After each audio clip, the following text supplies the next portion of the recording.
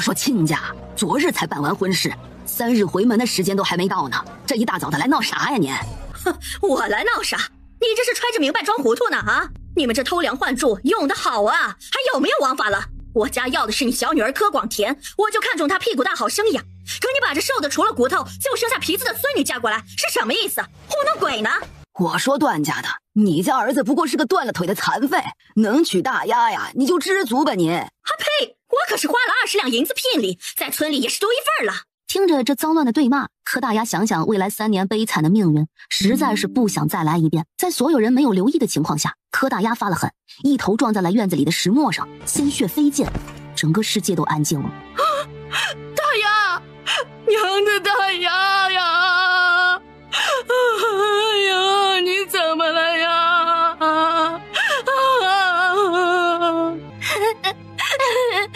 姐，你怎么了姐？你快醒醒啊，快醒醒！你进来和二丫说说话，我求你了姐。我去，别晃了别晃了，老娘的脑浆都快被晃出来了。柯大丫的记忆如瀑布掉落水潭般宣泄入他的脑海，他却死活睁不开眼啊！他竟然穿越了！没想到原主从3年后重生而来，重生不到1个时辰又选择自杀离开了。自己这个大龄剩女竟然穿成了已婚妇人！哎呦，阿弥陀佛，阿弥陀佛，不关老太婆的事儿啊，都是段母逼的，要报仇索命找段家的去。哎呦，阿弥陀佛，阿弥陀佛！快让人，十里正大郎中来了！号了脉，卢大夫面露喜色，毫不犹豫地打开药箱，从瓷瓶中取出一粒药丸，掰开柯大丫的嘴塞了进去，头上的疼痛瞬间得以缓解。卢大夫，我们家可没有要钱给你哈，大丫现在是段家的媳妇儿，钱他们出。快看，醒了，柯大丫醒了！沈立昭，请您为我们孤儿寡母做主啊！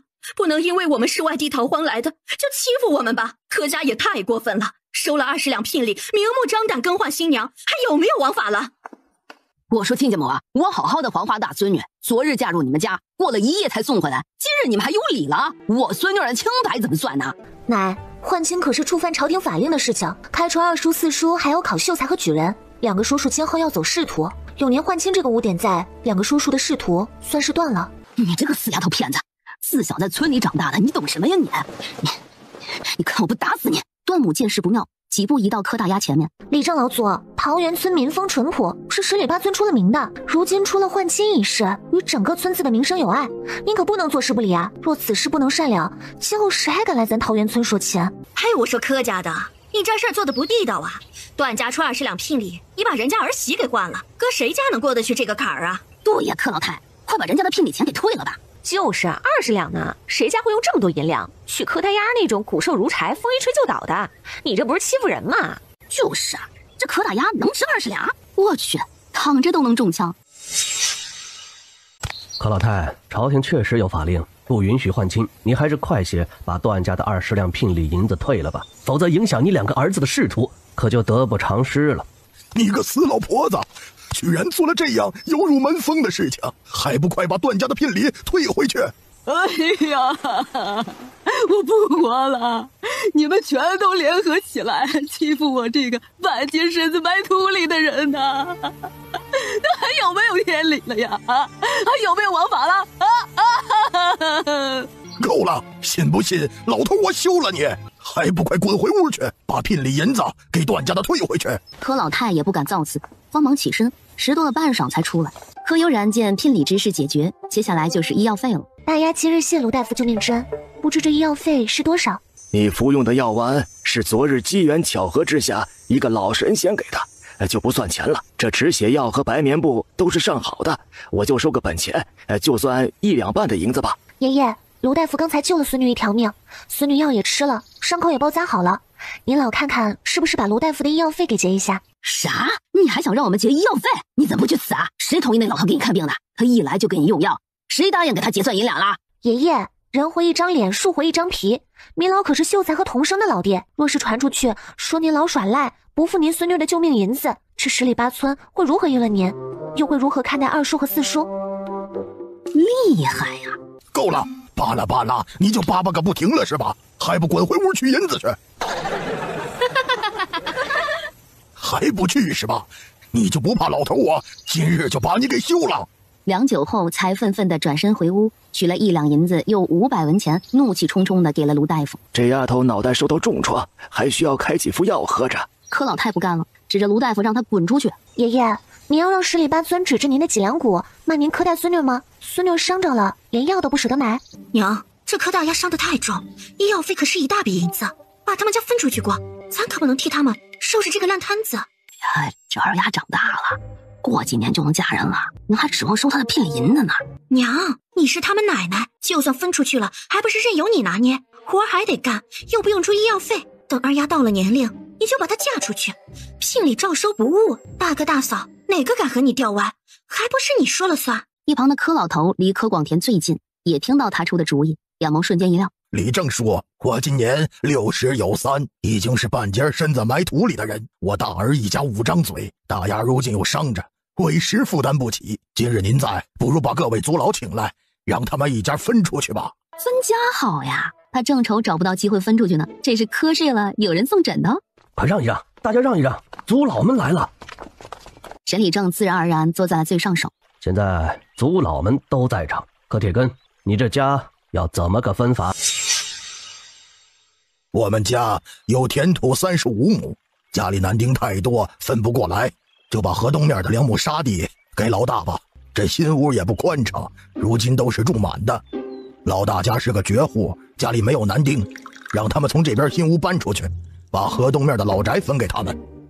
果然还是这种分法，普通庄户能有1、2亩田土就算富足了，柯家有35亩田土，不够分，哼。柯老头这心偏到姥姥家了吧？有谁会咒自己儿子是个绝户的？李正老祖、二族长告诉了我爹是傻，可是这些年来干活也是最多的，家里35亩田土都是爹娘起早贪黑侍弄的，每年田土的产出我们一家啥也没得到，全给2叔4叔交暑修了。我们3姐妹也没闲着，家里的鸡鸭猪都是我们姐妹上山挖野菜打出草喂的。如今分家了，多少也得分些银两和口粮吧。若是什么都没有，不是逼着我们一家人去死吗？你个小贱蹄子，长辈说话哪有你插嘴的份儿啊！看我不打死你！救命啊！老祖们救救咱丫呀！奶奶要杀人了！够了，堂屋岂容你一个妇道人家再次猖獗，还不快滚出去！虽然沈礼正年龄没他大，可是架不住人家辈分大呀。我说柯铁根呢，不管怎么样，大傻也是你的儿子，这银两和吃到秋收的口粮，是不是也应该分他们一些？沈礼正，你也看到了，大丫治伤刚用了1两半银子，我们家还有2个读书人要供养，实在拿不出银钱，不如就分他们50斤粗粮吧，这已经是极限了。淡定淡定，不气，咱不生气，气坏了伤的可是自己。算了，50斤粗粮就50斤粗粮吧，总比什么都没有要好吧。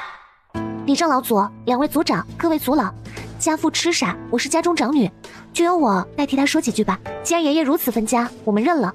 但是分了家，我们一家5口的户籍必须从爷爷户头上分出来，另立一户。当即，柯家族老取出族谱，提笔就要在本子上记下一笔。族长，你还有何事？族长，我们分家了，新生活新气象，能否借这次机会改个新名字？你想改什么名字？我们3姐妹不如就用悠远绵长的悠做字辈，我叫悠然，2妹叫幽兰，3妹叫优越，可行？不愧是出读书人的家庭，连女娃子都这么有文化悠远绵长，不错不错。他大笔一挥，将柯大傻一家5口在族谱里给分了出来，一式2份，一份给了柯老头，一份柯悠然自告奋勇的接了过来，自个儿收着才稳妥。至此，柯悠然一家与柯老头分了家，再无瓜葛。沈立正，2位族长，各位族老请留步。柯悠然昨日阴差阳错嫁给我家3郎，如今婚事已成，民妇想请各位族老做个见证，给我家3郎和柯悠然另立婚书。好，这个见证老夫做，取红纸来。沈礼正问了2人生辰8字，亲自给段雷霆和柯悠然立了婚书，并分别给2位族长及族老们签了字。如此，段雷霆和柯悠然的婚书成了村里最体面的。婚书也是一式2份，一份给了柯悠然，另一份段母珍而重之的收入自己怀中。这是聘礼，亲家收好。既然是给我大孙女的聘礼，就由我老太婆帮你们收着了哈。李正老祖，我们不是分家了吗？难道村里的规矩分了家还要把银两给爷奶？柯老太，老夫还没走呢，你就开始作威作福，你是有多不把我这个李正放在眼里？还不把银两还给大丫？哎呀，真是不让我老太婆活了呀！要死了！老头子谋杀我老太婆呀！柯家开祠堂，请足跪。族长，我老婆子错了，真的错了，这次就放过我吧。银子还在，我马上还，求您饶了我这一次，下次我再也不敢了。回来吧，记住你说的，若有下次，数罪并罚。你给本族长记住了。柯悠然接过银两，顺手给了沈礼正。礼正老祖，我一家老弱病残，又全是女子，行事多有不便，您能帮忙找村中之人翻修一下河东面的老宅吗？其他还好，就是那围墙一定要砌得高高的，以免山中猛兽下来。丫头，既然你能如此信任老祖，老祖一定把这事给你办得妥妥帖帖，也不等明日了，就现在，老祖这就叫人上去看看房子。那就谢谢老祖了。娘，你背粮袋，让爹背我，可行？我实在没什么力气了。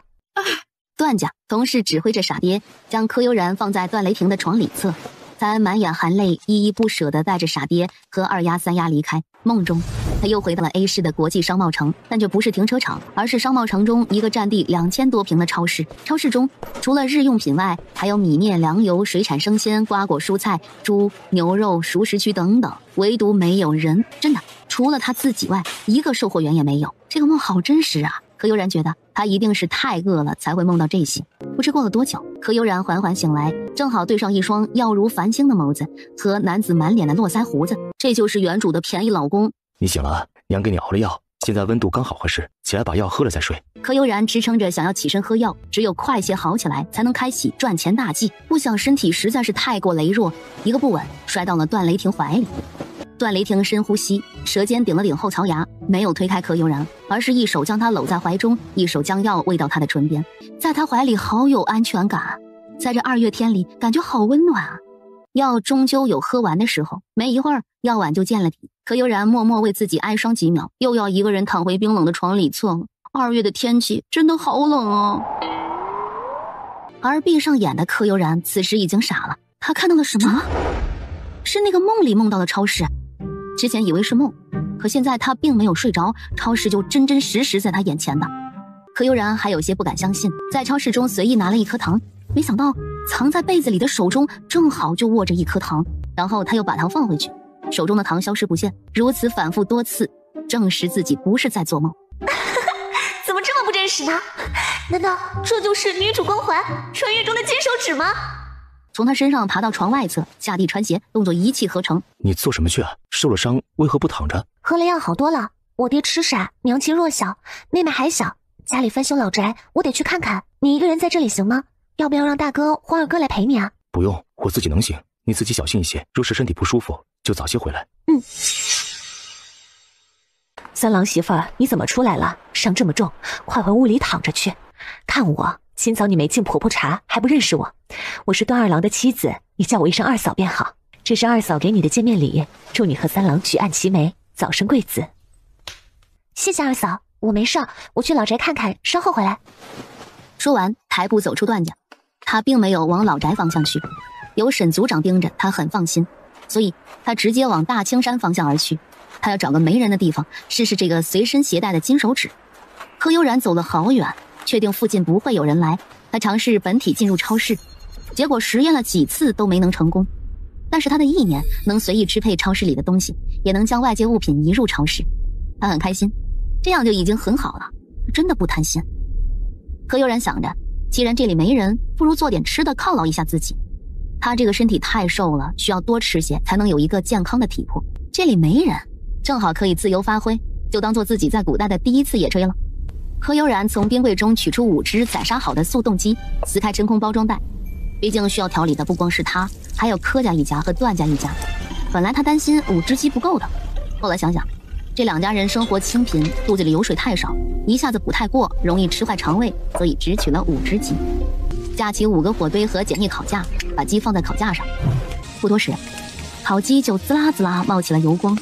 为了调和味道，他还加了一些料酒，那香味儿别提了。不一会儿，已经香飘10里。丫头，你这烤鸡什么时候可以吃啊？对呀，丫头，老头我闻到一股纯正的酒味儿。哎，这酒呢？你藏起来了吧？啥情况？俩老头衣衫褴褛，头发花白且乱七八糟，活脱脱俩丐帮长老和要饭的乞丐有的一拼。但是仔细观察就会发现有所不同，因为他们破烂的衣服布料全是上好的丝织品，脚上的靴子是皮革制作的，头发虽然蓬松凌乱，但松松垮垮挂在头发上的却是玉簪。哼，有意思。哎呀，我说薛老头，你也会有今天呐！哎，丫头，咱俩商量个事儿呗，你把这鸡给老头我吃，我给你这瓶的疗伤圣药，怎么样？不行，这鸡是给我家相公和父母妹妹们吃的，你俩一边去。尹老怪，你也有今天呐！看你还笑不笑老头我了？丫头，你信不信老头我毒死你，再把你的鸡抢走？哎，话说，你把酒藏哪儿了？无所谓啊，反正这条命是捡来的，既然注定活不过今日，你毒死我，让我去阎王殿报到好了。至于酒嘛，你可能也不爱这一口，我就带到地府献给阎王，让我下辈子投个好胎。丫头，老头子我收你为关门弟子，把毕生所学都传授给你，你呢就天天烤鸡给老头，怎么样？还有你手中的酒，每天都孝敬给师傅，可好？别呀，丫头，老头子我刚才的话是开玩笑的。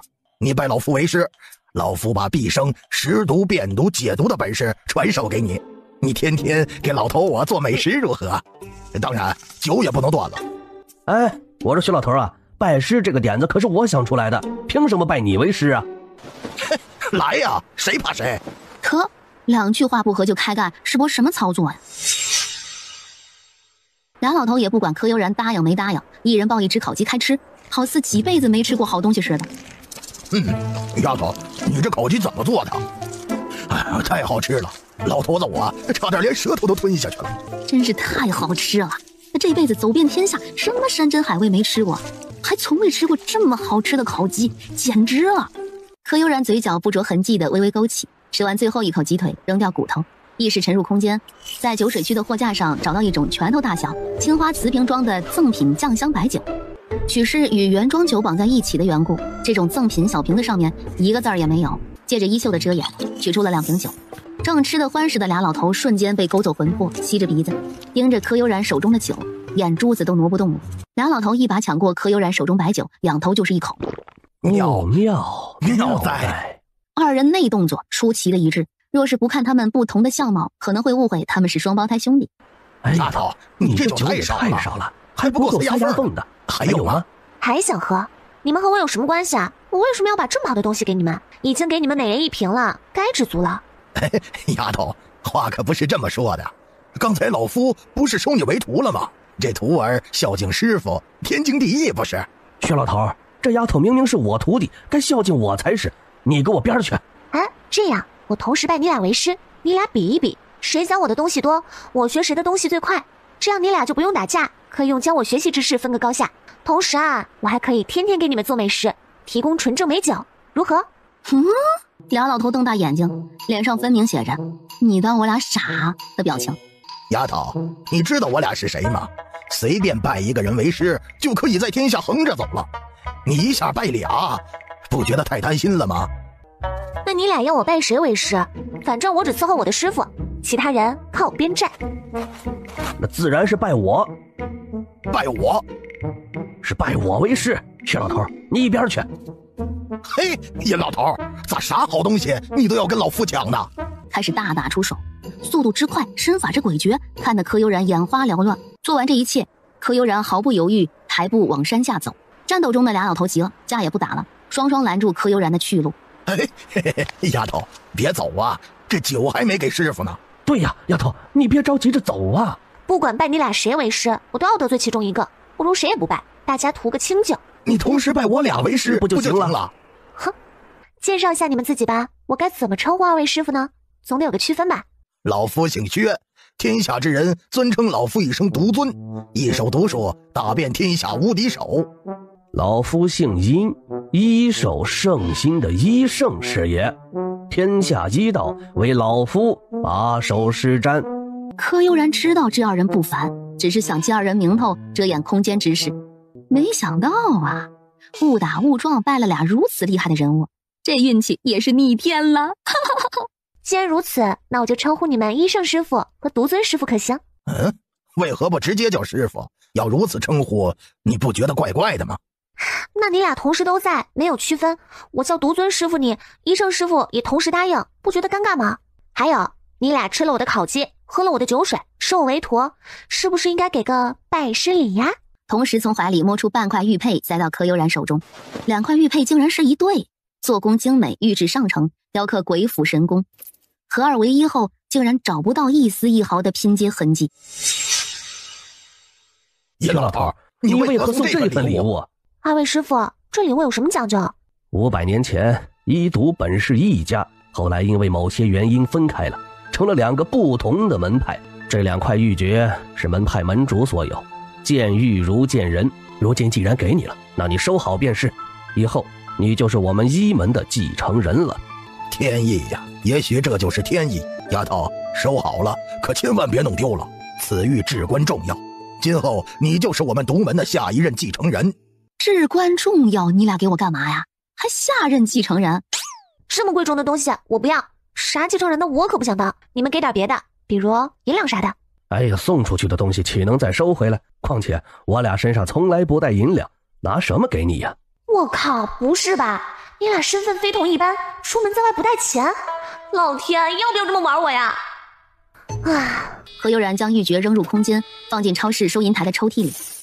2位师傅，要吃我做的美食，品我给的美酒，就必须给徒儿我背个锅。第一，我做的所有美食的食材都是年二老提供的；第二，你们喝的美酒都是你们自己带来的；第三，每天提供给你们的酒，只有今日你们喝的这么多，再多我也拿不出来；第四，不管我做什么，不许强加干涉；第五，我买东西的所有银两都是你们给我的。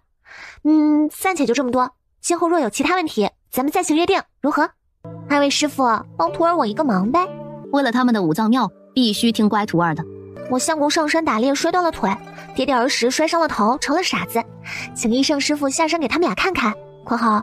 丫头，你只找殷老头帮忙，感情我这个独尊就没事可做了，这不公平啊！我还没说完呢，我相公2哥身中奇毒，也请您老看看呗。为何我只看1个人，殷老头看2个？不公平！2位师傅，我还要去县城买食材，晚上填饱您2位的5脏庙呢。在这里浪费的时间可都是您2位的，要是去不了县城，买不了食材，你们知道的，巧妇难为无米之炊，对吧？对，走，下山。俩老头迫不及待，一人挽起柯悠然一只胳膊，健步如飞往山下而去。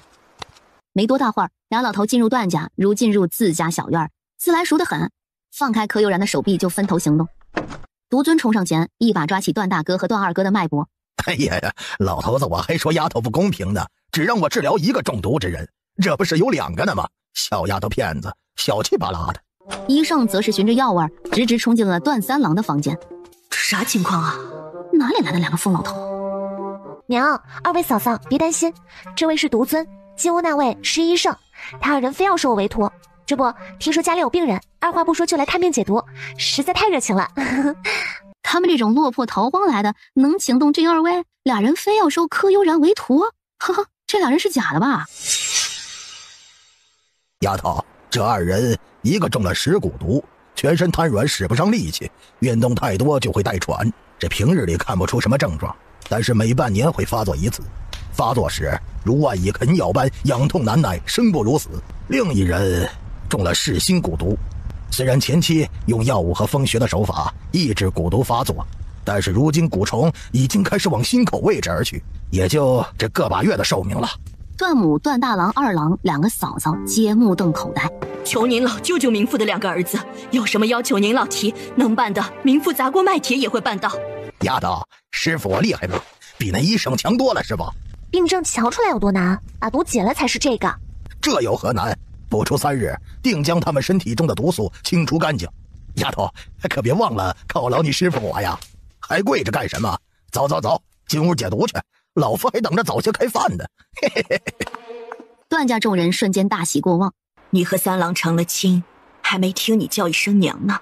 柯悠然咬着下唇，久久说不出话来，鼻头泛酸，眼眶有些湿热，这是他从未体会到的温暖。娘这个字对于他来说是多么熟悉而陌生。唉，进去看看三郎吧，警察之事今晚一定补上，娘等着喝你的新娘茶。我现在就进去看看。丫头，这就是你的夫君。丫头，要不与他和离，老夫给你找个更好的。师傅为何让我换丈夫？难道以师傅的医术医治不了他的伤？谁说我治不好的？别说3天，老夫只需要2天就能让他痊愈。他不过是练武急于求成，经脉受损，摔下山崖之时经络受阻，动弹不得而已。老夫这就行医，就不信会比那个老毒物慢。医圣3下5除2，脱掉了段雷霆所有衣服，以闪电的速度在他身上布下一个针阵。你小子可以呀，老夫这套针阵可是上古针法，极少有人在老夫施针时不会痛叫出声的。你倒是很能忍呢。1个时辰后，丫头，给他打盆水擦拭一下。哎，年龄大了，老夫先休息一下。行，听师傅的。好不容易忍耐到柯悠然擦洗完毕，段雷霆刚退下去的红晕又爬了上来。里面药丸每天给他吃上1粒，吃3日即可。正在这时，独尊闯了进来。丫头，老夫已经为他2人排出部分毒素，最多不过3天就能让他们痊愈。怎么样，比你厉害吧，易老头？我这个只要2天就能痊愈，比你可厉害多了。我可是给2个人解毒，你呢？只有1个呀。你不是说2个病人吗？还有1个在哪儿呢？在柯家老宅。走，带为师过去看看。眨眼间，柯悠然已经站在柯家老宅外面。这……老祖别介意啊，那个是我刚在大青山上拜的神仙师傅，也不知道他是怎么做到的，能非常精准地找到他想医治的病人。我请他来给我爹爹看看脑袋的病症，不知道能不能治好。悠然呐，你师傅为何穿得如此破烂？那是他与我另一个师傅大打出手时撕扯坏的。今后我2个师傅会在村里住一段时间，你习惯就好。哎，这房子今日修不了，我只能先让人把围墙立起来，否则狼群等凶兽下山，连跑的机会都没有。但今晚你父母妹妹这住宿问题如何解决？要想个万全之策才行啊。柯姐真行，今日之事我柯悠然记住了。悠然，想好了吗？你父母妹妹今晚的住宿怎么办？我回去和婆婆商议一下，看能不能让我们全家暂时借住段家。说着便往回跑。我能和您商量个事儿吗？你有什么事直说便好。柯家老宅太过破旧，想要翻修需要好几日的功夫，我能不能把父母和妹妹接来段家住几天，等柯家修好后再让他们搬回去？三郎家的大嫂知道你心系娘家，但常言道啊，嫁出去的女儿泼出去的水，你已经是我们段家人了，娘家的事情还是少管为妙，免得落人话柄。既然如此，那么请段家给我一纸和离书或休书，我离开便好。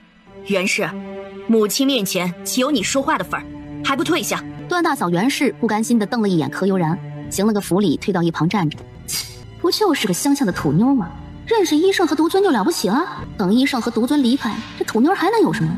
独尊说不定知道段家身份不凡，隐晦地帮助他们，让这乡下土妞捡了个现成的便宜而已。悠然啊，人言可畏，要是让村民知道你们柯家全住进段家，对你名声不好，对柯家影响也很大，你要三思而行啊。如果你不在意那些流言蜚语，那倒是无所谓。西厢还有2间房空着，都是拾掇好的，铺上被褥就能住了。母亲，不光是柯家会被人说闲话，就是段家也一定会被大家讲究的，这不合适，哪有新媳妇儿带着全家一起嫁人的道理啊？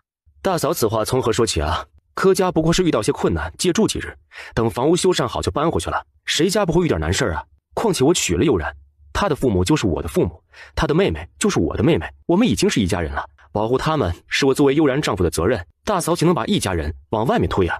袁氏，不要忘了，还是悠然请独尊才得以给大郎解毒的，如今他的家人遇到困难，我们该搭把手才是。袁氏闷闷地行了个服礼，踏着小碎步退下了。就答应吧，要是被村里人讲到，可别怪我没有提醒你们，到时候被唾沫星子压死，也是你们自找的。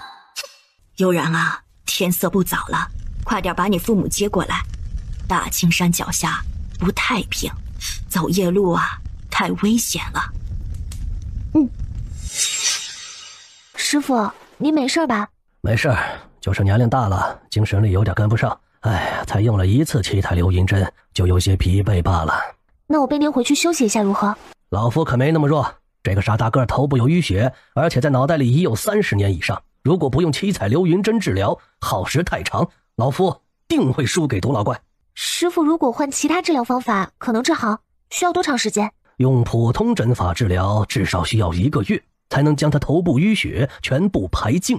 但是这七彩流云针，只要3日便可。师傅用七彩流云针法，定然极耗精神力，不如采用普通针法。输赢没什么大不了的，您的身体才最要紧啊。那不行，上次就让那个老家伙赢了老夫一次，这次定然不能便宜那老小子。丫头啊，为师这2次施针饿得极快。哎，你不是说去县城购买食材做好吃的吗？你怎么还在这里？哎呀，今天晚上你拿什么来祭奠为师的5脏庙？师傅，您帮我点行针之时，我已经把食材准备好了，这不就是来接您和父母妹妹回去的。哎呀，那还等什么？咱赶紧走。丫头，要是半个时辰内没把晚膳做好，你就在厨房里过夜吧。半个时辰准备晚餐对于他来说并不难。当他准备从空间中取2只速冻鸡出来时，看着冰柜愣住了。这不是之前吃完的5只鸡吗？怎么又回来了？为了证实自己的猜测，他检查了酒品区，果然用来引火的2瓶酒又回来了，但是2瓶赠品酒却没回来。怎么回事？再看看自己用掉的调料，也全都恢复原样了。为何只有2瓶赠品酒没有回来呢？为了证实自己的猜测，柯悠然将放在收银台上的赠品酒瓶扔了一个在垃圾桶内，然后检查酒品区。果然，赠品酒回来了，与原装酒绑在一起，和拆开前一模一样。而垃圾桶中的空酒瓶消失了。惊喜来得太突然，他要缓缓。也就是说，扔进垃圾桶的东西能复制，这个空间太给力了，有木有？柯悠然果断将另一个空酒瓶也扔进垃圾箱，看着货架上多出来的酒，笑得见牙不见眼。还不到半个时辰，灶房内飘出了让人垂涎欲滴的香味。一毒二老对于美食那叫一个志同道合，为了不打扰2个师傅用膳，征得段母的同意，在另一间会客厅又摆了2桌，招呼自己的母亲和2个妹妹坐了一桌，段母带着段家众人坐了一桌。段家那桌有鸡有肉，异常丰盛，柯家这桌就特别清淡，清粥小菜，最多只配了一盘小炒肉片。三郎家的，你如此设2桌晚膳，是磕上我们段家吗？大丫，娘还是带着你爹和2个妹妹回去吧，不能让你在段家难做啊。娘不用担心，该吃吃该喝喝，只要有我在，并不会让你们被人欺负了去。大嫂想说什么？我到底如何磕碜段家了？除了酒水，凡是我师傅桌面上有的，段家桌面上缺了哪样？我说的是这个吗？你把父母妹妹接进段家居住，饭菜就应该一视同仁。你这样摆2桌席面，知道的是你不孝顺自己的父母，让他们吃清汤寡水；不知道的还以为我们段家苛待你娘家人呢。我们段家名声坏了，对你有什么好处啊？大嫂说的就是这个。难道你不知道我们家穷，一辈子没吃过什么好东西？我娘和2个妹妹肠胃脆弱，需要清淡饮食，循序渐进调理身体，自然是比不得你每天大鱼大肉、山珍海味。大嫂若是看不惯我们，可以不看；若是吃不惯我做的饭菜，可以不吃。没必要在用膳前阴阳怪气的指责，影响一家人吃饭的心情。你够了，袁氏，今日的饭菜全是悠然张罗的。2年了，我们何时见过如此丰盛饭菜？你若是不想吃饭，就回房休息去，没人逼你坐在这里。亲家一家是我邀请来的，还轮不到你在这里指手画脚。母亲，他们一家都是乡下的泥腿子，喜配与我们同屋用膳。按规矩，应该让他们一家在灶房。闭嘴！袁氏，我原以为经历了2年的逃荒生活，你该认清你现在的身份。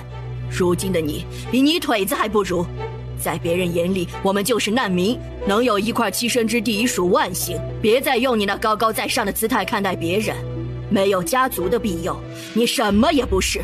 既然你不想吃饭，就回屋去吧，没人拦着你。大佬，行了，这次是你做错了。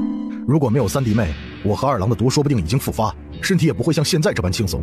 我们应该感激他，而不是恩将仇报。听母亲的，回屋去吧。一跺脚跑回了自己屋里，扑在床上呜呜的，越哭越伤心。3弟妹，母亲说今晚要把这敬茶的仪式补上，因3郎腿脚不便，这敬茶的地点呀就设在你们卧房了，你不介意吧？自然不会介意。当敬茶、收礼、认亲一套程序下来，何悠然已经累得喘不过气来了。众人见他疲惫，纷纷告辞离去。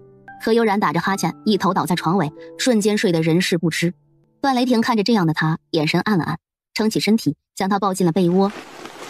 这丫头太瘦了，需要多补补才行。第二日一早，何悠然在段雷霆怀中醒来。天哪，自己是有多饥渴，才会把身边男人抱得死紧？哎呦喂，昨晚太累，断片了。段三郎知道怀里的小女人醒了，早。然后迅速推开男人，翻身下床，3两步奔到屏风后，迅速换好衣服。我勒个去！他竟然抱着这个男人心跳加速，有没有搞错啊？柯悠然啊，柯悠然，你8辈子没见过男人是不是？单身太久缺爱了？你说什么？一只大掌穿过他的腰，用力一带，何悠然便撞进一个结实的怀抱。哼，我有这么可怕吗？你知不知道人吓人会吓死人的？还有一个大男人在人家身后偷听，很不道德。知道，我保证以后不会了。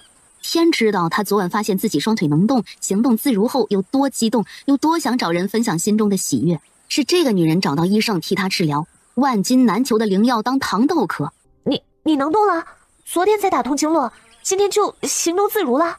妈妈咪呀，我要是能学会师傅的1/10，是不是能在这里横着走了？丫头，你要是能学会老夫1/10，别说横着走，就是皇宫也可以自由进出。我靠，老头耳力如此之好吗？怎么练的？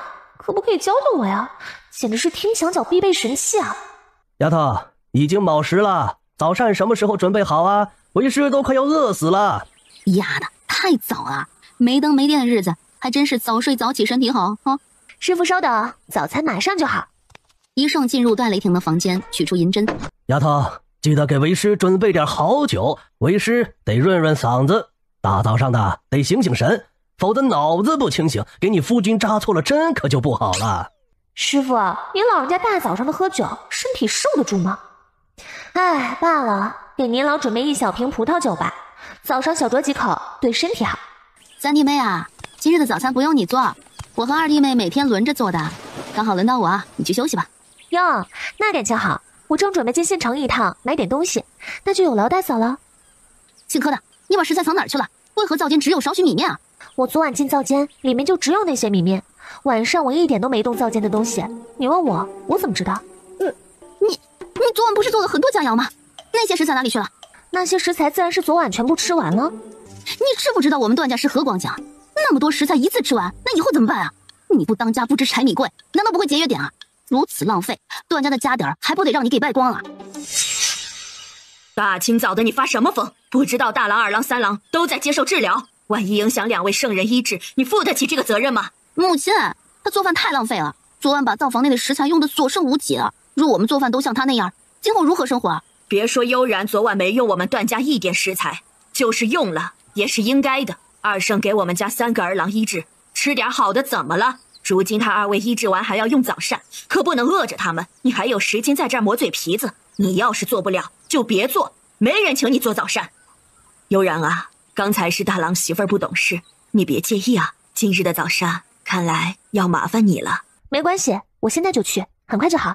一个乡下土妞，又黑又瘦，凭什么如此自信洒脱？凭什么大家都喜欢她？凭什么得到母亲的支持啊？她哪一点有自己好啊？何悠然做的一顿早餐，让所有人都吃得异常满足，尤其是二圣，品着葡萄酒，觉得以前的岁月简直都白活了。诸位，家里米面粮油不多了，我准备现在去一趟县城，你们有没有什么需要带的？我给你们捎回来。悠然，一个人进县城不安全，医生说我的治疗还有1日便可，不如再等1日，明日我陪你去。灶房的东西已经见底，明日再去，今晚就只能喝西北风了。就是看准了今日大家都有事儿，谁也走不开，不想让人陪，才选择今日的。大家在柯悠然的软磨硬泡下，最终同意他一个人去县城。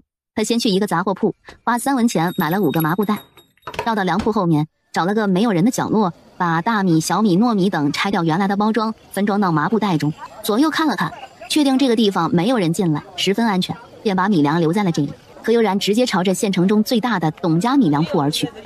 滚！哪儿来的小叫花子呀？一边去！这是你该来的地方吗？铺子里一个精瘦老者正在专心致志地拨弄着算盘。到底是哪出错了？不对呀，这都第30遍了，为何每次都不一样？待算到第5页时，算错了。你倒是说说，哪里错了？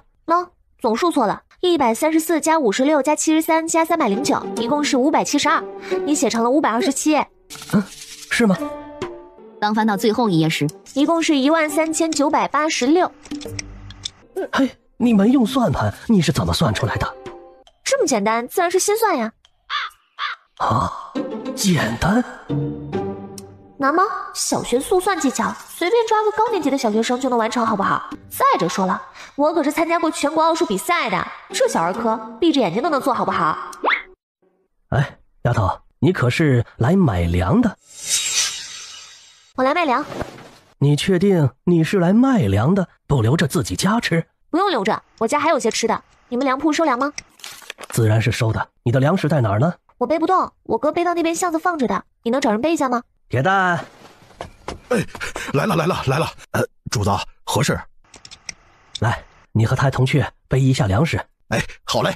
铁蛋将粮袋卸在地上，老者逐一打开检查，看完后整个人都不好了。这种极品粮食哪里来的？完了，看来这次是一锤子买卖，以后不能卖这样的粮食了，太打眼。这是我们家救了一个贵人，贵人赏赐的，家里舍不得吃，想换成银钱，多买些糙米。烦请掌柜的看一看，这米粮值多少银钱？行，你这些米粮都是精品，我按照最高价的2倍给你结算，可不可以？您经营如此大的一间铺子，定是极为诚信的，铁定不会骗我这种小丫头。多少钱您说了算。哎呀，你这丫头，看不出你嘴巴还这么甜，给我戴高帽，我想讹你都不好意思了。不过你刚才的话倒确实让我受用。大米60文1斤，260斤，是15两6钱银子。糯米70文1斤，300斤，21两。柯悠然看着老者噼里啪啦打着算盘，已经算第3遍了，还没算清楚呢。一共是86两3钱银子。真不知道，账都算不明白，如何经营这个米粮店呢？他就不担心算错账，自己把自己给赔死啊？真是人不可貌相，故人诚不欺我。一点不差，高高兴兴地取出86两零300个铜板递给柯悠然。哎，丫头，你算账如此厉害，不如帮老夫把这些全算了吧，我给你10两银子，怎么样？成，3摞账本而已，就给了10两银子，上哪儿找这么好的事情去？不过1炷香的功夫，算完了。算完了？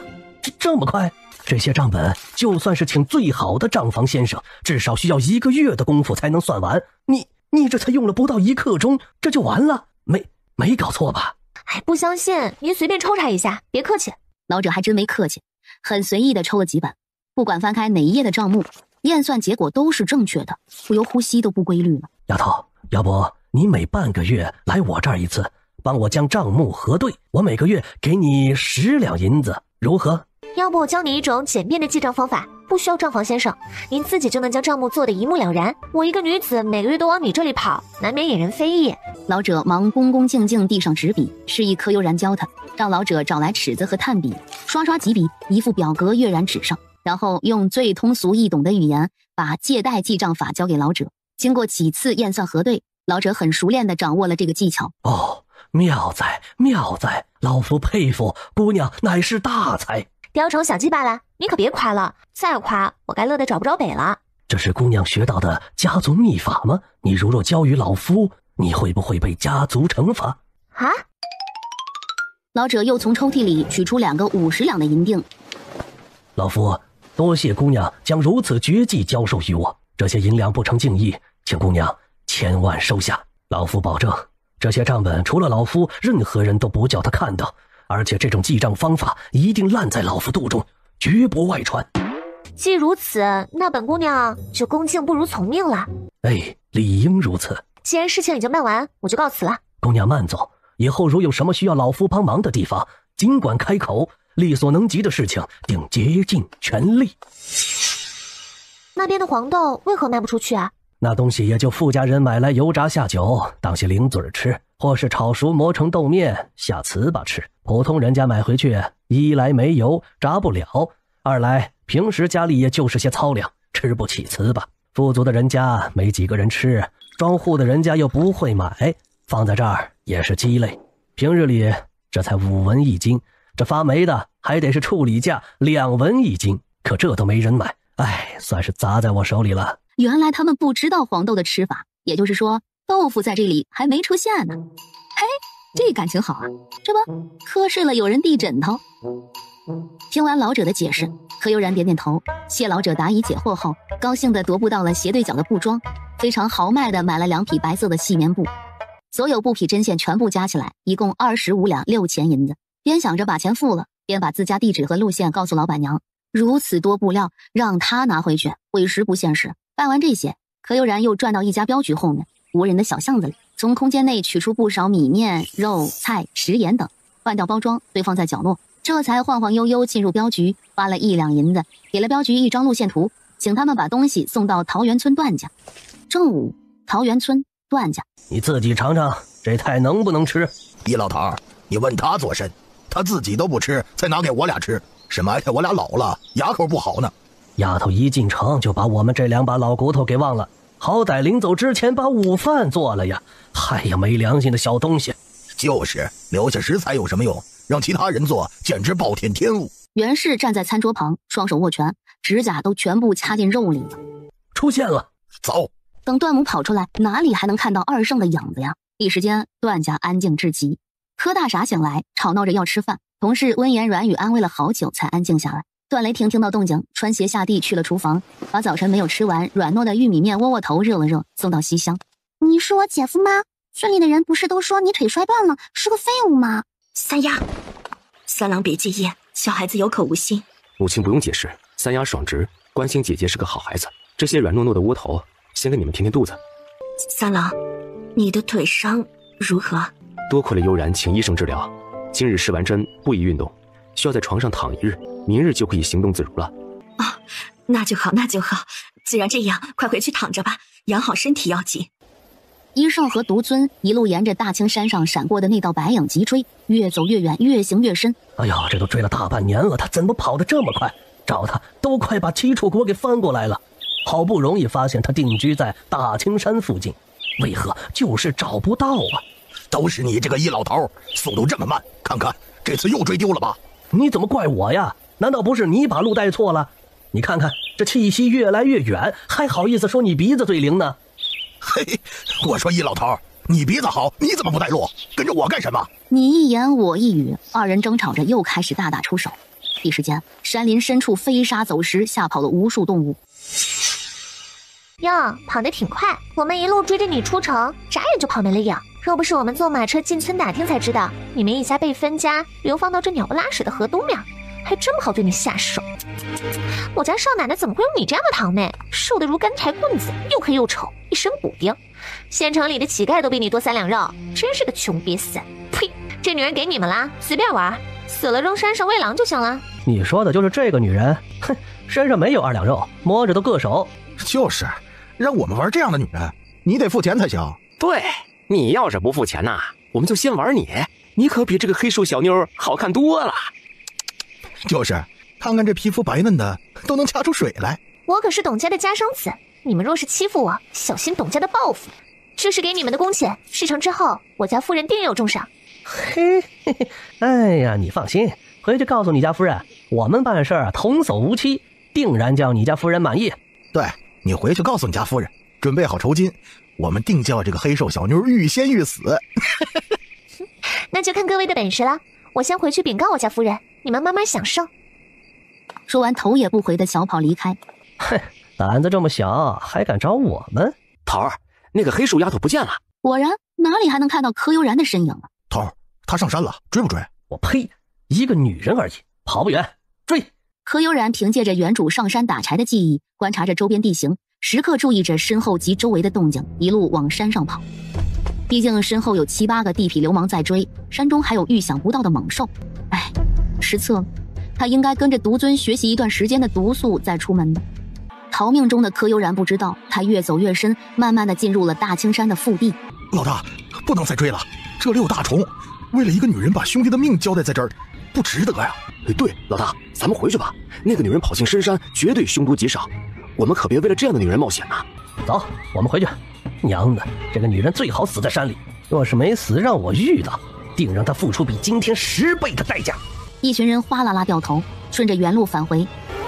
段雷霆穿鞋走出房间，便听到大青山上狼嚎虎啸，飞鸟惊鸣，黑压压一片鸟群在大青山上空盘旋。段老大和段老二也从屋内奔了出来，与段雷霆交换了一个眼神，眸中复杂一片。我去看看，你们启动院内机关，谁也不要出去。急急跑出院子，因着治疗没有结束，小跑时腰部以下还有些酸胀，速度比以往慢了不少。跑了没多远，看到几个男人满身是血。山上出什么事了？你们为何上山？求求你，救救我，救救我呀！我不想死，求求你！你们为何上山？山上发生了什么？告诉我，我才考虑要不要救你们。几人求生欲驱使，断断续续把今天下午发生的事情交代了个清清楚楚。段雷霆听说柯悠然被他们逼上山，进了山林腹地，匆忙上山。至于这些人，就让他们在此自生自灭，将他们一巴掌拍死，反而是种解脱。山上，柯悠然趴在一棵千年梧桐树的粗壮枝丫上，看着下面的群兽争霸，眼皮抖了抖。这些动物似乎都想往梧桐树侧面的山洞里冲，却又相互阻止着对方的脚步。到底有什么东西吸引这么多的动物，连命都不要了？柯悠然，你最好没事，等我，一定要等着我。他缓缓顺着梧桐树的枝丫慢慢爬了下去，小心翼翼地靠近山洞口，慢慢摸索着走了进去。正在此时，段雷霆也刚好赶到，探手抓住柯悠然后背的衣服，跟着娇小的身体很轻松地进入了狭窄的山洞。谁知柯悠然身形太过灵活，段雷霆脚下打滑，还没来得及开口便摔在地上。柯悠然听到声音，感觉被人从身后抓了一下，转头看去，光线太暗，什么也没看到。这个山洞通道初时非常狭窄，他如此瘦小的身体只能勉强通过。洞壁挂着无数钟乳石，造型各异，美轮美奂。钟乳石上有乳白色的液体，莹润柔滑，触感极好，比上好的乳液还要细腻呢。抹在皮肤上有股淡雅的甜香，煞是好闻，而且触及皮肤后很快融入，被皮肤吸收得很快。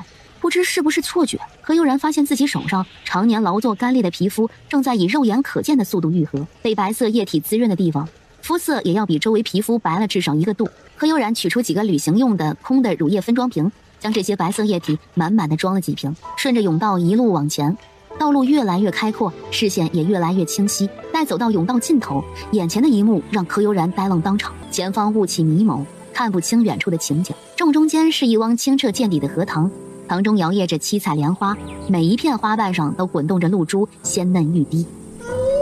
正在柯悠然打量四周景物之时，循着声音慢慢找了过去，入眼的是鲜艳的红，先是几滴，然后越往前越多。这是一匹毛发通体雪白的母狼，全身银白如雪，毛发上透着莹莹光泽，不像这凡间之物。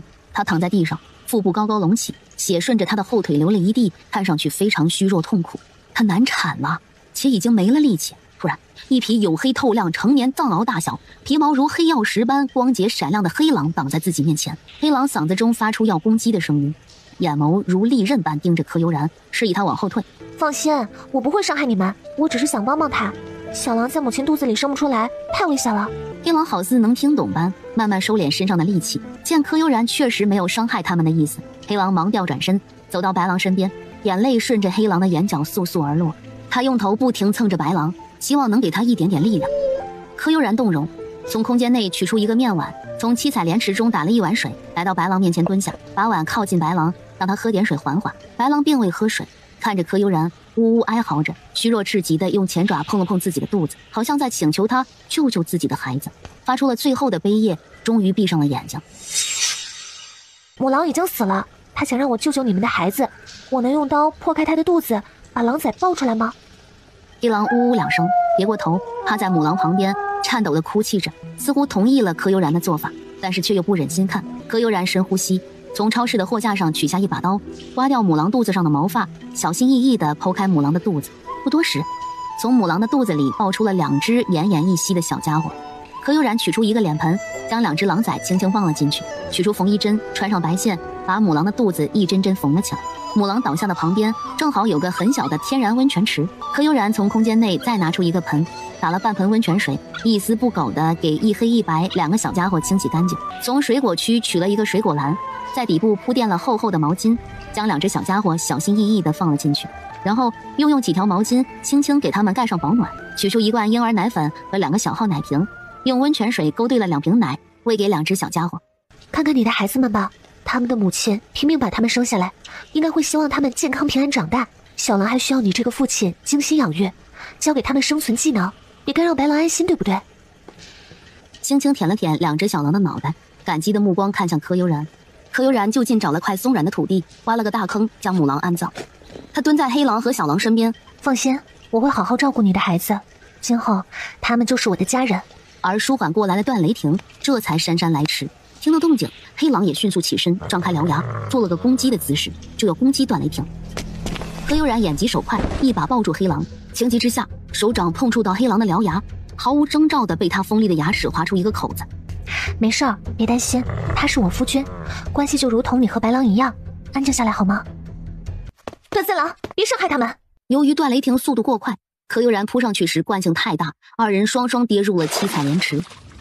柯悠然突然感觉一股巨大的吸力将他往莲池最深处拖拽，他条件反射地松开了段雷霆，以风一样的速度被拖拽进了莲池中心。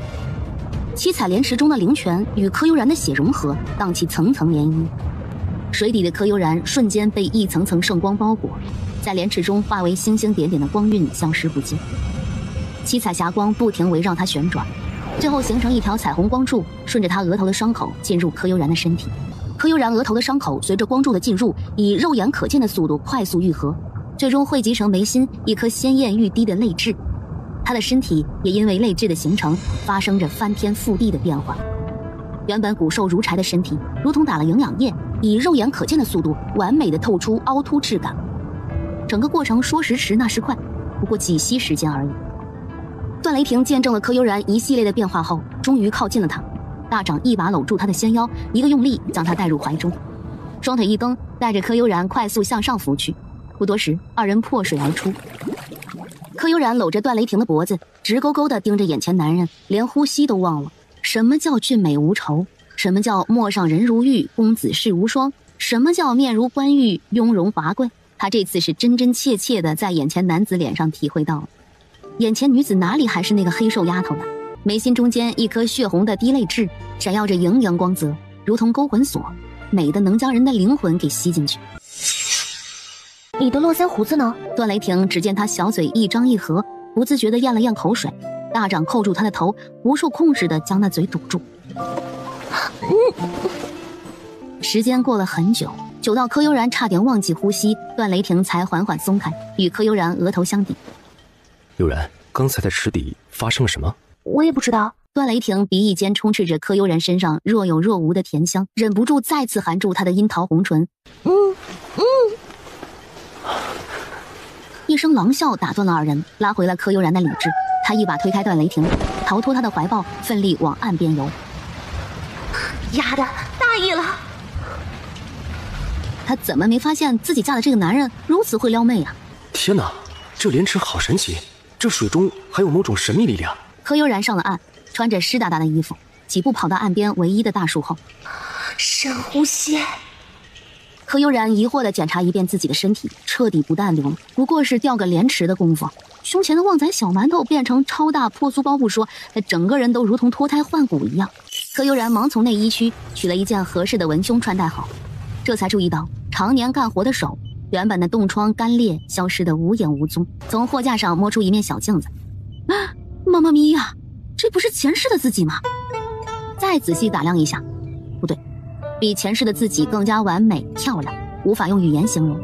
尤其是眉心那颗红艳艳的滴泪痣，差点没把他的魂魄给吸进去。柯悠然靠着大树，抚着心脏，大口喘息。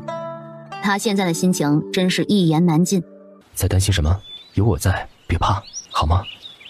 柯悠然红唇微起，想说点什么，两片微凉的唇瓣覆了下来。段雷霆理智回笼，解开自己外袍，从腰上取下一个防水的牛皮包，拉着柯悠然坐在地上，倒出包里的瓶瓶罐罐，认真地在他脸上涂涂抹抹。不一会儿，一个造型与原来相似的柯悠然被还原了出来，这下就更加完美了。高兴地拉着柯悠然来到七彩莲池边，让他看水中的倒影。你会易容术？你为何用络腮胡隐藏自己俊美的容颜？为了躲避仇家追杀。怎么，怕了？放心吧，若是遇到危险，我一定会安顿好你和家人，绝不让你们涉险。我有说怕了吗？我只是有些诧异，你为何要告诉我呀？不是应该瞒着我吗？你是我的妻子，应该知道这些。我的仇人背景强大，你若是担忧，我可以立即与你和离，放你自由。从嫁给你的那天起，我已经冠上了你的记号，你觉得我们和离后，你的仇人知道有我的存在，会轻易放过我和我的家人？既然你的仇人很强大，那我们就变得比他更加强大。一味的躲避解决不了任何问题，不如在他没有找到你之前，发展壮大自己，甚至强大到捏死你的敌人，如同捏死一只蚂蚁那样简单，不是更好吗？他到底娶了一个怎样的妻子啊？太合自己心意了，竟然与自己的想法不谋而合。现在想来，这个地方颇为神秘。为何我常在大青山上狩猎，从未遇到过这个山洞？这里好像凭空出现，有太多未解之谜。回去之后，千万别和任何人提及此地，恐引来杀身之祸。这里真的很神奇，迷雾笼罩的地方被一种神秘力量阻挡过不去，不知道是个什么光景。光一个七彩莲池就能引起别人的觊觎了。若是让有心人发现这里，桃源村如今的宁静将被打破，说不定还会遭到灭顶之灾。我们带他们出去吗？小狼需要照顾，我带他们回家悉心照料。你愿意和我们一起出去吗？黑狼看了看小狼，再看看白狼的坟冢，缓缓地在坟冢旁边趴下，意思不言而喻。我会经常带小狼来看你的。黑狼很有灵性的点点头，依依不舍地拱了拱小狼的头，目送二人提着小狼步出这片神秘之地。二人出了山洞，段雷霆用藤条和树枝把洞口伪装下来，确定不会让人发现。段家，大郎二郎，可知刚才山上发生了什么事儿啊？哟，这院子里什么时候多了这么多机关呢？丫头回来没有？为师都要饿死了。两位师傅，这是被人打劫了？丫头，不该问的别问，为师去洗漱一下，抓紧时间准备晚膳酒水。哎呀，快饿死我了！嘿，你个老毒物，让老夫先洗，你抢什么？声音还在庭院中回荡，两个师傅早已没了人影。柯悠然摇着头，把小狼交给段雷霆进了灶间。袁氏，去把悠然买回来的布匹裁剪好，把家里衣服做一下，别一天到晚无事可做，瞎晃悠什么？娘，大郎，我到底什么地方做错了？母亲要如此针对于我，为什么柯悠然没有进门以前家里和和睦睦的？他刚进门几天就闹得家里鸡犬不宁。不是三弟妹在闹，而是你在闹。原以为经过2年的逃荒生活，你多少改变一些，没想到你还是如此自以为是。别在自诩你是贵族之后，没了家族的庇佑，你什么也不是。三弟妹有医圣和独尊护着，你现在有什么？况且我们三兄弟都欠他一条命，你该感激他，而不是处处针对他。自己好好想想吧。许是今日累得很了，医圣和独尊酒足饭饱后，直接回屋呼呼大睡。沈礼正和2个儿子抚着肚子，没想到悠然的厨艺这么好，那盘八宝鸭差点让我把舌头都吞下去。爹说的是，那盘拔丝土豆真是回味无穷，我现在这嘴里还甜丝丝的。早知道就让薰儿娶柯悠然了，嫁给段家怪可惜的。沈家还是不要抱那种不切实际的幻想了。悠然是我的妻子，希望以后不要让我听到这样的话。老祖可是来打探山上之事？正是。话音刚落，段母和段家其他人也相继进屋，都想知道今日山上到底发生了什么。柯悠然见大家到齐，也不隐瞒，将下晌发生的事情和盘托出，只隐去了秘密山洞那一段。啊，你可有事？谢老祖关心，我盘树上去了，一点事都没有。难怪呢，我们在山脚下发现的几具尸体都有被猛兽袭击的痕迹。如今山上的积雪还未融化，动物尸体放一夜也不会腐坏。明日一早，老祖可以组织村民上山，把那些动物卖掉换钱。我记得有2头熊瞎子，3头大虫，好些狼和蟒蛇等，也是一笔不菲的收入了。这么多动物，别说他们段家吃不下，就是全弄回来卖掉了，一旦被村民发现，群起而攻之，不但银两保不住，就连如今的栖身之地怕也待不下去了，还不如一开始就直接送出去，博个好名声不说，还能得到沈氏家族的鼎力相护。贱民就是贱民，这么多银子说分出去就分出去，不知道段家如今艰难吗？真是个蠢货。看娘这粗心大意的，忘记给你做一身厚棉衣了。你穿3郎的委实太大了些，明日再委屈一日，我一定带着你2个嫂嫂赶制出来。别呀，今日穿段3郎的衣服也是为了遮挡变化太大的身材，您给我做衣服，身材变化之势不就瞒不住了吗？谢母亲费心了，我和3郎的衣服还是我自己做吧。2位嫂嫂还要给大哥2哥做衣服，就不用麻烦母亲和2位嫂嫂了。那行，取了布料就快些回房休息吧，母亲还等着早日抱上孙子。话说你太瘦弱了些，最近可要好好补补，才好生养。柯悠然大窘，打了个哈哈，拉着段雷霆飞一般的逃离段母。看着屋内唯一的床， 3郎，你先睡，我去取布料，把明日要穿的衣服做出来。段雷霆伸手一把抓住他的衣领，把人给拽了回来，反手将他抵在门上。你在怕我？见柯悠然不说话，眼神游移，意识已经飘到九霄云外去了，直接堵住了那张让他食髓知味的红唇，并跟着自己的感觉加深了这个吻。身上传来的凉意让柯悠然一个激灵，也不知哪里来的力气，猛地推开段雷霆。我还没准备好。说完打开门，头也不回地跑了出去。是自己太心急了吗？可他们是夫妻呀，大哥大嫂、二哥二嫂成亲前都没见过面，成亲当晚第一次见面就圆房的呀。柯悠然还是取了布料去了灶间，插上门栓，点燃一个炉灶喂饱小狼。从超市的棉纺区取出缝纫机和锁边机，要是能进入空间就好了，今晚就可以在空间里做衣服，也不用担心大家发现我使用缝纫机了。现在让他一针一线做，别说他针脚没那么细腻，就是有也没那个耐心呢。看来明天还是回那个山洞去做衣服吧，还可以顺带把小狼带过去给他们的狼爹看看。正想着，也不知道段雷霆是怎么操作的，插好的门栓突然被打开，高大的身影俯身3两下灭掉灶堂里的火，很轻松的打横抱起柯悠然，提着小狼大步流星的回了屋。完了，这下真的守不住了，看来今晚注定要把自己交给这个男人了。唉，罢了，反正早睡晚睡都是睡，至少这个男人的颜值还是在的。如果他以后纳妾啥的，自己再收拾包袱走人就好了。段雷霆还认真的替他洗干净脸上的易容，突然被子中多了一具强壮的暖炉，长臂一捞，将柯悠然圈进了怀里。放心吧，在你没有准备好之前，我不碰你，放松一点，乖乖睡觉。静谧了良久，传来了男人绵长而均匀的呼吸，渐渐的困意袭来，他躺在男人紧实的臂弯中，甜甜的熟睡。段雷霆睁开眼睛，拢了拢怀中娇娇软软的女人。唉，真是个磨人的小妖精啊。卯时3刻，晒谷场上，昨日下辖大青山上异动，今日召集大伙与本理正上山看看。不去。对，我们不去。哎，听说昨日从山上逃下来的人全死了。谁知道山上还有什么猛兽啊？李正不是让我们去送死吗？沈李正话音未落，柯氏族人就你一言我一语的议论开了。还说什么事儿呢？大清早的上山找死，真是吃饱了撑的。看来姓沈的这个李正也快当到头了，风水轮流转，也该让柯家的人做做了。双手抱胸靠在一旁柳树上的段雷霆，不愿意上山的，定个协议如何？定什么协议呀？我们不想上山而已，还需要定协议？这不是脱裤子放屁，多此一举吗？嗨，就是。昨日凶手发狂，说不定有什么死了的猎物，万一我们上山捡了个漏呢？不如大家定个协议，谁上山谁分钱如何？没有上山的人，咱什么也分不到。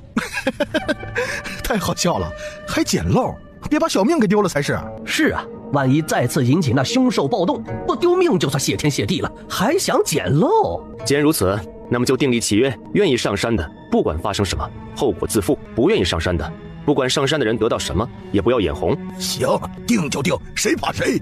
去吧，沈家的全都去送死吧。要是上去下不来，这桃源村就是柯氏族人的地盘了。不一会儿，在众人的见证下，沈李正写好契约，不愿意上山的柯氏族人和3个叔公分别画押，一式2份。柯家族人3三两两调笑着邀约回家，大家回去取些木棍、武器、绳索等，1刻钟后我们在大青山脚下集合。是。哎呀，老毒怪，老夫医治的段雷霆比你的病人提前1天痊愈，嘿嘿，这次老头我赢了。你医治的柯大傻不还是智力不全？段大郎和段二郎的毒，老夫可是全解了，一点后遗症都没有。柯大傻脑中的淤血全部都排出来了，他智力不全是因为受伤时智力停留在了幼年，如今慢慢教他便可。要是他学得进去，考科举都没问题。按理说已经治好了，所以老夫赢了。毒老头气得跳脚。哎，丫头，来，以最快的时间把这3本书背了，放为师扳回一局。殷老头也从怀里摸出3本书。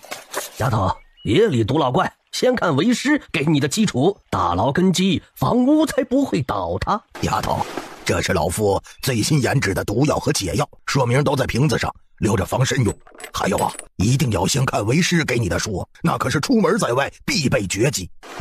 这些呀都是千金难换的补药，瓶子上有说明，抓紧时间把身体调理好。哎呀，你别听那毒老头的，额头咱还伤着呢，看啥书啊？好好休息几日，若实在闲不住，那便先看师傅我给你的。嘿嘿，你别理那毒老怪。嘿，一老怪，要不咱俩出去再打一架？不去，咱俩比的是谁更会教徒儿。谁对徒儿更好，没空搭理你。杜老头深呼吸，一脸肉痛的再从怀里摸出几个不同颜色的瓷瓶，递给柯悠然。丫头，这是师傅珍藏版的毒药和解药，千万收好，留着防身。若有人欺负你，记得找为师帮你出气，千万别一个人憋着。柯悠然则是来者不拒，给什么接什么，也不说话，怀里都快抱不下了。不对，等等，自己有空间才能放这么多东西，2个师傅的东西又是怎么带在身上的？难道他们也有可以储物的空间？柯悠然想不通，又担心暴露太多，不敢随意问2个师傅，还是再等等，观察一段时间再说。他抱着东西，提着小狼又返回房间，将二圣给的物品、书籍一一归类放进空间。母亲，这是刚才2个师傅给的，我试了一下，能让皮肤更加光滑细腻，调节肤色，您试试。好东西怎么不自己留着用啊？母亲年龄大了。你用着，我还有，我给二嫂也送1瓶去。因着段二哥在屋内，柯悠然不方便进去，在门外把东西给了白氏。二嫂，我拜托你一件事呗。何事？你直说就是。柯悠然朝站在西厢门外看着自己的2个妹妹招了招手。大姐，二嫂女工堪称一绝，我想请二嫂闲暇时教一下她俩，最基础的就行。我正愁不知怎样报答你呢，放心，我一定用心教，只要是我会的都不会藏着掖着。谢谢师傅。别，你俩和悠然一样，叫我二嫂就好。哎，谢谢二嫂。别客气，你们先回去，我准备好东西就去你们屋啊。还说不是捡漏，这下柯家族人定要悔得肠子都青了。哈哈，就是，快抓紧时间把猎物卖掉，否则时间一长啊，这些猎物都不新鲜了。沈家族人嘻嘻哈哈调笑着，七手八脚地捆绑着地上的猎物，他们手中的动作不由得越来越快。半个时辰后，终于绑完了所有动物。这次能遇上这么多猎物，纯属侥幸。山中依然是危险重重，日后不允许沈家族人再单独上山。若是再不听警告，一旦发生任何危险，后果自负。是。按照记忆走了半个多时辰，终于到了山洞前，地上的动物全都没了，到处都是人们踩踏的痕迹。他扒开遮挡物进入山洞，顺手又从里面把洞口给掩藏好，这才往里面走。要是段雷霆在这里，一定会惊掉下巴，因为他带着村民们到这里时，真的什么也没有，洞口的影子都没看见。如今山洞又突然出现，不是太诡异了吗？走到白狼坟冢的柯悠然不知道，他进入山洞后，外面的洞口就消失在了原地，任何人来到这里都看不到这个山洞。我可以在七彩莲池中取水回去用吗？黑狼点头。主人，昨日你救了银月和我的孩儿，掉下莲池后又契约了七彩莲池，已经是这里的主人了。要做什么完全不用问我。可惜了，我虽然能听懂你说的话，但是却不会你的语言，无法与你沟通，只能你自己慢慢摸索了。看见柯悠然用矿泉水瓶一桶桶装莲池里的水，差点一个绝倒。不是吧，主人？这水只要你一个意念就能用，搞这么复杂做什么呀？柯悠然若是知道黑狼的所思所想，一定会大笑3天3夜。柯悠然又是装水又是做衣服，还帮小狼洗了澡，忙活了一日，估摸着时间已晚，趁着天还未黑，这才提上小狼晃悠着回了家。柯悠然，我让你挑水，你去哪里乱晃了？一整天都不着家，有过做新媳妇的样子吗？喵了个咪的，老虎不发威，把自己当病猫是吧？说三郎不在家，你去哪里鬼混了？是不是去勾搭村里哪个野男人了？大嫂哪只眼睛看见我与其他男人有过接触？这么爱信口雌黄？那么我说看见大嫂与村边茅屋里的柯二狗滚被窝了，行不行？袁氏双眼爆红，抡起墙边放着的扫帚就朝柯悠然攻了过来。柯悠然退了几步，一个侧身，伸出一只脚，不着痕迹地绊了一下。袁氏一个不察，收势力不稳，飞了出去。袁氏，你的教养呢？你家族的教导就是让你空口无凭，随意无人清白。母亲，是他污蔑我。够了，你们的对话我全程听在耳中。是你先挑起事端污悠然清白，他不过是以其人之道还治其人之身罢了。怎么，你污蔑别人可以，放在你身上就受不了了？母亲，我没有。你没有什么？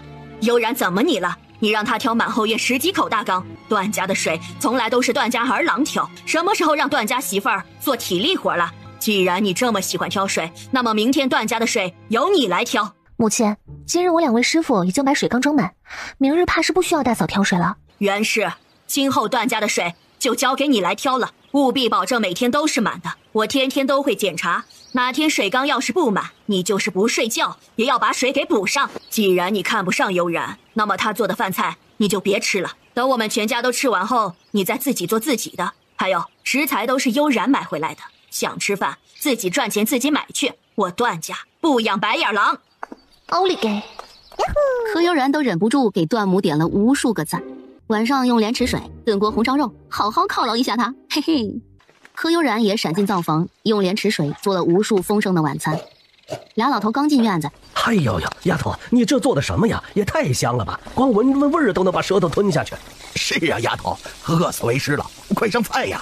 何悠然带着2个妹妹先给俩老头上了一桌，其他饭菜都温在锅里，等段雷霆回来再吃。丫头，为师早上给你的书看到哪儿了？还没看。老夫给你的可是基础，岂能贪玩荒废学业？为师给你半个时辰，把那本《百草读集》背出来，否则今日为师给你的东西全部还回来。不学习还想要奖励，在师傅我这儿没那规矩。丫头，没道理咱去背诵那老毒怪的呀！你不学为师我的呢，咱半个时辰把《本草百图集》背了，否则把为师给你的东西一并还回来。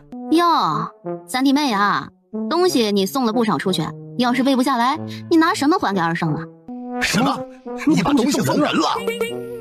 淡定淡定，二位师傅别这么激动啊！送我的东西就是我的啦，对不？既然是我的东西，我想送谁就送谁，对不？2位师傅要考教，是不是应该让我看几天书？半个时辰委实太紧了些，徒弟我记不住啊。就只有半个时辰，背不出来，把没送出去的所有东西给为师还回来。摸摸鼻子，意识沉入空间，查找俩老头说的书。我的个神呐，这是书吗？妥妥的2本巨无霸成语词典。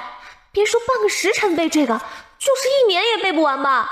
这老头在坑我吧？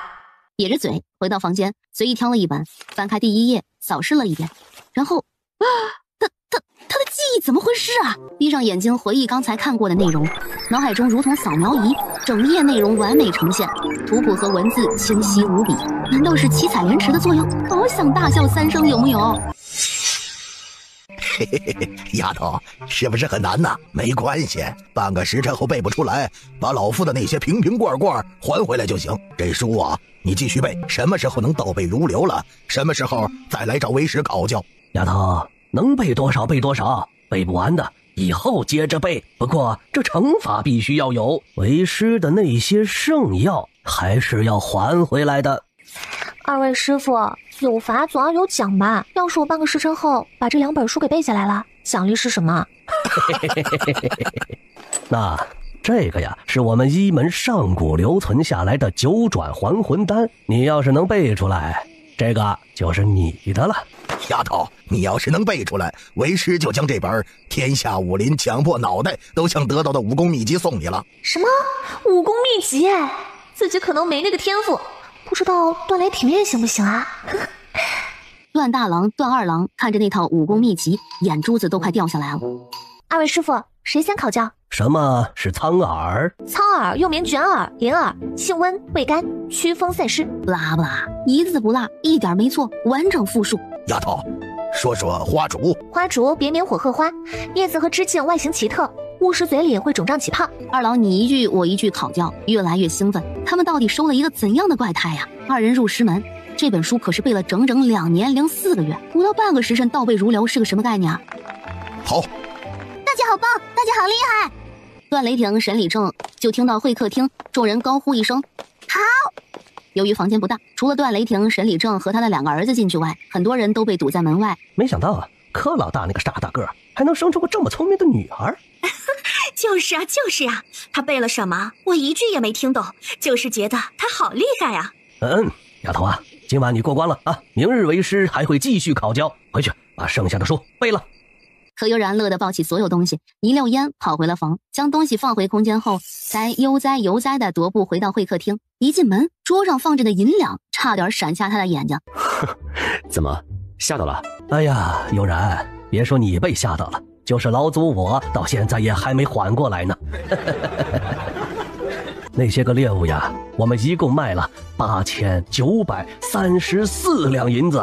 收猎物的人说，若不是大虫的皮子有伤痕，还能再多个1800两。哎呦，老夫真没想到，这熊皮、熊掌、熊胆都是银子，今儿个可真是长见识了。蛇皮蛇胆也是好东西，卖了不少银子吧？对啊，回来的路上我们紧张的要死，生怕遇到歹人拦路抢劫，基本上是抱着银两一路跑回来的。沈家的族人们，今日段三郎带我们上山，又带我们去州府售卖，才让我们大赚一笔。我提议今日上山的137人，每人分得50两，而剩下的归段三郎所有。大家同不同意呀？好，同意，我们都同意，没问题。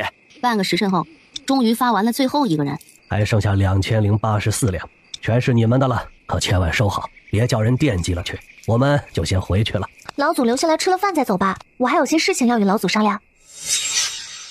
老祖，大青山归谁人所有？可能买卖？大青山自古以来都是桃源村的，自然可以买卖。如果想买下大青山与河东面所有地盘，需要多少银两？悠然，你想买下整个大青山和河东面，山上可种不了粮食作物，荒地又极难开垦，山上更是猛兽出没，你买大青山没有价值啊。虽说荒地免税3年，但3年后依然要缴纳高额税银，这划不来呀。你大可买个庄子，或去置办一些上好良田。老祖就直接告诉我需要多少银两便好。你想要买这大青山，就必须把两边的附属小山包一并买下，需要纹银1897两。村里开白气不用交钱，老祖我可直接给你开了就是。不过这么大笔买卖，老祖还是建议去官府办理红契比较好，交了契银大概2000两。至于大青山脚下这片土地太过贫瘠，全部买下需要134两。如果与大青山一起买，可一同办理红契，倒是少了一笔契银。多谢老祖，这是纹银50两，请老祖把刚才说的地圈出来，3个月内我定将剩下的银两补齐。丫头，你真买呀？其实你不用付定银，大青山和这片地从来都是送都没人要，别说3个月，就是3年也没人买呀。你这是在做贴本的买卖。沈礼正，直接把地圈了就行，明日我与你去官府办红契。请神立正，今晚回去把白契准备好，名字就用我们家悠然的。明早三郎把银两送过去。母亲，他从未想过动用今日的银两，没想到段母和段雷霆不但毫不犹豫地支持自己买地，还全部用自己的名字。悠然不必诧异，且不说今日所得银两，本就是卖了你发现的猛兽所得，全是你赚的，你想怎么用都行。只说你找来二圣替段家3个儿郎治病，就是对我们段家最大的恩德了。若是没有你，母亲都不知道未来会怎样。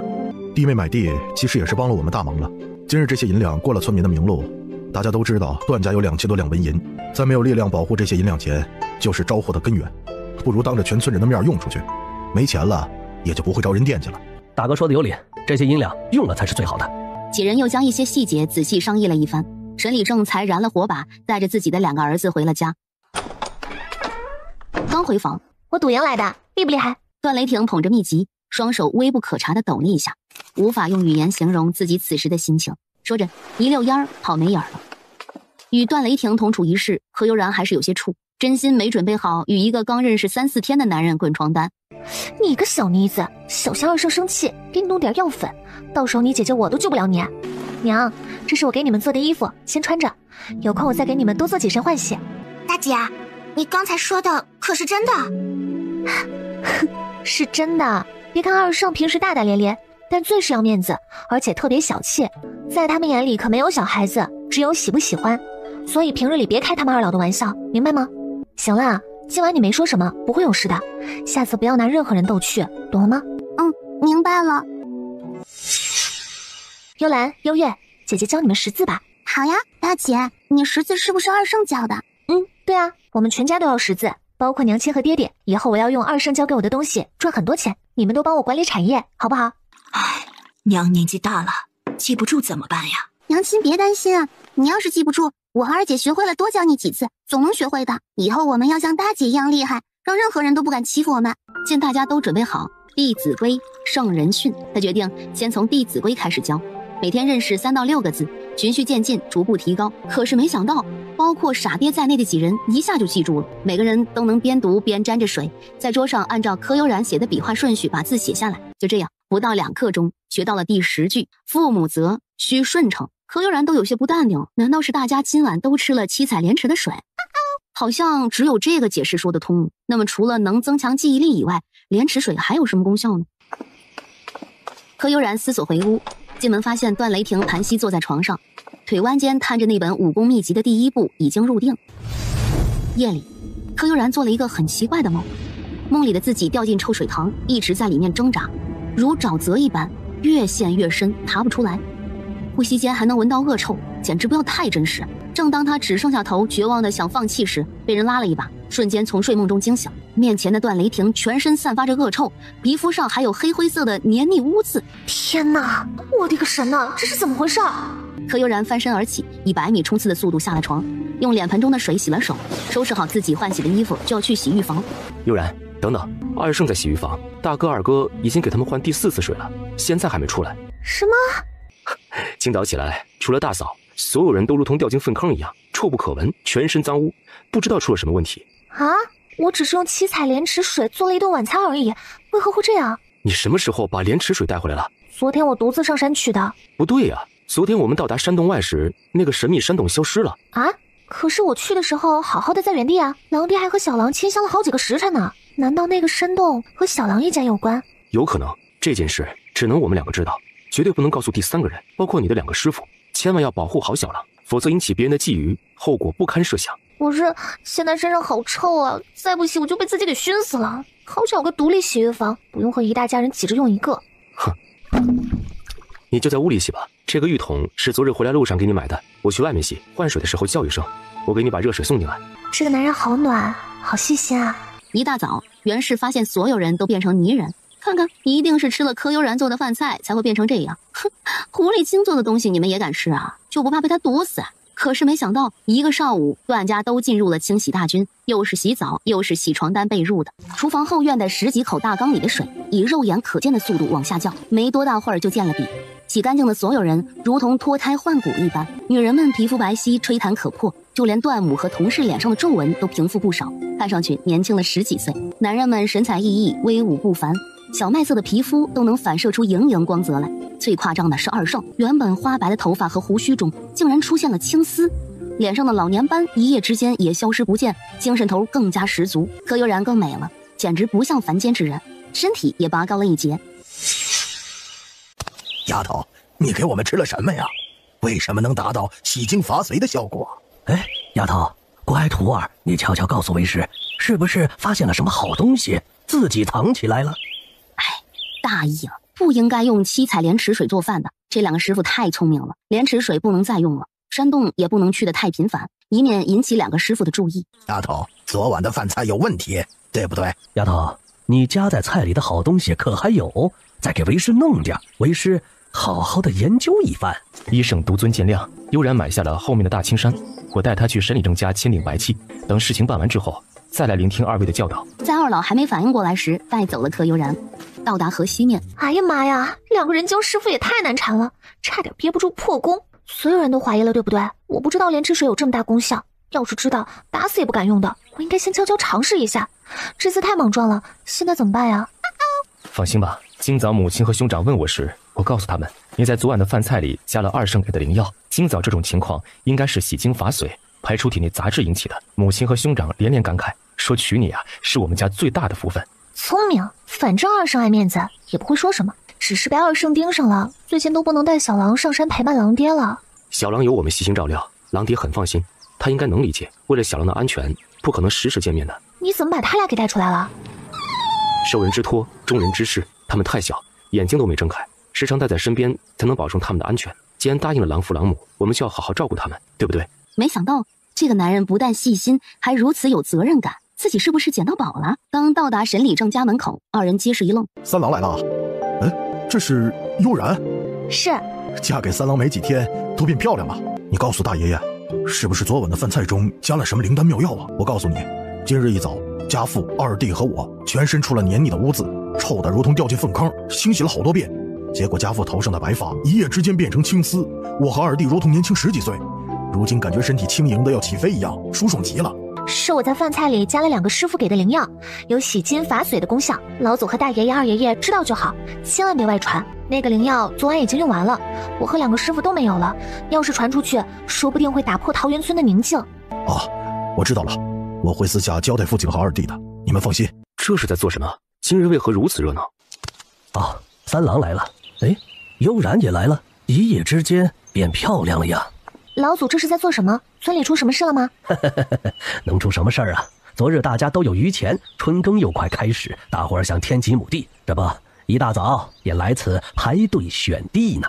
你们家的白气已经准备好，要不要再考虑一下？毕竟这么多的银两，可不能开玩笑啊。不改，直接签就行。请审理正上秤清点一下。清点完银两，何悠然写下自己名字，按上手印，一式2份，各自收好。除去交到官府的2成税银，还剩下1625两。村中突然多了如此一大笔钱，不知做点什么才能让村民农闲时有笔收。院子里呼啦啦挤进来一群柯家人。沈叔，你做人不厚道啊！山上有如此多的猎物，为何不通知我们柯家族人？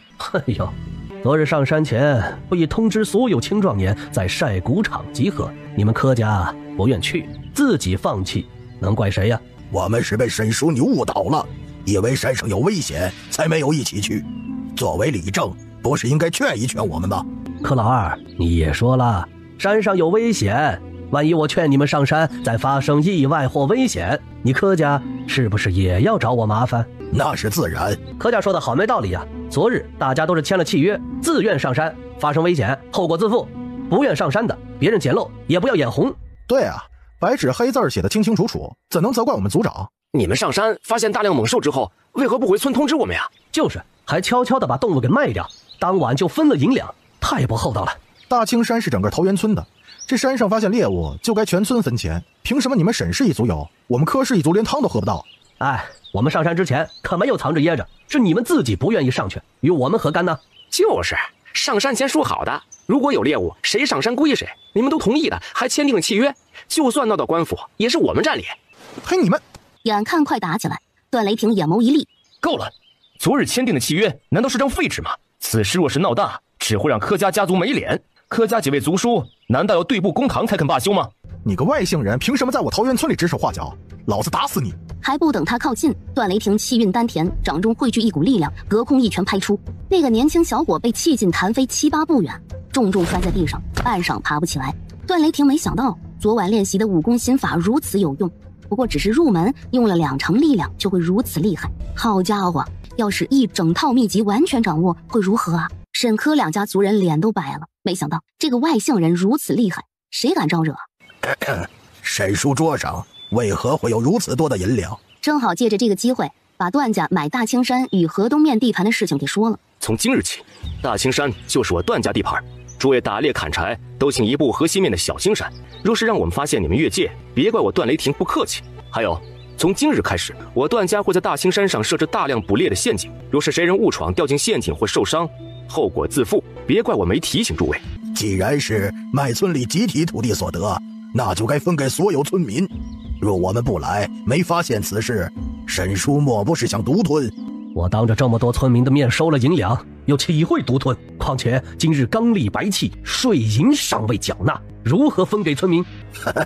那好，事不宜迟，我们陪沈叔一起去县衙将税银交了，剩下的就该给村民平分。对呀，对。对，方才我还在想，出村的路年久失修，坑洼泥泞，村里的宗祠也透风漏雨，需要整体翻修。有了这笔银两，正好。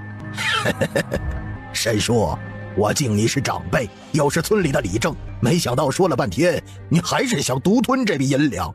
既然如此，我们立即去县衙将税银缴了，均摊下来，你们柯家有多少，你们拿走便是。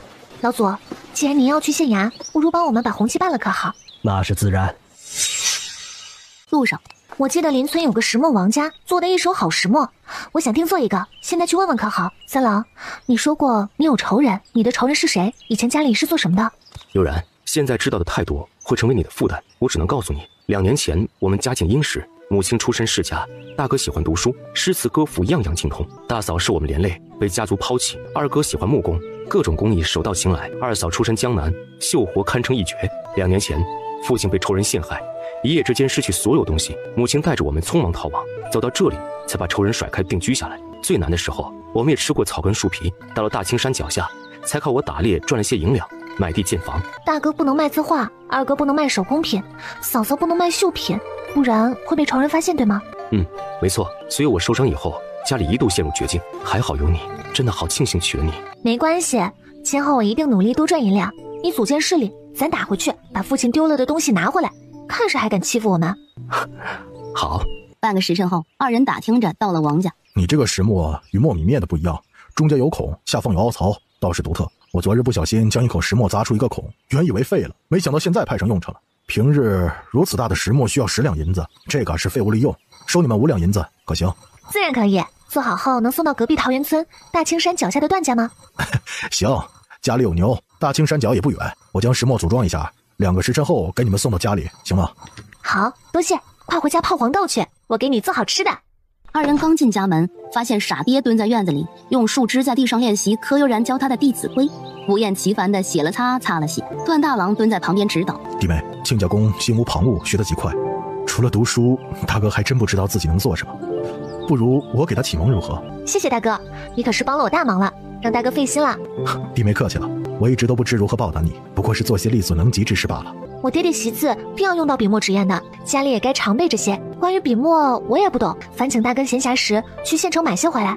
大哥多谢弟妹了，家里的笔墨在逃荒路上尽数遗失，这笔银钱真是大哥的及时雨啊。大哥言重了，你给我爹爹启蒙，还给我省去一笔束修呢。事不宜迟，趁天色还早，我先去把笔墨采购回来。想到下晌王家会送石墨来，柯悠然发了一大盆黄豆，突然脑中灵光一闪，有了主意。不是想赚钱吗？发豆苗卖不是正好？母亲、爹、娘、兄、嫂，我有事与全家人商议。有什么事儿直接说便好。柯悠然也不卖关子，直接说出想发豆苗售卖，并且把发豆苗的方法、步骤、出苗时间详细说了一遍。我们手中银两不多，是应该找个营生，悠然解决了我们的大难题了。说做就做，寡言少语的段二郎直接扛着斧头上了山。正好段家厨房宽敞空旷，又有炉灶可以调节屋内温度，发豆苗的地方放在了灶房。2个多时辰，柯悠然一直忙个不停，就为了让家人吃到不同的豆制品，豆腐、豆花、豆浆、豆腐脑。柯悠然每样都做了一点，结果晚上上了3桌全斗宴，每一桌都摆了麻婆豆腐、白菜豆腐汤、浓香豆腐脑、家常豆腐等10几个菜。正在此时，沈大壮陪着沈礼正来段家送红气。老祖，来得早不如来得巧，快进屋用膳。哎，2位师傅每次出门到了饭点必定回来，今日为何不见人影啊？2位圣人身份非同一般，说不定有事儿耽搁了。别着急，我把他们饭菜热着，等他们回来再摆桌子。一顿饭下来，又是吃得干干净净。悠然，这吃了你的饭菜，老祖我都不想走了。是啊，你到底用什么做的？如此软香嫩滑，这吃进嘴里是一种说不出的爽口滋味。这些都是黄豆做的。什么？你是说那卖不出去的黄豆？怎么可能？若是把这些吃食做出去卖，老祖觉得是否可行？自然可行。普通黄豆5文1斤，我今日用的是上好的，也才8文1斤。1斤黄豆能做3至4斤豆花，2至3斤豆腐。豆腐和豆花的品种不同，斤数会略微有些变化，成本不高，就是特别费体力。嗨，力气算个啥？今天没了明天来，这营生能做。段家柯家缺少壮劳力，这个营生不适合我们做。但是这么好吃的东西不拿出去售卖，委实太可惜了。不如我把这几种简单的方子交给老祖，由沈家经营如何？悠然，这秘方可是立足之本，谁家若有一份，不是倾全族之力护着？你轻易给了沈家，这样不妥。做这个太辛苦，我们家真不合适。若是老祖觉得过意不去，就把所得利润给段家2成，给我父母2成，沈家占6成如何？丫头，你能拿出方子给沈家已是大义，别说4成，便是6成也可。老夫要替沈家族人谢谢丫头。悠然怎当得起老祖的谢？为了不引起麻烦，请老祖千万别告诉任何人是我提供的秘方才好。丫头放心，如若泄露，你找老夫问罪便是。老祖言重了，世上没有不透风的墙，我只是怕麻烦而已。老祖请跟我来，我告诉你们怎么做。引着沈礼正和沈大壮去了灶房，将做豆浆、豆腐、豆腐脑的方法说了一遍，并且亲自演示了一遍。老祖记住后，定将秘方烧毁，绝不透露半字。老祖还有一事要与你说。老祖请讲。今日之事你也知道，桃源村柯氏一族有139户，沈氏一族有109户。卖大青山的钱缴纳完税银，还剩1625两。经过一番商议，决定每户分6两纹银，多出的12两纹银也全给了柯家的几个叔公。我不愿在这10多两银子的问题上与他们东拉西扯，浪费时间。我沈氏族人每家领4两银子回去，留下了218两，准备用于修缮沈家宗祠。春耕在即，又修宗祠，柯家老宅的修缮怕是要缓一缓了。老祖不必着急，如今爹娘住在段家，我也方便照料。柯家老宅实在太过破败，我想多赚些银两，直接推倒重建。既然如此，你给老祖修缮房屋的银两便先拿去，日后等需要老祖时再行商议，如何？修围墙的土坯随处可见，没有花钱，你给老祖的纹银1两未动。我们家让老祖费心了，说不定没多久还要麻烦老祖。老祖是不怕麻烦，就怕这把老骨头无事可做呀。母亲可愿我自作主张？配方本就是你的，愿意给谁都是你的意愿。况且有些活我们家确实做不了，给了沈家反而是帮了我们大忙了。母亲所言极是，要在桃源村站稳脚跟，沈家这个盟友无疑是最好的选择。而且弟妹还给我们家要了2成利润，不用干活坐等收取银钱，如此好事岂能怪罪于你？弟妹啊，自从来了我们家，生活越来越好，吃也是美味绝伦，我们应该感谢你才是。今后想做什么就去做，二嫂支持你，需要二郎和我的地方招呼一声就好。同事捂着嘴，感动得泪流满面。他从未想过日子还能如此温馨，在段家没有谩骂，没有压迫，没有责打，亲家母一家还全力支持自己的女儿。现在像做梦一样，好不真实。突然2阵风飘过，将柯悠然截到了院子里，速度快的让段家人完全来不及反应。丫头，能让人吃了后戏精发髓如此彻底的，绝非凡品。你告诉师傅，在山上是不是发现了什么呀？哎呀，今日为师把这大青山方圆几10里都转遍了，没有一丝发现。你就大方点，给为师解解惑呀。见柯悠然被俩老头你一言我一语的围攻，二圣，悠然今晚做了丰盛的全豆宴，要不要尝尝？晚膳哟，悠然做的。咻一下，二老冲进洗浴房，眨眼间又咻一下坐在了膳房的餐桌前，催促着快点上酒菜。这样的场景段家人见得太多，已经见怪不怪了。段雷霆也借机拉着柯悠然回了房。还好你机智，否则今日的我会被俩老头给拉成2半。有什么奖励吗？什么2盏茶后，段雷霆喘着粗气拉好柯悠然的衣服。小妖精，你今年17岁对吗？宝贝儿，医生说女子18岁以后同房才能降低生育风险，我等你长大好不好？好险啊！还好段雷霆在关键时候停下来了，自己怎么就沦陷在他的温柔乡里出不来了呢？你先睡，我去洗洗。没想到居然一夜无梦，极其好眠。丫头，起床晨练了。丫头，别睡了，再睡下去就成猪了。一双大掌还以保护姿态放在自己的柔软上。早，丫头，你还要睡多久啊？这太阳都晒屁股了。快起来，从今日起，为师要负起一个当师傅的责任，监督你学好师门绝学。叭叭叭的一连串的轰炸，让二人也没办法睡觉了，无奈的相视一眼，叹气翻身而起。丫头，卯时都过1刻了，你才起床，作为惩罚，今日的任务翻倍。不过你也可以选择告诉为师，你发现的秘密在什么地方，为师考虑按原计划训练你。好吧，没得选了，只能接受2个师傅的魔鬼训练了。丫头，将50斤沙袋绑上，围着山脚跑1圈。哎呀，原本想弄100斤的，看看你这小身板，估计还没沙袋重，还是先来50斤开胃，慢慢再把斤数加上去。走吧，我陪你。二圣看着如此弱的柯悠然直摇头，好不容易跑完了1圈。丫头啊，太弱了，你背书的劲儿去哪儿了？为师给你的大补之药你没吃吗？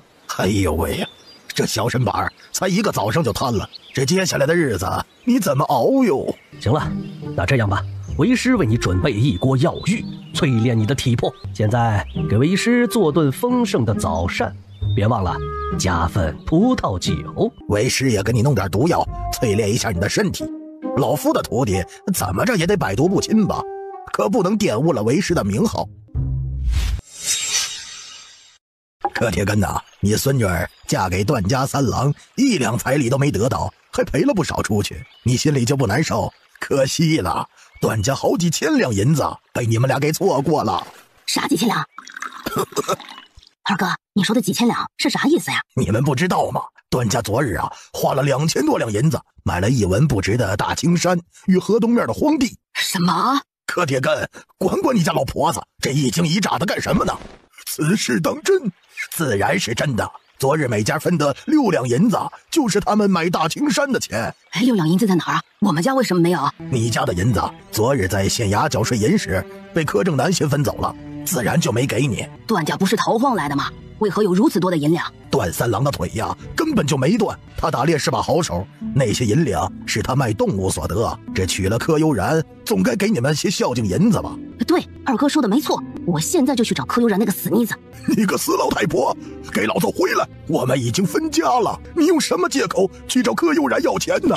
那怎么办啊？就让他们捏着那么多银两过好日子啊！我们老两口在家吃糠咽菜，还有没有天理了？老婆子，还记得10年前我们给柯悠然定过一门亲事吗？记得呀。咋的？林家那个穷秀才来找你了啊？老婆子，我可告诉你啊，最好离那个病秧子远点，别过了病期，我可拿不出银两来给你治病。我说弟妹呀，你能动点脑子不？铁根兄弟是想找那个林家秀才去段家闹上一闹，这自己媳妇儿被别人娶了，怎么都说不过去不是？段家总是要给林家一个交代，对不？对，我怎么没想到这一茬呀？他要到银两，怎么着也要给我们一些，毕竟是我们通知他的，对吧？正是这个理儿。那么铁根啊，这大清早的，哥哥我摸黑过来通知你，是不是也该分给二哥我一些跑路银子呢？只能答应二叔公，事成之后给2两银子谢银。还真是一家子的铁公鸡，好歹自己也辛苦跑一趟，才给这么点，难怪一辈子的穷苦命。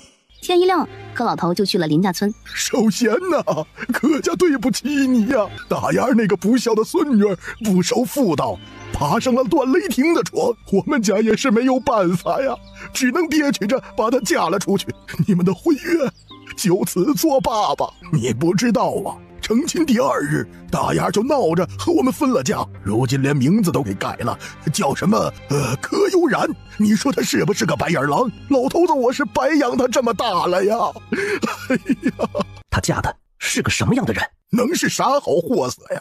就是一个把头别在裤腰带上的猎户，就是打猎是把好手，赚了不少银两。首先多谢柯爷爷告知此事，柯悠然嫁人之事不能责怪柯家，都是段家从中作梗，迷惑了悠然妹子。这几日我病着，等病好了，我一定闹上门去，找姓段的小子要个说法。理应如此。你看呐，爷爷我这一把老骨头，走了2个村来告诉你这些，若是要到赔偿银子，是否……柯爷爷放心，你跑一趟也不容易，若是我能讨回公道，定然重重酬谢。首先呐，你可千万别一个人闹上段家去，你这病弱的身子不是那姓段的对手，村里也别去闹。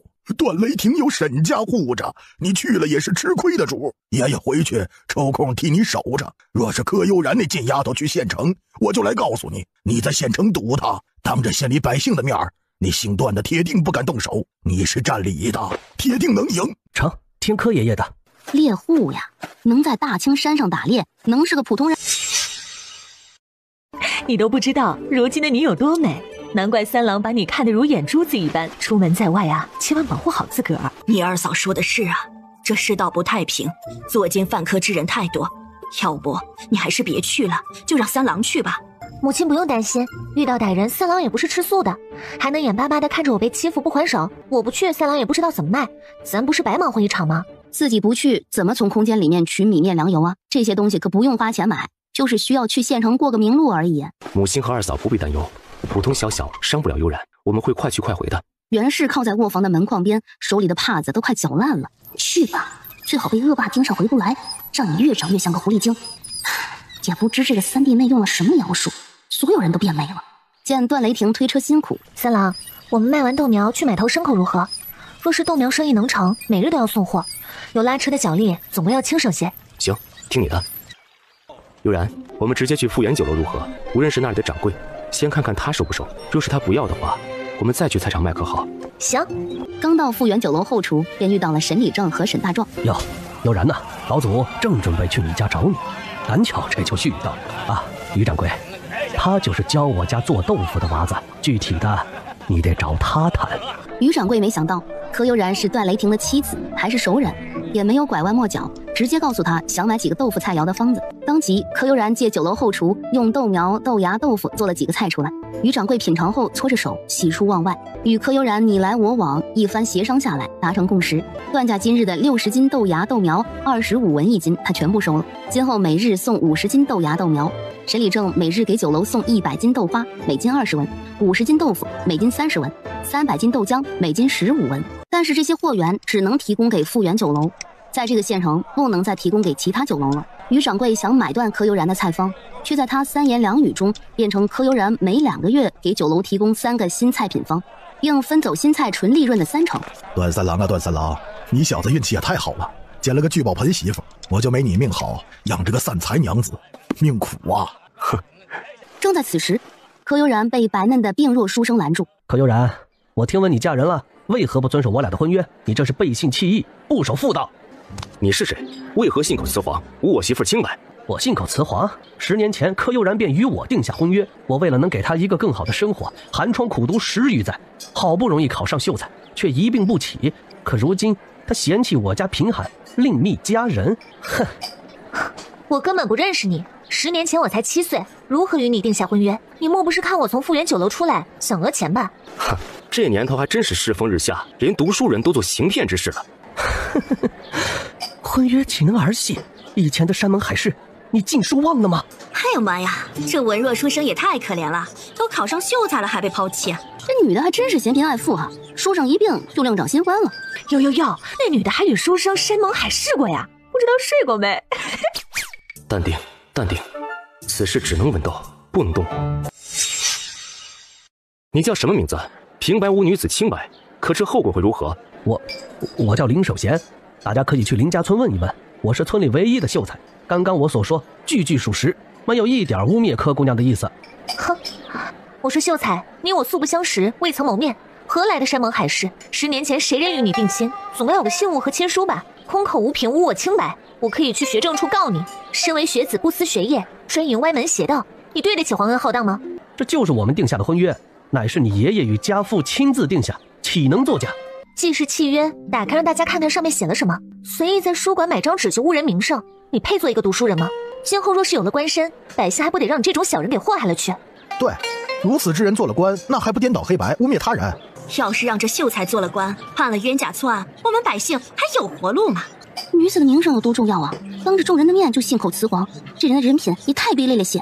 在场很多人都没读过书，推举于掌柜给大家读一读上面写的是什么。这亲书的意思大致是，林家村的林家与桃源村的柯家结两性之好，柯家将长孙女儿聘给林家首先为妻，待柯家孙女儿及笄后，则即日完婚。听到了吗？我俩早在10年前已定下婚约，你背信弃义，嫁作人妇，不敬长辈，不守妇德，事实摆在你面前，你还有何话可说？刚才还大言不惭说人家书生污蔑，如今可好，人家有亲书证明，无话可说了吧？违背长辈定下的婚约，这两人是私奔的吧？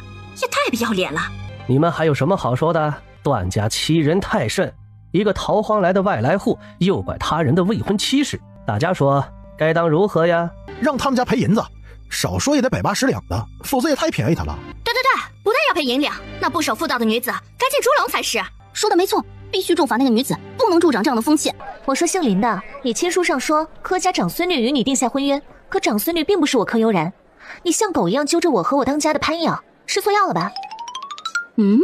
完了，当初订立亲书时没写清楚名字，该写清楚是柯家长房长女的。如今这个柯家长孙女儿，不是变成柯小茹了？柯悠然，你还是不要强词夺理的好。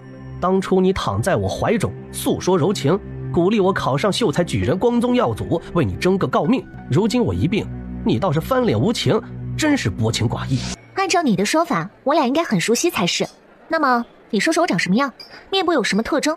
你骨瘦如柴，黑瘦蜡黄，颧骨突出，只有那双眼睛硕大灵动。全身上下，我最喜欢的就是你这双眼睛。若我长相并非你说的那样，如此污我清白，该当如何？若是你长相并非我刚才所说，那我就是认错人了，从今往后不再纠缠你，并公开向你道歉。哼，女子的清白何等重要，说是命也不为过，你空口白牙污蔑于我，而且我已经嫁人，你本就不该纠缠我，道歉就完事了。是啊，这事儿闹得挺大，如果污蔑人家女子，道歉也太轻省了些。有理，若是每个人都学这位书生，天下女子还活不活了？怎么着也要给点经济补偿吧？女子的清白可是无价的，若是污蔑，赔上身家也不为过啊。如果我说的与事实不符，那我赔你10两纹银如何？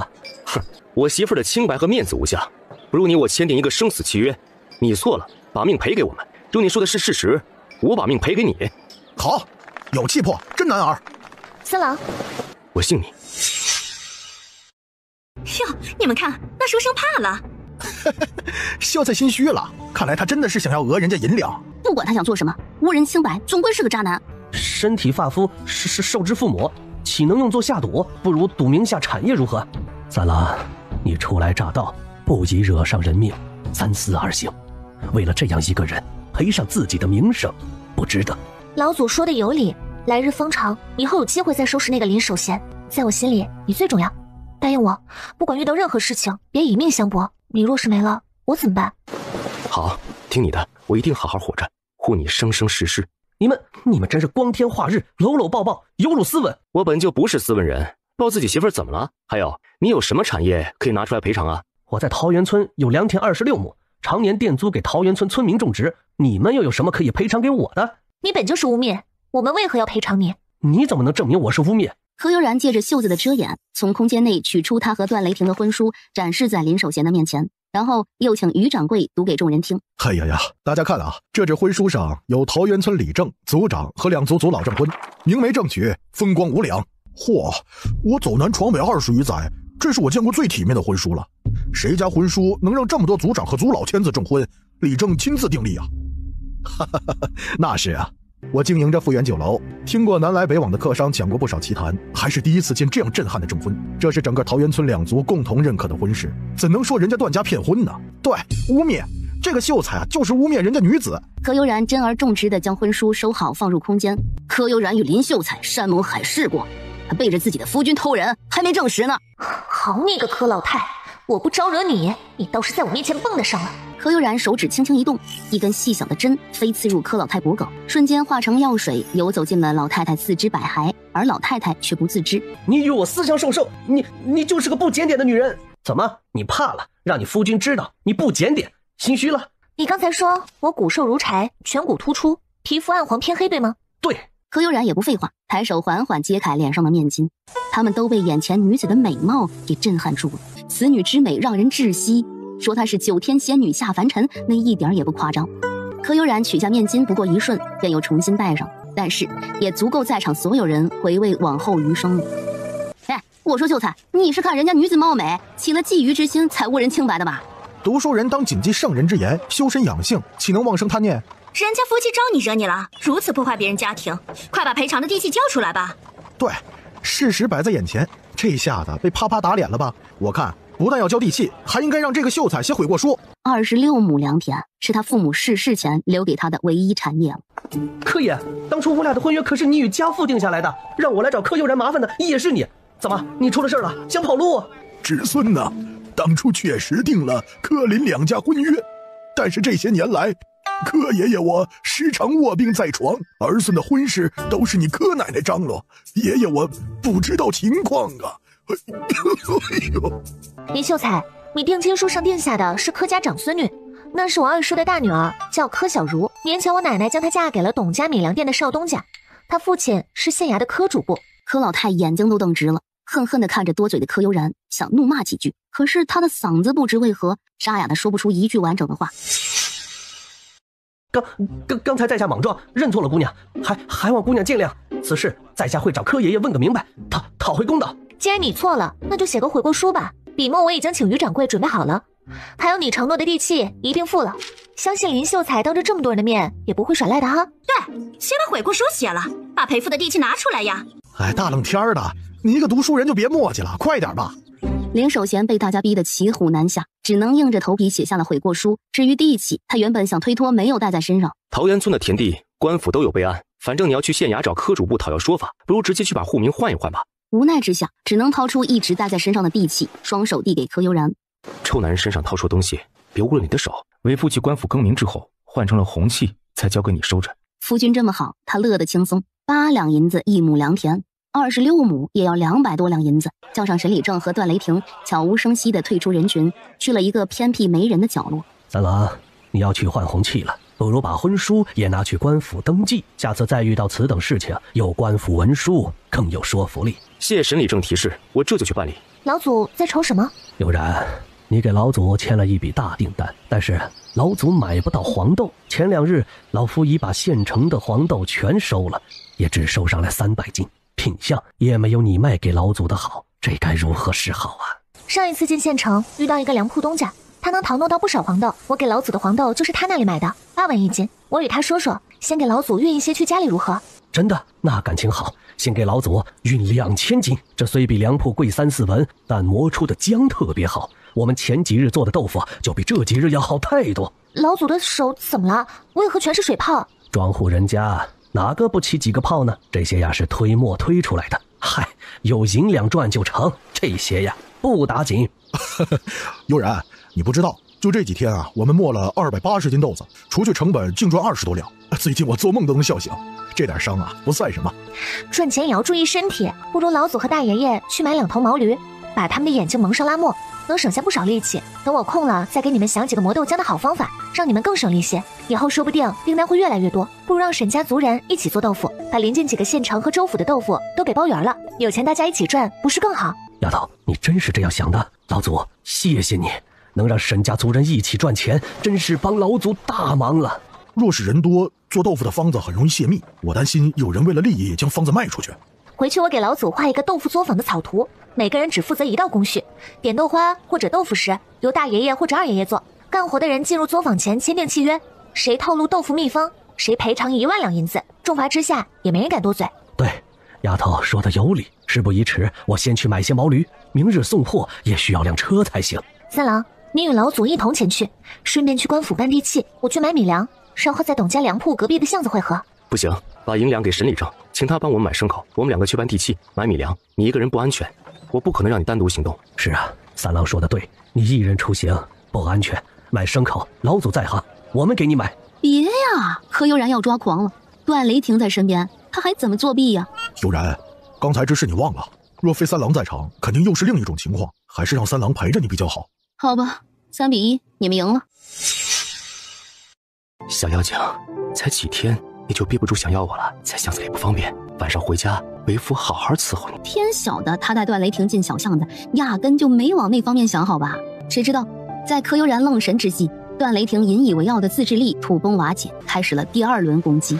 结束后，柯悠然的唇又红又肿，更加鲜艳欲滴，脖梗和锁骨上全是青青紫紫的痕迹。你看看，你干的好事，待会怎么出去啊？哎呀，还让不让我见人了？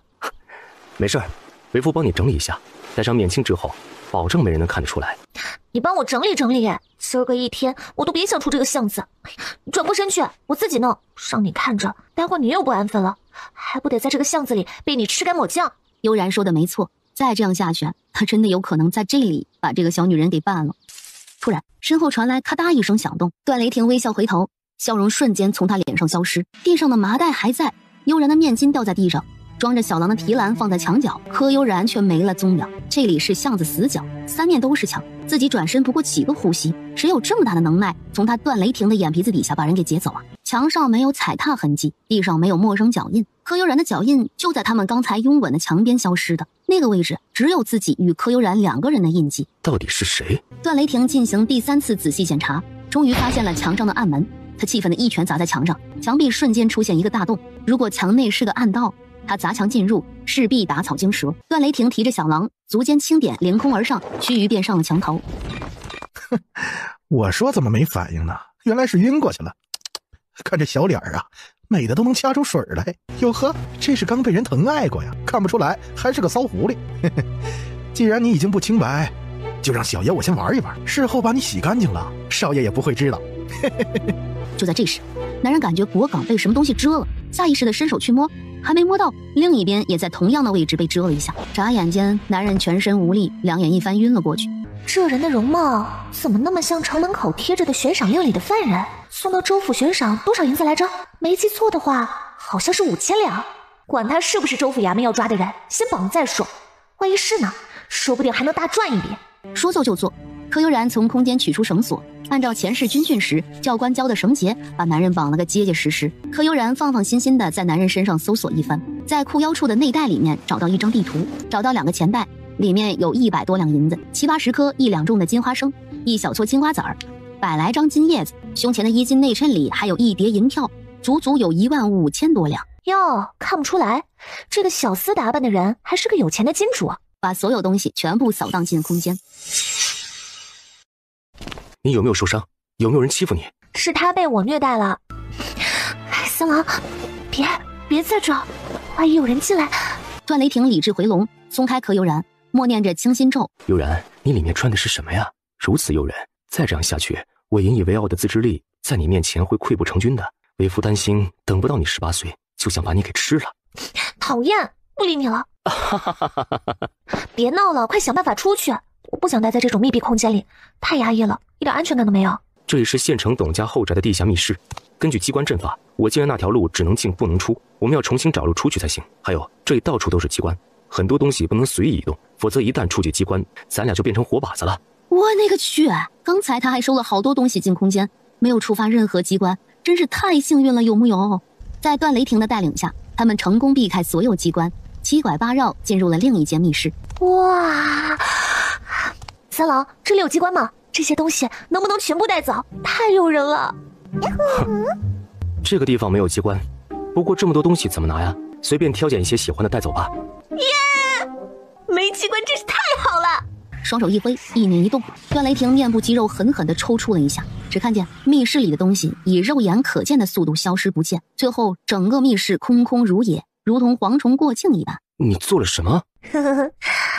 这是2个师傅给我的仙家宝贝，是一个独立空间，我能随意调配。空间里能存储物件，不过我用小狼试过，活物就收不进去。之前带你进小巷子，就是想告诉你，这个空间里面有大量米粮，咱们装袋就行，不需要购买。谁知你会突然精虫上脑，我还没说就发生意外了。好吧，他确实无时无刻的想要把这个小女人给办了。猫，先吃点东西垫垫肚子。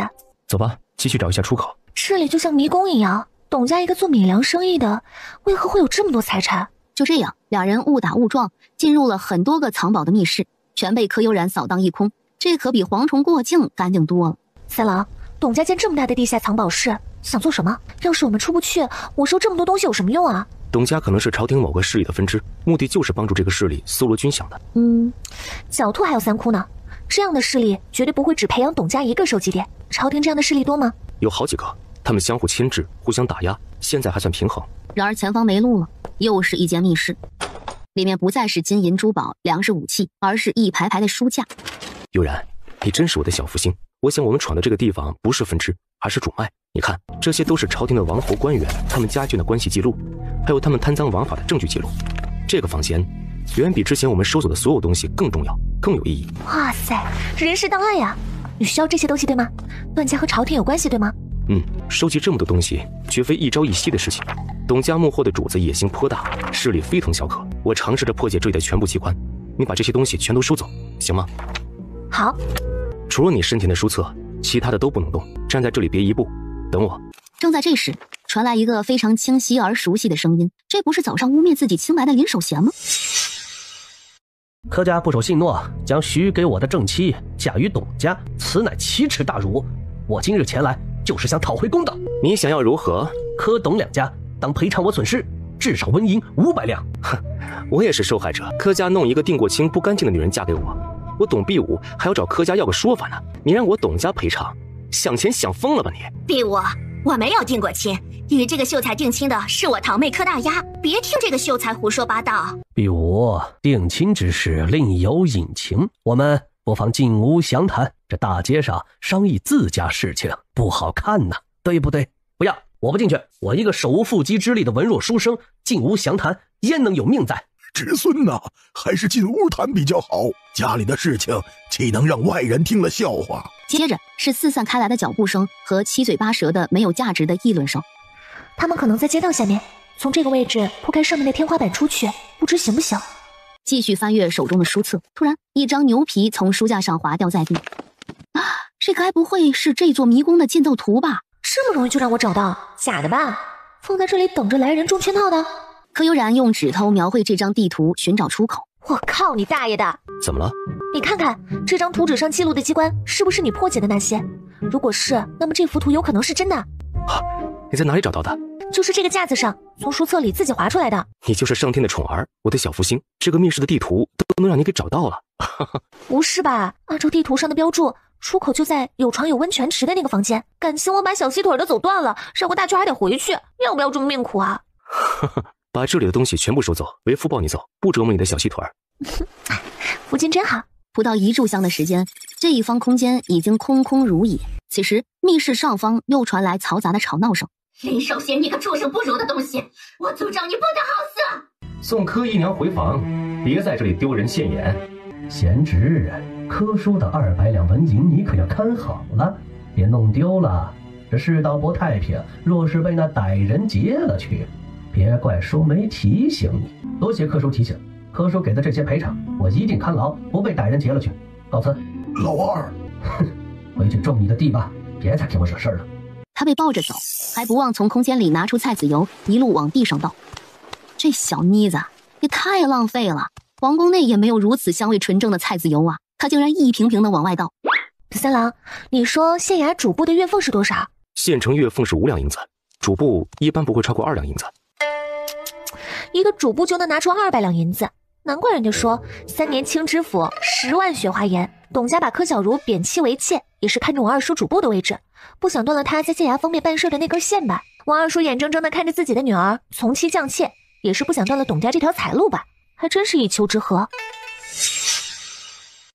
哈哈哈，不错，没想到你小子动作这么快呀！话还没说完，就被段雷霆一个手刀给劈晕了。刚才进来之人肯定是董家少主，把这2人带出去，董必武还不能死，一旦惊动他们背后的主子，追查起来对我们不利。听你的。拔下墙上的火把，扔在泼满油的地面上，提起昏迷的2个男人，带着柯悠然出了密室，还不忘把密室的门给关上了。柯悠然爬出密室，发现这里是一间书房，出口是书案下面的暗道。段雷霆将董必武和晕过去的男人扔在卧榻上。这个董家不简单，看上去风平浪静，实则暗藏玄机。什么情况？书房外全是机关陷阱，不熟悉之人只要踏一步就能粉身碎骨。墙上、假山上、树上都有暗桩，几十双眼睛盯着，想从这里出去难如登天。不是吧，咱俩可是在密道放了一把火，随时都有可能烧上来，出不去我们不是变成烤乳猪了？啊呸，什么烤乳猪，是烤美人。哼，不好。突然就听书房门砰一下被人撞开。为首，你是死人呢，着火了你没看到，还不快点救火？下面的东西有多重要，不用我告诉你吧？主子要是知道了这件事儿，咱俩都等着掉脑袋。混蛋！也许是场面混乱，也许是这人太过紧张，也许是火势太大没法控制，也许是光线不好，这人压根没注意到门边男人有什么地方不对劲。一通怒火发泄完，马不停蹄地组织着府里的下人匍匐加钉打水灭火，就连墙头树上埋伏的暗桩都被全部叫了出来。段雷霆趁乱用男人挡着，带着柯悠然退出房间，避开所有人，浑水摸鱼，七拐八绕的出了布有机关的书房重地。没多大会儿，终于出了董家大宅。还好，被2个师傅折磨着练了些轻功出来，否则今日真的把小命交代在这里了。哈哈，看你以后训练还叫不叫苦？不叫了，我以后一定乖乖听话，认真训练。这个男人怎么处理啊？我记得悬赏令里面有通缉他，我给他喂了2颗哑药，割掉手筋，送到州府衙门去，说不定还能混点赏银花用。现在宵禁，城门走不了，我带你从另一个地方出去。如今的董家大宅真的是处在水深火热之中。董老爷子一巴掌拍在被水泼醒的董必武头顶。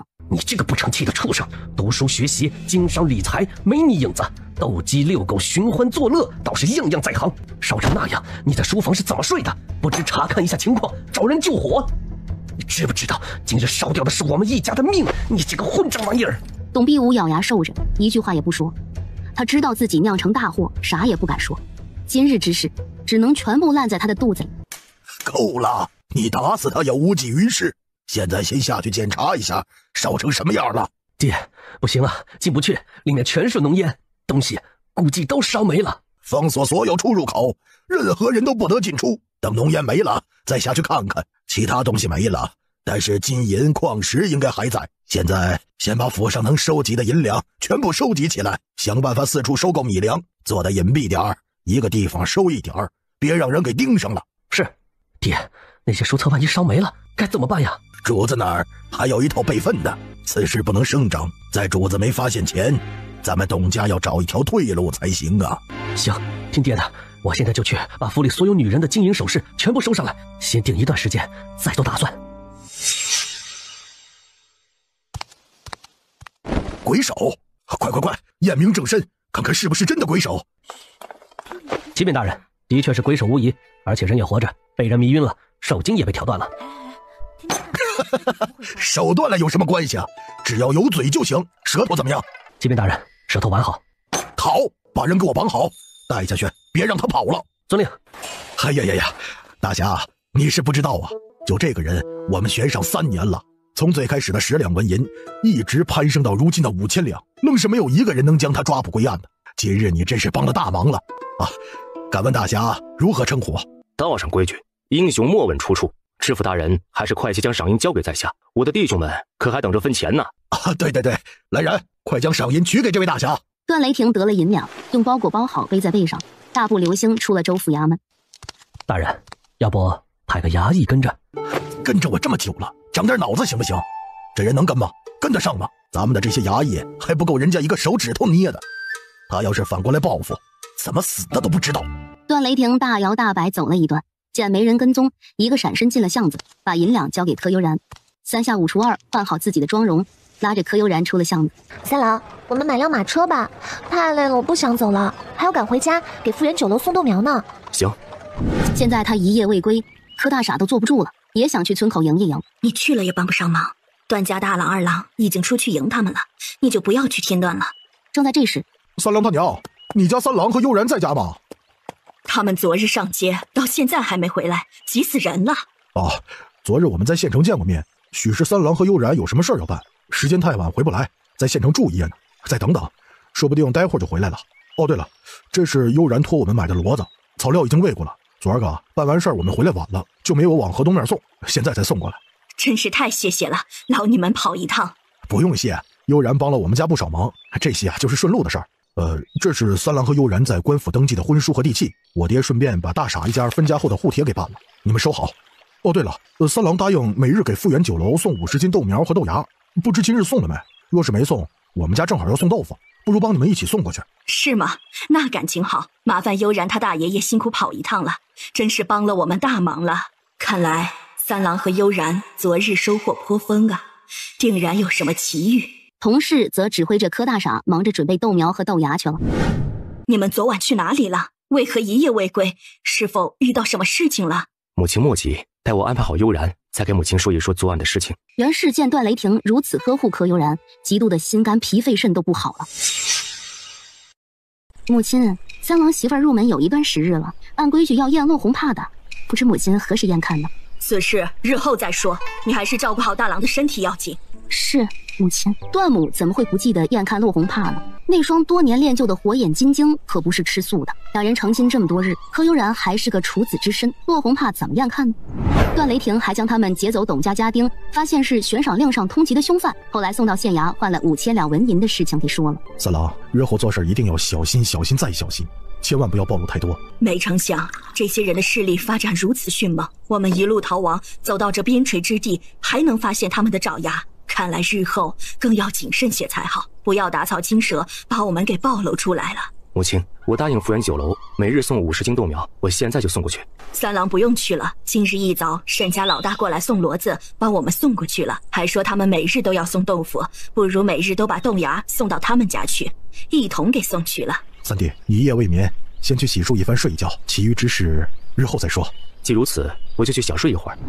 二弟妹，你看啊，母亲他们又避开你我商讨事情去了，就没把你当一家人看待。大嫂多心了，男主外女主内，我们看好自家这1亩3分地就成，其余的事儿让男人操心去。知道的太多也累得慌不是？有时间练绣活，做点自个喜欢的事情，不是更好？话落，转身又回了柯幽兰房间，教2个女孩刺绣和认字去了。呸！就你贤良淑德，指不定那一家人啊都当你是傻子呢。日后段家若是山穷水尽把你给卖了，你说不定还替人家数钱。你的主子。柯悠然一觉醒来已经是正午时分，轻轻挪动身子想要起床。你去哪儿啊？再陪我睡会儿。别闹，不知道什么时辰了，我起来给2个师傅做些吃的。2个师傅昨日上山，至今未归，不知道做什么去了。好不容易没有他俩闹腾，咱俩再睡会儿。到现在还没回来，不会出什么事了吧？我们要不要上山去找找？哎，2个师傅是什么人？走南闯北大半辈子，只有他们欺负人的份儿。这山上的猛兽还不够他们1巴掌拍的，你就别瞎操心了。他们想回来之时，自然就回来了。你要是睡不着啊，陪为夫做运动如何呀？大白天的，你再这样，我不理你了。这2个师傅不在，我们带小狼上山去看看狼爹吧。好久没去，他定然很想念小狼。行，听娘子的。以前的他什么时候赖过床了？偏和这丫头一起，他巴不得永远躺着。黑狼看到自己明显长大一圈、圆润不少的幼崽，父爱泛滥，不停地用头蹭着2头小狼。2只小狼为什么还不睁眼呢？是不是你喂的那个叫奶粉东西不太好？要不我们回去后买头母羊回来，让小狼直接喝羊奶吧？不可能，那奶粉就是给婴儿喝的，没见小狼长大不少，毛发锃亮的。更何况我可是一直用着七彩莲池水兑奶粉给小狼喝，铁定没问题的。黑狼额下划下3条黑线。哎呦喂，我的主人呐，你不太过了。七彩莲池水是什么？那可是神水，你天天喂它们，是想养2头神兽出来吗？好吧，被主人这样大补，2匹小狼估计要睡1个多月才会睁开眼睛了。他去做什么？那边是什么地方？不知道，放心吧，他是小狼的父亲，一定不会伤害2只小家伙的。柯悠然从空间的货架上取了一条男士泳裤，让黑狼和他宝宝们好好亲享亲享，我俩去泡泡温泉怎么样？他满脸的络腮胡子挡着，柯悠然没发现段雷霆的异样，跑到大树后取了一件适合自己的比较保守的泳衣换上。段雷霆不停地默念着清心咒，卸到脸上的易容，换好泳裤，进入了温泉的另一边。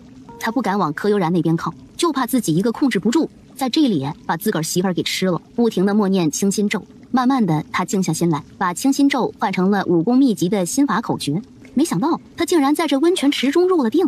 柯悠然小心翼翼地用眼角余光打量对面的段雷霆，忽然发现周围的层层雾气朝着段雷霆周围汇聚，仔细看还能在雾气中看见七彩霞光，正在以肉眼可见的速度丝丝缕缕地进入段雷霆的身体。他所有的注意力都集中在了自己的身体上，只觉一股精纯之气游走于他的7经8脉，帮他打通堵塞的经络，运转几个大周天后，源源不断地往他的丹田汇集，慢慢在丹田处形成了一个气团。在柯悠然毫无意识的情况下，他的丹田发生着和段雷霆丹田一样的变化。柯悠然全身心都放在了眼前这个犹如神奇的男人身上，他没发现不远处的七彩莲池中的莲花像遇到什么开心的事情，在七彩莲池中摇曳生姿。渐渐的，在2人神阙与丹田相交的位置，分别形成了一个混沌的八卦阵。1个时辰，2个时辰，3个时辰，时间在不知不觉中流逝，温泉池也随着时间的流逝慢慢恢复平静，最后归于安宁。他无论如何也没想到，这次泡温泉让他将秘籍从第1部的后半部分直接练到了第3部的中段，可谓是一日千里。这个小妮子泡个温泉都能睡得如此香甜，看来最近几日真的是训练太苦，昨日在密道里也累得很了。段雷霆游了过去，将斜靠在温泉池边的柯悠然温柔地搂入怀中，然后抱着他运起内力跃出温泉池，走到大树后帮柯悠然穿戴整齐。这样的柯悠然，段雷霆好想把他藏起来，不让任何人窥探觊觎。段雷霆摸了摸黑狼的头，提起小狼和用浴巾打包好的泳衣泳裤，打横抱起柯悠然，迈步出了山洞。走出一段距离，段雷霆回头再看一眼山洞，不曾想身后的山洞消失得无影无踪，如同从未出现过一般。难道他的悠然不是凡人，而是天上的仙子？悠然，不管你是神是魔还是妖，都不许离开我。若有人阻止我和你在一起，神挡杀神，魔挡是魔，我段雷霆说到做到。次日，柯悠然悠悠转醒，身旁已经没了段雷霆的身影。宝贝，淡定淡定，段雷霆是你合法的丈夫，早晚有一天会被他吃的骨头都不剩，看一眼怕什么？还没等他做好心理建设，就听西厢那边，嗨，我说姓童的，我们来找你家大傻是看得起他，觉得他还有一点用，不然谁愿意和一个傻子打交道啊？还有同事，不是我说你，悠然嫁到段家，你们怎么能跟着一起住到段家来呢？不知道的还以为悠然的嫁妆就是柯家这一大家子人呢，磕不磕碜啊？你不要脸，我们老柯家可是丢不起那个人。永月，你是小辈，身子骨又小，真打起来只有吃亏的份儿。听二嫂的，你和幽兰去山边看看你姐夫是不是在那里练武，把他找来撑腰。柯幽月眼眸一亮，拉着柯幽兰就往外跑。我说悠然他三婶啊，我段家的事情什么时候轮到你一个外人在这里指手画脚了？母亲。哟，我说是谁呢？一个逃荒来的外来货，还在我们桃源村称王称霸了。我教训我柯家的人，你算哪根葱？哦，我知道了，你们家娶柯悠然，又让柯大傻一家住进来，是看上悠然的2个妹妹，想让你家大郎和二郎娶回去当小吧？这算盘子拨得啪啪响，挺会算计呀！我说三婶，我娘是你大嫂，长嫂如母，怎么着你也该听我娘的，而不是闹上我们家来。还有，请你嘴巴放干净点，我2个妹妹才多大点，你这样看不惯她们，张嘴就信口雌黄，难道你不怕下拔舌地狱？你是柯悠然？对啊，这还不到1个月，三婶就认不出来了。哎呀呀，看来这段家是真有钱，你在这里吃得好穿得好，怎么不拿些银钱出来孝敬你爷奶呢？哼，三婶，嫁出去的女儿泼出去的水，更何况我们大房已经从老柯家分出来了，要孝敬也该孝敬我爹娘才是。我也没听说过这10里8村嫁出去的孙女儿要把夫家的银两拿回来孝敬爷奶的，难道三婶的刘家村是这个规矩？那等我空了，可要去刘家村问问村里的族老。柯大傻这个女儿，以前可是3棍子打不出一个屁来的，今日不但美艳无双，还能说会道了。啊，悠然，你三婶就爱胡咧咧，她刚才说的你别往心里去，还是说正事要紧。三叔想说什么？柯三婶刘氏怎么都没想到，来这里一趟，不知不觉被柯悠然下了药。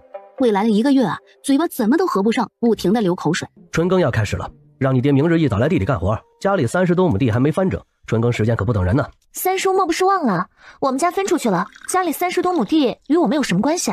分出去又怎么样了？分出去了不也是我柯家的人？春耕不干活，还想不想吃饭了？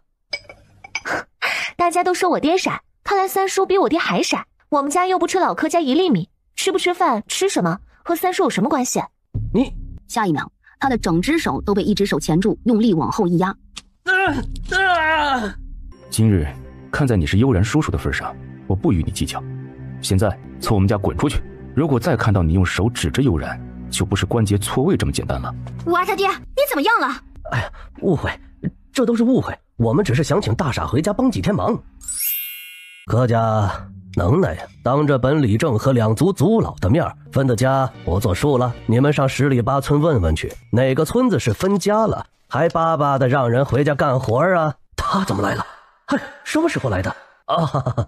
沈里长，误会，这是个误会，我们走，我们这就走。灰溜溜夹着尾巴，带着刘春花跑出了段家。母亲，我就说让3弟妹娘家住进来，会被人指着脊梁骨嘲笑，这不才多长时间呢，就有人骂上门来了，还说住几日，等房屋修缮好就搬。这都多长时间了呀？柯家老宅除了第1日修的围墙，有个要动工的样子吗？这一家人呐，是想赖在我们段家不走了呀。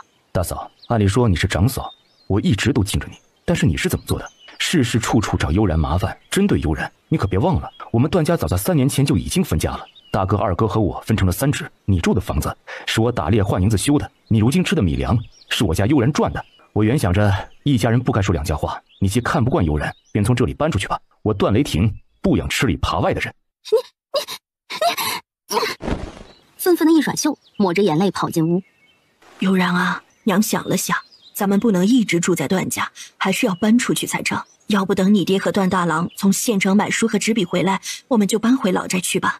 娘，你们就在这里住着，有我段三郎在，看谁敢欺负你们。娘，暂时再住一段时，我和三郎找工匠把老宅推倒重新修建，住新家岂不是更好？那要多少银两？我们还是将就。娘，听悠然的，修房屋的钱我们还是有的，况且最近赚钱的方法都是悠然告诉我们的，娘不用担忧。别听其他人胡咧咧，袁氏的话你也别在意，大郎回来我会与他说一说，让他好好管教袁氏，日子是咱们自己过的，咱俩还要合作发豆苗呢。这几日他和段母也相处出了革命友谊，段母还教了同事不少东西，段母有了同事的陪伴，心里的孤寂和一路逃荒来的辛酸苦楚也淡了不少。让老祖看笑话了，不知今日来所谓何事？不是老祖没有信守承诺，帮你们把家里老宅房屋修缮好呀。是我想攒些银两将老宅推倒重修，老祖不必自责。您可知县城或州府有没有修建房屋的师傅？县城里有个黄师傅，年轻时在京城给人建房，现在年过50回乡养老。他带过不少徒弟，在州府、县城和周边镇子给人建房盖屋。他手底下的人手艺不错，口碑也好，就是不知道最近有没有出去做活呀。这个黄师傅住哪儿？我们去县城问问。他住在柳树巷，你进去一打听就能知道。那感情好，择日不如撞日，我现在就叫上三郎去打听一下。哎，悠然，你答应老祖的2000斤黄豆呢？老祖的豆子这可全都见了底了，等着你的黄豆救急呢。对了，今日富源酒楼的豆腐都断货了，好在于掌柜听了解释，答应缓一日，让明日送去，否则老祖还不知道要怎样跟人家交代呀。稍后我和三郎去现场问问，下想给老祖送家里去。那行，老祖就在家里等着你的黄豆了。对了，悠然呐，老祖想了想，春耕开始了，村里人手不够，你帮老祖问问黄师傅，看看他人手够不够，能不能连豆腐作坊一起修建呢？行，没问题。黄师傅，你看这样的房子造价是多少？这房子像个作坊，里外的好几进，需要的材料不少，光是材料就需要50-60两。你们是自己买还是我们这边来准备？我们怕麻烦，材料由你们准备就成，不过需要把图纸上作坊里要用到的东西全做出来。没问题，图纸标注清晰，我手里头也有几个工匠，手艺不错，保证能做好。工期和工钱怎么算？工期看你们急不急，若是着急，我多找些人来干。至于工钱，我这儿的工匠每人每日15文，中午得包1顿饭，能吃饱有力气干活就行，每10日结算1次。不知道黄师傅的工匠多吗？我们还想修一座宅子，若是人手足够，能不能同时动工？是吗？不瞒你们说，我手里头有300-400名工匠，半年没活做了。这不，大伙都等活呢，若是再接不到，这几百工匠全家都快饿死了。你们放心，我做这行也大半辈子了，最是讲究信誉2字，一定帮你们把房子修得妥妥的。那成。柯悠然从空间内取出20两银子，放在桌上道：“请黄师傅明日一早准备好材料，带着工人直接来桃源村，记得让工人们自个儿带些碗筷，我们家包你们早中晚3餐。三餐呢？那工钱呢？工钱不变，15文一天，让匠人们吃饱才有力气干活，不是？这么大的事儿，能是女人做主？这家不会是女的做主吧？这些小事儿，我媳妇儿做主就行了。”从黄师傅家出来，柯悠然在空间内取出1叠银票。三郎，这是从鬼手身上搜出的银票，你看能否用来买庄子？会不会被人查到出处，招惹来不必要的麻烦？这种银票是通兑的，谁都能用，不会被人查出来。今日就用它了。太好了，三郎，你看，全都是那日在董家收来的。那日没仔细查看，今日清点出不少银票。哼，董家厉害呀！不曾想，除了堆积如山的珠宝，还有这么多银两。一个边陲之地的小小粮商，有如此多的财富，看来坏事没少做呀。哎呀，你们真是来得好，不如来得巧。这不，董家今天晚上遭遇一场大火，手头紧张，今儿个一早挂了个庄子在牙行，你们就来了。董家呀，家大业大的，一场火应该伤不了他们的根基吧？二位有所不知，我听董家一个内门家丁说这次董家烧的是他们的地库，一场火把里面烧了个一干二净啊。昨日下晌，董老爷下地库查看，原想着其他东西烧没了，这金银玉石耐火应是没问题的。结果你们猜怎么着？怎么着了？据说董老爷下去一看全没了，估计家中出了内贼，把地库偷了个一干二净。董家老太爷和董老爷直接给气病了，现在卧床不起。董家少主一气之下发卖了不少下人，真是大快人心呐。此话怎讲？为何大快人心？那董家在这一带作威作福多年，他们名下不少庄子田产，收的租子是别家的2倍，好多佃农佃租他们家的地，都快活不下去了。但这年景不佃租土地，日子会更加难熬。还有听说庄子上凡是有些姿色的女子，都被那个董少爷玷污过，欺行霸市、欺男霸女的事儿，他们董家可没少做。你们说这把火是不是烧得好？不知这次董家想要出手的庄子在什么地方，有多大？庄子里有多少佃农？这次董家出手的庄子在县城附近，依山傍水，风景秀丽。董家经营多年，庄子上修了不少供主子游玩住宿的屋子。这个庄子有田土6000余亩，林地4000余亩，佃农2000余户，水流河道那更是纵横交错，极为不错。但是这价钱也要得颇高。多少？10万两白银，加上我们收取的费用和办完红契，大概需要11万两。听你这么一说，我们倒是有些心动，想买下这个庄子。但是董家势力颇大，无牙块能否做到替文保密，不让董家知道是谁人所买呢？二位放心，我家祖祖辈辈做牙块多年，你们有这个要求，我保证任何人都查不出庄子是谁人所买。哦，我们还要去官府备案办理红契，听说县衙的科主簿就是董家少爷的岳父，你怎么保证？县衙主簿又不止柯正南一个，而且很多东西都是可以处理的，签个师傅签个法，各有各的门道。二位若是真心想买，我保证董家查不到二位头上。既如此，带我们去看看庄子如何？成。我们买庄子，佃农和管事人员是否属于庄子的一部分？董家庄子上这些人说是佃农，其实都是签了死契的奴隶。这次是跟着庄子一起卖的，那些管事儿也是庄子的一部分。你们买了庄子，不也需要管事儿的吗？他们都是干熟了的，这不正好省了你们不少事儿吗？既然管事是庄子的一部分，那我们是不是可以随意处置，包括把他们卖掉？这个自然没问题。庄子是谁的，就是主家说了算。这主子要处理下人，天经地义嘛。夫君，我挺喜欢这个庄子，要不把它买了吧？既然夫人喜欢，那就买了。吴亚快，今日能直接办红契吗？能，只要银两到位，可以立即办理。段雷霆从怀里摸出厚厚一沓银票，数出11万两。听说你在这一行口碑不错，这回我信你一次，我们就在庄子上等你的红契了。二位放心，我吴某人办事童叟无欺，绝对办得妥妥的。不知庄主名字写哪一个？吴牙快门路广，做个互贴应该不难吧？吴牙快秒懂，收了银两，把庄子里所有人的卖身契交给段雷霆，然后小跑着办事儿去了。吴牙快不知道的是，柯悠然他们用董家的银子买董家的地，当然非常爽快了。你干嘛呀？放开我妹妹！你这个混蛋，我跟你拼了！哥，你别过来，回去别管我，走啊！把人放了？你是谁？凭什么叫老子把人放了？凭我是这个庄子现在的主子。庄子的主人是董家，这你也敢冒充？看来你真是活腻歪了。兄弟们，来，打死这个不知天高地厚的混蛋，把他身边那个戴着围帽的女人留下，咱们好好享受享受。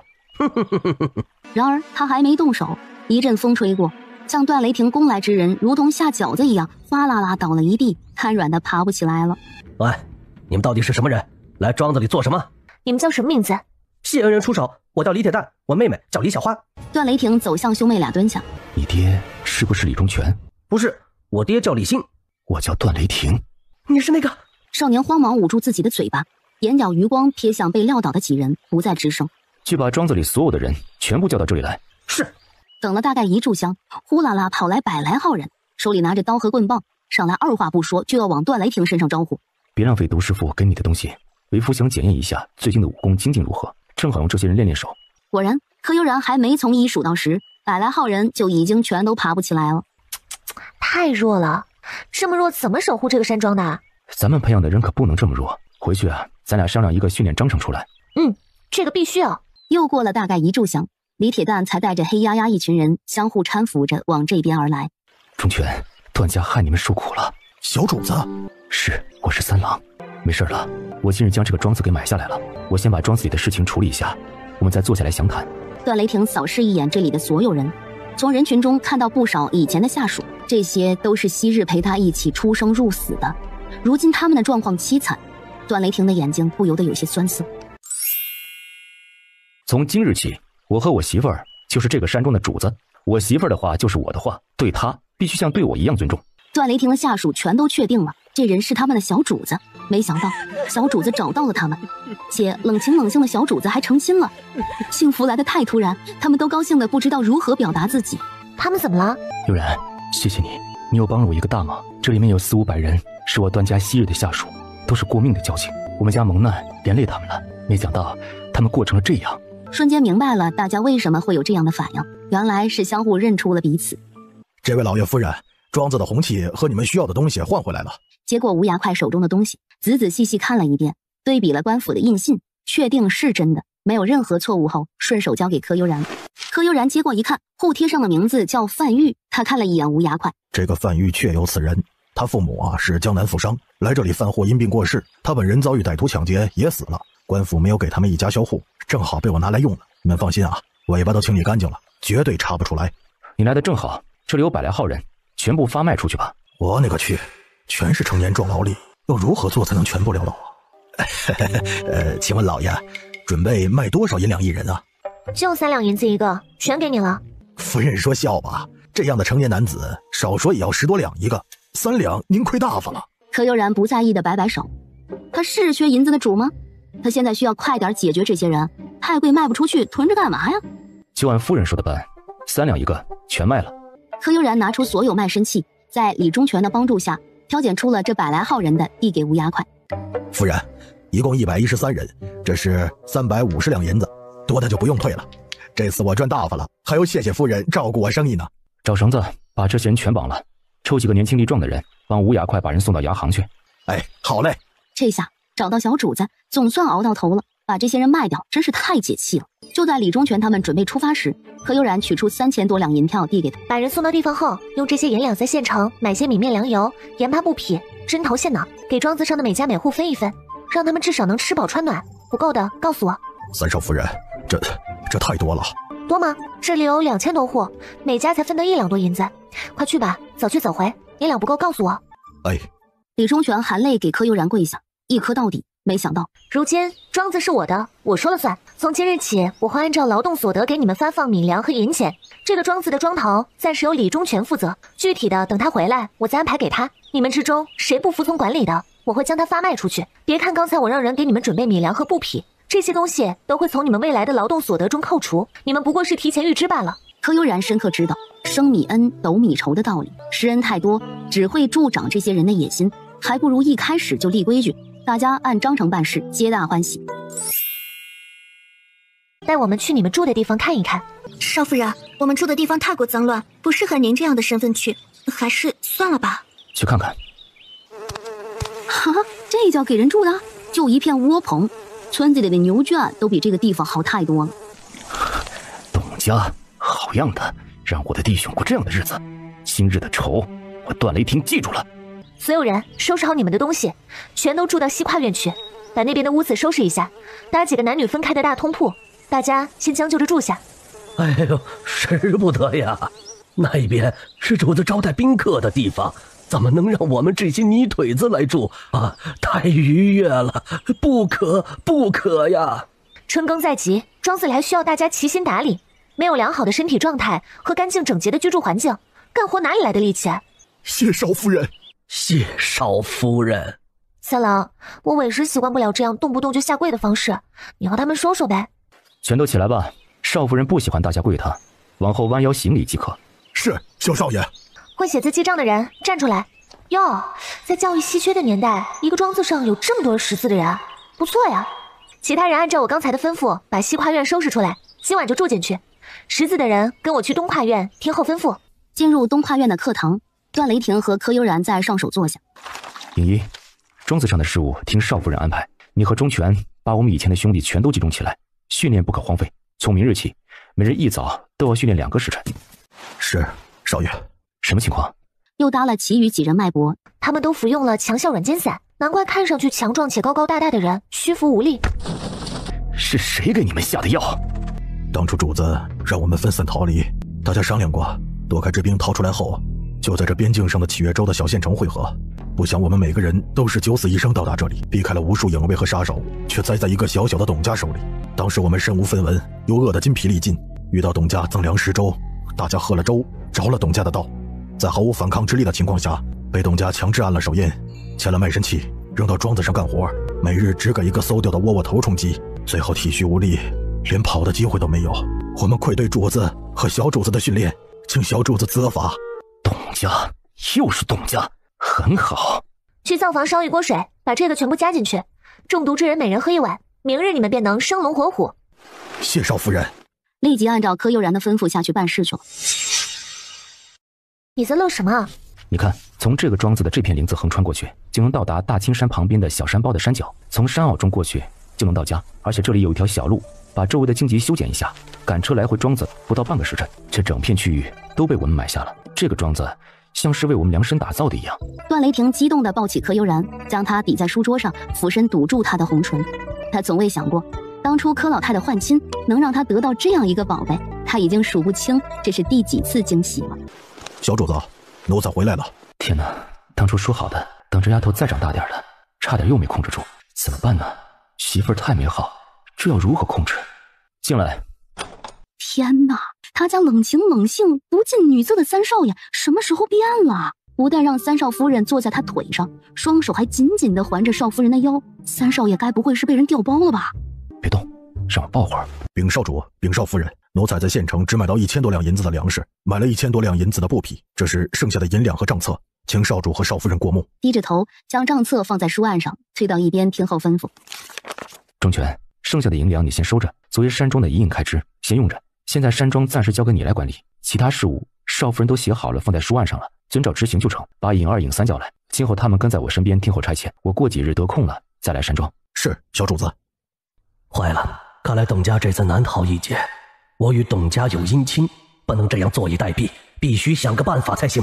行了，别哭了，来，你跟爹说说，现在的董家是个什么光景？柯小茹抹着泪，也不隐瞒，一五一十把她知道的事情给说了。哦，闺女，你听爹说，董家这次肯定是摊上大事了，咱们家再与他们牵扯不清，定然受到牵连。我们现在就去董家，让董必武与你和离，说不定能逃过一劫。我不想做继父，爹，我不要和离，我不要。郑南，和离的女人在找夫家，难如登天，你再考虑考虑。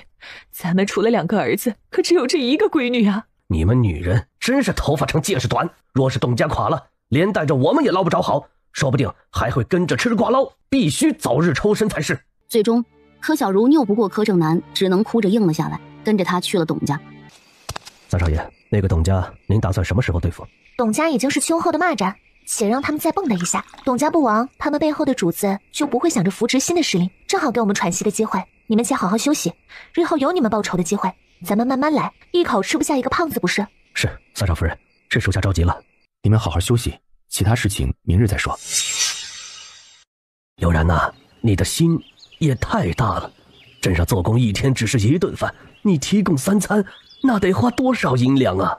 老祖，我想好了，豆腐作坊我们占了4成，也不能光出方子，其他的啥也不管不是。这建作坊的钱全部由我们出了，建作坊的地也不用村集体的土地，你把河西面小青山脚的那块坡地画出来，我们家买了。这俩娃子真是好生厉害，短短10日竟赚了如此多的银钱。老祖，我还有一事请您帮忙。哦，丫头还有何事啊？1日3餐是我应承工匠的，人不能言而无信，我想请老祖安排村里的媳妇儿去做饭，工钱10文一天，和工匠一样，每10天结算一次。行，我让老大媳妇去村里头找几个爽利的，先把今日的饭给做了。老祖，您先别急，这些粮食放在你们家，每隔几日我让影2影3送来，但是做饭的地点最好放在豆腐作坊附近。今日就找人在小青山脚搭上炉灶和棚子，今早的饭就让工匠在那边吃。丫头，这又是搭炉灶，又是搭棚子，还要做早餐，时间来不及呀。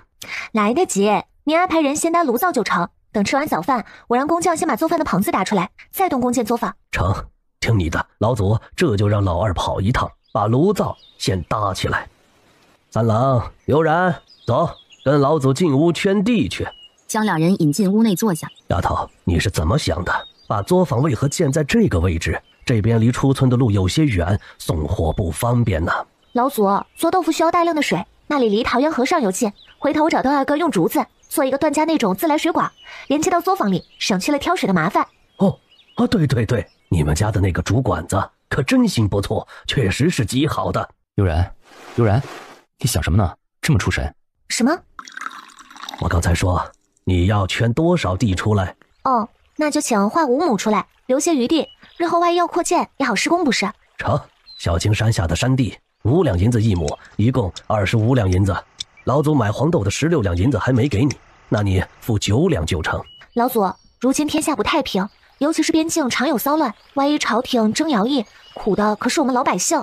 丫头，你是不是听说了什么呀？我什么也没听说，就是翻看了历年的大记事，凡是有动乱发生，朝廷都是按照3丁抽1、5丁抽2的规制征收徭役。我只是想提醒老祖，村里没分家的，人丁兴旺的，户头上人多的，还是早日分开单独立户为好。丫头，你说的有道理，老祖我得好好想想，怎样才能说服村里人，让大家把户头分开。你说的这个猜测，咱只能私下里讨论，放在肚里啊，可不能说出去。悠然明白，这些话也就只有三郎和老祖我们3人知道。过了今日，我连提都不会提及。爹，炉灶做好了，火已经点上，把土坯烤干就能用了。为了做饭，昨日买了几口大锅，我们这就回去取来。你爹娘呢？柯悠然在小青山脚请400多人吃肉馅饺子，你们咋还坐得住呢？柯老太嗓子沙哑的说不出话来。二哥呀，你说的这是啥意思？400个人吃饺子，那得花多少银两啊？哼，啰嗦！你们再不快点过去，这饺子就见底儿了，连碗汤都捞不到。啥？柯悠然，你个死妮子，煮这么多饺子也不给老柯家送点，就是个养不熟的白眼狼。哼，看老娘嗓子好了，不骂的你连爹娘都不认识。柯悠然，你个小贱蹄子，煮饺子不想着你爷爷奶奶。小贱蹄子骂谁呢？小贱蹄子骂我孙女儿，关你屁事儿！爷爷，你该不会是老糊涂了吧？怎么能骂自己是小贱蹄子呢？你悠然，不是小姑说你吗？做孙女的怎能如此不孝顺呢？煮饺子不给爷爷奶奶分点也就罢了，怎么还能和长辈顶嘴呢？知道的是你不懂事，不知道的还以为我们老柯家的女儿没教养呢。感情我这煮饺子招待建房的工匠，小姑巴巴的跑来问我要饺子吃，就是教养呀？受教了。哎呦，这话说得好。哎呦，怎么办啊？这俩妇女太搞笑了，这要饭还要的这么理直气壮，笑死我了。就是呀，哎，见过不要脸的，没见过比这俩人更不要脸的，是不是呀？你们悠然呐，按理说二叔公也是看着你长大的，你小时候任劳任怨，干活爽利，长辈们都喜欢你。如今你在村里祖老的见证下嫁给段家，日子越过越好，可不要忘本呐！谁才是你的本家，哪里才是你的根儿？可要清清楚楚，不要做毁掉自己名声的事情，那样会得不偿失的。二叔公说的有理，人自然是不能忘本的，所以我一直谨记爷爷奶奶的教诲，在家从父，出嫁从夫。在段家，我一直做个温顺乖巧的媳妇儿，万事以夫君为先，可没有给老柯家丢脸，这一点还请二叔公放心。对，二叔公放心，悠然在我们段家特别孝顺婆婆，尊敬兄嫂，一家人都很喜欢她，家人都说我捡了个宝，必须好好珍惜。不孝有三，无后为大。他柯悠然嫁进段家，连个一男半女都没给段家生，也不知道你们段家哪来的脸护着他。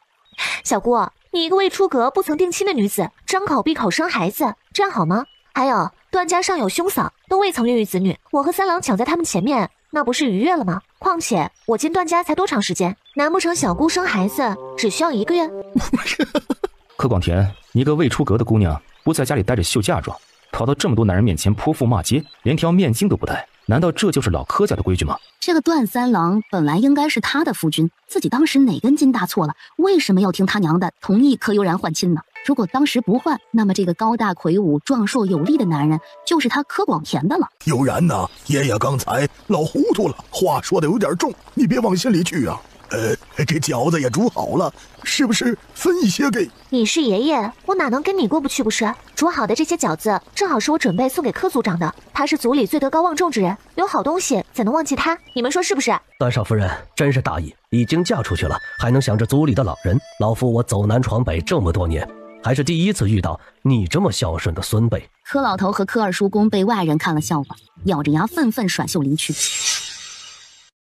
黄师傅，这是段家和柯家2座宅子的建造图，你看这张，我想在这个位置开道门，从内部把段柯2家连起来，在外面看是2家人2栋宅子，事实上里面就1家人的2个院子。这段家少爷当真是宠段少夫人，这样建房不也是把少夫人的娘家纳入了段家的保护范围了？二位放心，这房子老夫能建，就是8进8出的大院子，占地颇广，能把这大青山脚全给围满了，而且价格绝对不会便宜，老夫现在连材料费都没法估算了，只能边建边算。银两的事儿，黄师傅放心，只要你们账目明确，没有偷工减料，从中赚取高额差价，银两不足，我们随时给补上。悠然说的对，就按他的意思办。成，那就按照这个修建。宅子不同于作坊，我找人看好动工时间，请神祭天地后立刻开工。这份图纸太过精妙，一时半会儿我也没法弄清楚，待我回去好好研究一下。用人不疑，疑人不用，这里是3000两银票，作坊和段柯2家宅子的事情就拜托黄师傅了。如果有什么细节上的问题，你可以随时来找我和三郎，房子的质量一定要保证好。老夫建了一辈子的房子，从来没有遇到过像少夫人这么爽快的人。两位放心，老夫就是拼了老命也会将这房子建好，绝不辜负你们的信任。黄师傅严重了。哼，柯悠然你个狐狸精，最好不要被我抓住小辫子，只要让我坐实你是妖怪，我就找德高望重的法师把你给收了，到时候看你还怎么蛊惑人心，兴风作浪。悠然，你让所有人来是有什么大事要宣布吗？母亲，我们目前虽然是赚了点小钱，但是我相信今后定然会越赚越多，所以我想从现在开始就把账目分细，以后不管赚了多少银钱，都按照今日所说的比例进行分账，以免我们富足后亲人之间为了一点利益4分5裂，斗得自相残杀。三弟妹说的对，理当如此才好。那么从今日开始，我们所赚取的银两按照比例分成5股，母亲、大哥、二哥、爹娘和我们各占2成，然后每股分成中抽取1/10存入宫中，作为集体开支时使用。举个例子，这个月我们赚了200两银子，每股可以分到40两银子，从中抽取1/10，每股缴纳4两银子到公账上，由母亲统一保管。当需要使用集体开支时，就用宫中账目，以此类推。不管我们做什么营生，赚了多少，都按照这个分配。大家觉得如何？好，我们同意。对，我们同意。悠然这个主意好啊，竟然想到母亲前面去了，不愧是1赌2胜的高徒，母亲服了。大哥文笔和算术极好，我建议由大哥记账，每个月底分配银钱如何？三弟妹，我的算学可不及你，还是由你来统一管理比较好。大哥，我事情太多，还要抽空学习2个师傅留下的书册，真的是一点时间都没有，还是由大哥来做更好些。那这是借贷记账法的精髓，大哥研究一下，这样做账一目了然，我们信你。对，我们信你。好，既然大家如此信任我，我一定不会辜负你们的期望，一定把账目做好。请问段三郎和柯悠然在家吗？五福叔找我有何事？悠然，我听说你得了林秀才家的26亩地，那地一直是我们家在店租，不知你以后是个什么章程，会不会要把这地收回去自己种呀？林秀才把地店租给你们，每年收多少租子？林秀才收6成租子，当然你们若是今年能将地店租给我们，收7成租子也可以呀。今年土地依旧垫给五福叔种植，我收3成租子。多少？我说我只收3成。太好了，爹，我们现在就回去整地，把稻种撒进去。哎，等等，你们说把稻种直接撒地里？柯悠然好像发现了新大陆一样。悠然，你是不是不想店租给我们？哎，不，我只是想说，今年的地不要按照你们以往的种植方式播种。你们这样，回去后把地整出来，放上底肥，先把地保养起来。等一段时间，我把秧苗培育好后，我教你们插秧，如此种植秋后收成可以翻番。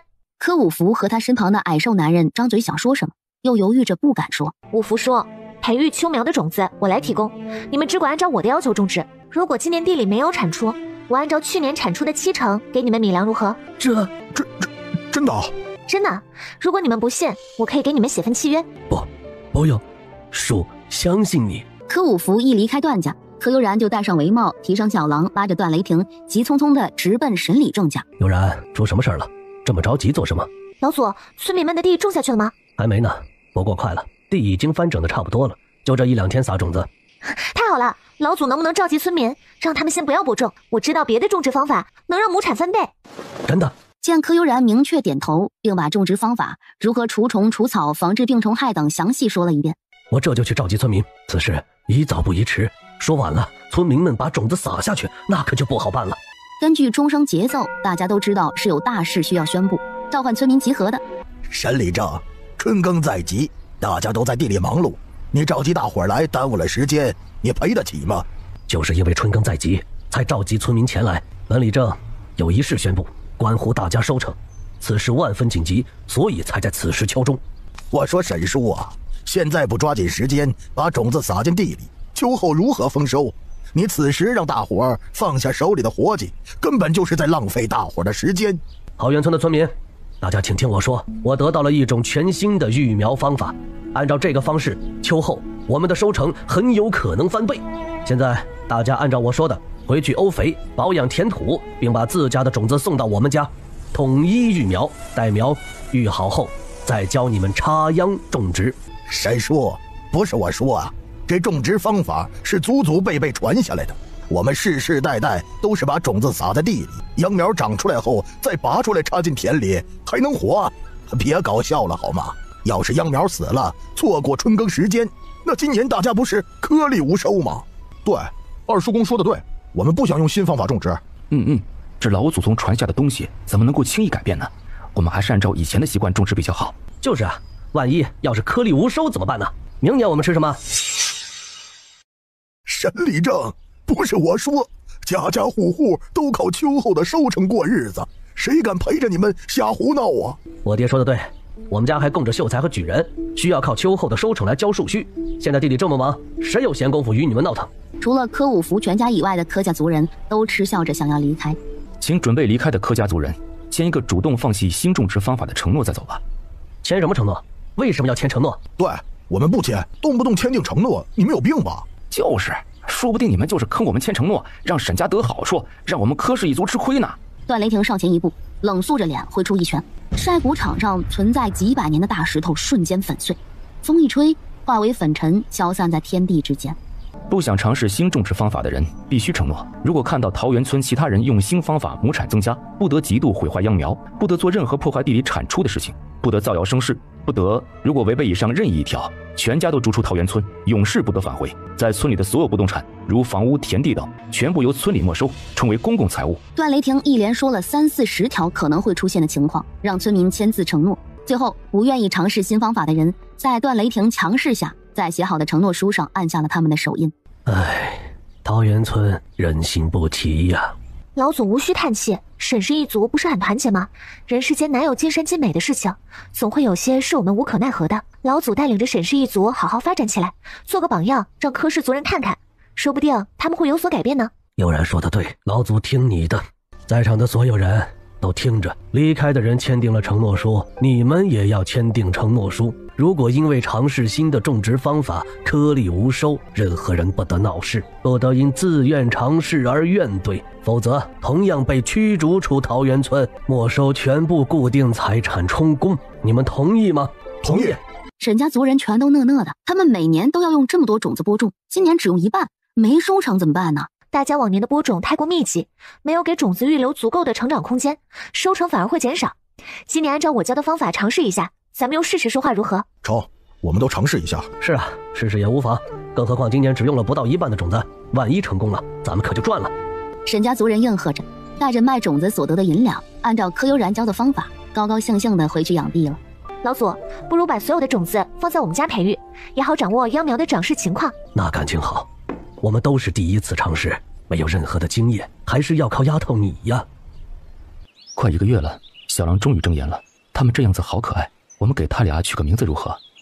好呀，白色这只圆润洁白，像天上的月亮，光彩夺目，叫它颜月怎么样？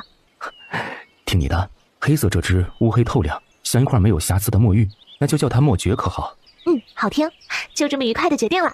柯悠然把他们放到床上，两小只走路跌跌撞撞，东倒西歪，像喝醉酒一样，逗得他哈哈大笑。如果他们有了自己的孩子，宝贝们学走路的时候，会不会也和小狼一样萌动人心呢？州府衙门后院的厢房里，贵寿说了吗？审了这么久，他还是一个字也不说。没说，能用的酷刑都用了，他嘴巴很紧，什么也没说。有没有在他身上搜到地图？没有，他身上什么也没有。鬼手是什么人？身上怎么可能不带银票和金银物饰？他的警惕性有多高，不用我告诉你吧？一件防身的武器都没送出来，说明什么？说明他身上已经被人搜过了。谁人将鬼手送来的？问清楚来人身份没有？你们有没有派人跟踪？来人是赏金猎人，派人跟踪了。那人武功太强，跟出门就没了影子。你这个废物，你知不知道鬼手身上的地图有多重要？你这个混蛋！哎，我让你盯着董家，现在情况怎么样？禀大人，董家前些时日地库起火，物资尽毁，董必武卖掉最大的山庄，凑了10万两白银，没日没夜的在州府周边县城和邻近的各大府城搜罗了不少东西，如今已经基本凑足，送到了他们上家手里。这一劫算是勉强过去了。查出他们的上家是谁了吗？目前没查到，请大人恕罪。下官一定多派些人手，抓紧时间探查。我让你寻的人，你找到下落了吗？3男3女只有1个人会武功，连这你都查不到，你干什么吃的？不是让你查逃荒来的难民吗？你到底好好查了没有？都查了，全都用画像一个个比对过，没有大人要找的人。大人可否告诉属下那些人的姓名，排查起来会更容易一些。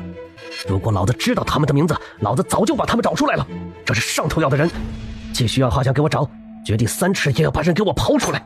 如果找到人，他们反抗，哼，只要绑了年长的那个女人就行，其他的就地处决。是，属下遵令。报，启禀知府大人，鬼手在牢房中被人下药毒死了，凶手没有找到。他奶奶的！好不容易追查到的线索又断了。尹三，回去告诉我娘，我们有事办理，今晚不回去了，以免她担忧。是。你回去后不用再回来，把院子里的机关全部打开，保护好我娘他们。属下领命。二人进入温泉池，放下小狼。三郎，你知不知道你没有胡子的样子俊得人神共愤？宝贝儿，我有些不想等了。话落，堵住那张娇艳红唇，辗转反侧。柯悠然衣服刚被褪去一半，突然感觉下腹一痛，大脑瞬间清明。他猛地推开段雷霆，以闪电的速度奔进宫房。不是吧？这个时候来大姨妈，他都做好了全部交付给段雷霆的准备了，要不要这么摔啊？忽然，他的眼角余光扫到榻上的一抹鲜红，噌的一下站了起来。悠然，你怎么了？哪里受伤了？开门让我进去看看。别进来，我没事儿。你没事儿？怎么可能？卧榻上的血是哪儿来的？你到底伤哪儿了？该死的！我一直与你在一起，怎么就没有发现你受伤呢？我真没事，一会儿就好，别进来啊！这一刻，他真的无比感谢穿越带个超市空间，里面有大量卫生棉，不然让他用这里的月事带，他还不得哭死？只听咔嚓一声响动，我操！这男人要不要这么生猛啊？哎呀，我没事儿，真的。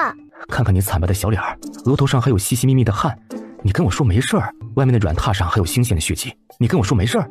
还没等柯悠然纠结好怎么解释，段雷霆已经看见屏风上挂着的染血的衣裙。你伤哪儿了？如何受的伤？别看了，我没事儿，没受伤。每个女子到一定年龄，每个月都会有几日不舒服，我不过是正常生理现象，真的。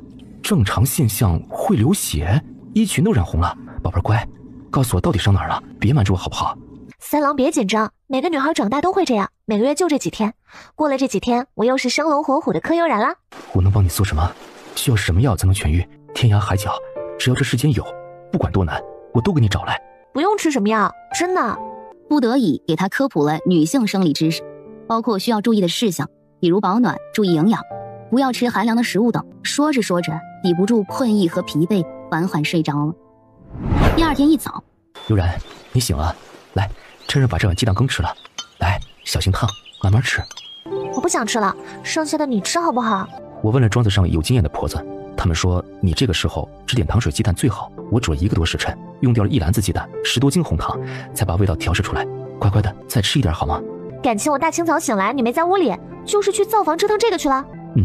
庄子里带着幼儿的年轻妇人，今儿早啊可都在说你好话，就差没把你夸上天去了。为什么？你再多吃2口，我就告诉你。你现在可以说了。这个太难做，不是太甜，就是有一股鸡蛋的腥味儿。为了调和味道，做的太多，倒掉太过浪费，只能赏赐给那些还在哺乳的妇人们吃了。柯悠然心里暖暖的，不由得眼睛有些如湿。在段雷霆温柔的诱哄下，一碗红糖鸡蛋慢慢见了底。三郎，你坐会儿，我去把昨日的衣裙洗一下。段雷霆起身，将他打横抱起，轻柔地塞回床上。那些衣物我已经全洗干净了，这几日你什么也别管，好好在庄子上将养几日，乖。桃源村柯家，是我，是你吗？你这是怎么了？被谁打成这样的？噼里啪啦把昨夜发生的事情像倒豆子一样给柯正南说了一遍。你说小茹有身孕了，你确定她摔了一跤，孩子有没有事？昨日请卢大夫来，结果还没开药就被娘和广田一番闹腾，也不知道小茹现在如何了。我正准备请卢大夫把药开了，不如趁着孩子还小，请卢大夫开腹打胎药吧，给孩子留了吧。啊，如今小茹这个样子，委实不适合要孩子。你说什么？你再给我说一遍，这个孩子来得正好，谁允许你打掉孩子的？对不起，对不起，我错了，我这就去请卢大夫保住小茹的孩子。是我，你知道吗？董家没事，董老爷昨儿还陪着个京城来的大人物去了春风楼，那意气风发的样子，像是又得了什么好处一样。他们董家3代单传，如今小茹怀了董必武的孩子，没用正妻之礼，就别想接回我们小茹和孩子。真的？那我现在就去找卢大夫，小茹这一胎说什么都要保住。柯武福啊，你可是柯家族人，不跟着柯家反对新的种植方法，还率先尝试，是不是想被柯家除族啊？对呀，柯武福，你可是柯姓族人，怎么能跟着沈氏一族瞎胡闹呢？我说啊，柯武福，你们家已经穷得揭不开锅了，如果尝试新的种植方法颗粒无收，不是等着让全家人饿死呀？是啊，听老哥哥一句劝，趁现在还有时间，还来得及改正，你还是抓紧时间，按照以前的方式把种子播下去比较好。哎呀，这段家一个外来户，刚到桃源村就闹得我们柯沈2族不和睦。柯武福啊，你可不能跟着段家与我们柯氏一族生分了。对呀，柯武福，你还是不要佃租段家的地了，去裘乡申家问问，他们家的地每年只收4成租子，佃租他们家的地不是更好？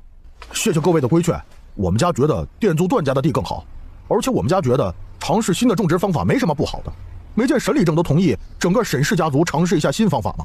我说柯武福啊，以前店租林秀才家的地每年交6成租子吧，今年店租段家的地租子肯定也差不离，要不然这样，你来店租我们家的地吧，每年交5成租子怎么样？三叔好算计啊，周边乡绅只收4成租子，你收5成，还是看在亲戚里道的份上，真是应了那句不是华泥不烂路，不是亲戚不坑人。你说什么？三叔很闲吗？老宅地里的活计全部干完了，居然有闲情逸致来管别人家的闲事儿。悠然，我只说你，一个女孩子就该待在家里头，洗衣做饭，织布绣花，哪有你这样四处乱跑的？这田间地头的事儿都是我们大老爷们儿的，你一个妇人跟着瞎掺和什么呢？既然三叔如此说，为什么还让三婶下地？你这不是自打嘴巴吗？再说了，我来看看自个儿土地的春耕情况，那你什么事儿了？悠然呐，你三叔也是为你好，听爷爷一句劝，那什么新的种植方法真的不能尝试，你不能拿乡里乡亲的生命开玩笑啊！爷爷确定三叔是为我好吗？五福叔店租我的地，干得好好的，你们带着一群柯家族人阻碍他们干活，这就对我好？我还不知道对一个人好就是要阻碍那个人往更好的方向发展，这次受教了。你那是往更好的方向发展吗？你那是带着桃源村走向绝路，你知不知道因为你一个错误的决定让桃源村颗粒无收是个什么样的后果？没想到爷爷还是个大能，可以未卜先知，秋后还没发生的事情已经算得准准的啦。你柯氏一族可是签订了承诺书的，春耕这么忙还有时间在这里磨嘴皮子。还有五福叔种植的是我们家的地，是否有收成与各位柯氏族人无关，我们与五福叔之间的协议也和大家没有关系，你们还是各扫自家门前雪，休管他人瓦上霜的好。至于使用新方法种植，秋后是否有收成，等秋后用事实说话。目前大家在这里说破天，不都是废话吗？老祖宗传承下来的耕种方法千年有余，我就不信这新的种植方法能种出东西来。好好的秧苗拔出来再插进田里，还不得死了？我们柯氏族人就和段家打个赌，如果你们输了，那么段家就从我们桃源村滚出去，永远不许踏进桃源村半步。好，那如果秋后我们收成翻倍，柯氏族人当如何呢？开玩笑，我们怎么可能会输？感情在爷爷那里是双标呀，段家输了被撵出桃源村，柯氏一族输了就没有惩罚，如此不公平的赌注，我们为何要打？二哥去哪儿？柯氏一族打赌，你也表个态呀！既然要打赌，段家输了离开桃源村还不够，段家在桃源村购买的所有土地、修建的屋舍、作坊，全部交给柯氏一族管理。好，那么如果柯氏一族输了当如何？哼，千年传承的种植技术岂能有错？不如这样，如果你们输了，桃源村所有公共用地全部归沈氏一族如何？不可能。哦，感情打赌只有我们付出代价，你们啥也不管？世间哪有这么好的事情？何老二，你提出的这些，柯族长知道吗？这些小事儿不需要病重的族长费心，我们柯氏一族大多数人同意就行。你们说对吗？对，族长现在病重，不能拿这些鸡毛蒜皮的小事儿再去麻烦他老人家。唉，人心不齐呀。既然你们决议如此，我们沈氏一族也没什么好说的，就按照你说的，大家签订协议吧。行啊，写清楚，如果你们输了，除了段家滚出桃源村，段家购买的土地、大青山和修建的作坊，桃源村所有公共土地全归柯氏族人所有。好，但是你们输了，按照悠然说的，桃源村所有公共土地全部划归我们沈氏一族。我们同意啊，老祖宗传下来的种植方法铁定不会输啊。娘儿，从马车上去笔墨下来，现场签订契约。是，少夫人。没想到这个段家还真厉害，逃荒而来，短短10日已经买了奴仆。这个柯悠然还真是嫁了个好男人啊！三方当场订立契约，一式3份，柯沈段3家各1份，妥善收好。啊，我沈柯2族世代相传，住在这桃源村已是千年有余，多少年了，都是和和睦睦，相亲相爱。如今却闹成这样，委实非我所愿呐！老人说树大分支，人大分家，村寨如此，更何况大的家庭。不如今日桃源村的各家各户都把家给分了吧。什么分家？凭什么？我们柯氏一族过得好好的，为什么要分家？沈叔，你是老糊涂了吗？谁家是父母在提分家的？我不过是提个建议，至于分不分家，还是看各家意愿。本理正也不会强制干涉你们。我沈氏一族也该树大分支了，各家都回去商议一下，同意本理正提议的，便来寻我主持分家事宜；不同意分家的，还是该怎样过就怎样过吧。族长，我们同意分家，今日就去找您。不管我们沈氏一族分成什么样，还是相亲相爱的一家人。对，不管怎样，我们沈氏一族都是相亲相爱的一家人。所有沈氏族人簇拥着沈理正离开了。切，看来这沈氏一族就是秋后的蚂蚱，蹦跶不了几天了。现在就开始分家，以后人心还能齐吗？啊？对啊，谁家不是人越多越好？一家子在一起相互分担，日子也好过些。沈氏一族倒好，提分家，脑子有病。以后有他们后悔的，咱们呢，等着看他们笑话就好。带领柯氏族人扬长而去。大户，我想了一下，沈理正说的对呀，你2户、3户都大了，也都各自成了家。你在家里做农活，2户、3户去帮工，3兄弟各有各的收入，然而家里却仍然经常因为分配不匀而产生矛盾。你们3家还是各立门户比较好，以免时间长了伤了兄弟之间的和气。我听爹的。自个儿还是太弱了，狼爹都到身边了才发现，如果是敌人，他不是让悠然处在危险之中了吗？你看，你的小宝宝们真开眼，会走路了。我和三郎给他们取了名字，白色的小狼叫银月，黑色的小狼叫墨绝，是不是很好听啊？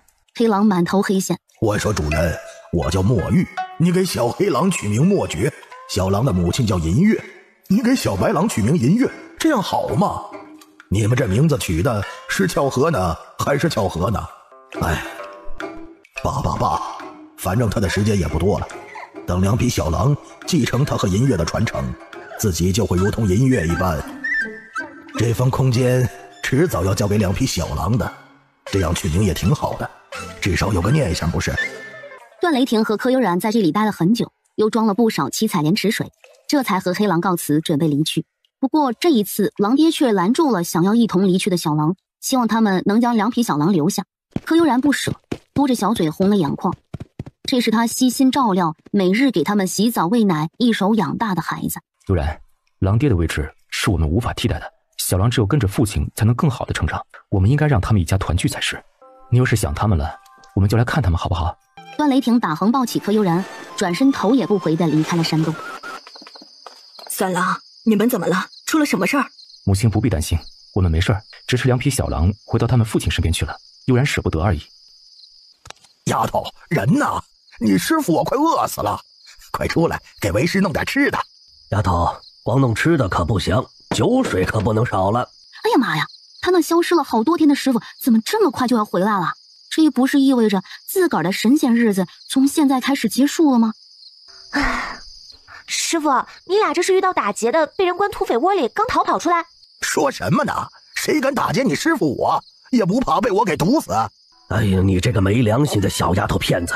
你师傅我为了你可是呕心沥血，刚回来不给我做好吃的，还嘲笑我被人打劫。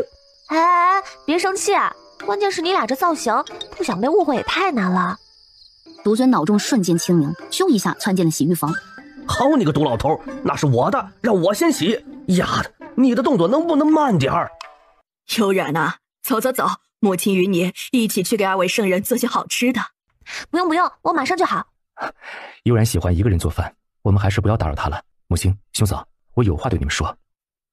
三郎，你要说的事情我就不听了。2郎在就成，我还有些花样子没有描完，我去找幽兰2姐妹。母亲，大王的衣服还没做完呢，我也先退下了。三郎，你有何事要说？上次我和悠然闯了董家密室，得了不少通兑银票，然后去牙行买了个庄子，段雷霆将如何买庄子以及遇到昔日下属、悠然对庄子的管理等全部和盘托出。阿弥陀佛，我们段家终于又有了重聚的机会。照这样发展下去，以后回归有望了。这是大好事儿，但是这件事儿今天听完，全都烂在肚子里，谁也不能说。我们如今的日子如履薄冰，稍有不慎便会万劫不复。一读二圣回来了，从今日起，我会陪着悠然一同训练。春耕、作坊和房屋修建的事情，烦请二哥多费心了。好。又和家人商量了不少近期要做的事情，以及各种需要注意的细节。停！两位师傅，你俩教了半天，到底要我做什么、学什么？总要让我弄个清楚明白吧？你俩的东西我一起学成吗？丫头，你仔细看那边。丫头，你看这里。你俩够了！哼！师傅，你俩抽签，谁抽到长的树枝，谁先说。丫头啊，师傅跟你说，乾坤有8卦。乾卦、坤卦、震卦、坎卦。就这样，独尊说完，一圣说：“二老你来我往，给柯悠然普及了不少阵法卦象知识。”哎，丫头，我和毒老怪打赌，看你先从我俩谁人布的阵法生门里走出来，谁就算赢了。哎，你可别让为师失望才好啊！丫头，记住刚才师傅和你说的东西了吗？可千万别弄错了，一定要融会贯通，从为师的阵法里走出来呀！为师能不能赢，就看丫头你的本事了。丫头，记住，进去后只有3天时间让你破阵，否则3天后阵法会启动自毁。你可千万要掌握好时间呢。用力一推，将他塞进了他们设置好的阵法入口。我去！悠然，哎呀，没想到这个段三郎还是个痴情种，想也不想后果就跟着进了阵法。他不知道进入阵法的时间，哪怕相差1息，里面也是千变万化，想要在里面找到彼此，难如登天嘛。若丫头理解不了阵法的精髓，3天内不能破阵而出，咱俩有把握将他俩从阵法里捞出来吗？丫的，你个一老头，这么重要的事情你怎么不早说呢？你不知道我年龄大了，很多事考虑不到，让丫头进入阵法前怎么不多想一层？难道不是你将丫头推进去的？让丫头进去前，好歹让她有个心理准备呀！俩老头在阵法外争吵不休，甚至动起手来。没一会儿，俩人远离阵法，打了个昏天暗地。段雷霆和柯悠然成功的避开了2个师傅设置的死门和玄门。柯悠然从医圣的生门中走了出来，段雷霆则从独尊的阵法中走了出来。丫头，你怎么出来的呀？你俩怎么出来的？3个时辰不到，开玩笑吧？没开玩笑呀，破阵的方法，进去之前2个师傅不是说过了吗？好吧。哎呀，这么好的苗子，怎么就被自个儿给碰到了？哎呀，这运气也是逆天了，一定得好好培养一番。今后的医门就靠着丫头继续发扬光大了。丫头，为师觉得亲自教授你这些，还不如你自个儿看学得快。那这些都给你了，都是孤本绝技，可千万收好了，不要弄丢了。你师兄想要，我都没舍得给他，你千万要保管好。丫头，没想到为师老了，误打误撞，还能收到你这么棒的徒弟。哎，咱师徒有缘分，这些孤本书册全给你了，千万收好，谁要都别给他们。话说俩老头的空间是哪里来的？和他这个一样吗？能装这么多东西，定然不小。丫头，你也有可以储物的宝贝，还打为师乾坤袋的主意，也太不厚道了。就是，丫头，我医门可就只有这么一个乾坤袋，给了你，为师连衣服都不知道装哪儿啊！你就手下留情，别算计你师傅我了。哦，原来是乾坤袋啊！难怪2位师傅能够如此轻松的拿出这么多东西。丫头，没想到啊，你这么快便能掌握阵法的基础入门和精髓。哎，咱们不如提高点难度，把功夫一起练了，如何？练功？想到此，柯悠然欣然接受了2个师傅的提议。我说毕武啊，你这接小茹回去是做妾呢，还是做正妻呀？总不能你的第1个孩子是个庶出吧？岳父放心吧，我此次前来带了官府开具的婚书，一定以正妻之礼迎回小茹。若不是他们董家子嗣稀薄，3代单传，他岂会让一个乡下土妞骑在自个儿脖子上撒野？小茹，为夫来接你回家了，你要怎样才肯跟我回去？你从我那里抢走的珠宝首饰、金银细软，必须全部还给我，否则我就是打掉这个孩子不要，也不会和你回去。好，我近日有些食欲不振，害喜得厉害，吃什么都没味道。听说沈李正家2个儿媳做的一手好菜，毕武能去沈李正家，请他俩给我做一桌晚饭吗？我去沈李正家问问，不知道人家有没有时间呢？哟，这不是东家少东家吗？您这是要去沈李正家？他们家我熟，不如我给你带路如何呀？既然如此，那就前面带路吧。嘿，您这边请。丫头，不愧是为师的好徒儿，哎呀，短短几日功夫有这等成就，简直出乎为师的预料之外。没想到啊，丫头，你武功不行，这轻功倒是练了个炉火纯青，比为师我都有过之而无不及了。宝贝儿，祝贺你，辛苦这么久，终于练出来了。我哪儿比得上你？第1天就把窍门找到，完美完成系列。我那是从小练习的功底，你才练习几日啊？严格算下来，你可比我厉害多了。哎，我说丫头，前几日你一直带在身边的白色和黑色狼崽呢？为何这几日没见到？看为师这粗心大意的，发现丫头你这么个好苗子，竟然把那2小只给忘记了。丫头，话说你之前不是小狼不离身的，如今2小只去哪里了？哎，丫头，你别告诉为师你来训练，把俩小家伙彻底忘在家里了。不是吧？谁喂的他们？这么长时间没人喂，不会出事吧？老天保佑，2小只可千万不要有事啊！传承全靠那俩小家伙了。什么传承？俩老头知道什么？他俩常在大青山四处转悠寻找东西，难道找的就是那2匹小狼？不对，照这个思路捋下去，俩老头不是来找小狼的，而是来找2匹大狼的。俩老头带着柯悠然进入段家院子，便往段雷霆房间急奔。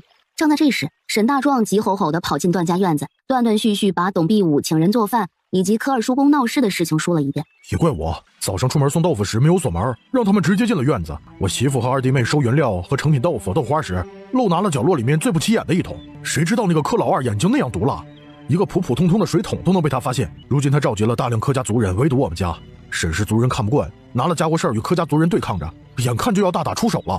走，去看看。就在段雷霆和柯悠然刚离开不久，我家丫头呢？柯家要断我们家财路，我姐和姐夫去沈李正家打架去了。什么？打架？我是不是表达能力不太好啊？为什么每次与2位圣人说话，他们都能把意思给曲解了呢？别往心里去，大姐二姐能弄明白你的意思就行。母亲，大郎，我们不去看看吗？万一3弟和3弟妹吃亏了怎么办呀？有医生和独尊在，谁吃亏还不一定呢。家里要发豆芽，培育秧苗，洗洗涮涮，这么多事情做都做不完，你还有心思去凑热闹？哼，没有1毒2胜护着，柯悠然算个什么东西？不就是个乡下的泥腿子吗？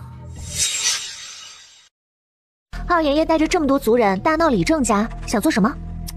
这是要造反呀！你胡说八道！我们什么时候造反了？你别血口喷人！哟，二爷爷不是要造反呀？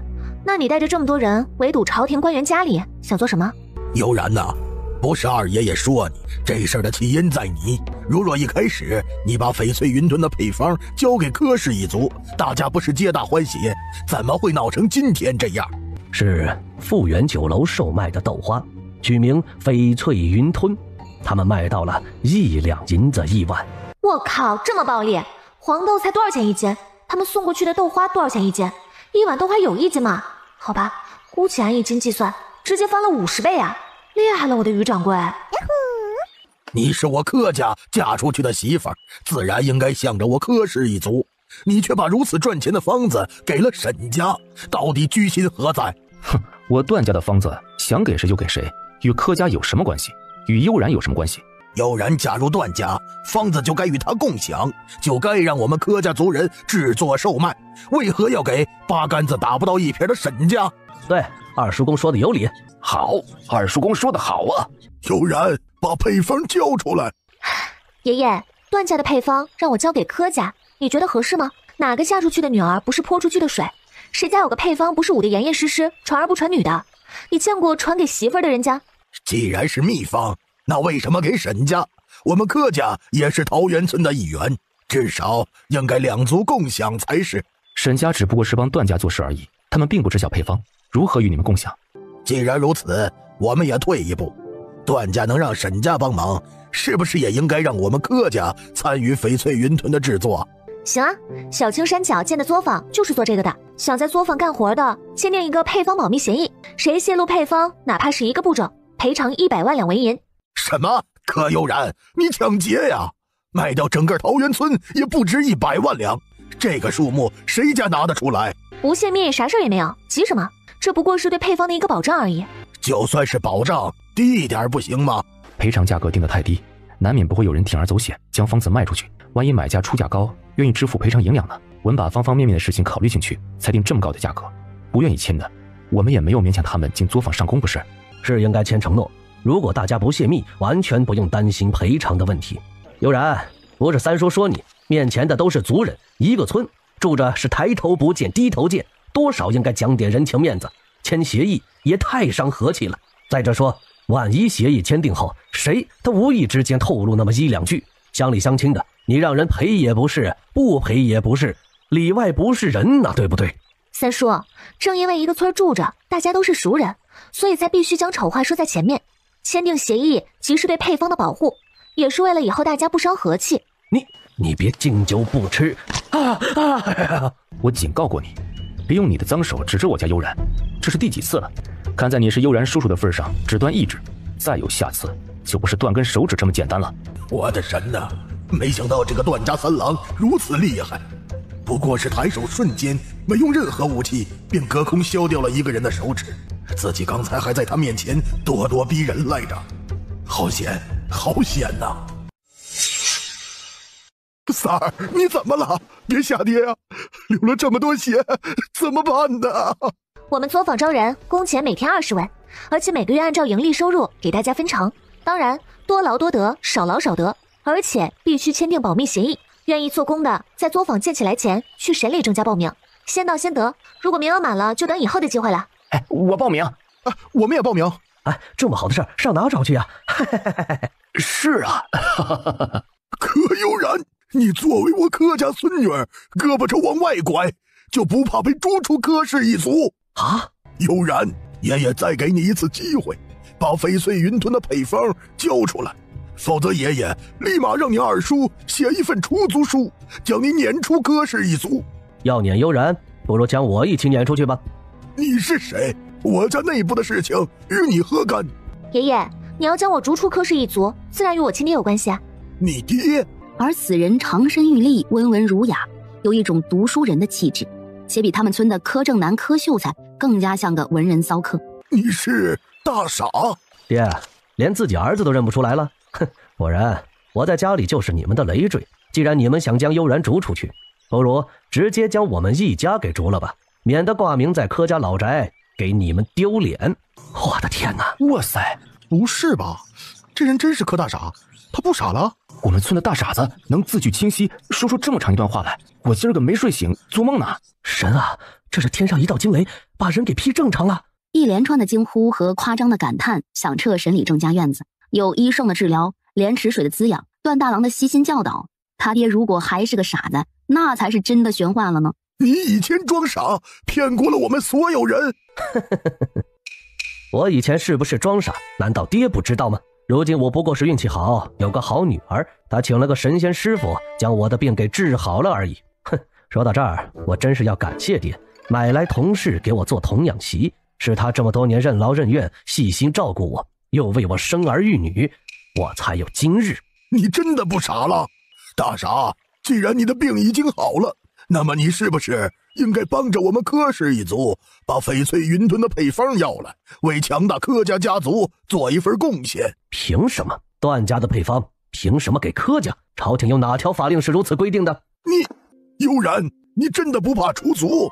难道一个翡翠云吞的方子比家族庇佑更为重要？爷爷，这不是一个方子的问题，而是做人的底线问题。是别人的就是别人的，如果我因为你的一个威胁而出卖段家，今后我和爹爹还如何做人？在这10里8村还如何立足？出门在外还不被别人的唾沫星子淹死？有我柯氏一族护着你们，我看有谁敢胡说八道。爷爷什么时候能代表柯氏一族了？难道说族长生病，爷爷想取他的位置而代之？好，你不听爷爷的，还乱给爷爷扣屎盆子，我老柯家没有这样不孝的孙女。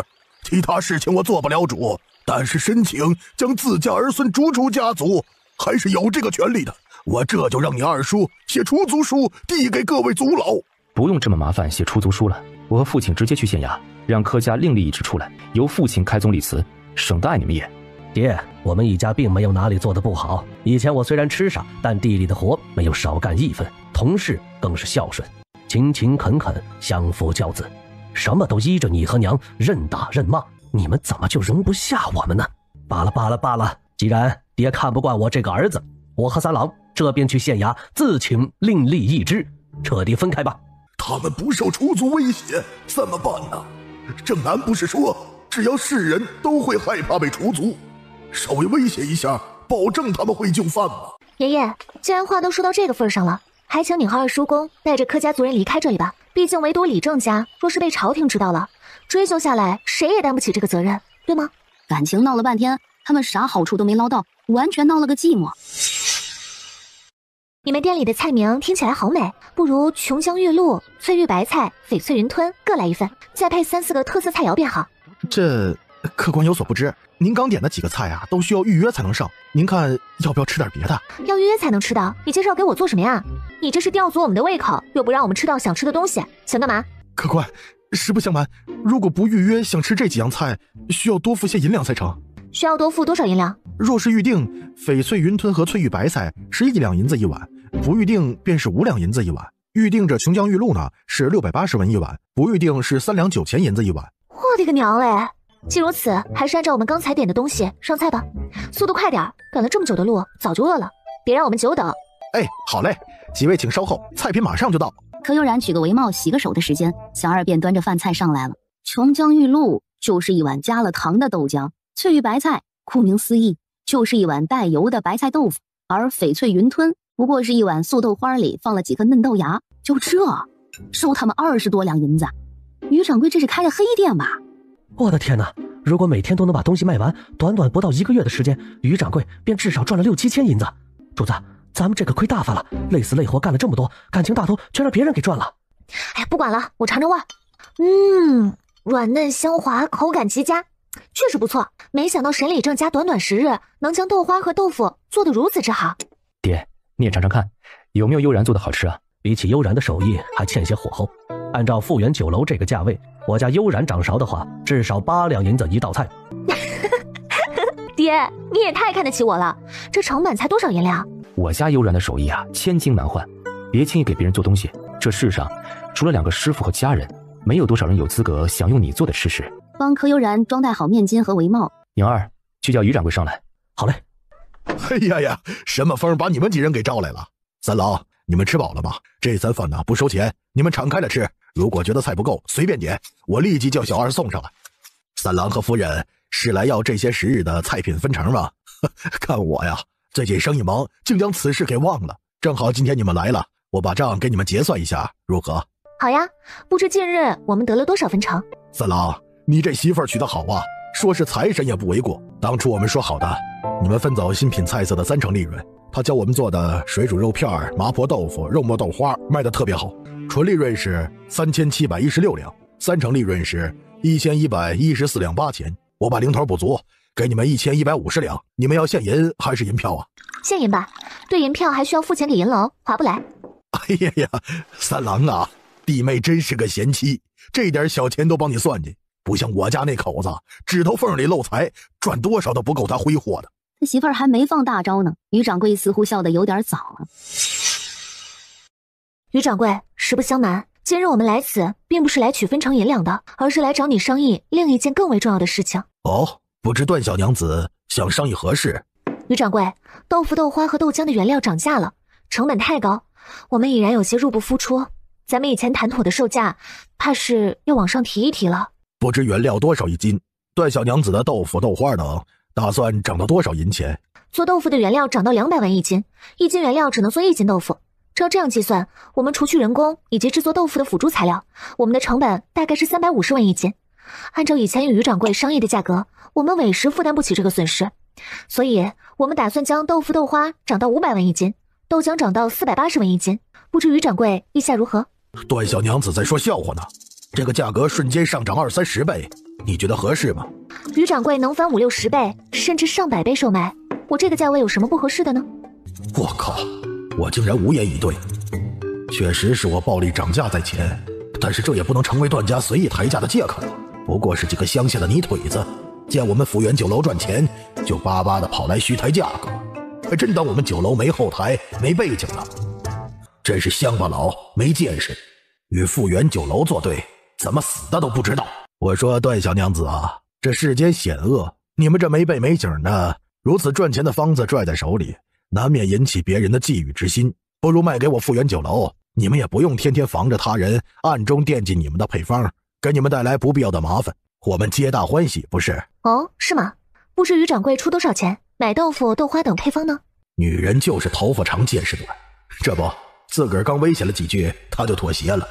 这丫头谈判的时候还搞这么多小动作，太可爱了，有没有？我去，他们是什么时候收走桌上银两了？哼，别以为不着痕迹的收走银两就没事了。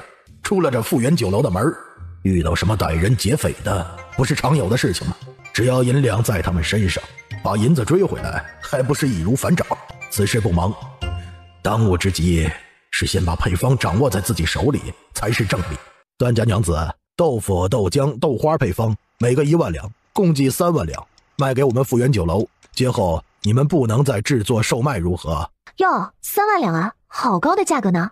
我说于掌柜，这豆腐配方有多赚钱，不用我帮你算一算吧？3万两打发叫花子呢。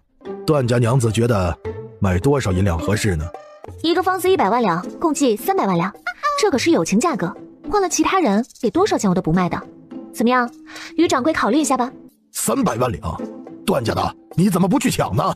既然于掌柜接受不了这个价位，那么我们也没有什么好谈的了。从明儿个起，豆腐和豆花的供应怕是要断了。你敢断货？别忘了，我们可是签订契约的，你们单方面断货是要履行赔偿责任的。于掌柜，你看这契约上清清楚楚的写着，原料涨价，相应的豆腐和豆花的供应跟着上涨，涨价幅度是实际情况而定。还有一条是，我们如果买不到原料，只要提前给于掌柜你说一下就行。目前的情况是原料涨价，你不同意我们供应方抬价，原来的价格又买不到原料，那我们只能断货了。就算你把这个告到县衙，也是我们占理，对不？你方才我说3万两买3个方子，现在我改变主意了，你们还是直接把配方交出来吧，否则今日怕是走不出这福源酒楼了。你不就是在这间包房里点迷香吗？我师傅早180年前就不玩这些东西了，太小儿科了，能换点高大上的不？无色无味慢慢渗透人体的百回香是个小儿科。于掌柜大手笔啊，短短2炷香的时间用了6种无色无味的毒药，你这是准备和我斗毒？我觉得这个想法不错，正好我也检验一下最近的学习成果。哎呀，还真是最近学的东西太杂乱，和你切磋一下，我也好好整理一下自己的思绪。这是遇到高手了？不能吧，我家小主子可是独尊的高徒，给的毒药能这么弱鸡？于掌柜发现他突然像泄了气的猪尿泡，瞬间没了力气，全身都瘫软了，提不起一丝一毫的气劲儿。你们！于掌柜趴在桌上，愣愣地盯着柯悠然，但是身体却不受自个儿控制了。不能吧，我是服用了解药的呀，难道解药出了错？哎呀，于掌柜别想了，原因确实出在你吃的解药上。那百回香的解药遇到你下的另一种五福散，会变成另外一种无色无味的毒药。这种毒药除了全身瘫软无力外，还会慢慢渗透进你的全身每一个器官，不出3日你会脏器衰竭而亡。哎呀呀，你说你是有什么想不通的？开着这么大的酒楼，每天日进斗金，竟然想要自杀？我想要自杀？我什么时候想要自杀了呀？若不是发现下一种毒完全对他们几人没作用，我也不会接连下好几种毒了。我不知道毒药和解药混合会产生新的毒素，小主子给药师并没有说这些呀，这不是自己玩自己吗？只有3日时间，怎么找形影无踪的小主子解毒啊？现在这样怎么破啊？不对，等等，百回香是独门秘制配方，段小娘子怎么知道的？难道段小娘子和独门有什么关系啊？我是独尊的关门弟子，你说我和独门是什么关系？哎呀，真是大水冲了龙王庙啊！一家人不认识一家人。我家主子是你师兄，你也算是我半个主子了。您能高抬贵手放我一马，帮我把毒给解了吗？哟，这店还是我师兄开的呀，他一个独门的人开酒楼，若是被人知道了，还有人敢进来用餐吗？主子，你多了个拖后腿的师妹，你知道吗？哎呀，既然是自家人开的，那我也不客气了。我们送来的豆腐、豆花等，按照纯利润55分成，怎么样？55分成。现在于掌柜想哭死的心都有了。如果让他那个比铁公鸡还抠搜的主子知道，他签订了这样的契约，铁定比今日死的还惨。我的命怎么这么苦呢？谁不好惹，偏偏惹独尊的徒弟，他一惹就是俩。哎呦，宝宝心里苦啊，让我先哭一哭。最后，当柯悠然帮于掌柜解了毒，拿着新签订的55分成的契约，以及富源酒楼前段时间卖豆腐等所得利润的50%银两，共计3600多两离开时，来富源酒楼不到1个时辰，拿着4000多两银子回家。他的三少夫人难道是财神转世？大胆！来者何人？见了县令大人还不下跪？你们不用跪了，就在一旁站着吧。请问大人，不知沈礼正一家所犯何事，为何长跪不起？他们伤了人，如今那2人还在家中躺着，伤得极重，理应受些惩罚。那请问大人，受伤的2人为何而伤？在什么地方受的伤？自然是爬墙而伤，在沈礼正家院子的陷阱里发现的。哟，感情那2人爬墙进入别人家院子还有理了？齐楚国哪条法令规定爬墙入室盗窃受伤后还能向屋主索要赔偿的？沈礼正乃是朝廷的官员，岂能一直跪地不起？这不是在打朝廷的脸，打皇上的脸吗？靠，这人真是，这不是在影射我这个县令想谋反吗？行了，大家都起来吧，站着回话就行。谢大人。不知县令大人带着衙役在找什么？沈家犯了什么事儿，搞得如同抄家一般，是不是有点过了？有人举报沈礼正家藏了歹人，本县这才带人来此搜查。如此做也是为了给沈礼正家一个清净。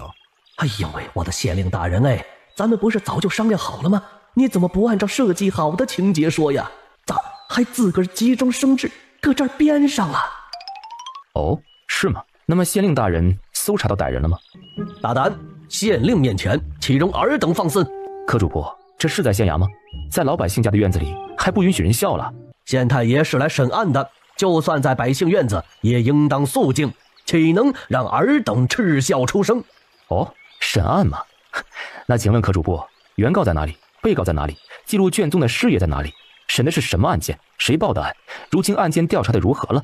真想抽死他丫的段三郎！一个山野猎户，为何对县衙办案流程了如指掌？三郎，县令大人刚才不是说他是为了沈礼正一家的安全来抓歹人的吗？怎么又变成审案了？启禀县令大人，我们柯氏一族的2个年轻后生在沈礼正家受伤，还没赔偿医药费呢，请大人为那2人做主啊！大人，他们伤势太重，且医药费高昂，沈礼正至少要赔偿2个后生每人1000两才行，否则让他们日后如何度日？这二叔公脑袋里装的全是屎吗？真是的，不怕神一样的对手，就怕猪一样的队友。选错盟友了，早知道这个柯二叔公如此傻缺，就不该拉着他一起来的。大人，本理正这是人在家中坐，祸从天上来呀。柯氏2个年轻后生翻墙而入，私闯民宅，本理正正要状告那2人非法入室，损坏了我院中陷阱，应该赔偿我家中损失。沈礼正觉得他们赔偿你们多少银两合适？启禀县令大人，我屋后的陷阱是请高人设计制作，费用极其高昂，如今全都损坏了，怎么说也要赔个2-3千两才行。姓沈的，你怎么不去抢呢？我说柯老二，你们翻墙入院行不轨之事，还能理直气壮地要求赔偿2000两，我怎么就不能要求赔偿这么多？毕竟遭受损失的可是我们家。我们有人受伤了。我让你们爬墙的，我请你们来我们家偷东西的，若是天下都像你们这样，还有天理吗？还有公道吗？沈礼正，这柯氏族人爬墙身受重伤，也算受到了应有的惩罚，如今高昂的医药费估计都负担不起，别说2000两，估计连20两他们都不曾见过。你看这赔偿是不是两两相抵？算了吧。大人，如今不是我得理不饶人，而是柯氏一族欺人太甚。如若我不要他们的赔偿，他们却盯着我，一定要我赔偿2000两，又该当如何呢？如此高额的银两，别说科氏族人没见过，我活了这大半辈子，我也不曾见过。此事乃是你科氏一族有错在先，岂能要沈礼正一家赔偿？按照法令，当科氏族人赔偿沈礼正家损失才是，还不快给沈礼正赔礼道歉？二叔，此事却是科氏一族错了，你应该给沈礼正赔礼才是，快些认错吧，否则按照他的要求赔偿2000两，你们怎么可能拿得出来呀？沈叔，对不起，我科氏一族错了。哟，二叔公这是认错呢，鞠个躬就算完事了，这也太简单了吧？照这样，改日有人进入你家院子打砸一番，是不是随便鞠个躬就可以了？道歉怎么着也该有诚意吧？其他不说，下跪总是要的吧？你，好你个柯悠然，这事儿我记住了，早晚有一天我们柯氏一族要找不回来，你给我等着。行了，柯老二，你起来吧，从今往后可要记住今日的教训，千万不要做违反朝廷法令的事情了。正在此时，悠然，事情处理的如何了？黄师傅想商量作坊上梁的日子。听说桃源村建了一个叫做翡翠云吞的作坊，本县今日正巧在这儿，不如一起去看看如何呀？县令大人，请这边走，作坊就在小青山脚，您随我来。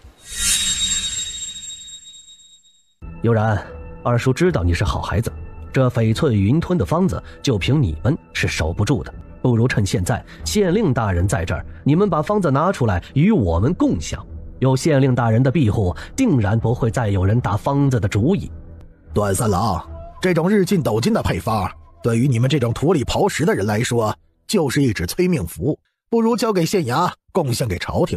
看在你们县里有功的份上，我一定向上面禀报，好好记你们一功，日后免掉你们的土地税收，岂不皆大欢喜？呀，大人，你怎么不早说呢？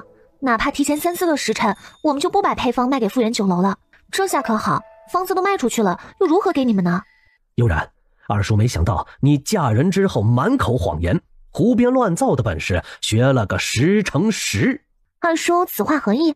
你们既然已经把配方给卖了，这作坊将来干嘛的？别告诉我富源酒楼买你们的配方，连这个作坊也一并给买了。哇塞，二叔，你是神算吗？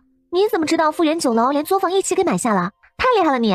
段家的，你们说配方和作坊都卖给了富源酒楼，总归要签契约的吧？你们签订的契约在哪儿呢？不如拿出来，我们大家鉴赏一下如何？哦，是啊，悠然，把契约拿出来给二叔鉴赏鉴赏啊！富源酒楼是什么地方？签订的契约铁定不一般，拿出来让我们长长见识不是？这个二叔，不是我不把契约拿出来，只是富源酒楼的契约至关重要，若是弄坏了就不好办了。悠然，还是快些把契约拿出来给我们看看，二叔也好帮你把把关，别让富源酒楼给骗了才好。大人，我们若是拿出契约，县衙是不是应该给富源酒楼的作坊一个保障？若你真的将作坊和配方卖给了富源酒楼，本县就命人在这个作坊前立块牌子，说明作坊受县衙保护，谁敢造次，严惩不贷。怎么样，可以拿出来了吗？柯悠然倒是不疾不徐，借着衣袖的遮挡，从空间取出一块锦缎斗台，双手举着，让县令和柯正南看清楚。两人看着契约愤愤的，感情他们忙活了半天，啥好处也没捞到，折进去2个柯氏族人不说，还搭上了一块县衙的牌子。县令走后，柯悠然将作坊上梁的事情全权交给了沈礼正处理，他则与段雷霆回家查看秧苗的培育情况去了。三老，我找你和弟妹有事商议。大哥有何事啊？悠然，柯叔学习能力极强，我教给他的书本知识只学一遍便能倒背如流，但是世间万事万物并非全在书本之上。柯叔自从脑子清醒后，与我在一起的时间最长，与他人沟通交流机会极少。我建议啊，送他去书院学习，一来可以结交1-2个好友，二来可以参加今年的科考，一举两得，岂不妙哉？大哥是说这么快，我弟已经有参加童生试的能力了？正是，朝廷有规制，想要参加科考，必须进入书院学习，有夫子的推荐才能报名。且科考3年一个轮回，今年5月初正好开试童生，9月中旬考秀才，这2个科目考的内容基本都在书里，只要能背诵啊，问题就不大。于科叔而言，背诵是最轻省的，倒是为人之理和为官处事之道相对要难些，还需要多与人相处才能明悟。我明白了，谢谢大哥提醒。爹，你想去书院读书吗？我尊重你的选择，如果你不想去，在家待着也挺好的。悠然，爹想去书院读书，大郎说了，只有去书院才能参加科考，只有参加科考做了官，我才能保护你们，保护我在乎的每一个人不受欺负。爹是男人，不能护着自己的妻女，还算什么男人？我不能一直靠着你和三郎保护，我也想为家人尽一份力。既然爹如此想去书院，事不宜迟，我这就去打听一下，看看附近有没有合适的书院可以就读。三郎不必去了，此事我已经打探好，县里的松正书院是这里数一数二的。开办的虽然是县学，但是书院的孟夫子传道授业30余载，深受赞誉。他个人在书院开办了一个乡学的班，此番正好有一批学子要考童生，沈李郑家5个孙子都在那个班上，课出此去正好有个伴。那感情好，不如明日我们就陪爹过去看看，把这件事给敲定下来。秀儿，你怎么了？你别吓我呀！快醒醒，快醒醒！二嫂，弟妹，我求求你了，你看看秀儿吧，她怎么了？为何突然晕倒啊？几步上前把了脉，紧张的心瞬间放下了。真难得，这个平日里基本不说话的男人，为了心爱的女子，突然说了这么多话，连求字都用上了。悠然，怎么样了？二嫂是什么情况？恭喜二哥，贺喜二哥，二嫂这是有喜了，你要当爹了。阿弥陀佛，菩萨保佑，我们段家终于有后了。悠然，母亲谢谢你，是你找医生和独尊治好了我的3个儿子，给了他们新的生命。若非有你，二郎此生恐怕都不会有子嗣传承了。悠然，等你二嫂醒来，母亲一定让她给你道谢，一定。母亲不必如此，二嫂身怀有孕，前3个月最是紧要，我们妯娌之间都是自家姐妹，没必要为这些小事道谢，让她在床上多躺躺，我给她开几个保胎的药膳方子，先让胎儿稳定下来再说。对，是母亲糊涂了。二郎，你还杵在这里做什么？还不快将白氏抱进屋？孕妇最是体弱，万一受了寒，可如何是好？段雷霆看着白氏苍白的小脸，深深蹙眉。女子怀孕如此伤身的吗？若是日后悠然有孕会如何？等医生回来，我一定要向医生多请教一些医学问题，一定要护好我的宝贝悠然，不能让她因为怀孕而遭罪。就在一家人因白氏有孕而欣喜若狂时，袁氏在屋里已经撕碎了好几件旧衣服。柯悠然，好你个柯悠然，有药能让老二家快速怀孕，却不把好东西给我这个做大嫂的。好样的，真是好样的啊！如今让老二家的先得一子骑到自个儿头上去了。哼，白氏想生孩子是吧？怀胎10月，我看你有没有那个能力把孩子平平安安的给生下来。我大房还没有子嗣呢，你二房就想先我们一步，小心一尸2命，啥也得不到。娃他娘，你怎么了？娘，柯悠然呢？柯悠然，让你横，这下你娘出事了吧？爹，我娘也有身孕了，说不定我们就要有小弟弟了。喜事儿呀！今日真是双喜临门，我一定要做些好东西，拜谢菩萨和送子娘娘。心想，真儿，你如今有孕在身，正是需要人照料的时候。明日我不去书院了，等着你生完孩子，我再去。不，阿东，明日你一定要去书院，为我们这一房挣个前程回来，让老柯家好好看看你不是傻子，要让全村人知道我们家也是可以顶门立户的。如今你的年纪已然很大了，读书之事耽误不得，若是因为我而耽误了，我便成为罪人了。我不过是怀孕而已，家里还有3个女儿，段母也会时常陪着我，你不必太过担心。对啊，爹，家里还有我们呢，我和2个姐姐都会好好照顾娘的，你放心去书院读书吧，考个状元回来，让全村人都能看看你的能耐。爹爹不用担心，有我在家里照料着，娘不会有事的。明日我让尹三去庄子上找几个干净爽利的妇人过来照顾娘和二嫂，家里的活计让下面的人去做就行，定然不会累到娘亲的。爹爹若是实在不放心，我让尹二套车每日接送你上下学，不必住在书院里，反正从村里到书院快马不到半个时辰。悠然，这样会不会太麻烦颖儿了？不太好吧？不麻烦的，娘从现在开始要适应呼奴使婢的生活，万一日后爹爹做了官，你就是官夫人了，日后交际应酬的圈子就是那些官家太太们，你若还是表现的小家子气，会让那些官家太太们看不起的。而且娘亲也要多习些字，陪着爹爹一起读书，日后你们才会有更多的共同话题。爹爹去书院后，娘亲在家里也多和母亲相处一下，让母亲教你一些贵妇圈里的事情。爹爹进步了，你可不能拖了他的后腿，对不对？你说的对，娘听你的。娘本来还有些迷茫，听了你的话又找到了方向。悠然啊，你真是娘的好女儿，没有你，我们全家都不知道接下来怎么活了。娘亲别哭，你肚子里有小弟弟，不能让他们跟着你一起哭。优月说的对，娘亲不哭，这是好事儿，我该笑一笑的，对不对？二郎，我们的孩子来之不易，一定要好好感谢三弟妹。如果没有悠然，你的毒解不了，更别说还能有孩子了。放心，我会的。段大郎回屋后，袁氏如往常一样伺候他洗漱更衣，完全看不出一点异常。二郎已经有后，我们也要抓紧时间才是。说着吹了灯，低头好好的疼爱了袁氏一番。三郎，斗篷人追杀你们一路，他们背后的主子又养私兵，那人是不是想造反？你能告诉我你的敌人是谁吗？悠然，不是我不告诉你我的敌人是谁，而是这些人一直隐藏在背后，很多东西我也只是猜测而已，没有确实的证据。至于他们是不是想要造反，这个就不好说了，还要静观其变才知道。但是我可以告诉你的是，从目前的情况来看，想除掉我们家的人不止一个，且他们的势力都非同小可。两人走到柯悠然他们所在的树下站定。破魂，今日送来的粮草，你们需要坚持半年，秋收后才能有充足的供给。那些手下的情绪就交给你来安抚了。你大爷的暗九！老子告诉你，我那些兄弟都是陪着老子出生入死，一路扶持着走过来的。当初在山上打家劫舍，过得再苦再难，都没像如今这般吃不饱过。现在你就用这一丁点粮草打发我们，吊一口气饿不死就完事儿了。快2年了，你到底要我们做什么？什么时候把解药给我们？你幕后的主子是谁？哼，不该问的别问，想活命就乖乖听话。每3个月我会将解药送来。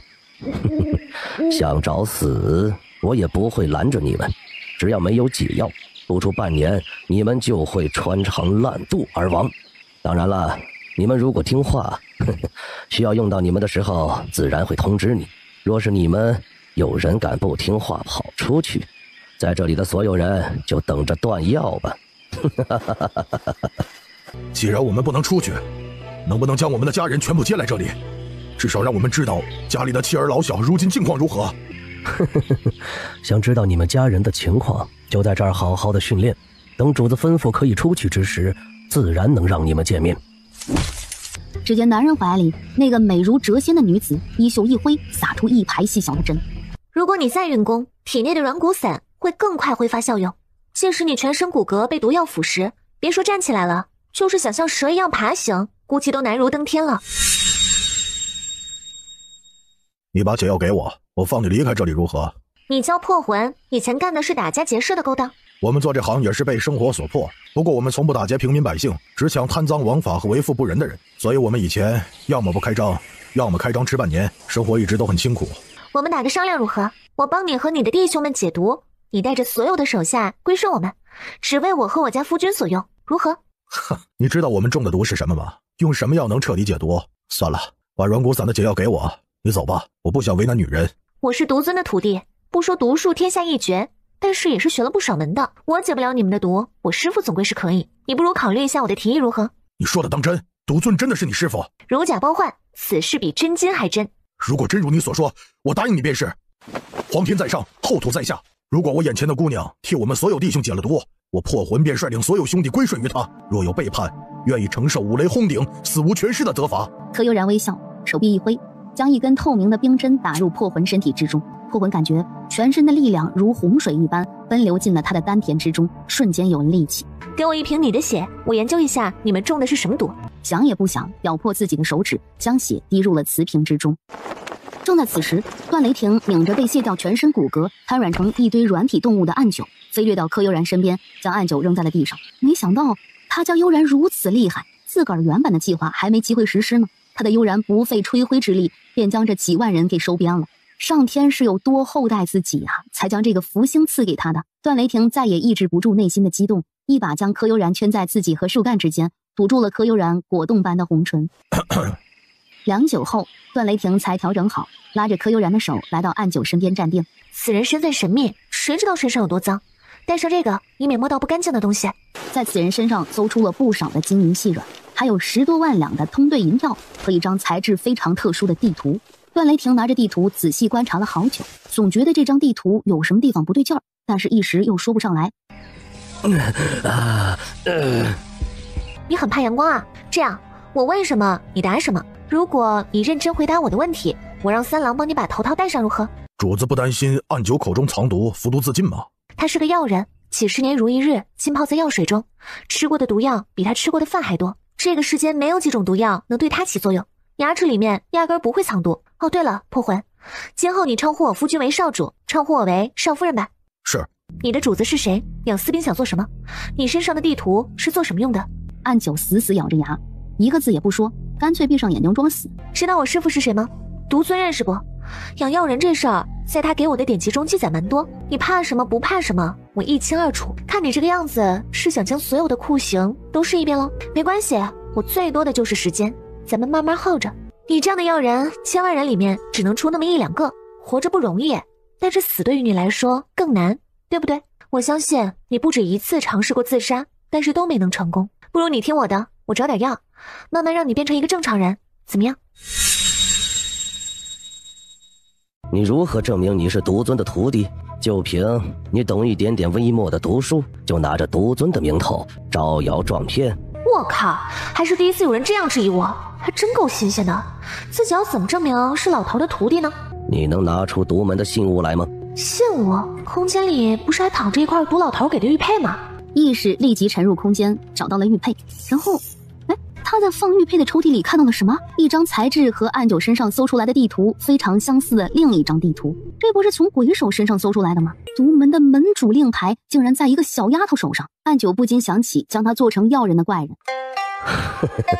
如果那个怪人知道他千辛万苦都找不到的东西在一个小丫头身上，会不会直接给气死了？但既然这块令牌在他身上，便说明这女子正是独门的下任继承人。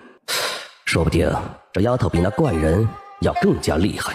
信物你也看到了，现在该回答我的问题了吧？如果不说，让你晒上半个时辰的太阳，我想那对你来说一定很舒爽。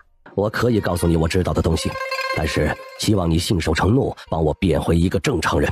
这个没问题，不过你可千万别骗我，如果让我知道你说的是假的，哼哼哼哼哼。我不知道背后的主子是谁，我只知道我的上面是暗八，我和他单线联系，暗八让我做什么我就做什么，至于养私兵做什么我不知道。这份地图是做什么用的？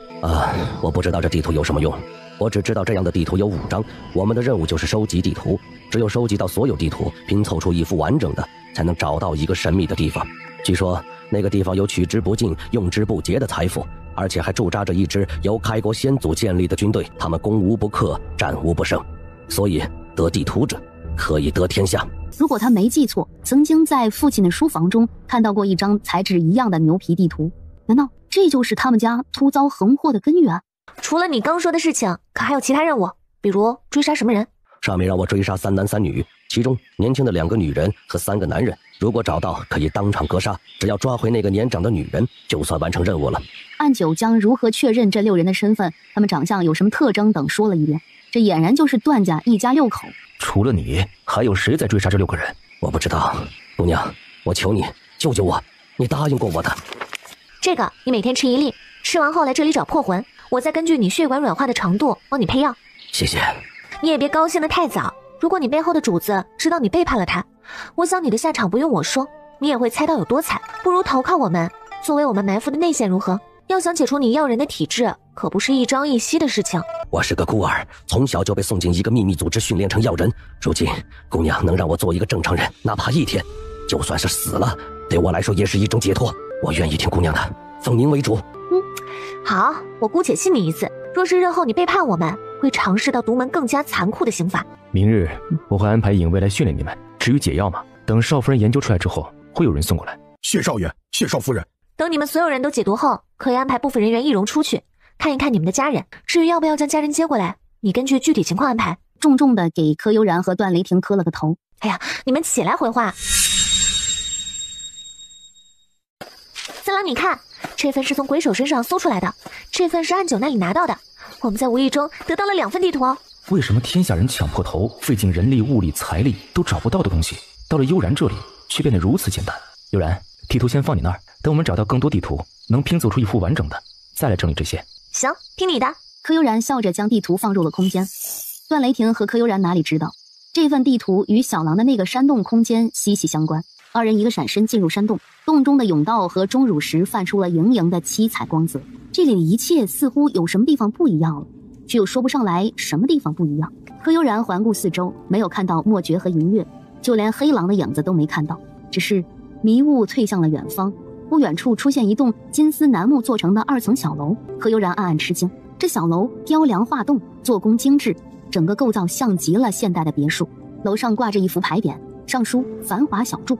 不知不觉的，柯悠然被繁华小筑吸引，踏着清幽小道缓缓踱步过去。当走近时才发现，繁华小筑后面一左一右还立着2栋复古塔楼，这2座塔楼建造的一模一样，像护卫一般护佑着前面的别墅。唯一不同的是，左边的塔楼挂着的牌匾上写着非常醒目的一字，右边的塔楼牌匾上写着独字。这里好神奇，我们进去看一看好不好？段雷霆和柯悠然双手交握转了一圈下来，卧室、厨房、洗浴间、衣帽间一应俱全。厨房里整整齐齐罗列着各种各样的餐具、粮食、蔬菜、瓜果等。衣帽间里的女子的和男子的各种衣服、配饰、鞋袜，整套的头面首饰应有尽有。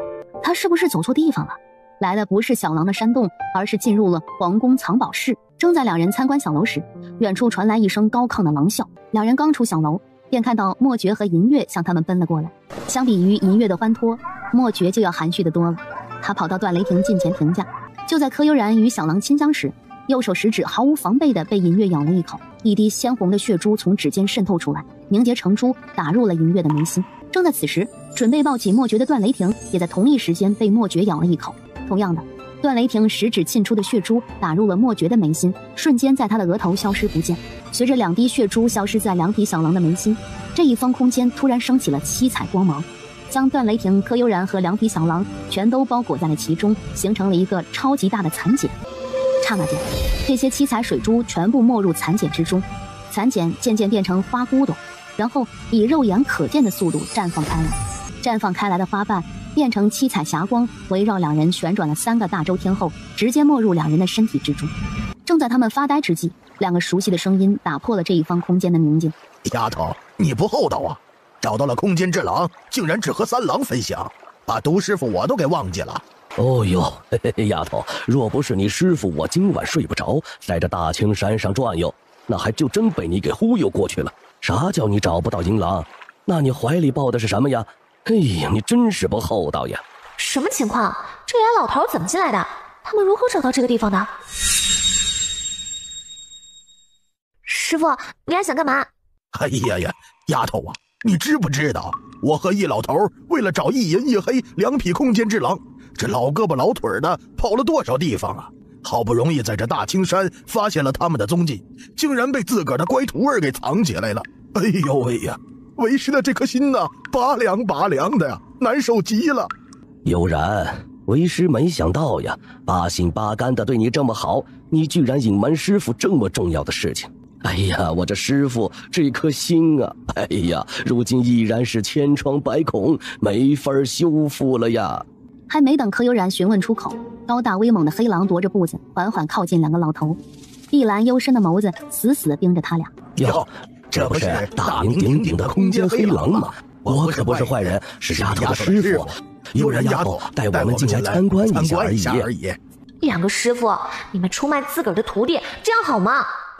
黑狼大人，我和悠然商量过了，他同意我在这个空间住下来，以后啊，我就住在那座挂着独字牌匾的塔楼里了。嘿嘿嘿嘿。哎，是，悠然呐，可好了，对我这个师傅简直没话说，就想与我分享这一方空间的宁静。这不，邀请我住在那座挂着1字的塔楼里，说了好多次了。嘿嘿嘿嘿，我也不好驳了悠然的面子，只好勉为其难地答应了。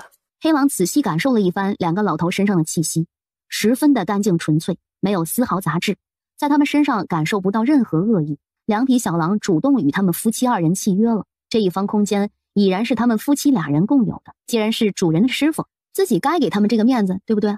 黑狼没有反对，在柯悠然脚边慢慢坐下，算是无声地答应了俩老头的要求。2位师傅，既然你们要住在这里，必须答应我，不能在这方空间里面一言不合便大打出手，想打架出去在空间外打完再进来。丫头，你竟然契约了这方空间！哎，嘿嘿嘿嘿，老夫这运气真是逆天了呀！老了，竟然收了如此厉害的徒弟，哈哈哈哈！上天待我不薄呀！哈哈哈哈哈！银月，是你做的，对不对？我和悠然一样，也契约了这一方空间，对不对？莫觉的狼脸上立即出现一抹笑容，点了点还没长大的狼头。就这样柯悠然和段雷霆在1赌2胜、一次又一次的震惊中，陪着两匹小狼亲香了一夜。两人也通过实验，知道了这方空间能通过二人的意念自由进出，不需要再像以前那般从山洞口进入。经过这一夜对空间的探索，柯悠然和段雷霆终于知道为什么俩老头想住在空间里面了。原来2座复古塔楼里面全是上古失传已久的医毒典籍，塔楼后方还有一眼望不到边的黑色土地，里面平均分成了2个区域，种植着各种各样的珍稀药材和有毒的植物。也是通过和银月的意念沟通，柯悠然才知道自己是这一方空间的主宰。这莲池中的神水，只要通过自己的一个意念，便可随意取用。柯悠然都被自己给蠢哭了，他每次进来都傻傻的用矿泉水瓶装莲池水，黑狼一定在心里把他给笑死了吧。而段雷霆被墨诀契约，能自由进出空间，拿取空间里的东西，却动不了七彩莲池水。这就好比开通一张银行卡，存在主卡和副卡一样。柯悠然就是那张主卡，可以行使不少权利；段雷霆就是那张副卡，只能行使副卡能行使的部分。哟，沈理正，您别来无恙啊！平日里都是你的2个儿子前来送豆腐，还真有一段时间没见到您老了。沈理正，您看昨日没送豆腐和豆花，今日是不是做点出来让我应应急？沈理正一时又找不到借口回去，正是进退两难。要不这样，沈理正告诉我段家3郎住什么地方，我亲自去给段小娘子说一说。今日真的不能再断货了呀！对不住了，于掌柜，昨日有事情耽误了，没有做豆腐。这样，你先回去，最迟中午我们一定把第1锅豆腐和豆花给你送过去。真的？于掌柜大喜过望，千恩万谢，点头哈腰的感谢了好一会儿，才擦着汗水上了马车回富源酒楼。富源酒楼什么时候如此弱势了？是不是什么地方弄错了？老大爷，你怎么就答应了于掌柜呢？还没去段家问一问悠然吧？爹，别急，你和于掌柜周旋时，我就去了一趟段家。当沈理正听完沈大壮的叙述，差点一个激动，心肌梗塞。闹了半天，于掌柜这么客气，是因为柯悠然和段3郎呀？谁来告诉他？按照柯悠然谈好的分成方法，他们能得到多少银两啊？他做了几10年的理政，这笔账怎么就算不清楚了呢？我的天神呐，悠然和3郎真是厉害！我们家跟着悠然不过短短2个月不到，真是一夜暴富啊！哟，这不是柯叔吗？我这来得好不如来得巧啊！您这是要出门吗？看我这运气，刚好就碰上了，不然此行扑了个空，不是白跑了一趟呀！什么风把裘老爷给吹来了？稀客稀客，快屋里请。柯叔，您叫我裘福就好，不用这么客气。柯老头恍恍惚惚引着裘福进入屋子，愣是没看到穿着一身喜庆衣服的媒婆。不知裘福今日前来所谓何事？柯叔，你家小女儿广田娇小可人，那日我来桃源村，恰巧碰到她，只一眼便看上她了。今日带着媒婆前来，想定下你家广田做我裘福的田房，不知柯叔意下如何呀？柯老头满心满眼全都在桌上的银两上了。爹，小妹嫁入裘家，那是去享福的，这么好的事情是天上掉馅饼了，快答应啊！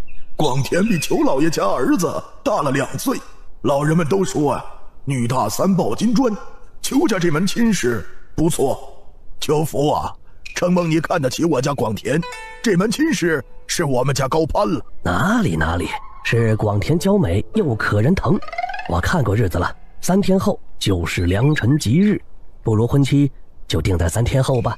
这么急？嗨，我也不想这么着急，这不后面几个月都没有特别好的日子，这才定在3天后啊。柯叔放心，我们裘家一定不会亏待广田，虽然时间有些匆忙，但是会给他一个风风光光的婚礼。既如此，便定下吧，以后我们柯裘2家就是亲家了，裘老爷可要多关照关照啊。从媒婆手里接过定亲书和婚书，递给柯老头。柯老头压根又不识字，让柯正北看一看有没有什么不对的地方。柯正北此时满心满眼都是托盘里的银子，巴不得这件事情快点成了。他根本不关心自家小妹嫁给谁，婚书上写了什么，婚礼怎么操办。爹，没问题，快签吧。就这样，双方高高兴兴的在定亲书和婚书上画了押，柯广田的婚事就被柯老头稀里糊涂的给定了下来。小女方才不慎惊扰了公子，还望公子见谅。这小姑是吃错药了，该不会是看上自己了吧？哼，这也太搞笑了！大街上投怀送抱，这人来人往的，柯广田是不打算要名声啊？这位公子，我家闺女可是好人家的女儿，方才你与她有了肌肤之亲，可能如何是好啊？感情这俩母女是商量好了，在自个儿这儿碰瓷儿来了，这是要讹人的节奏啊！这位公子，你刚才触碰到了我闺女，是不是应该对我女儿负责呢？哟呵，柯老太这是药效过去了，嗓子在一步步转好，要不要再给她加点药呢？刚准备动手，抬眸瞟到了斜对楼9楼2楼窗户处的一抹紫色身影。柯悠然的第六感告诉他，此人不容小觑，不能轻易暴露自己。你们想让我如何负责？这小娘皮生得好生俊俏，不如给小爷我暖个床，我给你10两纹银如何？这位公子，你若是玩腻了，便将这个姑娘赏赐给我们开荤呗。公子吃肉，给我们喝点汤呀，我们可都馋死了。许是柯悠然和影一影二都做了易容，柯广田他们压根儿没有认出来。完了，如果此人强行将广田掳走，我们找谁说理去呀？刚才做这件事情前怎么就没过脑子呢？这下篓子捅大了。公子，刚才都是误会，我娘不知道前因后果，冒犯了公子，还请公子行个方便。就在这时，一个紫衣身影从2楼窗户翩然而下，落在柯悠然与柯广田之前，一身紫色华服，上面一丝褶皱都没有，手中握着一把紫色的玉笛，看上去要多风骚就有多风骚。果然还是我漂亮，有魅力。看看，如此俊美绝伦的男子都被我吸引，跑来英雄救美了。而此时的柯悠然并不好受，因为这个紫衣男子一出场，便在影一和影三身上用了毒，而且他下毒的手法之刁钻，是柯悠然从未遇到的。虽然柯悠然第一时间给影一和影三解了毒，但是如果此人再次用药或用那些更加稀奇古怪的毒，柯悠然就该哭鼻子了。柯悠然正在绞尽脑汁的想，如何才能找到个隐蔽的地方，把空间里的毒老头给放出来。光天化日之下欺负人家姑娘和老人家，还有没有王法了？少爷，没事，你们退下。你想怎样？2楼窗户处立着的两人。龙头，你说主子今日是不是吃错药了？不能，你说主子什么时候对毒药和银子以外的人感兴趣过？哎，你说主子是对那个男子感兴趣，还是想帮他身后那俩母女？看主子那样子，不像是看上身后那姑娘的样子。老，你有没有觉得那个英俊男子有点娘啊？苦啊，那个男子瞬间解了主子下的毒，你有没有发现他的手法有点像师尊？啥？哎呀呀，这调戏良家妇女，怎么说要赔个5、6千两吧？天哪，不过是调戏了几句，就要赔个倾家荡产？可不，5千两，咱们普通人家要存多少年呢？普通人平均每人每个月能赚850文，一年能赚1200文，不吃不喝不花用这些银钱，要存4900年。眼前这个紫衣男人定然是看上自己了，所以才会如此维护自己。如果能嫁给这个紫衣男人，邱家少爷算个屁！不知公子如何称呼？紫衣男子突然弯腰，靠近柯悠然的耳朵。小师妹记住了，我叫英九，你从富源酒楼讹走我不少银两，对吗？天哪，卢，我这是终于见到毒师傅口中传说中的高徒了。我靠，自己利用豆腐等配方，也帮他这个师兄赚了不少银两吧？5成银两的分成，说什么都是自己赚的辛苦钱，要不要这么小气巴拉的？这里人多眼杂，咱们换个地方谈吧。柯悠然气沉丹田，足尖轻点，凌空而上，眨眼间便进了英九方才所在的房间。有意思，知道我英九的大名却不怕我，还往自己包厢里跑。看来这个小师妹不是傻缺，就是艺高人胆大，有恃无恐啊。而楼下，你凭什么不让我们进去啊？你们也不看一看，这个酒楼进去的是些什么人？就你们穿的这寒酸样还想进去？没睡醒吧？哎，滚！别站在门口影响我们做生意，也不打盆水照一照自己长什么样。就你那姿色，连我家主子的1%、2%都赶不上，还想上赶着巴结，真不要脸。2楼的包间内，好，很好，好得很。敢喝我的茶叶，也不怕中毒了，把自己给毒死。柯悠然完全不理会英九青紫交加的脸色，喝完茶还让影三叫来小二，点了一桌子的美味佳肴，招呼着影一和影三坐下一起吃。啊，我说师兄啊，如果让师傅知道你对小师妹我下毒，他老人家会怎么处罚你呢？柯悠然茶足饭饱后，师妹在富源酒楼拿的分成是不是太多了？多吗？师妹我觉得自己真是太仁义了，这个分成拿的有点少。师妹拿走5成还嫌少，那要多少才够啊？是不是我把富源酒楼送给你，才能满足你的胃口啊？哎呀，师兄，这是觉得富源酒楼是个麻烦呀。如果你真的想送，师妹我只好勉为其难接受了。毕竟帮师兄解决麻烦是师妹我义不容辞的责任嘛。高手啊！我怕你没那个能耐管理富源酒楼，还是师兄我管着比较好。我靠，你大爷的！说好的师兄呢？不是不能残害同门吗？为什么一言不合就用毒啊？这什么毒？怎么解？柯悠然瞬间将意识沉入银王空间，大呼道：“毒师傅救命呀！殷师兄要毒死我！我乖巧可爱的小徒弟要没命了！”丫头，你怕他做甚呢？师傅我给你的玉佩呢？为什么不用那个？玉佩？师傅，这个令牌有啥用啊？哎呦喂，我的傻徒弟哟！独门的令牌是至宝，你将令牌拿在手中，殷九那个臭小子不管下什么毒，对你及你身边的人都没用。东西都给你了，不会使用，你说你也太丢师傅我的脸了。天了噜，这令牌好东西呀！师妹，我们打个商量怎么样？富源酒楼的配方3期开如何？行啊，我7你3，就这么愉快的决定了。师妹我在这儿，谢谢师兄啦。我什么时候说你7我3了？是你3我7。殷九发现自己刚才用的迷毒完全没半点作用。殷九动手下完迷毒后，突然桃花眼上挑，噌的一下从椅子上站了起来。你有独门令牌？师兄这个时候才发现呀。唉，都怪我，应该一开始就给师兄交代清楚的，看看让你破费这么多毒药。师妹我委实有些过意不去。你过意不去？你明明就是故意的。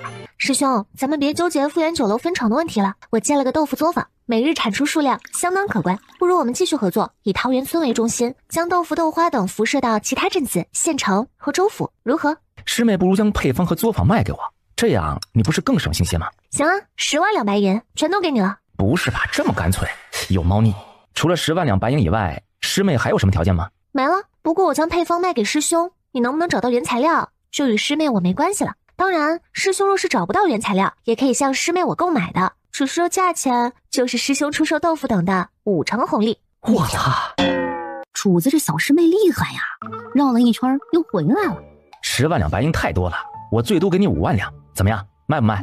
卖，干嘛不卖呢？一手交钱，一手交配方，怎么样？哎，阔，你说主子的小师妹是不是不想卖配方，所以才答应的这么快，以此来误导主子？老，你说如果有人在你面前如此故弄玄虚，你还会买配方吗？师妹，你该不会是想卖假的配方给我，让师兄空欢喜一场吧？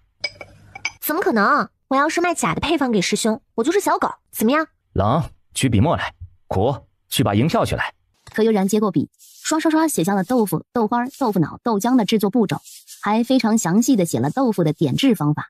师兄，之前谈的10万两是卖作坊和配方的，如今降到5万两了，我只能卖配方，不卖作坊了，怎么样？可以。殷九得到配方，便吩咐人马不停蹄的四处搜罗黄豆。主子，我们转遍了州府、县城、大小镇子的所有粮店，只收购到了不到350斤黄豆。什么？你们去过村子里面吗？有没有农户种植黄豆的？会主子，我们探查了周边几个村子，村民连饭都吃不饱，压根就没有人种黄豆。娘的，柯悠然，你好样的！我说怎么这么爽快就将配方卖给我，原来搁这儿等着我呢。扩大采购范围，将能找的米粮铺都问一遍，去我们山中的粮仓里翻找一下，看一看有多少黄豆库存。是，属下遵令。段家，你们5个抬起头来，没想到2郎和3郎如此用心，在庄子上竟然能找到知礼守节的年轻妇人。今后你就叫立春了，随时在我身边听候差遣，每月给1两银子的月例，配40衣服。立春谢夫人赐名。起来吧，今后你就叫立夏了，随时在我身边，月例和立春一样。谢主子赐名。起来吧，今后认真做事，不要偷奸耍滑，赏赐定然不会少。若是敢欺瞒于我，哄骗主子的，我定不会轻饶。段母勾唇微笑，欣慰的点了点头，对同事的表现非常的满意。乡下的就是乡下的，连训个丫鬟仆妇都要手把手教，笨死。老大家的，你和白氏也各选一个吧。这些人都是庄子上的，指不定是柯悠然的心腹。若是发现了我的秘密，去柯悠然那里告密怎么办？让家里人发现了我的小心思，那又该怎么办呢？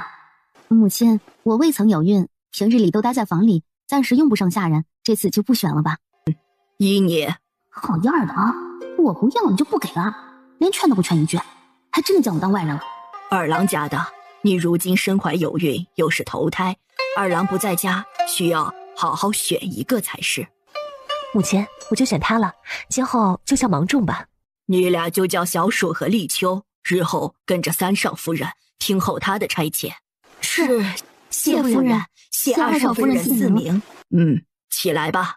柯夫人和二少夫人身怀六甲，你们几个伺候时必须提起12万分小心。若是两个夫人有什么闪失，别怪我翻脸无情。是，奴婢们领命。正在这时，同事，你死哪儿去了啊？广田即将成亲，你这个做大嫂的连个面都不露，摆什么臭架子呢？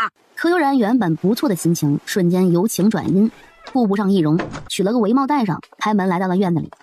扶二少夫人回屋去，这里的事情我们处理便好。是，夫人。闹吧闹吧，最好把同事肚子里的种给闹没了，也省去了我每天在饭菜中加木耳粉了。这是那个骨瘦如柴、风力吹袖倒、满身补丁、一脸死人相貌的同事？精心打扮后才出门的柯广田与同事这一比较，一个是天上的仙女，一个是地上的乞丐。当然，同事是仙女，他柯广田是乞丐。在柯老太带着人闹上段家的同时，你说什么？再说一遍！启禀主子，我们查询了名下的所有钱庄、粮仓、库房，压根没有黄豆储备。我操你大爷的！走，我们去会一会我那个好师妹。厉害呀，敢算计到我英九头上，别以为是我的师妹就可以随意算计我，给我等着！柯悠然不知道他在老虎嘴上拔了胡须，某人正怒气冲冲地往桃源村赶，等着捏死这个小师妹。好啊，老大家的啊，我们老柯家还在吃糠咽菜，你作为儿媳妇在这里穿金戴银，连丫鬟仆妇都用上了，怎么不想着孝敬孝敬你爹和你娘我啊？奶奶，我们家分出来了，且已经单独顶门立户，我娘穿戴什么好像和你没关系吧？怎么没关系了？你爹是从我肚子里爬出来的，孝敬老娘那是天经地义。奶奶，话说不孝有三，无后为大，我娘正是因为孝顺才好好保养身体，日后也好为柯家添子添福。别搞笑了，你娘都多大年纪了还想生娃？老大家就是绝户的命。话还没说完呢，刘春花便被一颗石子打中门牙，糊了满嘴的血。呀，三婶这是怎么了？说这话牙怎么掉了？小贱蹄子，你三婶这样是不是你做的？奶奶你怎么能空口白牙污蔑人呢？我一直好好的站在这里，连手都没动过。三嫂那样子，说不定是她嘴巴不干净，老天爷都看不下去了，惩罚她呢。老大家的，广田2日后就要嫁给裘乡绅家的小少爷了，你这个做大嫂的，是不是应该回家帮几天忙啊？奶奶，我娘今日身体不适，劳累不得，你先回去，稍后让家里的奴婢去家里帮2天忙如何？娘，奴婢好呀，让别人看看咱们家也是有丫鬟伺候的，说出去也有面子，对不对？可不，让丫鬟回家帮2天忙，等广田出嫁后就把人给留下来用，大傻一家也不能说什么，我可是他娘，他们还能反了天了？记住你说的话，老婆子我若是回去，后面没有人来，自信你的皮！还不等柯悠然回答，一道内力如罡风般袭向柯悠然。柯悠然瞳孔一缩，推开身边的段母和同事，凌空而上，堪堪躲过这致命一击。但是他头上戴着的围帽却被罡风打中，劈成了2半。柯悠然那宛若神奇的容貌瞬间暴露在殷九面前。从远处飞掠而来的殷九被那惊若天人的眉毛和他眉间的一点朱砂吸引，差点魂魄离体。跃上半空中的柯悠然身形一转，眨眼间从空间中掉出了另一顶围帽戴上，遮住了自己惊世之颜后，稳稳落于地面，带起了阵阵香风，直往殷九鼻翼里面钻。在看到柯悠然倾国倾城的面容时，殷九所有的怒火瞬间消失于无形，好像从来没有发过火一样。公子，您是特意来找我的吗？你是谁？这么丑，离我远点，脏死了！公子，你昨日不是还为我打抱不平，今日为何如此冷漠无情？滚！殷九挥手间将柯广田甩出了段家院子。哎，广田！这时冷腾和苦腾才追着殷九的脚步进了段家院子。完了完了，主子的小师妹这一次是难逃一劫了。如果师尊不在，估计主子这个小师妹不死也会变成残废。殷九，你就是这样对我这个同门师妹的？我要去问一问师傅，他是不是教你毒术的同时，还教你残害同门了？师妹，作为独门中人，这点随机应变的能力都没有，你好意思说你是独尊的弟子？殷九见柯悠然竟然不反驳，十分纳闷，他好想再看一看这小丫头气得跳脚的样子。师妹，耍师兄我玩感觉很得意是吗？我花5万两银子买了张废纸，你很爽吧？这确实很爽呀，谁叫他这个师兄钱多呢？师兄今日来所谓何事？配方不是全都卖给你了吗？师妹，师兄我长这么大还没有被人算计过，你是第一个敢算计我还能安然无恙站在这里说话的人。你明知道配方易得，原料难求，偏还让我花这么大价钱把方子给买了。如今师兄我把老本都给翻了一遍，粮仓里连1颗黄豆都没有，你说师兄我该怎么办呢？师兄，你这记性委实不太好。昨日我不是给师兄说过了吗？若是你买了配方没有原料，我提供黄豆，咱们还是按照以前说的5-5分成，你怎么就给忘了呢？他怎么知道真的买不到黄豆啊？说来也怪啊，他饮酒产业遍布天下，庄园更是不计其数，自己都买不到黄豆，他这个小师妹是从什么地方弄来的？师妹每个月能提供多少黄豆？师兄要多少我就有多少。师妹知道你刚才说了什么吗？这年头庄户人家连饭都吃不饱，谁种黄豆？师兄我昨日派了300-400人，把附近庄子和农户都给问遍了，就连今年春耕，大家也没有多少人种黄豆的。没有呀，据我所知，我们桃源村的沈里正就带着沈家族人开了不少荒地出来，全都种了黄豆。那也不够啊，你桃源村才多大点，我的酒楼可是遍布全国的。师兄到底与不与我们合作？你别管我的黄豆从什么地方来的，你只要知道我有黄豆就行。好吧，你赢了。如今他有些舍不得这个小师妹受一点点的委屈了，甚至还有一种想把钱送给他用的冲动。我有个庄子名叫碧来山庄，庄头叫李忠全，这上面画了路线图，师兄每月需要的黄豆数量提前差人告知李忠全，按照约定好的时间派人去那里运货就行，每次运货时结算分成银两，一手交钱一手交货。桃源村周围镇子、县城等的豆腐由我们桃源村的作坊提供，我答应过村民们，让他们在作坊上工的不能言而无信。行，没问题，我在周边镇子县城都有酒楼，我给下面交代一声，你们直接送过去就行。先合作一段时间看看，有什么问题再行协商。师兄可不能一言不合给我的下属下毒哦，如果让我知道，师兄也别怪师妹我翻脸无情哈。从小形成的习惯，很多时候下毒就是条件反射，他要怎么改啊？好吧，师妹翻脸什么的，他好像不太想看到，只能尽力而为了。就这样，柯悠然和殷九在段家的庭院中谈了不少生意上的事情。冷藤铺纸，苦藤拿笔墨和水彩来。两人动作麻溜地准备好了一切。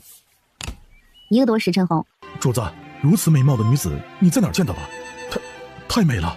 对，是很美，差点都让我窒息了。世间怎会有如此谪仙般的人儿？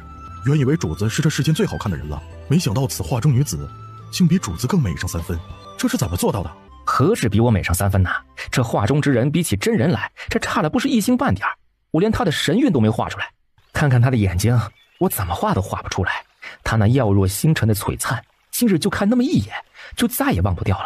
今日所见，主子今日就见了一个女子，就是你的小师妹，不会是她吧？对，就是她。殷九话音刚落，人已经消失在了书房之中。主子不会是去找他的小师妹了吧？现在天已经全黑了，主子过去会不会被他的小师妹当成贼打一顿？原来以前主子不近女色，是因为没有找到比她更美的女子啊。悠然，你是不是睡不着在等为夫啊？要不我们做一点有意义的事情。三郎怀里搂着如此娇娇软软的人儿，段雷霆哪里还能把持得住啊？到达段家小院外的殷九自己都不知道这么晚了他到底来这儿干嘛，但是殷九真的控制不住自己啊，循着柯悠然身上独有的香味儿，非常轻松地找到了他的房间。殷九已经跃上柯悠然的屋顶，拨开了上面的稻草，从屋顶闪身跃进了屋内。谁知屋内光线太暗，殷九一个不察，绊断了一条细细的丝线。机关开启的咔咔声刚传入殷九耳中，密密麻麻的箭矢朝着殷九的方向激射而来。你大爷的，箭头上竟然全都有毒！所有影卫瞬间撞开柯悠然的房门，朝着那抹紫色身影攻了过去。气沉丹田提气欲从房顶的破洞离开，房梁上空横就了一张大网，殷九刚跳上去就被网给挡了回来。丫的，小师妹你好样的，准备这么多机关恭迎师兄，也不怕把师兄扎成4类？以后没有师兄罩着，谁给你银钱花用啊？空间内，段雷霆只差临门一脚，忽然感觉到外界的异动，看着身下差点吃进嘴里的柯悠然，重重叹息了一声，翻身而起。段雷霆不由得蹙了蹙眉，与柯悠然同时意念一动，闪身出了空间。但是段雷霆想问，为什么自己出现的地方不是段家，而是他们露营的帐篷？难道空间有禁制，从什么地方进去的，只能从什么地方出来？所有影卫全部退出房间。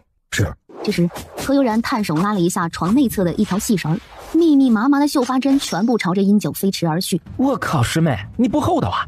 你这是谋害同门，谋杀师兄啊！师妹，咱不能这样。师兄我大晚上不睡觉，想带你出去看星星，你就这样对待师兄的呀？一个男子大晚上擅闯女子闺房，我这样对待师兄已经算非常客气了。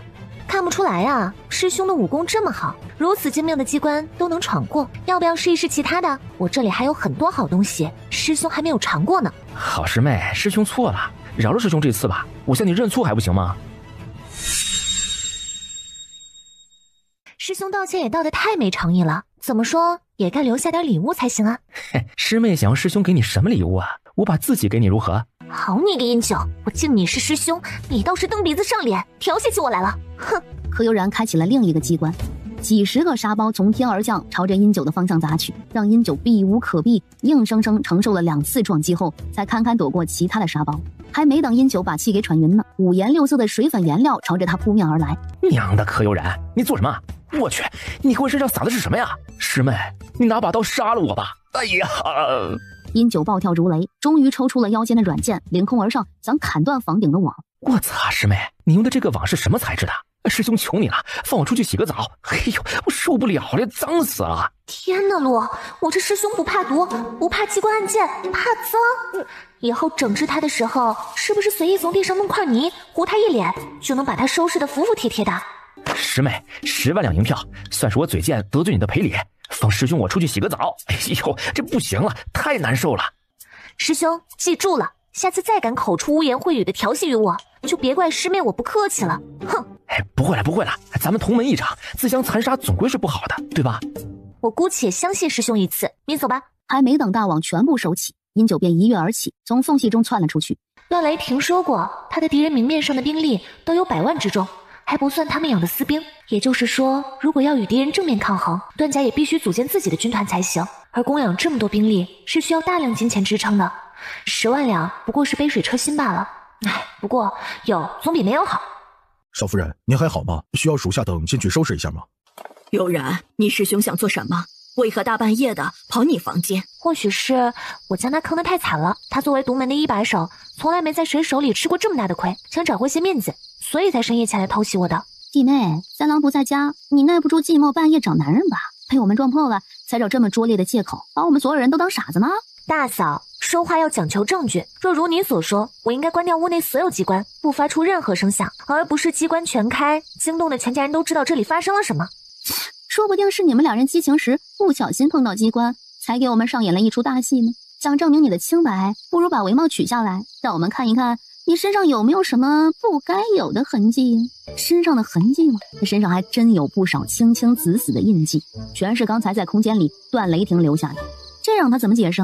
难道把空间的事情和他能随时见到段雷霆的事情向大家坦白？我姐不会做那种事情的，你凭什么空口白牙污蔑人啊？若是我姐要与她的师兄偷偷见面，为何不约在外面，约在房间里等你们来抓？那不是傻吗？我姐傻吗？小丫头机灵啊，说不定他们独门中人就喜欢约在房间里玩刺激呢。大郎家的，我家悠然是什么人？从小到大最是谨守本分的，绝技不会做出那种伤风败俗之事。他与三郎的感情，大家有目共睹，岂能因为三郎有事外出而与他人幽会？此事正如悠然所说，他的师兄是气不过，想报复我们家悠然呢。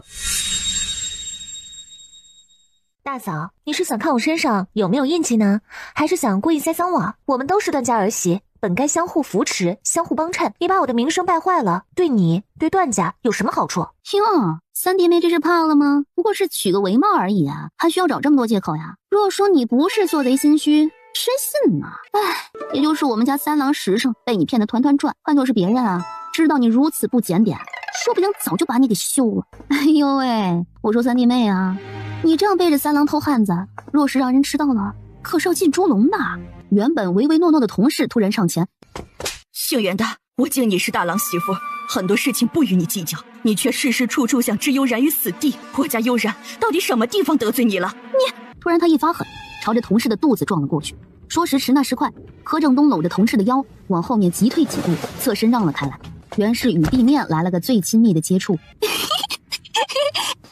姓柯的，你们一家住段家的吃段家的，算什么呀？如今一言不合就打起人来，你们也不出去打听打听，外面都在怎么说你们？够了，大郎媳妇儿，你今日的话委实有些多了。悠然是什么人，我们大家都很清楚。自从嫁入段家，他一直任劳任怨，还想尽各种办法发家致富。柯家确实住在段家，可是我们近日所用的银两花用，全都是悠然所赚，就连你身上的新衣，也是悠然赚钱买的布料所做。在这里的所有人都没有资格质疑他。段母上前一把拽住袁氏的手腕，将他拖到屋内。你自己看一看，这么多机关暗器全部打开，在这样密密麻麻的机关下，普通人早就一命呜呼了。没有抓住悠然师兄，是因为三郎设置的机关对付不了如此厉害的人物，与悠然有什么关系？此事原因为何，一目了然，日后休要再提，全都回去睡觉吧。可是母亲……够了，袁氏，你该做的是为段家添子添福，而不是在这里挑拨悠然和段家的关系。只要他柯悠然还与殷九牵扯不清，早晚都会露出狐狸尾巴，自个儿只需要等机会就行。行了，你少说几句，闲谈莫论人非，静坐常思己过。你也是大家族里出来的，以前所学的礼仪规范都到哪去了？悠然，不如今晚先去幽兰他们屋里休息一晚，这里明日再让人收拾，如何？爹爹不用担心，屋里看着凌乱，床铺却一点影响都没有。晚上我将房顶的钢丝网打开，还是很安全的。至于我师兄，经过刚才一闹，估计今晚也不敢再来了。娘体弱，你先带他和2个妹妹回去休息吧。见柯悠然坚持，也不再劝说。悠然，今晚你这屋怕是睡不了了，不如去母亲那里将就一晚如何？母亲，我认床，还是在自个儿的房间睡着自在。你快回去休息吧，屋外有影衣他们守着，没事的。锁上门，闪身进了空间。宝贝儿，对不起，让你受委屈了。我知道外面发生的一切，想通过意念出去，可是尝试了几次，都是出现在莲雾山的帐篷里，压根儿没办法回家。哦，这样啊，也就是说，我俩虽然共同契约了空间，但是却是独立的个体，从什么地方进，就只能从什么地方出。应该是这样，所以我压根儿没有办法通过你回家。要不你试一试，能不能通过我来到我居住的帐篷啊？同时与段雷霆闪身出了空间，然后柯悠然回到了他们的房间。段雷霆依然只能回到帐篷，这下两人都确定了，空间虽然是两人共同拥有，却不能通过对方出去，只能原路返回。三郎，咱们分隔两地，却能通过空间时常相聚，我觉得已经很幸福了。咱们别要求太高好吗？悠然，我向你保证，方才大嫂逼迫让你百口莫辩的事，以后不会再发生了。等我回家后，会和母亲解释清楚，不会让你为难。记住，不管发生什么，有为夫替你顶着，想做什么就放手去做，我会是你最坚强的后盾。好，有这样一个人护着，做什么都是甜的。盯着柯悠然如婴儿般干净的睡颜，仿佛灵魂都被这个小丫头给吸进去了。盯着柯悠然原本白皙透嫩的肌肤上那些青青紫紫的痕迹，暗恼自己没控制好自己。段雷霆轻轻起床，出去从钟乳石上取了不少白色乳液后，轻柔地帮柯悠然涂抹在身上青紫的地方，看着她皮肤上的痕迹以肉眼可见的速度消失。莲雾山的事情必须速战速决了，我要抓紧时间回家会一回那个叫英九的师兄什么的，最讨厌了。凡是想要挖我墙角的，都必须要扼杀在摇篮里。大喜的日子，老柯家门可罗雀，门外却响起了敲锣打鼓的声音，贱货伴随着小孩子的欢叫和惊喜的呼唤。疼，有疼！哎呦，铜钱是铜钱！你们看，我捡到好多铜钱和糖果。爹，你这是给我个惊喜呢？啊，高，实在是高，这样的热闹我喜欢。爹，一大群人拥簇着敲锣打鼓抛下铜钱和糖果的一行人路过老柯家，然后渐行渐远，往小青山脚而去，完全没有进门的意思。爹，刚才那是怎么回事？难道那些人不是你请来恭贺我和广田新婚大喜的吗？裘老爷搞错了吧？我女儿嫁给你儿子，你怎么能叫我爹呢？应该叫亲家才对呀。对，裘老爷啊，您叫错了，咱们是亲家，不该叫爹的。我说姓柯的，咱们婚书上白纸黑字的写着，将柯广田嫁给我，做我的第5个田房。什么时候说是嫁给我儿子的？晴天一道霹雳，砸得柯老头和柯老太外焦里嫩。裘老爷，你说什么？广田明明是嫁给你16岁的大儿子，做裘家少奶奶的，什么时候变成你的田房了？裘老爷，那日我们不是说好的吗？我家广田嫁给你家儿子，咱们还定了亲书，让我家正北确认过。老四，你给裘祥生说一说，那日是不是定下的裘家大少爷？爹，那日裘老爷不是说得很清楚吗？他说他看上我们家广田了，想娶回家做田房，你当时就高高兴兴答应了。婚书上写的也是让广田做裘家夫人，怎么能是少夫人呢？你去查一查刚才过去的队伍去了哪里，有什么喜事？是。我靠，师兄你整这一出是在报复我吧？是吧？哎呀妈呀，这师兄还真小气，不就是昨晚在自个儿这里吃了个鳖吗？至于搭上全村人的安全报复自己，这也太小气了吧！虎腾如果知道他费心费力提着脑袋取了铁公鸡殷九的钱，在桃源村豪迈的挥霍一场，想帮殷九在柯悠然这里树立一个多才多金、豪爽大气的师兄形象，却适得其反。县令大人一早听说富源酒楼大清早就敲锣打鼓的往桃源村而去，忙带着柯正南和姚毅追着富源酒楼的脚步匆匆而至。我的个天神呐，真不愧是富源酒楼，连开个小小的作坊都能挥金如土，这是要有多少钱才能如此败家呀？看来桃源村的这个柯悠然有些能耐，周边所有富源酒楼的掌柜齐聚一堂，那是什么概念啊？恭喜恭喜呀！段小娘子别来无恙。县令大人客气了，不过是作坊开工，劳你亲自跑一趟了。哪里，应该的，这是县衙给作坊制作的牌子，以后见此牌如见本官，任何人都不得在作坊闹事，如有闹事之人，本官定叫他牢底坐穿。柯二叔公和柯三叔公对视一眼，全都熄了闹事的心思，有县衙撑腰，他们这些平头百姓谁敢惹？裘家的小厮看到这儿，大体知道是个什么情况了，马不停蹄地往回跑，一进老柯家的门，便将在小青山脚的事情和盘托出了。我苦养的闺女啊，你命怎么这么苦啊？你这是给你爹卖了呀！柯老头一把拧着柯老太的衣领，将老婆子从地上拽了起来，啪啪啪啪就是7、8个大嘴瓜子。打完之后，把柯老太往地上一扔，还不解气地在他腿上狠狠地踢了2脚。裘乡绅看着这一出闹剧，脸越拉越长。今日是自己的婚礼，这老太太不开开心心的送亲，竟然还哭嚎上了，想用这种方法让自己放弃柯广田吗？门儿都没有。去喜房把柯广田给我拽出来，想做我裘夫的夫人，就要有旺家旺夫的命。既然啥也没有，那就只能做姨娘了。我看上的女人还没有能逃过我的手掌心的。是，属下遵令。没多大会儿，你做什么？为什么抓我？我是裘家的大少夫人，你们胆子也太大了！放开我！快点放开我！裘福看着他精心打扮的妆容，眼眸一亮，3两步走上前，一个反手将柯广田扛在了肩上，心情瞬间由阴转晴。夫人呐，没想到你如此美貌，为夫今日前来是迎娶你进门的。我天，闺女儿，裘老爷，我求你了，不要这样对待我家广田，她还是个黄花大闺女啊！裘福出了门，猴急火燎地将柯广田往自己马背上一扔，迅速翻身上马，一顿打马狂奔。刘春花，你个败家娘们儿啊！你煮这么多粮食喂猪呢？就是猪也吃不了这么多呀！你把咱们家1年的口粮都给糟蹋光了，你看老娘不打死你！哎呦，娘，别打了！哎呦，痛死了！娘，求你了！哎呦，娘，今日之事都是柯悠然的错，咱应该找他算账去。对，你不说我都给略过去了，都怪柯悠然那个小贱蹄子！什么时候作坊开工不好，偏选我家广田出嫁的日子，看老娘不去闹他个鸡飞狗跳！娘说的对，柯悠然啊，就是故意给咱们家广田找不自在。他那是作坊开工吗？他那是给你找不痛快呢。咱们过去看一看，他请全村人吃什么？为何大家都在一个作坊也不过来？老子算是想明白了，柯悠然那个赔钱货就是专门算计我们的。名义上派2个丫鬟来帮忙，实际上赚足了名声。2个丫鬟啥也没做，咱们却深陷泥潭爬不出来。我就不信了，老子是他爷爷，他还能反了天了？看我今日不当着全村人的面打得他连娘都不认识。老头子，你说的对，今日就是他来送天庄后，村民们才全部走光的，咱可不能饶了那个小贱人。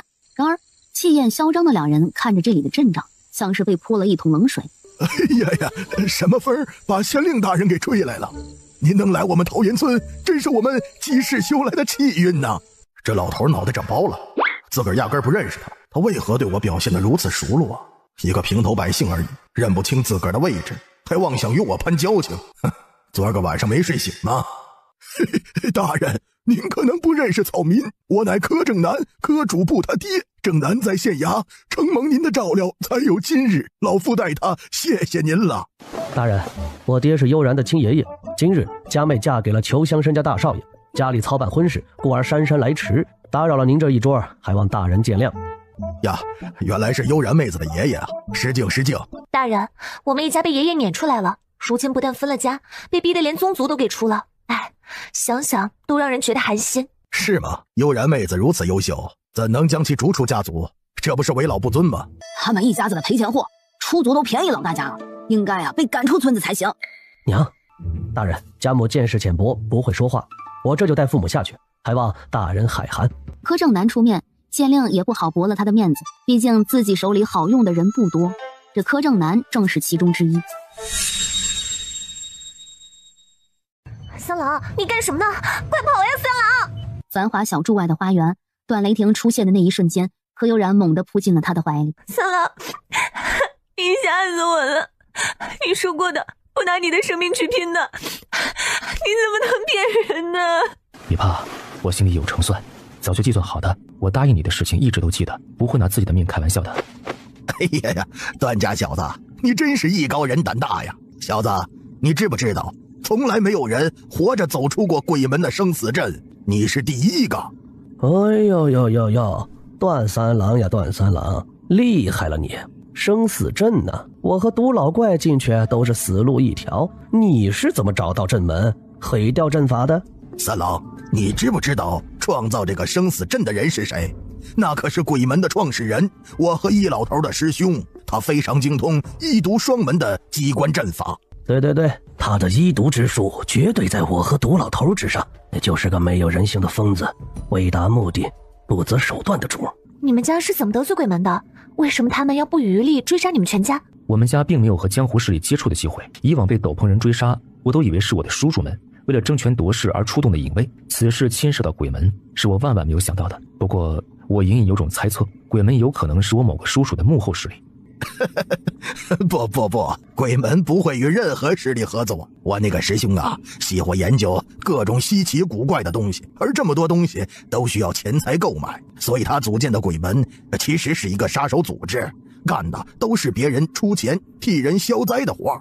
不对呀，他们既然是做杀手生意的，应该很出名才对，为何我的情报网对他们知之甚少呢？是我那师兄不善经营，而且鬼卫也是近2年才养出来的，人数并不多，你们都不知道，那也很正常。当初他就是因为研究鬼卫被逐出师门，永世不得返回。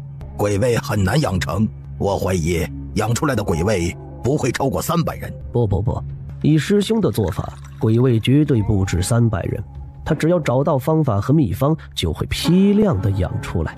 不可能，易老头，你以为他会有很多药材吗？会像我们这样找到银狼空间吧？没有药材，他空有方法，也是巧妇难为无米之炊。不对，你可别忘了，他离开医毒双门时偷走了大量药材，差点搬空了门内的库房。你老小孩呀，老小孩，还别说，俩老头还真是一对欢喜冤家。三郎，你在什么地方发现这个全身都是机关的匣子？做工好精致，想要开启，怕是很难。段雷霆走过去，从柯悠然怀里取过匣子，拉着他坐在了床上，在匣子底部的暗格上捣鼓了几下，只听咔嚓嚓的机械碰撞声响起，匣子上的机关噼里啪啦全打开了。这不是吧，三郎，你的机关术竟然……不是我的机关术太厉害，而是这个匣子本就是我的。天哪，世界这么大，出去一趟还能找到丢失的东西，这是什么样的运气啊？我们段家凡年满15岁的男丁都要分家开府令主，我的管家姓任，我一直都叫他任伯，他是父亲赐给我，一直照顾我长大的人。段雷霆停顿了一下，搂住了柯悠然，靠在了床上，将他紧紧地圈在怀里，好像这样才能安抚他沉痛的心。柯悠然随着他的讲述，心情也渐渐沉重。好景不长，我开府不过2年，家中突逢变故，我紧急遣散府中所有人，然而任伯不愿意离去，誓死追随。我知道我和兄长们都是敌人的眼中钉肉中刺，跟着我能九死一生都是万幸，所以我将自己在全国各地所有产业的地契房契，我搜罗的财富银票全都装进这个匣子之中，交给了任伯，让他找个地方隐居起来。我原想着任伯尽心尽力伺候我这么多年，一生无儿无女，老来我没能给他好好养老，不如将这些东西全都给了他，派了无数侍卫护他周全，让他寻一个安身立命的地方养老，也全了我们之间的主仆之情。不成想，他竟为了护住这么一个匣子，舍弃了自己的性命。然后从匣子中一一取出里面的东西。你看，这是全国500余家店铺的房契，这些店铺都租出去了。家里出事后有2年没有收租子了，这些是在我名下60多个在全国的大小庄子、茶园等，价值几何我也没有办法估算。这些是在京城最繁华地段的商铺门面，以及各州府县城的庭院。段雷霆如数家珍地介绍着他的产业。天哪，卢，我是嫁给了钻石大亨了，一夜暴富啊，有没有？其他不说，柯悠然知道，像京城那样的地方，自古以来都是寸土寸金的，没有身份地位，没有背景，想要护住哪怕一套门面，可能都是天方夜谭。三郎，你实话告诉我，你以前的身份是什么？你的仇家到底是谁？我就知道瞒不住你。你知道段这个姓氏代表着什么吗？柯悠然摇头。段是国姓，也就是这个偏远的边陲小镇不知道段代表什么，所以我们才敢直接用自己的姓名定居下来。妈妈咪呀，我这是一个不小心嫁进皇室了。你在皇室是什么地位？咱能透露一下吗？我也好有个心理准备。我爷爷是皇帝，我爹是他第5个儿子，人称翼王。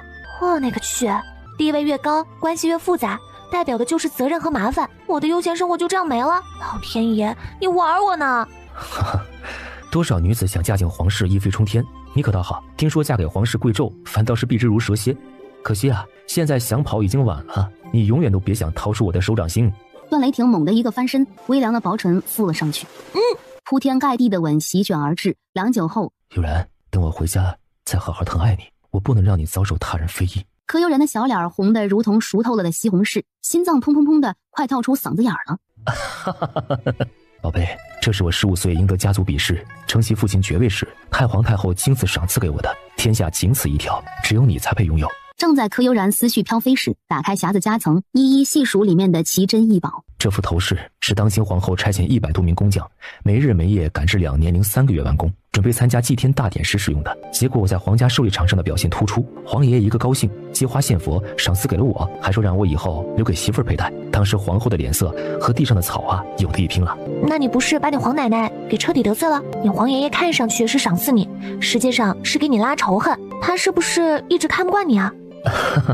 你一个在乡间长大的小丫头，为什么对皇室这些弯弯绕绕如此熟悉？我刚说了个开头，你就发现事情的症结所在了。三郎，你匣子里为什么全是女人的首饰？别告诉我这些东西背后都有一个狗血的故事。你猜中了，确实如你所说，这里每一样东西都是独一无二的，珍品中的珍品。皇室中的女人，人人看着眼红，谁都想要得到，却苦于在我手里，只能藏在心里嫉妒罢了。难怪你们家会出事，有这些坑孙子宠孙子的长辈，早晚成为别人眼中钉肉中刺。当时是什么原因让你们颠沛流离的？你们被抄家了吗？不，我们不是被抄家，事发至今我都没有弄明白具体情况。当时我和大哥二哥同时收到父亲紧急密信，让我们遣散府中之人快跑，没有说明具体原因，没有任何解释说明。我收到密信遣散府邸，准备去找父亲问一问具体情况之时，母亲带着大哥二哥和2个嫂子找到了我，只说父亲遇害，我们必须快点离开。接着就是黑衣斗篷人无休无止的追杀。我经过每一个州府和县城，都注意着朝廷的政令，然而没有只言片语提及翼王一脉，甚至连我们家出事都未公布。你问过母亲吗？母亲但久说过，他们想杀了你和大哥他们，需要留母亲的活口，说明母亲定然是知道些什么的，指不定她非常清楚家里突逢大难的前因后果。我早就问过了，这2年来，我总是时不时找机会询问母亲，可是她每每都以各种理由回绝我们。家里的事情就像一团迷雾，在我以为抓住了关键，这后来发生的事情却一次次打破我的判断。别想了，事情总有水落石出的一天。我现在是个村姑，佩戴这样的项链出去不合适，先收起来，日后再戴。宝贝儿，从今日起，这个匣子和里面的东西全都是你的了，想怎么处置都随你。按照你刚才的分析，这里面的东西快抵上半个国库了，你说给我就给我了，这样是不是不太好啊？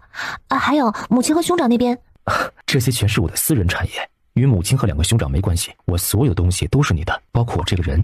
柯悠然整个人都化了，被段雷霆的柔情包裹，暖成一片。我去给你做些吃食，然后好好睡一觉，天亮后你还要出去，想办法从莲雾山的崖底脱困，我还等着你平安回家呢。今日是作坊的开工宴，你定然是累坏了，我自己去弄些吃的就好，你歇着吧。这男人好暖呢。在段雷霆寻找出路往回赶时，边境的3个府衙同时收到政令，3个州府百姓以户为单位，樊家里有年满14周岁的男子，3丁抽1，5丁抽2，强制服徭役修建边境城墙。不想服徭役的，每人每月缴纳35两纹银，直到把城墙建成为止。消息传入桃源村后，整个村子都炸了。柯悠然前脚进门，将段家的银两交了，后脚柯二叔公和柯三叔公便带着柯氏族人冲进了沈礼正家。姓沈的，你是不是早就知道朝廷要征徭役，所以将沈氏一族全都分了家？作为李正，你事先知道事情却不提前通知我们，你安的什么心？沈礼正，我敬你的辈分高，你说什么我们都尽量配合。可是你在做什么呀？你是不是就想通过这次徭役将我们柯氏一族撵出桃源村，你们沈氏一族称王称霸？太过分了！对，你作为李正，该带领我们规避危险才是。你做了什么？只带着沈氏一族分家，让我们顶缸去修城墙，你亏不亏心？柯氏的族人们，你们先别激动，当初是你们自己不想分家，哪能将责任怪到我的头上？他们在沈礼正家的院子里四处打砸，水缸石墨无一幸免的遭了难。眼看他们就要上手打人了，并往沈礼正家里冲。杨莹莹3听令，把激动的柯氏族人全部撂倒。是。哎呀，哎呦疼啊！哎呀，哎呀！柯悠然，我们找沈礼正说事儿，与你何干？你还是不是柯氏族人了？我警告你，最好不要多管闲事，否则别怪我们将你。柯悠然双手环胸，严阵以待地等着柯二叔公往下说。你自己的孙女，你自己收拾。柯老头被冷不丁地推出来。悠然呐，你是小辈儿，这是柯沈两族的大事儿，你最好别管这些，把你的人都给我带回去。今日我们只找沈礼正理论，此事与段家无关，与你无关，你可别多管闲事儿。爷爷此言差矣，我们生活在桃源村里，凡发生在村里的事情，大家都应该站出来过问一样，毕竟相互团结才能共同发展，对不对？况且分家这事儿，原就不能责怪沈礼正。如果我没记错，是柯二叔公带头唆使柯家族人抵抗沈礼正的提议，与沈礼正又有多大关系？确实如柯悠然所说，是柯二叔公唆使他们不要分家的。族人们，沈礼正定然一开始就知道今日之事，早在私下里与沈氏族人协商好的，不然他们为何在沈礼正一提出来分家时，连反对和质疑都没有就同意了？我们族长从来没有私底下告诉过我们什么，你可不要乱给族长扣屎盆子。对啊，分家的事情，族长是当着你们的面提起的，你们不愿意听，这怪得了谁啊？别用自己的错误去怪别人，从一开始就是你们自己不愿意分家，与我们族长有什么关系？你们说的轻巧，如果不是沈礼正私下说过什么，他一提分家，你们就毫不犹豫答应了，别搞笑了好吗？老三说的对，沈礼正绝对提前知道什么，才会让沈家族人把家给分了。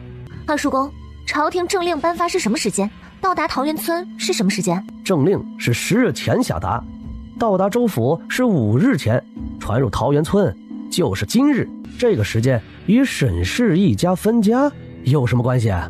问得好，朝廷政令是10日前颁发，沈氏一族分家是20多日前。难不成沈礼正能神通广大到未卜先知，在朝廷法令还没颁布前预料到今日之事？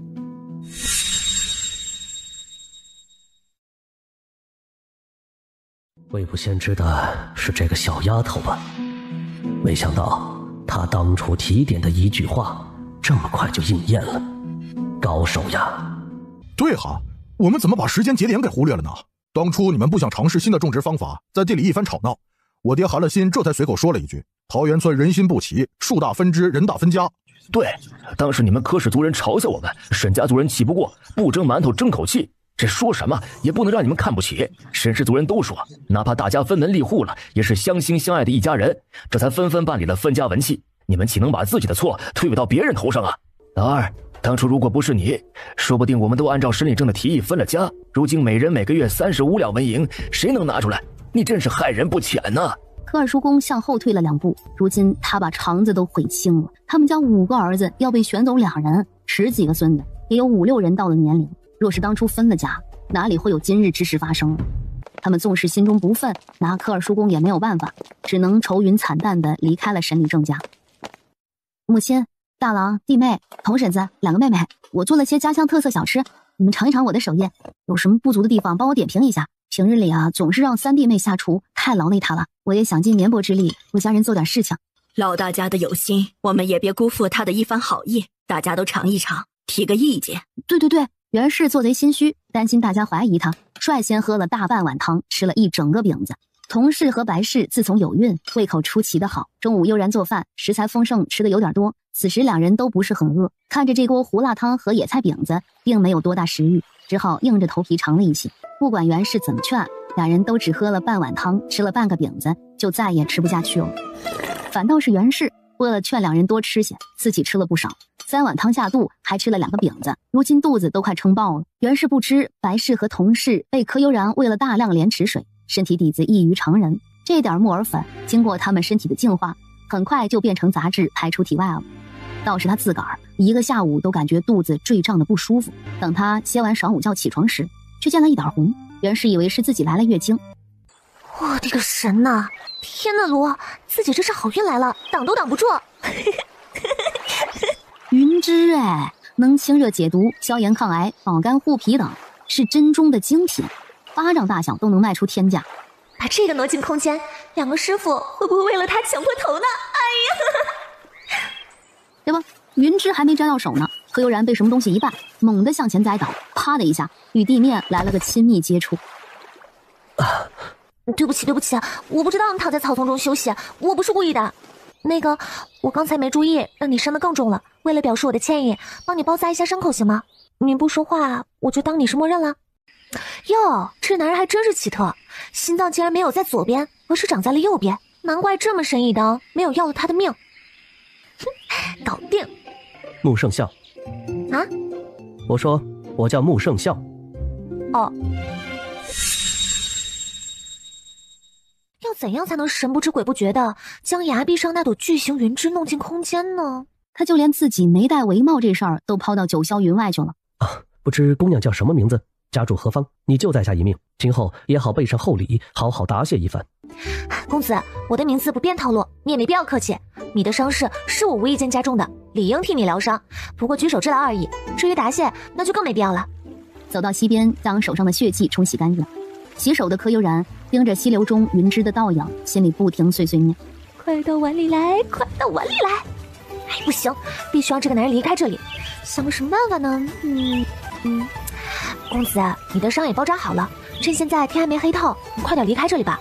这血腥味这么重，说不定没多大会儿就会引来不少凶手。我叫穆圣孝。好吧，穆圣孝，为了你的安全，我觉得还是抓紧时间离开比较好。姑娘不走吗？我一个男人在这里危险，难道你女子在这里就安全了？笨蛋，我有空间呀，遇到危险往空间里面一躲不就行了？你在这里我还怎么躲进空间呀？我准备采集一些药材回家，不着急离开，你先走吧。我如今没什么事儿，还是留下来保护姑娘的安全吧。那成，你喜欢便待在这里吧。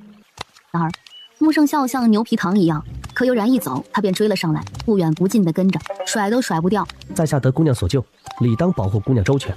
山中危机重重，姑娘一人在这林中，恐发生危险，还是有在下跟着比较好。我操！柯悠然那个毁呀！早知道这人会这样，给他用啥莲池水啊？如今伤势恢复如此之快，还一直跟着自己，算个啥事儿啊？千年云芝，你可千万等着我，别被人给捷足先登了呀！段雷霆那边也在上演着同样的戏码，结果却完全不同。他救下的那名红衣女子上岸后没多大会儿便醒了。穆盛晴在看到段雷霆那一眼之后，心彻彻底底的给丢了。我的个天神哎！这男人是自己见过最风神俊朗、最阳刚、最有魅力的男人，没有之一。就连他的哥哥，楚穆国第一美男的太子殿下，都比不过这个男人的万一。段雷霆休息的差不多，见红衣女子醒来，看上去精神还不错，他站起身，抬步就往桃源村方向赶，用平生最快的速度追了上去。谁知男人走得又急又快，一点怜香惜玉都没有。穆盛晴穿着嫁衣，长长的裙摆时常挂在各种枝丫上，没多大会儿便失去了段雷霆的踪迹。哥，你在哪里？你可怜的妹妹被人欺负了，你去哪里了？为什么要扔下我一个人？段雷霆早已经走远了，哪里能听到这个小公主的哭嚎啊？就算听到了，他也不会回头。将人从水里捞出来，已经是仁至义尽了。丫头，你干啥呢？绕的老头子我头都晕了。丫头，你别走来走去的成吗？我的脑袋都被你走成一团浆糊了。丫头，什么事情让你如此烦躁？说出来，师傅帮你参详一二如何？好歹师傅比你多吃了几年饭，指不定就能帮你想出什么好办法来呢。他抬手一挥，两位师傅，你们看那人在外面烤兔子，我出不去了怎么办？嗨，我说啥事儿？他烤他的，你在空间里面待着不就成了？这深山老林的，那人早晚要离开的，等他走了你再出去不就行了？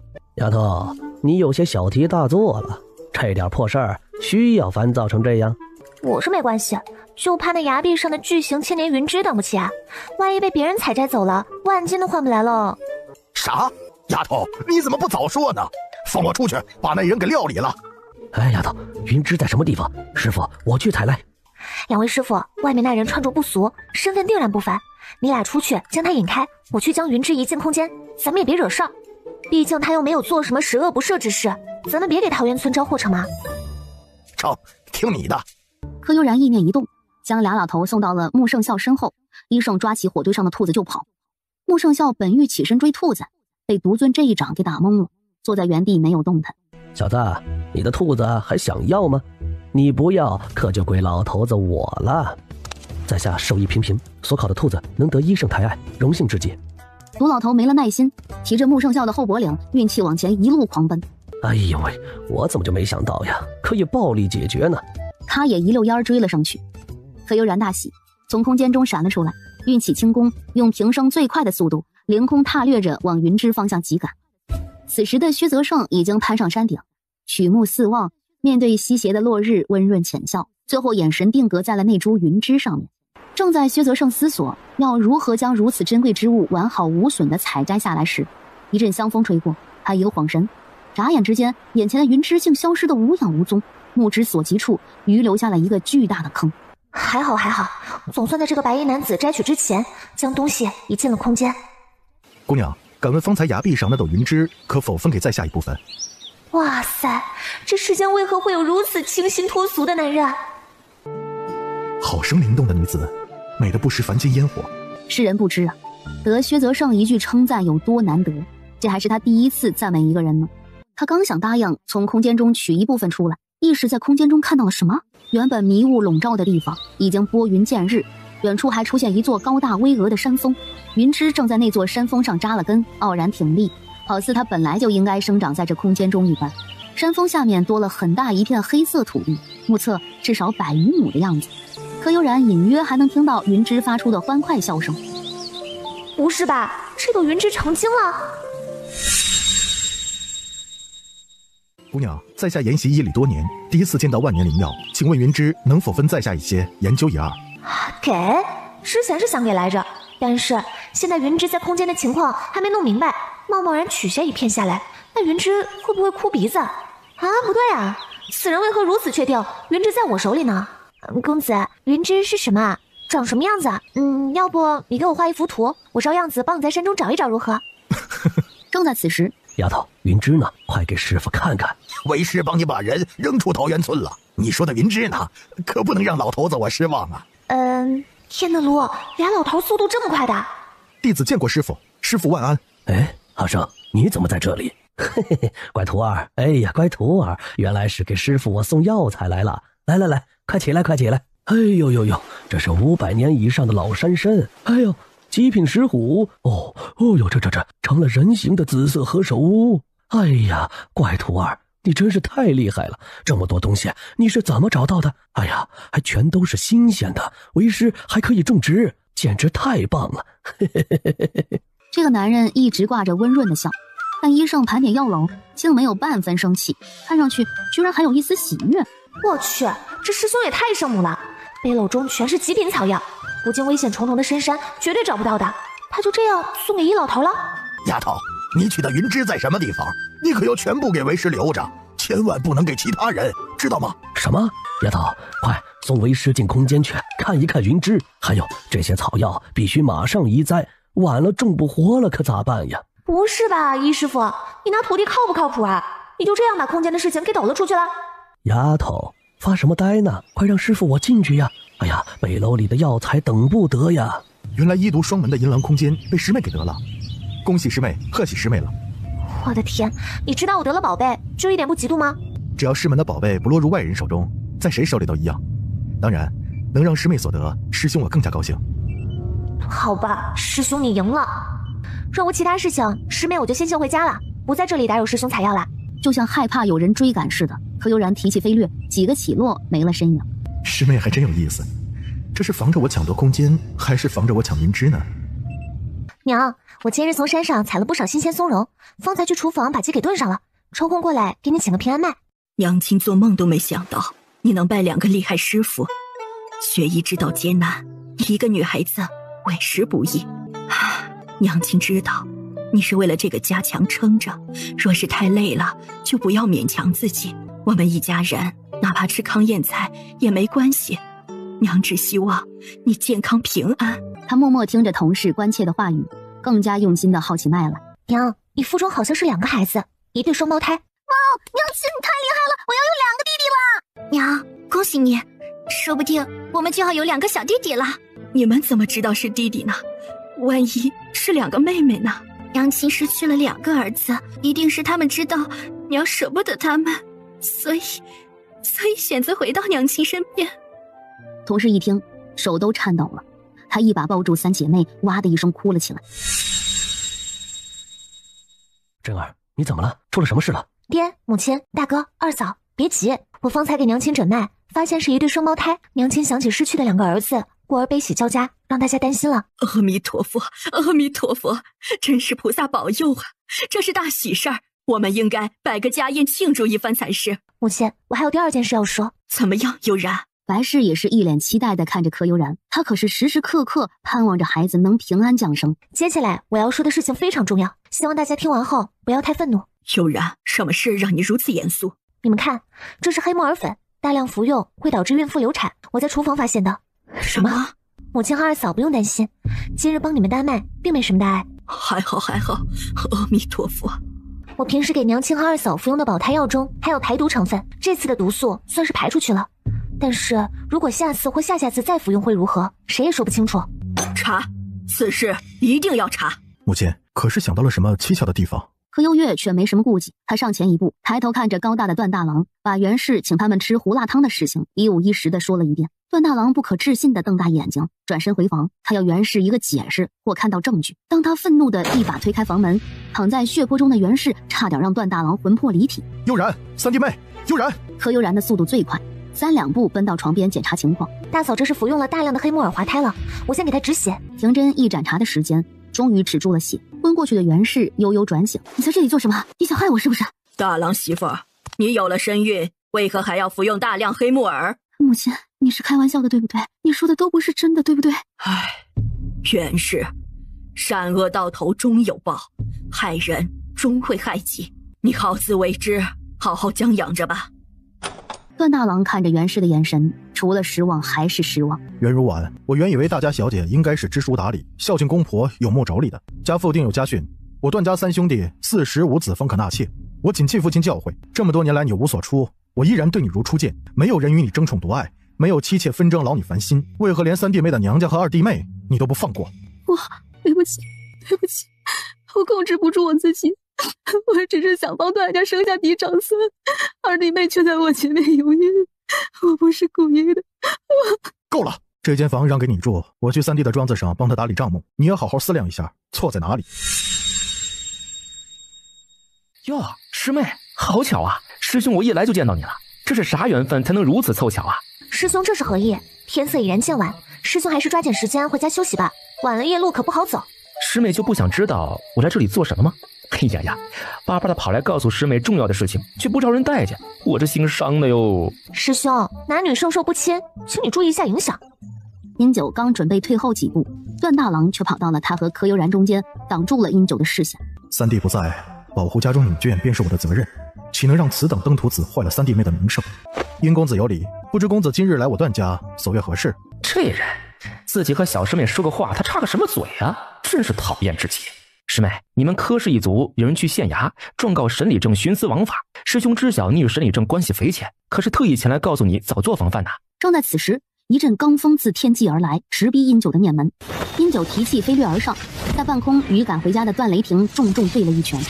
此人武艺不凡，能与我英九对长之人，事先不会超过10个，而且他的武功绝对在我之上。动武实非明智之举，刚才我在他身上下了毒，却没有反应，这个男人不简单呐。三郎，你没事吧？有没有受伤？师妹，与陌生男子搂搂抱抱的成何体统？到师兄这边来，咱们师门同袍，定会护你周全。多谢师兄关心，此人乃是我夫君，岂是陌生男子？师妹的眼光不行啊，你容貌天下无双，配这样满脸胡茬的糙汉，也太辱没师门的名声了。来师兄这里，我替你物色其他更好的2倍，这种丑八怪咱不要也罢。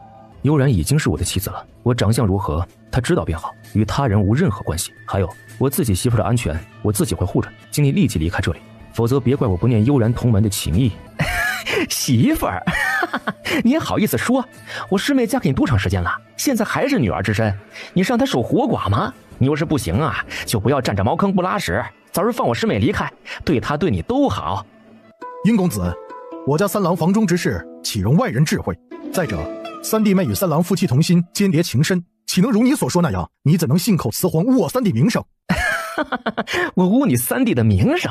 嘿，徐德胜，你是一门高徒，说说咱们师妹这是不是个未经人事的姑娘啊？藏在树冠里的薛泽胜无语问天。这殷九啊，他看戏看得好好的，偏要将他拉下水，真是盐吃多了咸呢。只见薛泽胜翩然而下，白衣赛雪，仙气十足，容貌一点也不输殷九。师妹安好。薛德胜，以你一门中人的毒辣眼光，看看我们师妹是不是完毕？师妹确实完毕。三郎，靠，自家大哥那是什么眼神？看哪儿呢？三郎，若是你真的有什么隐疾，没关系的，说出来，找医生帮你瞧一瞧，只要能治好，咱不丢人。你若是讳疾忌医，伤害的不仅仅是你自己，还有悠然，你明白吗？岳父大人不能揍，怎么破呀？爹，你们干嘛呢？是我身子骨没有调养好，三郎心疼我，想等我再养一养的。你们都想到什么地方去了？悠然，也知道你们夫妻情深，你想帮三郎遮掩一二，但是隐瞒总归不是办法，还是要找医生治病，方是正理。师妹，这里土墙草顶，穷的只剩下土了，要不跟师兄走，住到我那紫荆山庄去，我给你配上一堆的婢女伺候，绫罗绸缎金玉首饰，任你挑选如何。再不济，住到薛泽胜的药香居去也行，别跟着丑八怪住了，日日看着他那张脸，这吃饭都不香了，对不？师妹，天色已晚，我就先行告辞了。三郎把殷九给打残了，还得挨毒师傅一顿数落。我师兄有严重洁癖，比打残他还让他难受。他运起一掌拍在地上，瞬间铲起一片泥土，哗啦啦的往殷九方向飞。喂，小子，你干什么呀？我去，脏死了你大爷的！伴随着殷九的一长串大骂，他疾步而退。姓段的，你不要脸，竟然搞偷袭！靠，给我等着，看我洗干净之后怎么收拾你！声音还在空气中飘荡，殷九的人已经没了影子。三郎，有什么话好好和悠然说，你可千万别动粗，知道吗？三郎，你先冷静一下，闹事的是悠然师兄，与悠然没什么关系，把火发在悠然身上，实非明智之举。爹娘，你们放心吧，我疼爱悠然还来不及呢，行对他动手。还不等所有人反应，只听柯悠然的房门啪的一声合上，哪里还有2人的影子？段雷霆进屋反锁上门，便带着柯悠然闪进繁华小筑他们的房间之中，大手一挥设了个结界，这下连声音都不会传出这栋小楼了。有2个神仙师兄是吧？我这里土墙草顶，师兄那里金玉满堂是吧？不让我把师兄打残是吗？这男人真是的，哪儿来的莫名其妙的邪火？你干嘛呢？刹那间就夺走了他的呼吸。我是丑八怪吗？和你2个师兄比，谁更俊美？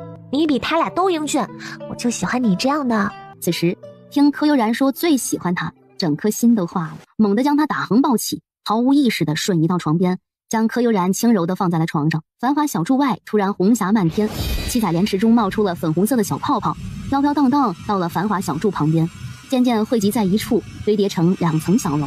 随着一阵地动山摇，组成小楼的粉红泡泡从上而下破裂，显现出一套现代风格的购物超市。如果柯悠然出来看到，定然会惊掉下巴，因为这就是他的超市空间竟然与银廊空间合二为一了。1个多时辰后，繁华小筑内，本还想再辛勤耕耘一番，看着柯悠然疲惫且满是汗水的小脸儿，宝贝儿，是不是很疼啊？对不起，我第一次没有掌握好力道，下次一定注意。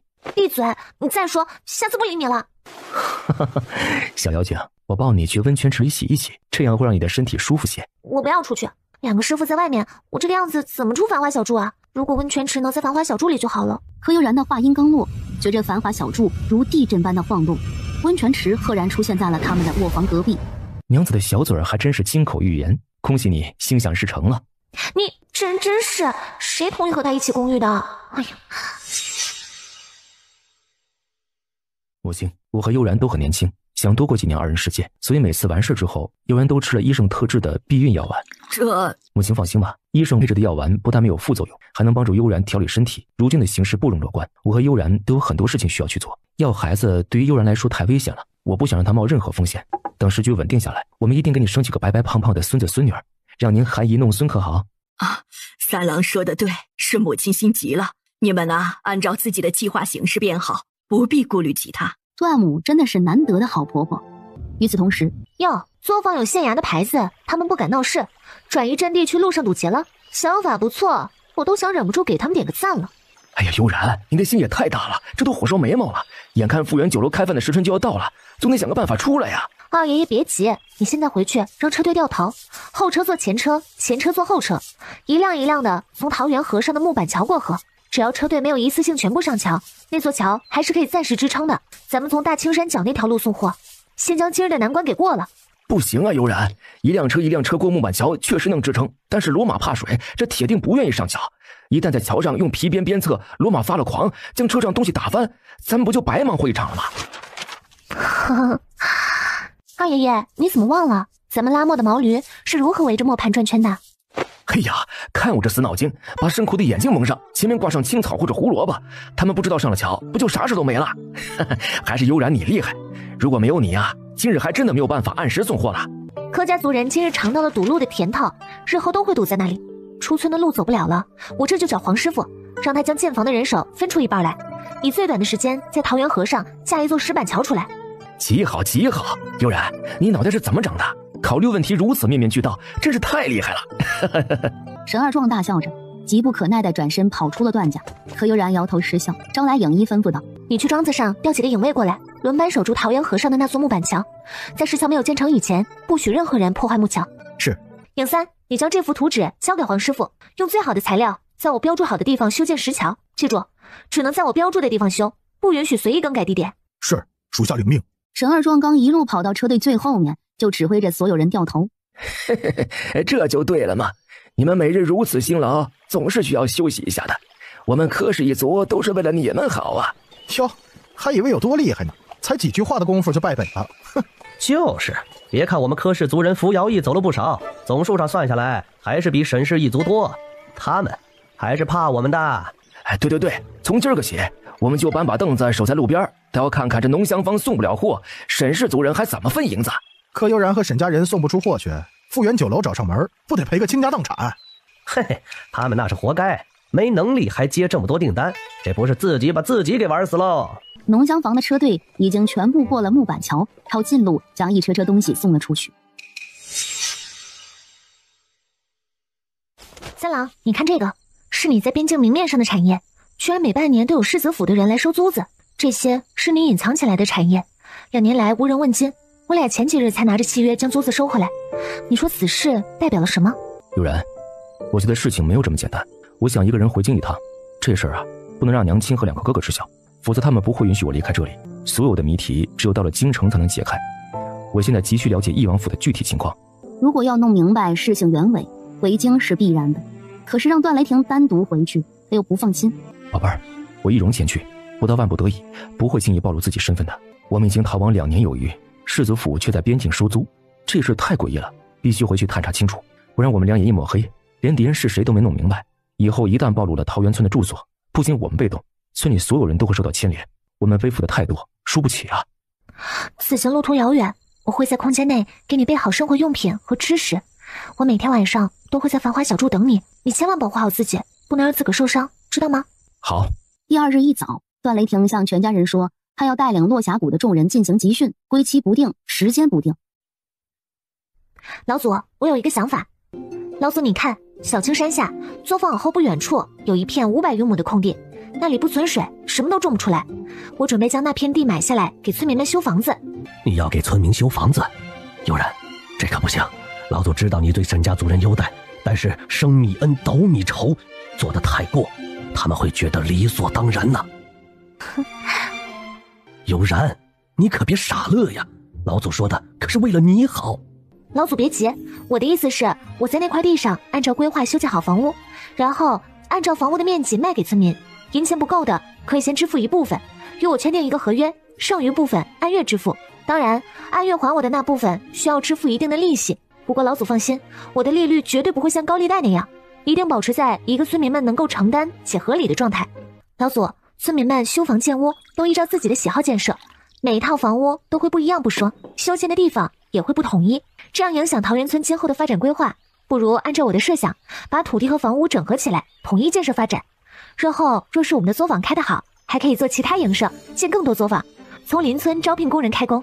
柯悠然将未来的设想、桃源村的地形可以做的各种营生仔仔细细地说了一遍，听得在场众人热血沸腾，巴不得现在就撸起袖子大干一场。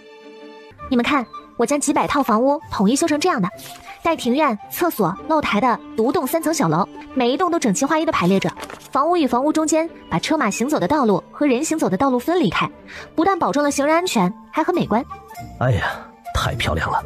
花园水榭，亭台楼阁，小河穿房而过，一座座石桥相连，家家户户看上去独门独院，但是集中居住，走门串亲都很近，我都想搬到这儿来住了。悠然，你修这房子我第一个买。黄师傅如果想搬来住，我们欢迎至极。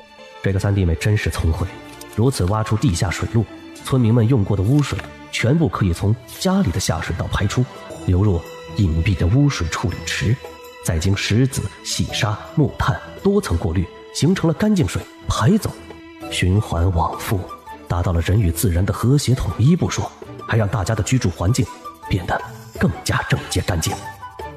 段二郎不由感慨，真的要感谢上天垂爱，将如此聪颖的女子嫁进了他们段家。哎，听说了吗？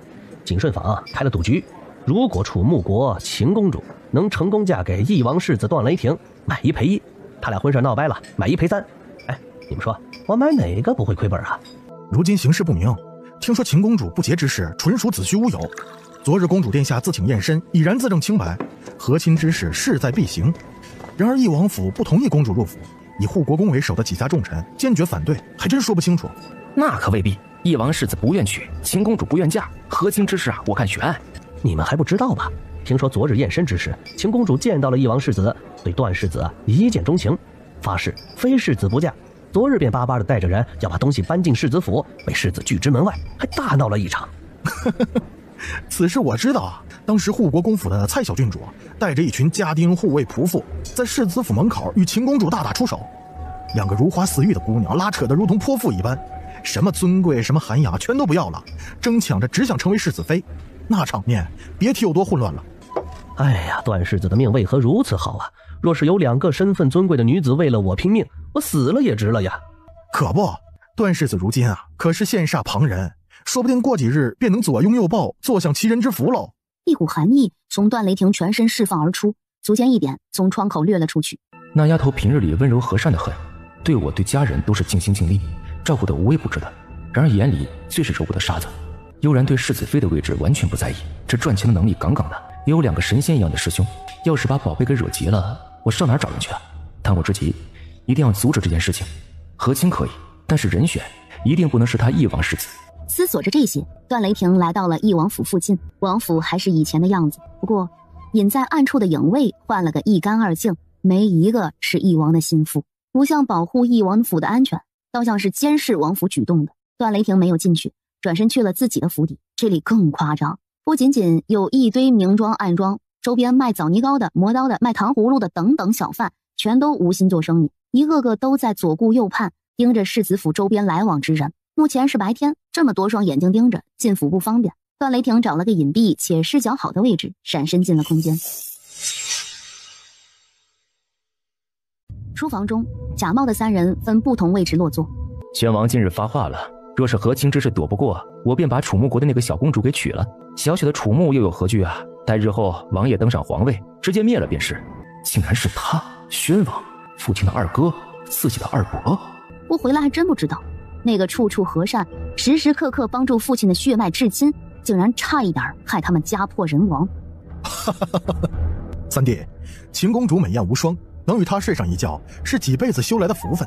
你小子享乐，可不能忘记兄弟我呀。够了，别开玩笑了，都什么时候了？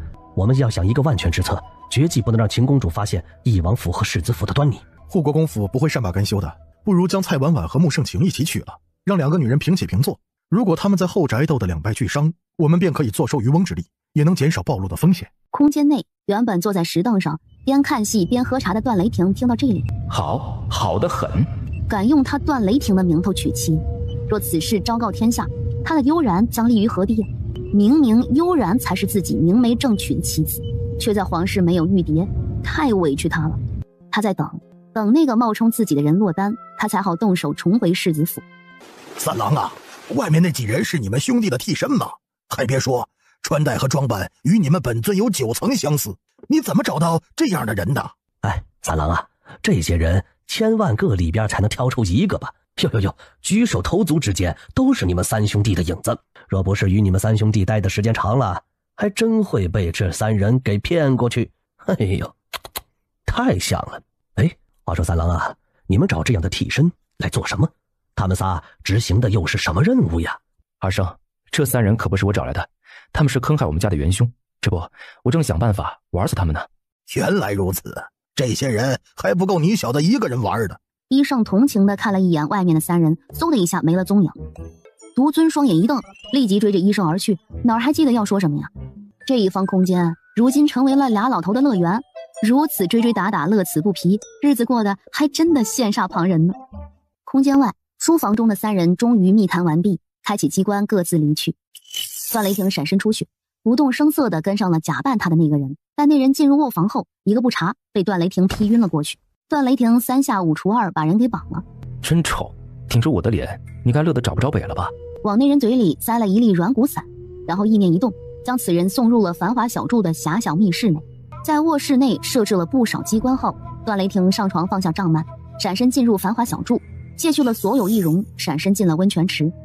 空间就这点不好，在什么地方进，只能在什么地方出。若有人闯入卧室，还需要借助帐幔遮掩自己出入空间之事。三郎，冷静下来，别用他人的错误惩罚自己。当务之急是混入翼王府，找到你的父王，让2个师傅查探一下他的身体状况。悠然，我现在就想夜探翼王府，你先休息，我去就回。三郎，如今盯着翼王府的眼睛太多，纵使你武功不凡，又有空间掩护，也不一定能够躲过暗处的高手。不如明日你直接卸掉易容，用13的身份光明正大回家，说不定还能从幕后之人的口中探出更多有用的东西。为了段雷霆能更好地打入敌人内部，柯悠然又给13加了一些迷幻类药物，套取了13脑海中最深层最隐秘的记忆，一一告知了段雷霆。皇宫皇上议事的太极殿。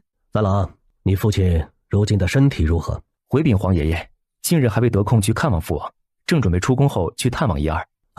还是多去看一看的好，多陪一陪他吧，指不定日后想陪的时候却没有机会了。谨遵皇爷爷旨意，孙儿这就去看望父王。三郎呀，百善孝为先，你父王此等情况，怕是只有医圣能够救治。若是寻不到医圣他老人家，医门的9转还魂丹亦是极好的，如果能求得此药，许能救你父王一命。好算计。皇爷爷，医圣行踪不定，医门弟子都找不到他，孙儿我就更没办法了。你也知道9转还魂丹世间仅有一粒，是医门至宝，天下人都想得到，但具体放在什么地方谁都不知道，孙儿我如何寻觅啊？老皇帝也知道他方才说的有些强人所难，只能重重地叹了口气，摆手让段雷霆退下了。没想到短短2年，翼王府变成一个毒王府，皇爷爷还真行。京城这种藏不住事儿的地方，他竟能看着自己儿子的府邸变成这样，不闻不问。思索间，段雷霆面前突然窜出来一个女人，她易容成段母的样子。13来了。边说着，女人就像蛇一样柔弱无骨地往段雷霆身上靠。段雷霆侧身一闪，避开了女人倒下来的身体。你不是13，你是谁？三郎，此人应该是宣王找来的苗疆女子尤娘，她全身都是蛊毒。那只猫咪是蛊中之王，离她远一点，别让她在你身上下蛊。尤娘，别忘了你现在扮演的身份，若是让外人知道你这个翼王妃是假的，将会给王爷带来无穷无尽的麻烦。十三，你还是这样不解风情。你扮演段三郎，又不是真正的段三郎，干嘛将他学得10成10？你也太没劲了。三郎，你今日来王府做什么？是不是地图有消息了？尤娘，咱不是翻遍了翼王府和他几个儿子的府邸了吗？啥都没找到不是？哪有什么地图的消息？今日不过是老皇帝想起了翼王，让我过来探望一番而已。既然地图之事没消息，你还是回去吧。你已经进入翼王府，看不看那个老王爷都没什么意义。回去给老皇帝说翼王已经病入膏肓，恐怕快没救了，请老皇帝准备后事吧。我也不想看，可是翼王一死，地图的线索不就彻底断了吗？我想借此机会再试探一下翼王，看一看能不能问出什么有用的消息。尤娘觉得他说的有理，耸了耸肩，扭着腰抱着黑猫离开了这里，任由段雷霆去折腾。悠然，能不能想想办法救救我父王？他到底怎么了？为什么会这样？段雷霆通过意念询问空间内的柯悠然。三郎，你别着急，你先用刀划开父王的无名指，取一些血给我。段雷霆照做，从空间中取了刀和瓷瓶，在翼王的无名指上划了一道小小的口子。他不敢用力，生怕他父王如今的身体承受不住，没办法止血。三郎，父皇不愿与尤娘发生关系，体内的同心骨发作的太过频繁，才会造成今日的这种局面。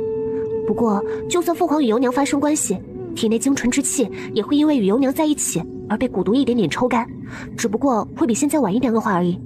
有2种解蛊的方法，一种是尤娘自愿将蛊毒解除，还父皇自由。他不会这样做。另一种方法就是定期给父皇服用辟谷丸，抑制住蛊毒的发作的次数。在3个月内找到200多种珍贵的药材和5种稀缺的药引，方可替父王解除体内毒素。若是3个月内找不到，父王会因同心骨的一次次发作，全身爆炸而亡。是哪5种药引？有哪些珍稀药材？200多种珍贵药材在空间和医毒2门中能够短时间内凑齐，主要是其余5种药引异常难得，甚至不知道在什么地方。只要这个时间有的，不管有多难得，上刀山下油锅，我都会替父王找到。一种是万年紫云芝，现在它就生长在空间的云之山上，我们只需要找齐其余的4种万年以上的人形手乌、万花七叶草、麒麟香和灵女血。我只听说过人形手乌，具体在哪儿不知道，其余3种连听都没有听说过。不过没关系，我立即安排人打探消息，一定要找到这些药材。从今天开始，你每隔10天给父王服用1颗辟谷丸，我立刻出去传令医毒2门，打探其他药材的下落。给翼王喂完药，我可以移动父王给他清洗一下吗？或者直接把他移进空间照料如何？三郎，你给父皇清洗的时候轻柔一些，但是不能将他移进空间，这里是个结界，会阻隔父王体内子骨与母骨的联系，一旦找不到母骨，子骨会立刻死亡。父王现在离不开子骨，所以我们暂时也不能对尤娘动手，一切等找到解药，将父王的毒解了，再找他们报仇。深呼吸后才忍住没有出去把尤娘给碎尸万段。师妹今日前来所谓何事？师兄独居，你我男女有别，恐引起他人非议，不便邀请师妹进屋，还望师妹海涵。师兄说的是，我们在这里谈便好。他拿出一门令牌，可否请师兄联系一门，帮师妹我找寻这几种药材？师妹，你清单上的样样都是稀有物品，就算举一门之力，也不一定能全部找齐。我只能先将指令发出去，能找到多少，只能碰运气了。这是一门令牌，放在师兄这里吧。你发布指令时，定然是需要的。师妹有所不知啊，师父不理俗事，早在很多年前，一门便分了很多派系出来，并不像你想象的那样团结。我发指令也只是让我名下一派进行查访，不需要令牌。就算传令其他几派，如今也不能轻易信任我们。找药之事，还是不要托付他们为好。不是吧？天下人人敬畏的一门4分5裂，这么大的事儿，一师父他老人家知道吗？师兄，这块令牌交给你，说不定比放在我这里更有用。师妹，令牌只能由上一任掌门相传，师父已然给了你，如今只有你能使用，放在我手中啊，就是个废品。师妹还是自个儿收着比较好。不是吧？好东西还送不出去了。若师妹过意不去，给我一片云芝如何？我正好需要一点入药。云芝啊？柯悠然将意念沉入空间，快速地摘了一片云芝下来后，笑盈盈的双手递给了薛泽胜。丫头，我的个神！两个师傅异口同声震耳欲聋的吼声，差点让柯悠然当场昏迷。他下意识地切断了与空间的联系，让两个师傅发泄发泄。师妹还好吗？还好还好，如果没什么事儿，师妹我先走了。找到药材，麻烦师兄通知我一下，谢谢师兄啊。好吗？得罪了两个师傅，加上天色已经擦黑，去找殷九在独门发布消息，好像不太好。翼王府中，段雷霆给翼王擦洗身体，更换床单被褥，每一步都做得小心翼翼，耽搁了不少时间。13，你在做什么？今日只能和尤娘周旋一二，待他日有机会再解决这个可恶的女人。尤娘，你知不知道翼王对主子有多重要？在没有找到地图以前，他不能出事。你这样对待翼王，若让主子知道了，咱怕是都不好交代啊。行了，我知道该怎么做，不需要你来提醒。今日你来探视，问出什么没有？段雷霆指着翼王质问尤娘：“他被你折磨得一直昏迷不醒，你让我如何询问呢？我奉劝你一句，在没找到东西以前，还是好好照料翼王，否则主子那儿啊，能让你吃不了兜着走。”我怎么做，不用你在这里指手画脚。时间也不早了，你是不是应该回府了？我可听说了，你的青梅竹马方才去了世子府，今晚美人在怀，你还是好好享受吧。尤娘见段雷霆出门，侧身让开了路，看着他渐行渐远的背影，难道是自己多心了？为何今日的13表现如此怪异？从今日起，好好照顾翼王，他若是有一点闪失，我会让你们生不如死。此时世子府的花园中，蔡婉婉堵住了段雷霆的去路。三哥哥，你怎么能对婉婉如此绝情？为何从2年前开始，你便连一个眼神都懒得给我了？三哥哥，你不要婉婉了吗？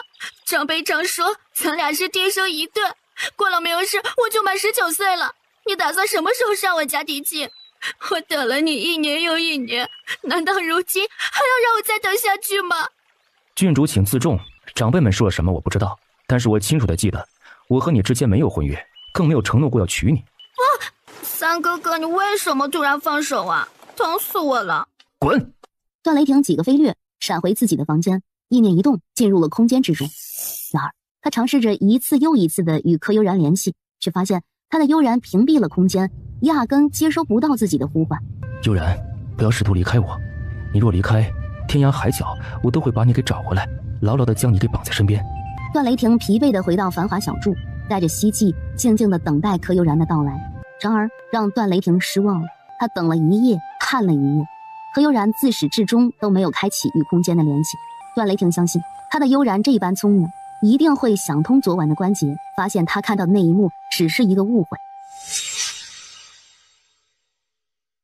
启禀少夫人，祭天之事已经完成，中午的宴席已然准备挺当，村民们陆陆续续前来参观新房，您是否现在过去？走吧，过去看一看。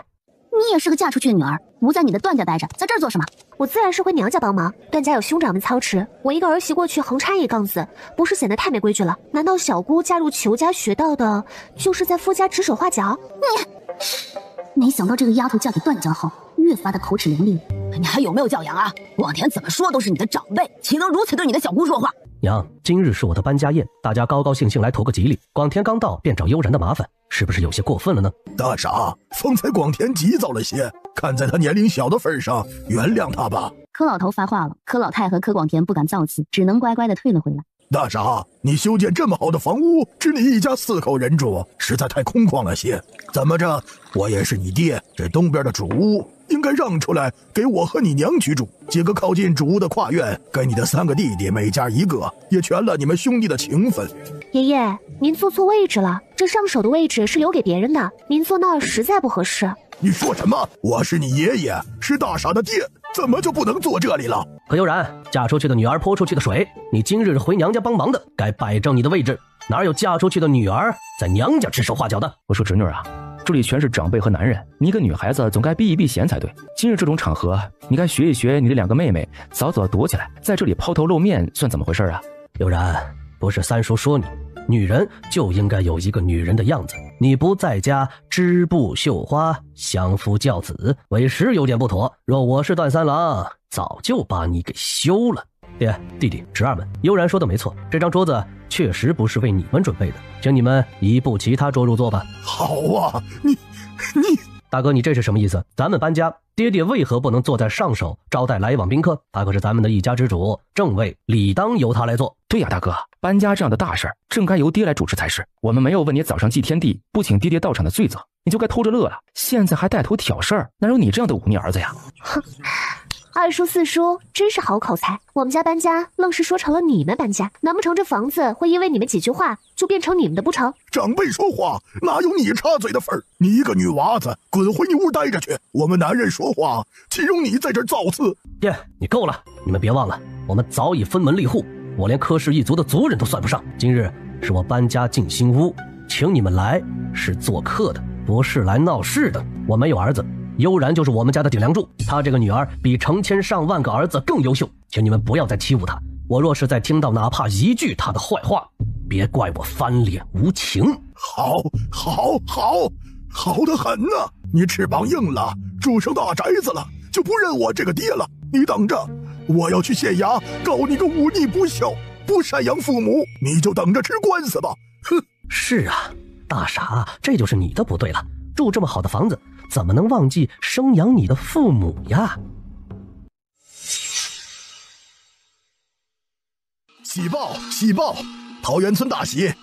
柯正东、沈大宝、沈二宝、沈三宝、沈四宝过了乡试，考上童生了。桃源村大喜！柯正东、沈大宝、沈二宝、沈三宝、沈四宝过了乡试，考上童生了。此起彼伏的报喜声淹没了整个村子。还没等老柯家众人和桃源村的村民震惊完毕，吴县令已然呼哧带喘的跑到了柯正东面前。柯家兄弟啊，我就知道你厉害，才第一次考就中了一个乡试第一，太厉害了。乡试第一？作弊，这是作弊！大傻子怎么可能考第一呀？二叔四叔若是不服，不如当着县令大人和众村民的面斗一斗文采如何？比就比，谁怕谁啊？好，你们比试的题目本府来出。一个中气十足的声音自报喜的官差身后传来。下官见过高知府。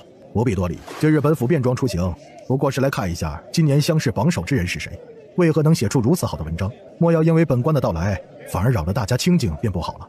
高知府不愧是一个好父母官，您这样对待百姓，让下官受教了。高知府、胡县令，今日我们段柯两家搬家，略备了些薄酒，若是不嫌弃，请移步进去喝一杯。对，咱们双喜临门，不如将酒宴摆在一起，今日咱们段柯两家同乐。高知府选择柯正东搬家之日公布榜单，就是为了给他们家撑场面的。大傻，你方才不让我做上寿之位没什么，如今知府大人和县令大人在这儿，你为何还不把最上首的位置让出来？你这样分明就是对知府大人的挑衅，咱们老柯家没有你这样的儿子。爷爷，我爹另立一只了。丫头，有什么好吃的？师傅，我都快饿死了。一毒二圣凌空而来，如一阵风般坐在了最上首的位置。下官见过一圣和独尊，今生能得见二老，实乃在下毕生大幸。下官不知二圣到来，有失远迎，还望二圣海涵。在场所有村民都被知府和县令这一出给整懵了，哪里知晓上首坐着的俩老头是什么身份。而出门散步的柯广田鬼使神差地走进了段家老宅。此时的老房子中，除了童氏和柯悠然的两个妹妹以外，还有同样怀孕的白氏在屋内。准备离开这里的袁氏心中愤懑，想着以后都不会再回来这里了。离开之前怎么着也要让童氏和白氏没了孩子，方能解他心头之恨。今日大家都在新房那边忙碌，正好给了袁氏对两个孕妇下手的机会。他将所有细软和各种值钱的东西打包准备好。怎么办？那两人旁边有柯幽兰、柯幽月、立夏和芒种，我双拳难敌四手，在屋内压根就没有下手的机会。正在袁氏踌躇间，哟，大嫂呀，你这是有孕了？看不出来啊，你这都人老珠黄30好几的人了，还生孩子，知不知道什么叫羞耻啊？哎呦，这个人不是柯家妖女柯广田吗？袁氏勾起唇角，打开门，悄无声息地踱步到了柯广田身后。小姑娘有福气，越活越年轻，不像你，嫁了人还没多长时间都人老珠黄了。你话还没说出口，后背被人猛地一推，他重心不稳向前扑倒，一切发生的太突然。柯幽月身后的童氏和白氏都没有任何准备，大家眼睁睁看着柯广田向他们砸来。情急之下，立夏和芒种想也不想往后一靠，做了两个孕妇的人肉垫子。童氏和白氏受到猛烈冲击的同时，又被柯广田和柯幽月压在身下，两人同时感到肚子一阵剧痛，齐齐痛呼出声。袁氏勾唇一笑，转身跑回屋中，背起包袱趁乱跑了出去。在暗处护卫的影武瞳孔一缩，在这盯着，我马上去请少夫人回来。影六和影七闪身而下，看着屋内叠成罗汉的女人们，踌躇着不敢上前。站在侧面的柯幽兰是唯一没有摔倒的人，他急忙上去抓住柯广田的胳膊，想将他拉起来，也不知柯广田是有意还是无意。柯幽兰怎么拉他都不起来，还用自己的重量往下用力沉了沉。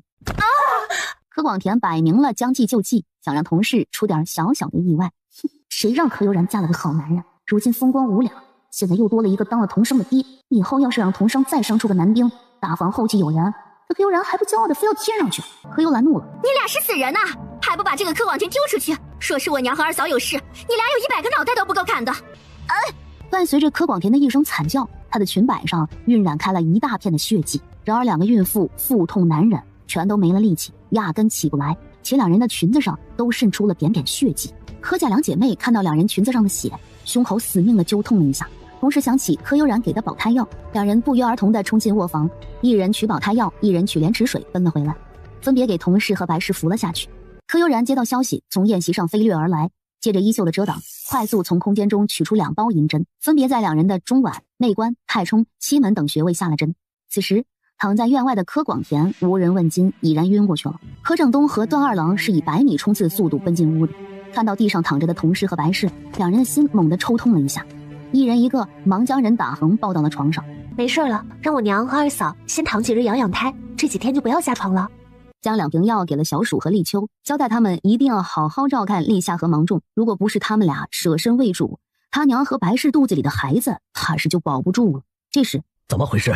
你们把广田怎么了啊？然而柯广田此时除了微弱的呼吸，一点生气也无。有好心的村民拽来了前来赴宴的卢大夫。裘老爷，裘夫人这是小产了，孩子没保住，我给她开一副排浊的药物保养一番。裘夫人还年轻，日后定然还会有孩子的，还请裘老爷放宽心才是。是谁？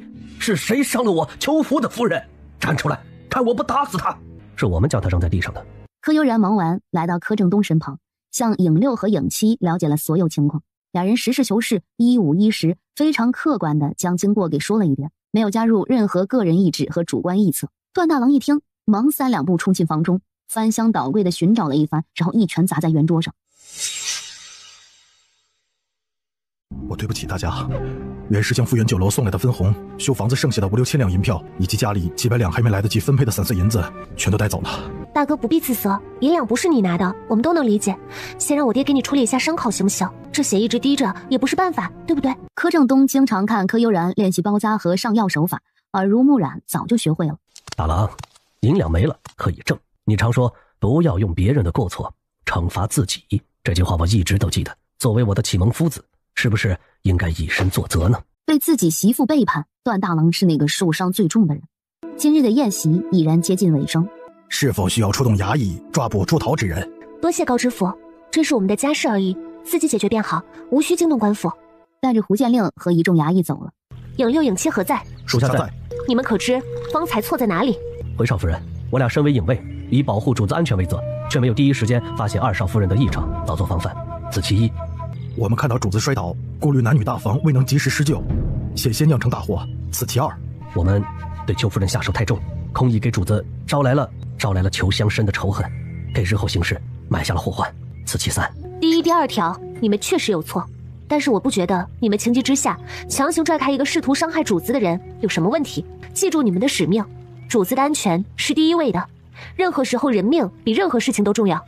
危机时刻只要能救命就不要顾忌太多，尤其是以后执行任务的时候，一定要保证你们自身安全的前提下再去完成。记住，你们的生命远远比任务更重要，我不希望你们任何人受伤或牺牲。这是第一次有人对他们说影卫的命比任务更重要。天色渐渐黑了下来，影六、影七按照3少爷定下的规矩下去领罚，其他人全部引到段柯2家的新宅去。我出去一下，任何人不得跟随。主子，天色已晚，若是有非做不可的事情，请带上属下。3少爷离开前再三吩咐，无论付出任何代价，一定要确保您的安全。行了，今晚的行动不适合你们去，我能保护好自己，服从命令都退下吧。说完，还没等影卫们反应过来，柯悠然的人已经消失得无影无踪了。所有影卫的嘴张得都能塞下一个鸡蛋了。我的天哪，3少夫人不愧是1读2圣的关门弟子，这才几个月的时间，她已然从一个完全不会武功的村姑变成了一个武林高手了。行至大路边，柯悠然从空间中放出2匹小狼，让他们嗅了嗅自己从段大郎房间拿出来的原是没带走的衣服。银月兴奋地咻一下冲了出去，莫觉高傲地甩了甩头，给柯悠然递了一个自信的眼神，这才追上银月的影子而去。宝贝，咱们进去把他的银两全部拿走，压根不需要脏了我们的手，就能让他得到教训。银月似懂非懂，但是他非常支持柯悠然的决定，在门口乖乖坐下，和莫绝一起守候柯悠然的安全。柯悠然打开窗户一角，扔进一粒豌豆大小的沉江伞，原本保持4、5分清醒的袁氏瞬间陷入了深度睡眠，且越睡越沉。哟，还知道布下机关保护自己，不错呀，防范意识挺强的。可惜了，离开了段家的保护，你啥也不是。柯悠然按照段雷霆教他的机关术，没多大会儿便破除了袁氏屋内的所有机关。这样的机关对付一下普通人还可以，遇到1、2个高手，不是就变成案板上的肉，任人宰割了。柯悠然已然来到了袁氏床边，非常快速地找到了袁氏藏银子的地方。他意念一动，将袁氏带出来的所有东西搜罗一空。看着袁氏穿着的中衣，柯悠然良心发现地给他留了一套最破烂的衣裙。这样是不是也太便宜你了？不多时，他拿出一根冰针射在了袁氏的咽喉部位。这样就完美了，不能说话就没办法出卖我们了。搞定，这下你的手没多少力气，可以勉强吃饭，提笔就别想。顺着来时的路，翻窗出了屋子，竟然没有留下任何痕迹。他正打算带着小狼飞掠离开，另一个房间却传来细小的交谈声。屋内交谈的是一男一女。七彩麋鹿被抓到了归雪谷中，那里有一个神秘组织，而且里面机关阵法林立，岂是你我2人能够偷到的？我不管，我就要麒麟香。你说过了，只要是我想要的东西，你都会给我找来。怎么，现在你得到了我，就不想认账了？心肝儿，有些东西不是我想就能得到的，咱也要看实力的，对不对？我怎么会嫁给你这个废物？柯悠然带着银月和莫绝闪身离开，不多时便消失在月色之中。归雪谷是什么地方？看来要找一份地理志或地图，好好研究一下这个世界的地理关系才行。不然，像他现在这般，别人说什么都是两眼一抹黑，连个基础地形都不知道，太难了。京城修罗殿，说吧，你们是谁的手下？你们主子给你们的任务是什么？把瓷瓶中的药丸给他们服下去，我就不信撬不开他们的嘴。是，主子。你大爷的，让你们陷害我家主子，害我夹起尾巴做人，2年了，连上街买菜都要易容。另一边，竹风看着闪电的一系列操作，羡慕的连连跳脚。竹风，想问什么直接问，别浪费我的珍贵药丸，那可是你们主母花了不少心思做出来的。主子，你成亲了？日后见到你们主母，一定要像对我一样，对她恭恭敬敬的。她说的话就是我说的，如果我说的与她说的有冲突，你们只需要听她的就好，不必顾虑我。不是吧，主子，你又被调包了吧？再不问话，药效就过去了，浪费了悠然的药，死信你们的皮。这火爆脾气，果然还是主子。哇，什么样的女人能把这样的主子收拾得服服帖帖的？哟，段世子好大的派头，连我这个太子都直接拒之门外了。段雷霆烦闷地往花园的石桌旁一坐，径自拿起石桌上的功夫茶具泡起茶来，完全没有搭理穆圣孝的意思。他还着急进空间哄一哄那个生气的小丫头呢。有事儿明儿再来不行吗？段世子，舍妹不远千里前来和亲，结2国邦交之好，你是不是应该给个回应呢？当初齐楚国和楚穆国订立的和亲书上写的可是你和舍妹的名字，要不咱们早些把此事给敲定下来，一直这么拖着也不是长久之计呀，对不对？婚书是我爷爷定的，自始至终都不是我的意愿。想快些和亲的话，你们不如在他的其他孙辈中重新选一个，只要和亲对象不是我，你们想怎么折腾都可以，我绝不插手。姓段的，我妹妹看上了你了，这次和亲的人选非你不可。来人，送客。姓段的，你什么意思？让开。段雷霆，如果让皇上知道你1个月前在边境的崇山峻岭当中出现过，你猜朝堂上会掀起怎样的波澜呢？穆太子随意。此人是真的不在乎，还是在故弄玄虚？如今齐楚国朝堂是风起云涌，如此劲爆的事情被抖落出来，一王一脉不就成了几个亲王攻击的对象，被放在火上煎烤？亲王家属没有命令擅自离京，足够一王一家满门抄斩的了。姓段的这小子是哪儿来的底气，如此有恃无恐？也许段雷霆敢擅自前往边境，就已经做好了万全的准备，说不定他如同我一般准备了替身。在他离开京城之时，有人替他在皇宫、世子府、翼王府等地转悠，指不定如若我说出过他去过边境的事情，还会被齐楚国的大臣们嘲笑。毕竟看见段雷霆的只有自己的妹妹，压根就没有其他证据。嗨，段世子，舍妹是我楚墓第一美女，又是我父皇母后最疼爱的公主，娶了她，你可以得到楚墓国的鼎力支持，在未来朝堂的风云变化之中站稳脚跟，百利而无一害。本太子希望你再考虑考虑。不必，请段的，你别不知好歹。还不等段雷霆踏进房门，忽感身后一道凌厉的罡风向自己的后心袭来。段雷霆危险地眯起眸子，转头盯向穆圣孝。穆太子是想节外生枝吗？这次你必须娶我妹妹，和亲之人只能是你，若是换了他人，就等着两国开战吧。如果我说不呢？穆圣孝目光凛冽，再次朝段雷霆击出一掌，而段雷霆不闪不避，抬手迎了上去。砰的一声巨响，两人掌风之间火花四溅，两人体内释放而出的力量形成劲风。没想到这个穆圣孝内力如此不俗，以自己刚才还击的力量，对方至少需要1甲子的功力才能抗衡。穆圣孝也没想到，昔日的手下败将竟然变得如此的厉害。段雷霆担心柯悠然看到他们激烈的战斗而担忧，故而一开始和穆圣孝打起来时，就切断了与空间的联系。我家世子不是您的对手，还请太子殿下手下留情。我的提议还是希望段世子考虑一下，舍妹这一颗心全放在你身上，若是换成和他人和亲，让舍妹受到伤害，你就不会像是今日这般只是受一点伤了。待穆圣孝离开后，暗卫将段雷霆抬进了房内，请了不少太医给他诊治。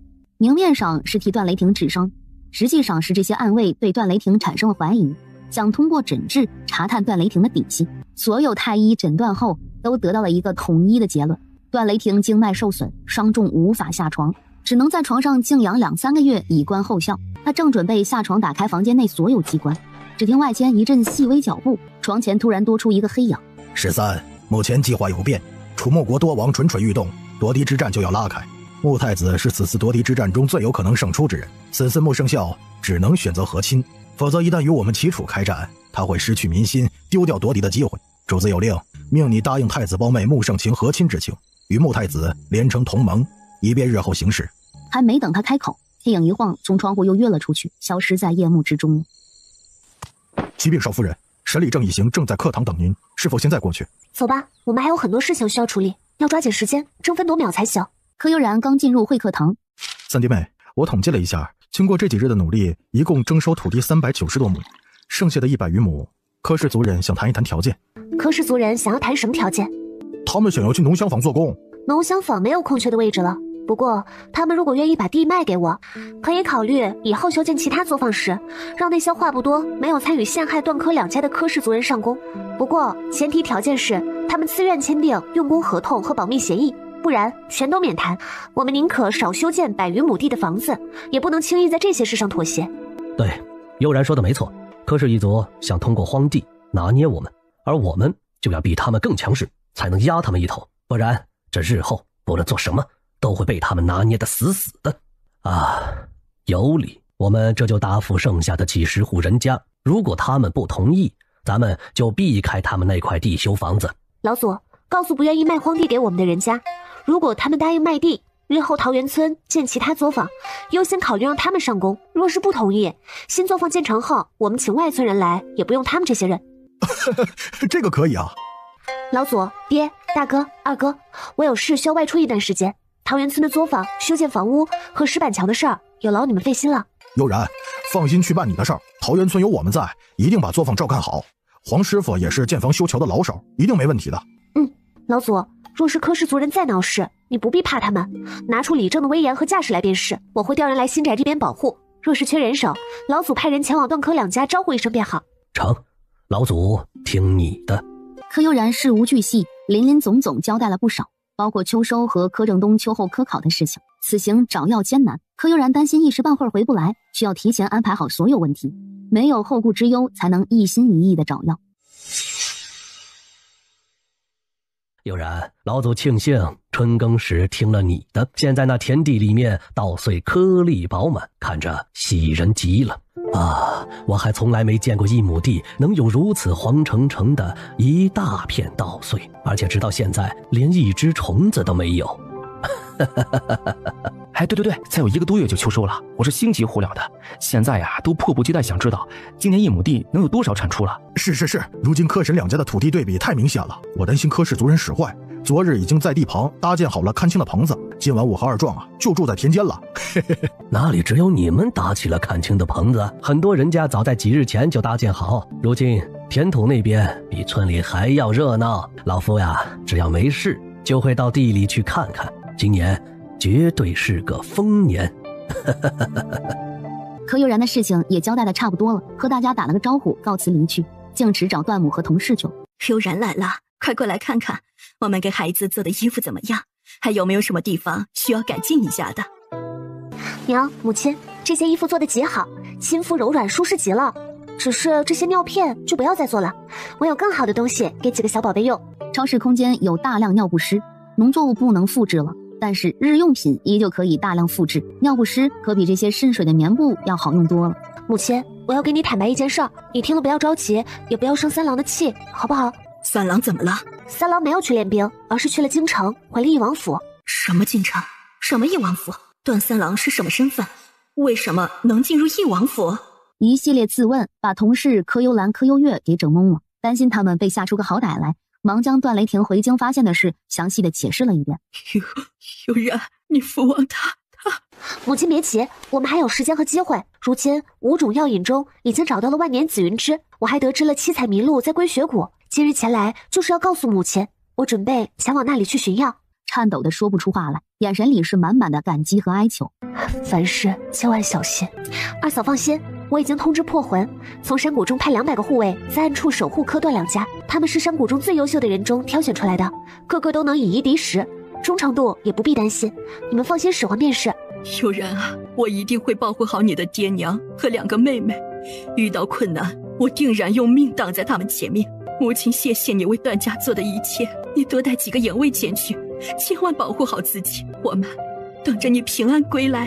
母亲，我把影1、影2留给爹爹，护送他往返书院，带走影3和影4便足够了。我离开这段时间有劳母亲费心了。2个营卫怕是不够，你再多带几个如何？此行必须在3个月内找齐世间罕见的药材，时间上太过紧迫，人带得多反而耽误功夫。母亲不必担心我们的安全问题，各处都有医毒生门的人，我手中有2个师傅给的门派令牌，遇到危险从旁处调派人手便好。钟氏点头同意了柯悠然的安排。柯悠然事无巨细，向段母、同事白氏和2个妹妹交代了不少事情，包括家中机关密道、暗中藏着的粮食、药品、金银细软，必要时保命的东西放在什么地方等。喂，怎么回事？为什么会这样？客官，马上就到正午了，您的饭菜是给您送到房间，还是您出来享用？袁氏额头渗出了一层冷汗，想让小二不要打扰他，却苦于一句话也说不出来。他身上还穿着中衣，若是小二闯入房中，他的清白就保不住了。想到此，袁氏只能硬着头皮，非常迅速地穿上了那身破衣烂衫。小二久久等不到回应，又再次敲了敲门。哎，掌柜的，您看要不要破门进去呀？万一客人在房间里发生意外，咱们可负不起这个责任呐。多叫几个人来，把门撞开。是。房内的袁氏已然急得如热锅上的蚂蚁了，他来回在屋内走动，寻找可以躲藏的地方。这个房间宽敞通透，一眼望得到头的那种，完全没有可以藏人的地方。就听砰的一声，房门应声而开，掌柜和店小二看着房内站着的女人，傻了。这样的人我见多了，说不定此人是某个势力派来的探子，如此装扮只是为了掩人耳目而已。不好意思啊，客官，小二叫门一直没有回应，方才我们以为您在房内出了意外，这才紧急撞门，我马上差人将房门修缮好，打扰了您休息，还望海涵。谁知掌柜带着人准备退出去时，那个店小二，客官，马上就要到中午了，您看是在小店用饭还是出去就餐？若是在小店用饭，是否给您送到房间来？他没办法说话呀，现在这样的情况这么破，忙一手捂着嘴，一手抚着喉咙，咳嗽了几声，并指了指自己的嘴，摇了摇头。哦，客官可是昨夜受了风寒，今日说话不便。客官，您能写字吗？若是可以，我为您取来笔墨如何？这下掌柜和小二对袁氏态度更加恭敬了，能读书识字的男子都很少，更别说女子能识字了。袁氏微勾唇角，抬手执笔，然后就没有然后了。这是怎么回事？为什么会这样？方才找东西的时候都没这样的感觉啊！掌柜和小二似乎看出了袁氏的异样。客官可是哪里不舒服？不如取些银两给小的，我来帮客官跑一趟医馆，给您请个大夫前来看诊如何？然而他的包袱还没找到，带出来的上万两银票、金银首饰、漂亮衣服以及散碎银子全都没了踪影。客官，您昨日只付了1日的房费，今日若是还想入住，还需付5两纹银，不知能否现在把银两付一下？他现在要怎么办？出了客栈的门，连个落脚的地方都没有，难道还要回到桃源村去吗？思其此，袁氏转身跑到床边，用颤抖的手艰难地翻找起来。客官，您是在找包袱还是银两？若是身子不适，让小的来帮忙如何？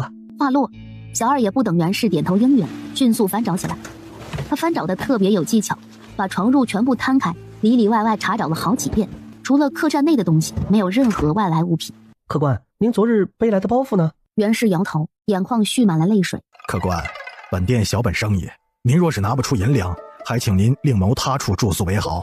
小店不收留乞丐，你若是不自己离开，我差人拉扯起来，大家怕是都不好看了。袁氏吓得脸色苍白，只能无助摇头，拼命表示自己不走，他必须找到遗漏在这里的包袱。客官，提醒你一句，出门在外要保管好自己的财物，财不露白的道理不懂吗？昨日你背了一个大包进门，打赏我们连眼睛都不眨一下，定是被人给盯上了。有今日之祸，也是你自个儿作出来的。没多大会儿，袁氏就被扔到了大街上，摔了满身满脸的灰尘。好几个时辰后，感觉到马车停了下来。师妹，你不厚道呀！办家宴不请我，还让各地掌柜将我瞒得死死的。今日离开了，也不和师兄我打个招呼，你想干嘛呀？靠，这个师兄也真是的，段三郎不在家，我请他来办家宴，太容易让人误会了，好不好？师妹，你太过分了！寻找药材不找师兄我帮忙，而是去找一门那个快成仙的小子，你心里还有师兄我吗？我去，师兄啊师兄，你脑袋秀逗了！我心里若是有你，我家三郎怎么办？师妹，你这是要去哪儿啊？我这儿也没啥事儿，不如保护师妹一程如何？殷九带着苦藤和冷藤骑着高头大马，正好拦在了大路中央。师兄若是太闲，可以再开几家复原酒楼，现在请你把路让开，我们还赶时间呢。他到底什么地方错了？殷九还是非常听话的让开了路。师妹生气也太可怕了，那小脸冷的都可以冻冰块了。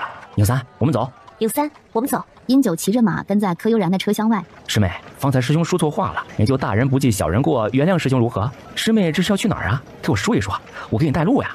不必。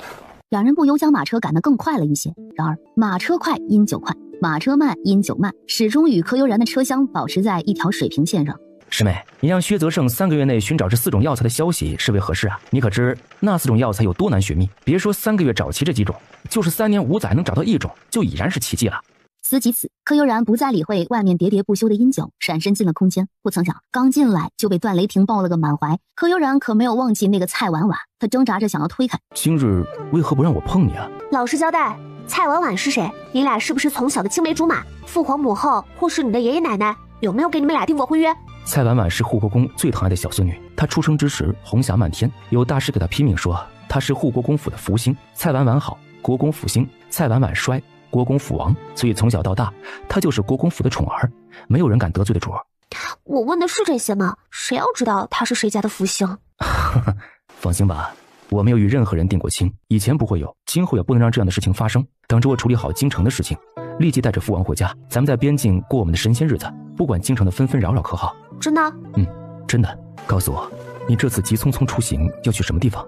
将家里的事跟他说了一遍，并且把他听墙角知道的消息给说了。如此危险的事情，岂能让悠然一个人前去？悠然，你到达运城不要有任何行动，我会想办法尽快处理好京城之事，前来与你会合。在我到达以前，你不许做任何可能威胁到你安全的事情，一切等我到达运城再说。刚张开嘴，便被段雷霆给用力的堵住了。这深深的一吻里，有着他对柯悠然满满的思念和深深的担忧。为什么白氏作为我的妯娌，能越活越滋润，能得到段二郎全心全意的爱，以知悉之若饴的呵护？为什么柯悠然那个村姑会有1毒2胜那样的师傅？我并不比柯悠然差多少，且我的血统比他的血统更为高贵，我为何会落得如今这样的境地？他落得今日这番田地，不都是他自己做出来的吗？哟，又有一个乞丐跳河了！要死，怎么也不找一个干净点的死法？跳河不是脏了我们的水源吗？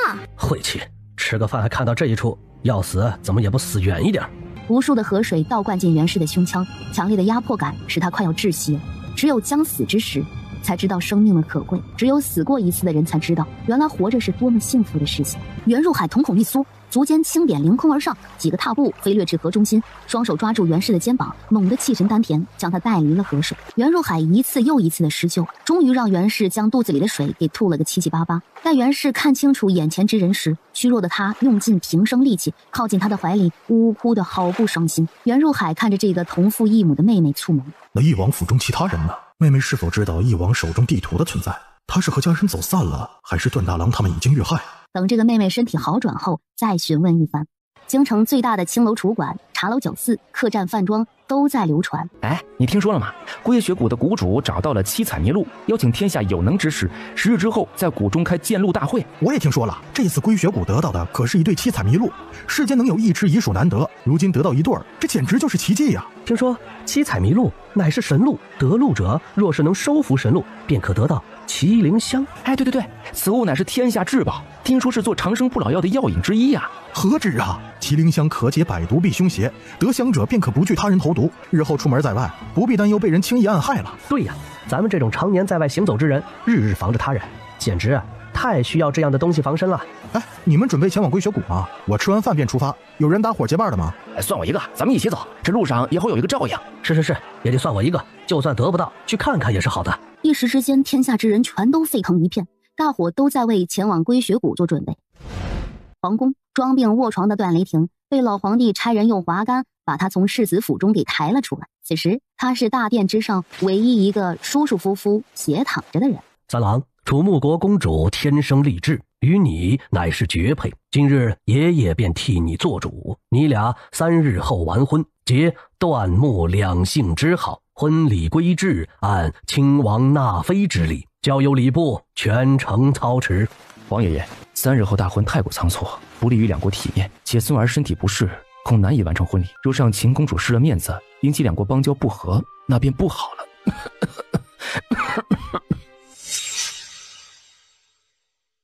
若真的把晴儿嫁给他，楚穆国不但得不到齐楚国的助力，还会让翼王一脉成为他们的拖累。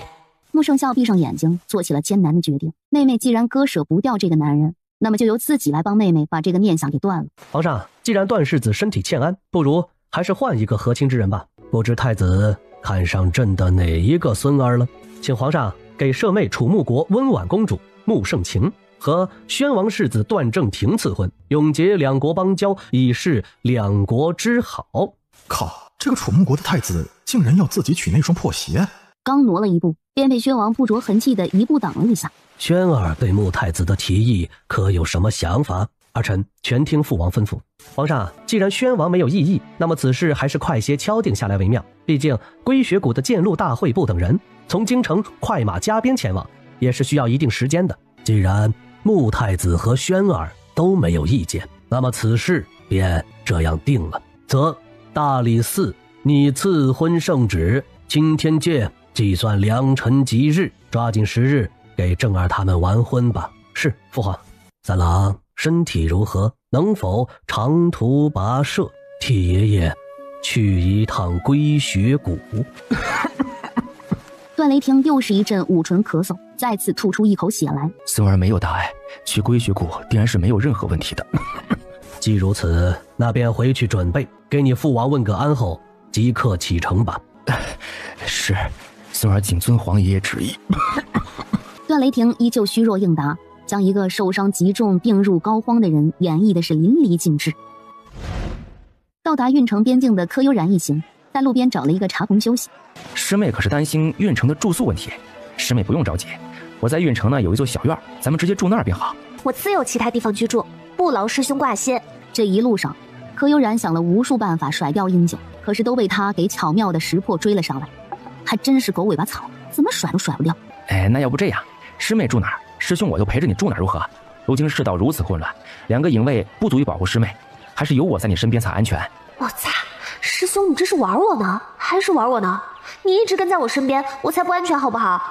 自己一个人想去哪里去哪里，这世间有几人认识自己的？而他师兄殷九就不一样了，堂堂独尊的大弟子，走到哪儿都是一身拉风的高贵紫衣。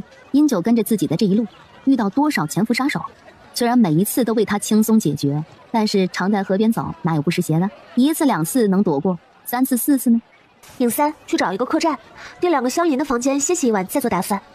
苦藤和冷藤无脸，哎呀，主子，你什么时候变得这样死皮白脸了？狼，跟上去，在影3锁定的房间旁替我定一个。如果没房间，重金砸也给我砸出一个来。果然，美女误事，红颜祸水呀。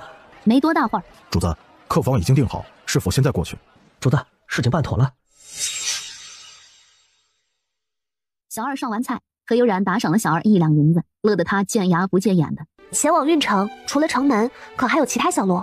回客官，以前是有2条小路，从云顶山上翻越过去便可，但是如今被楚木国给发现了，有几万楚木国的驻军驻守，走小路比城门还困难呢。需要什么东西才能进入运城呢？客官若是想要进入运城，需要在城门那儿缴纳500两纹银，办理一张楚木国的路引，且需要其楚国州府衙门出具的推荐信函，以及归雪谷的邀请帖，这3样东西缺一不可。你可知归雪谷的邀请帖如何才能得到？回客官，各大门派、尹氏家族、2国皇室等都有不少名额，您若是有一技之长，可以投靠这些势力，一同进入运城和归雪谷中。一番询问后，柯悠然总算对边境、运城以及归雪谷有了一个深入的了解。小二把能说的如同竹筒倒豆子般吐露得一干二净，高高兴兴地拿着柯悠然打赏的10两银子下了楼。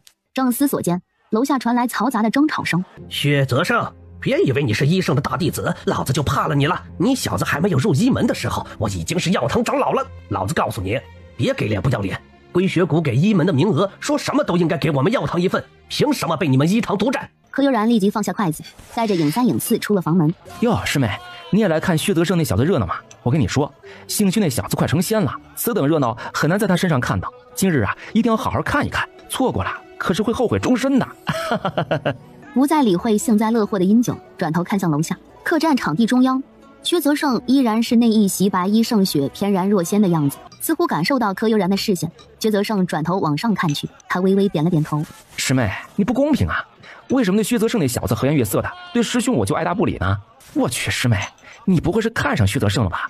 殷公子，我家少夫人惦记的自然是我家主子，请你莫要胡言乱语，污我们家少夫人的名声。师妹，我自小不拘小节，放浪形骸惯了，这几日若让师妹有为难的地方，原谅师兄可好？这是天上下红雨了，主子竟然会给人道歉了。薛泽胜，移门进入归雪谷的3个名额，说什么都必须赢我2个，否则别怪我药堂之人翻脸无情。葛堂主，余下的2张邀请帖是留给我药门下一任继承人的，恕我不能给你。小子，我敬你是医圣的大弟子，给你3分颜面，才好言好语的商量。你别给脸不要脸了，医门什么时候有下任继承人的？简直睁眼说瞎话！哇！所有人都被薛泽胜的仙人之姿吸引了全部注意力。药堂众人没有攻击到薛泽胜，又齐齐转身，想再次朝他攻击而去。大家住手！姑娘，我医门之事与你无关，请你让开，以免伤了你，与你背后的势力结怨。我乃是归雪谷谷主的孙女儿白洁雅，你不就是想要2张归雪谷的帖子吗？给你2张便是，别再为难这个神仙哥哥了。姑娘，我医门有3张邀请帖，故而我只要2张。既然你是归雪谷中的小姐，那么便按照我带来的人头计算，给16张邀请帖吧。这人怎么这么不要脸，还是医门之人呢？太丢医门的脸了，医圣为何会让这样的人当一堂之主呢？哎呦，一开口就是16张请帖，他怎么不去抢呢？对呀，我们偌大的尹氏家族也只得了2张而已，这个姓葛的想干什么？他这是想带领医门与归雪谷为敌，找归雪谷的晦气吧。既然归雪谷能多给医门的药堂2张帖子，那我们其他门派是不是也该多给几张啊？虽说医门强大，多给2、3张帖子无可厚非，但是归雪谷也不能厚此薄彼，小看我们其他门派和尹氏家族，对不对？葛公不遵医门法令，不顾医门名声，擅自煽动药堂闹事。我以医门第193代掌门继承人的名义宣布，自即日起废除葛公药堂堂主之职，贬为医门普通弟子，以观后效。客栈里瞬间安静下来。姑娘是何人？为什么口出狂言，管我医门之事？柯悠然不疾不徐，借着衣袖的遮挡，从空间中取出医门令牌。我乃医门第193代掌门继承人，见令牌如见门主，你说我有没有资格管医门之事？薛泽胜虽然内心担忧，但还是足尖轻点，凌空而上，一个旋身站在了柯悠然身后。医圣门下大弟子薛泽胜见过少掌门。薛师兄不必多礼，还有很多门内之事需要请教师兄。师妹不必客气，师兄定当竭尽所能帮助师妹。多谢师兄。医圣是怎么想的？为什么把这么重要的医门令牌交到一个女子手中？女人怎么能行医呢？女人如何将医门发扬光大？这不是扯吗？少门主，你凭什么让我这个做了几十年的药堂堂主做一个普通弟子？我在医门多年，一直兢兢业业，没有功劳也有苦劳。你刚得到令牌就发如此命令，我们药堂不服？对，我们不服。我说了，葛公不遵医门法令，不顾医门名声，擅自煽动药堂闹事，一桩桩一件件，已经足够将葛公逐出医门了。然而我给了他一次改过自新的机会，他可以留在医门中做一个普通的弟子，出门在外只要提及医门，同样能得到外界的尊重，这些还不够吗？我什么时候聚众闹事？就在刚才，我亲眼所见，归雪谷邀请我们前往品鉴七彩麋鹿，那是好事，也是好意，你却挑唆客栈中的隐士家族门派，攻击归雪谷的白小姐，居心何在？既然作为一堂之主不维护医门形象，那么便别做医门堂主之位了。柯悠然举着医门令牌，意念一动，葛堂主腰系挂着的药堂令牌嗖一下正断系绳飞到了柯悠然的手中。你上门主，我们药堂并没有做错什么，进入归雪谷也是为了给医门筹集药材，你为何收走我药堂令牌？门主给你令牌，一定希望你将医门发扬光大，而不是拿着令牌算计门内众人。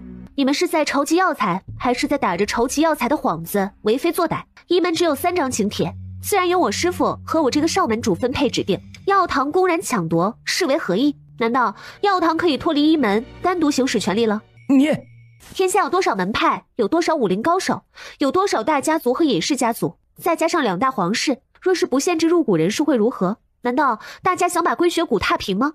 白仙雅看着柯悠然，哇塞，这个和我年纪相当的女子真是太厉害了。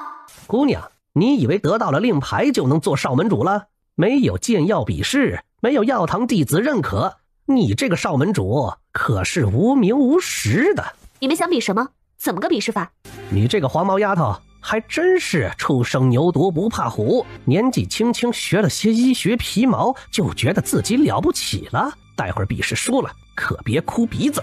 我医门千百年来都是在少门主25岁以后才进行考教，少门主腊月12才满18岁，药堂是不是应该遵守规矩，等少门主25岁以后再进行比试呢？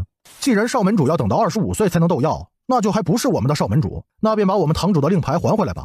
对，把令牌还回来，还不是少门主就不能随意处置门下各堂。今日少门主对药堂的处置我们不服，把令牌还回来。既然要比试，那便出题吧，废话说多了便是浪费时间了。师妹，既然是少门主的通关比试，便不能有他人帮忙，一堂的薛堂主和独门的殷堂主不得加入，否则便是作弊，我等不服。对，作弊来的，我们不服。我的比试自然不能有2个师兄帮忙。柯悠然足尖轻点，跃出栏杆，如同一只翩翩起舞的彩蝶般，旋转着落到了客栈1楼。哼，按照药堂规矩，咱们3局2胜如何？可以。别高兴得太早，待会儿若是输了，别说我药堂欺负女人。第1场比试变药，差人去最近的药堂随意取108种药丸，打乱次序，我们谁先分门别类辨识出来，就算取胜。没问题，为了公平起见，让客栈里面的人抽签决定谁去取药吧。当然，为了避嫌，我们双方的人不能参与取药之事。好。第2关是什么？这第2关嘛，我怕你一个女子不敢比，打退堂鼓呢。薛泽胜思索间，葛公也已经介绍完了第2关。第3关当如何？第3关就不用说了吧，毕竟你连第1关和第2关都过不了，告诉你第3关有什么用啊？葛堂主说的对，这小丫头太年轻，不知道天高地厚。哎，对，听说药堂千百年来能过第2关的只有薛堂主和葛堂主你了，还没有人能闯过第3关的。这丫头真是太不自量力了。药堂3关定生死，一直以来都是夺命3关，能闯过第2关已然是奇迹，还想闯最后1关，这女人脑袋一定秀逗了。既然大家都觉得我过不了关，那就直接开始吧，咱们用事实说话不是更好？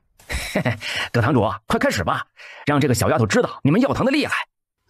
开始吧。客栈众人也没等招呼，纷纷上前抽签，看看有哪几人去药堂取那108颗药丸子。半个时辰后，抬着一个3尺见方的长方形扁平木匣进了客栈。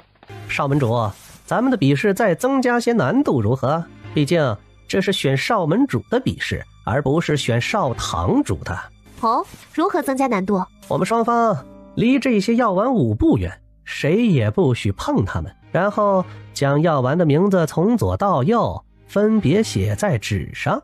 遗嘱箱内写完算胜，没有写完便算输，怎么样？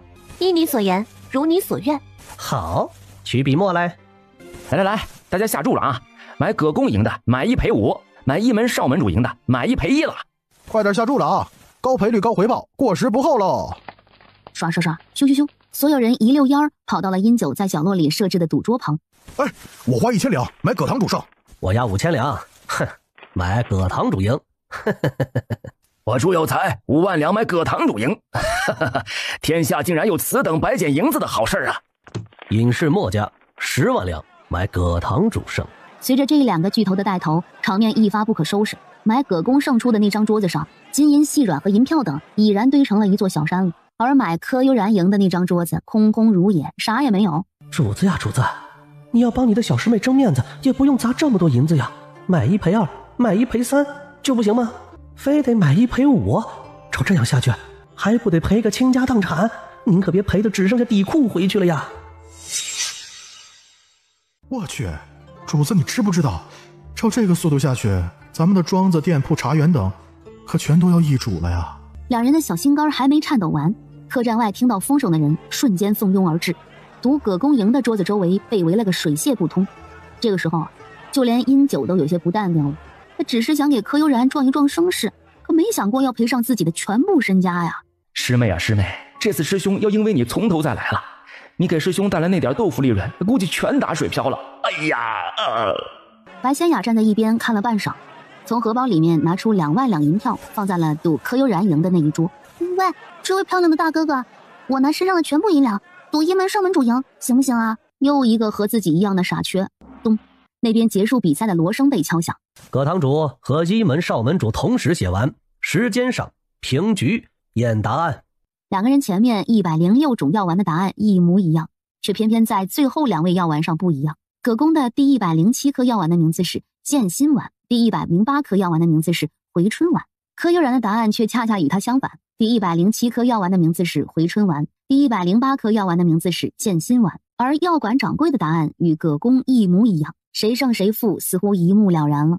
嘿嘿，丫头，你输了，把药堂的堂主令牌还给老夫吧。想做一门的门主，你还是太嫩了点儿，最好是回去再学个30-40年再来吧。连药丸子都辨识不清楚，还给人看病，这不是拿患者的生命开玩笑吗？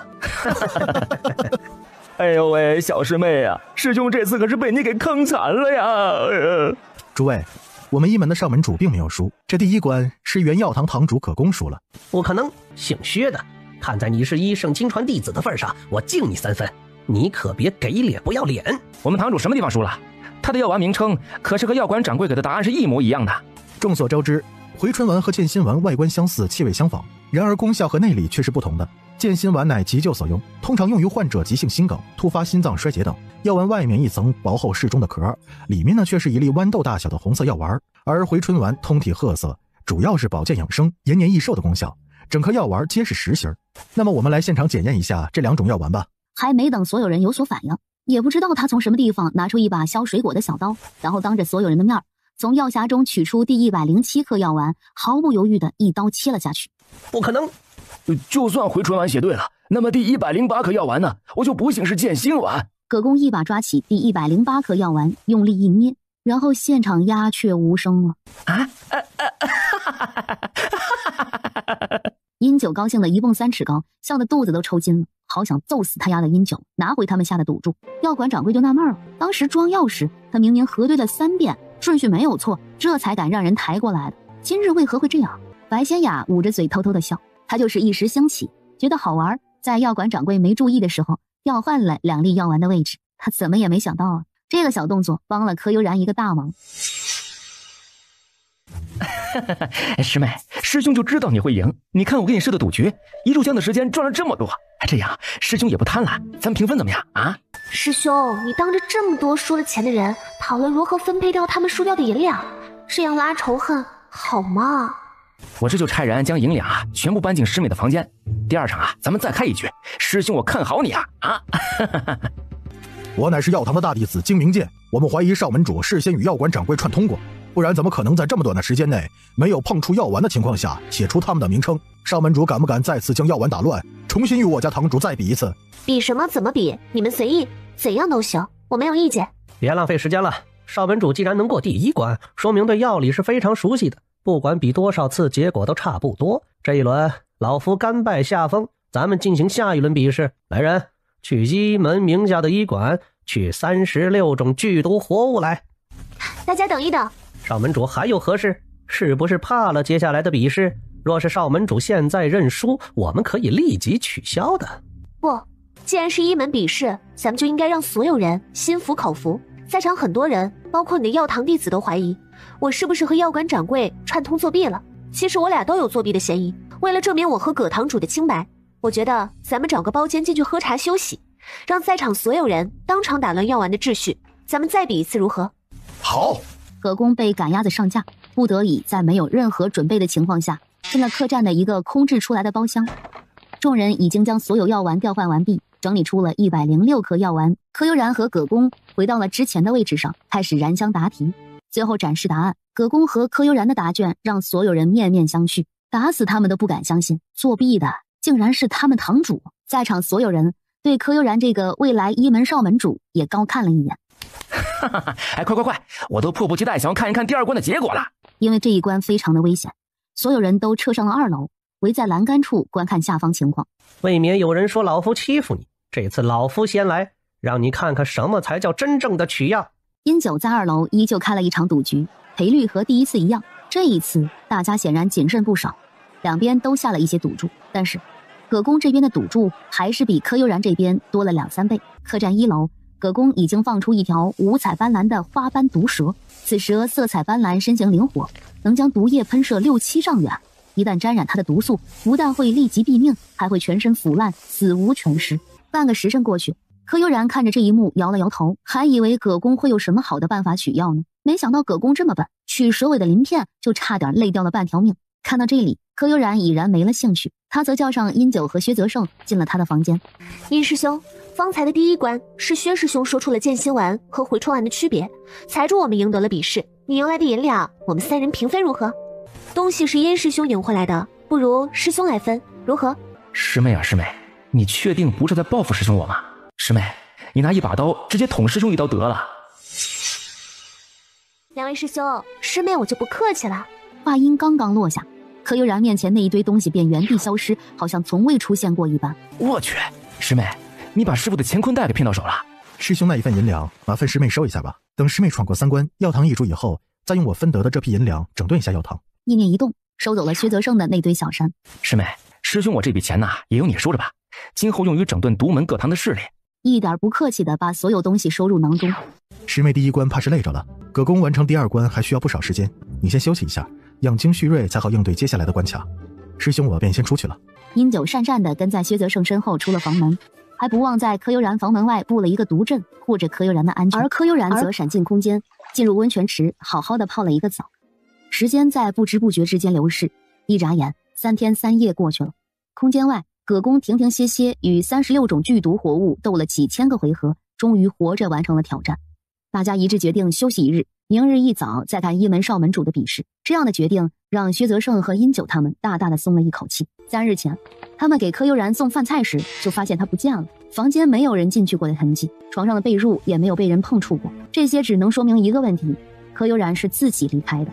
这几日他俩都轮换着，一人留守客栈，一人出去大海捞针的寻找，始终没有一个结果。好不容易盼来了段雷霆的仪仗队，影3和影4暗地里找到了闪电和竹风，把3少夫人失踪的事情跟2人说了。然而谁又能想到，闪电和竹风也在找自家爷，上天似乎和他们开了一个巨大的玩笑，柯悠然和段雷霆同时消失了。在影3、影4、薛泽胜、殷九、闪电、竹风等人紧张的找人时，黎明也悄然而至。辰时3刻，客栈内所有人用完早餐，如约而至的来到了2楼栏杆处。薛泽胜依旧白衣出尘，凭栏而立，今日他的脸上却出现了难得的愁绪。殷九则是在他设立的赌桌前来回走动。哎，你们说那个1门的少门主是不是怕了？这第2关不敢比了。这也不能怪人家女孩子害怕，毕竟这么多毒物面前，我这一个大男人都腿肚子直打颤，一个女子如何取药啊？1门设置这一关的时候，铁定没想到他们未来的少门主会是一个女子，这下好，逼得人家都不敢来比试。这还比不比了？如果不比，是不是默认葛堂主赢了？对呀，干脆直接宣布葛堂主获胜算了。这一局我看也别比了，还是请殷堂主赔偿我们的赌约吧。殷堂主，您看这一门的少门主怕是不会出现了，这第2关是不是应该算葛堂主赢啊？殷堂主，既然一门的少门主放弃了这次比试，我们是不是也就不要在这里浪费时间了？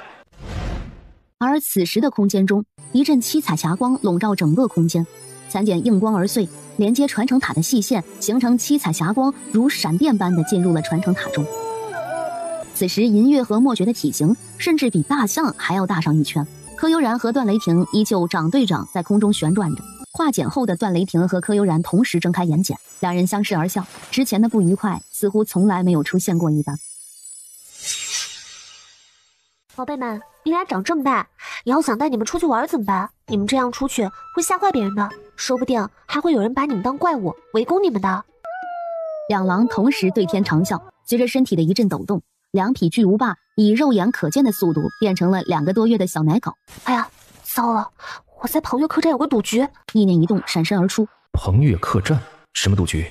他眉头一蹙，抱着墨绝出了空间。闪电和竹风看着从马车内出来的主子。主子是什么时候进入马车的？空间外已然炸开了锅了。这师妹还没出现就定输赢，太憋屈了。他条件反射的想要用毒，薛泽胜拦住了他。诸位，我们再等1炷香如何？1炷香以后，我一门的少门主没有出现，再算他自动认输，放弃比试如何？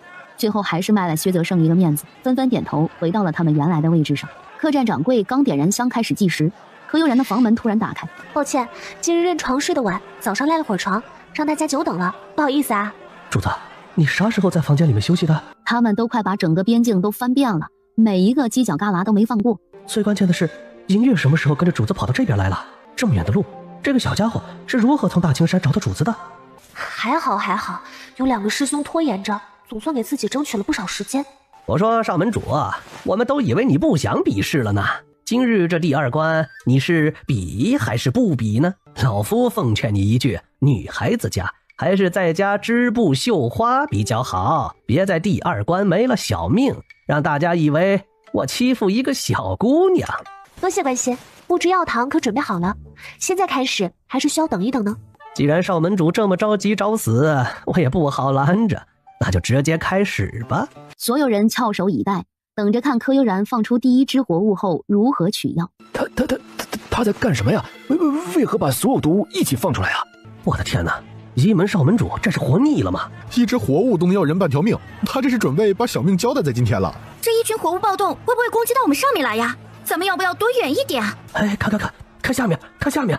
我操！所有活物不知道受了什么刺激，毒物与毒物竟然相互攻击起来，他们完全不理会一旁的柯悠然。而一门这个少门主如同一只穿梭的蝴蝶，天然落于各个目标物上，提手一划或是小刀一切，便将需要的药物拿到手了。这些毒物都被敌对方吸引了注意力，直至柯悠然取完所有药材，他们都浑然未觉，还在自顾自地打斗着。银月蹲坐在一旁，如同守护的卫士一般，看着柯悠然的眼神流露出来的全是崇拜和自豪，优雅地落于2楼，将36味药妥善地放在了展示桌上。结束了！我的天哪，半炷香都不到，36味药全部取下来了，竟然比药堂堂主取的药材还要完整，这品相也太好了。第2关取药可以这么做的？药堂葛堂主用了3天3夜才完成的事儿，少门主只用了不到半炷香，这速度也太快了。我去，我们的赌注是不是下错了？呀！我的天哪！我2次都下在葛堂主那边，这次真的是赔了个倾家荡产呐！早知道我把钱全部投给少门主了，这下肠子都悔青了。哎呀，没想到我出一个门，眨眼就赚了6万两。你们早该想到的，能坐上少门主的位置，一定是有真材实料的。况且一门的薛堂主还对少门主恭敬有加，那肯定是有原因的呀。你们自己笨，怪得了谁呀？对呀。我去，老，咱们用赌葛堂主赢的那一桌，赔付这一桌的银两够吗？够吗？估计是不够的吧。谁这么缺德，在比赛结束后加码？给老子站出来，看老子不毒死他！段雷霆抱着墨绝从暗影里走了出来，他的身后跟着闪电和竹风。这笔赌注是我在少门主比试时下的，并非比试后所下。殷堂主有什么疑问吗？柯悠然听段雷霆叫他少门主时愣了愣，随即反应过来他们的身份，自己家的是桃源村段家三郎，没有人知道段三郎就是段世子，且以前他还易了容，与现在的相貌天差地别。师兄，咱们既然赌得起，就应该输得起，还是把银两赔给这位公子吧。小子，算你运气好，遇到我师妹在这里，最好不要让我单独遇到你，否则被我这只毒蝎子给蛰到，你可别哭鼻子。啊，不对，是连鼻子都哭不出来，小心变成干尸。我奉陪到底。一个大男人长得如此轮廓分明，俊逸非凡，比我还要俊上3分，简直太碍眼了。师妹也是，明明嫁给那个段三郎了，这平时连一个眼神都懒得给我，一看见这个人，这眼珠子都不会转了，整个人都盯在人家身上，这样花痴好吗？自己看自己夫君怎么了？碍着他什么事儿了？3日后，运城登云台一战如何？好，我段雷霆奉陪到底。还请殷堂主将我家世子爷的赌约给兑换一下，我们还赶时间用午膳呢。然而再心痛又能怎么办呢？最后只能乖乖地将所有金银兑换了出去。这一局殷九是替段雷霆做了嫁衣，赌葛公赢的那一桌上所有金银全部赔进去不说，还倒贴了上百万两银票。一旁的薛泽胜看着段雷霆怀里的墨诀，再看了看柯悠然怀里的银月，似乎发现了什么。近日听闻一门后继有人，不成想是如此年轻美貌温婉的姑娘。本世子赢得这些银两，全数捐给一门，全当我义王府的贺礼，望少门主不要嫌弃才好。多谢段世子，那我就恭敬不如从命了。哇，这两口子隐藏的好深啊！段三郎、段雷霆、段世子，不都是同一个人吗？段雷霆赢下的这笔钱，不管明里暗里都会是柯悠然的。今日当着众人之面，把银两全部给了柯悠然，为以后他俩可能的密切来往埋下了伏笔。以后如果有人发现段雷霆和柯悠然走得近，估计也不会想太多，皆会以为是今日的银钱交易拉近了二人关系。这姓段的和小师妹的夫君都不是什么好人。不对，哎，等等，段雷霆、段三郎，两人都姓段，还有他怀中的小狼，不是桃源村悠然养的那2只其中的一只吗？好啊，晚了就是晚了，不管他怎么努力，师妹始终是别人的。如今乍一知道段雷霆的身份，殷九的心里非常不是滋味。段三郎，你给我记住了，如果敢对小师妹有一点不好，别怪我把小师妹给抢走，让你永远见不到她。悠然永远是我的妻，你这辈子、下辈子、下下辈子都死了那份心吧。段世子，记住3日之约，可别让我久等才好。放心吧，本世子定然不会忘记。堂主，第3关还没比试，你为何就要走了？哎，葛堂主，当初你说少门主过不了第2关，这第3关不说也罢。可是如今少门主不仅过了第2关，还非常完美的以最短时间超越了你，是不是也该公布第3关的比试方式了？对啊，葛堂主莫不是怕了少门主，想溜之大吉？你们怎么还叫葛堂主呢？他早已被少门主收走了堂主令牌，已然是一个普通弟子了。对呀，我们怎么就给忘了呢？3局2胜，少门主已经胜出，这第3关不比也罢。不过我们还是很好奇，这第3关到底是什么呀？我只听说过这一门药堂的第3关啊，十分凶险，稍不注意便会丢命。不知此关真正要做的是什么？殷堂主，您看这一门第3关比试，您是不是再开一局呢？没看到我把银两全都输给段世子了吗？第3局你们谁想摆谁摆，我是不摆了，谁赢谁输不是明摆着的吗？这一局谁设赌局谁傻。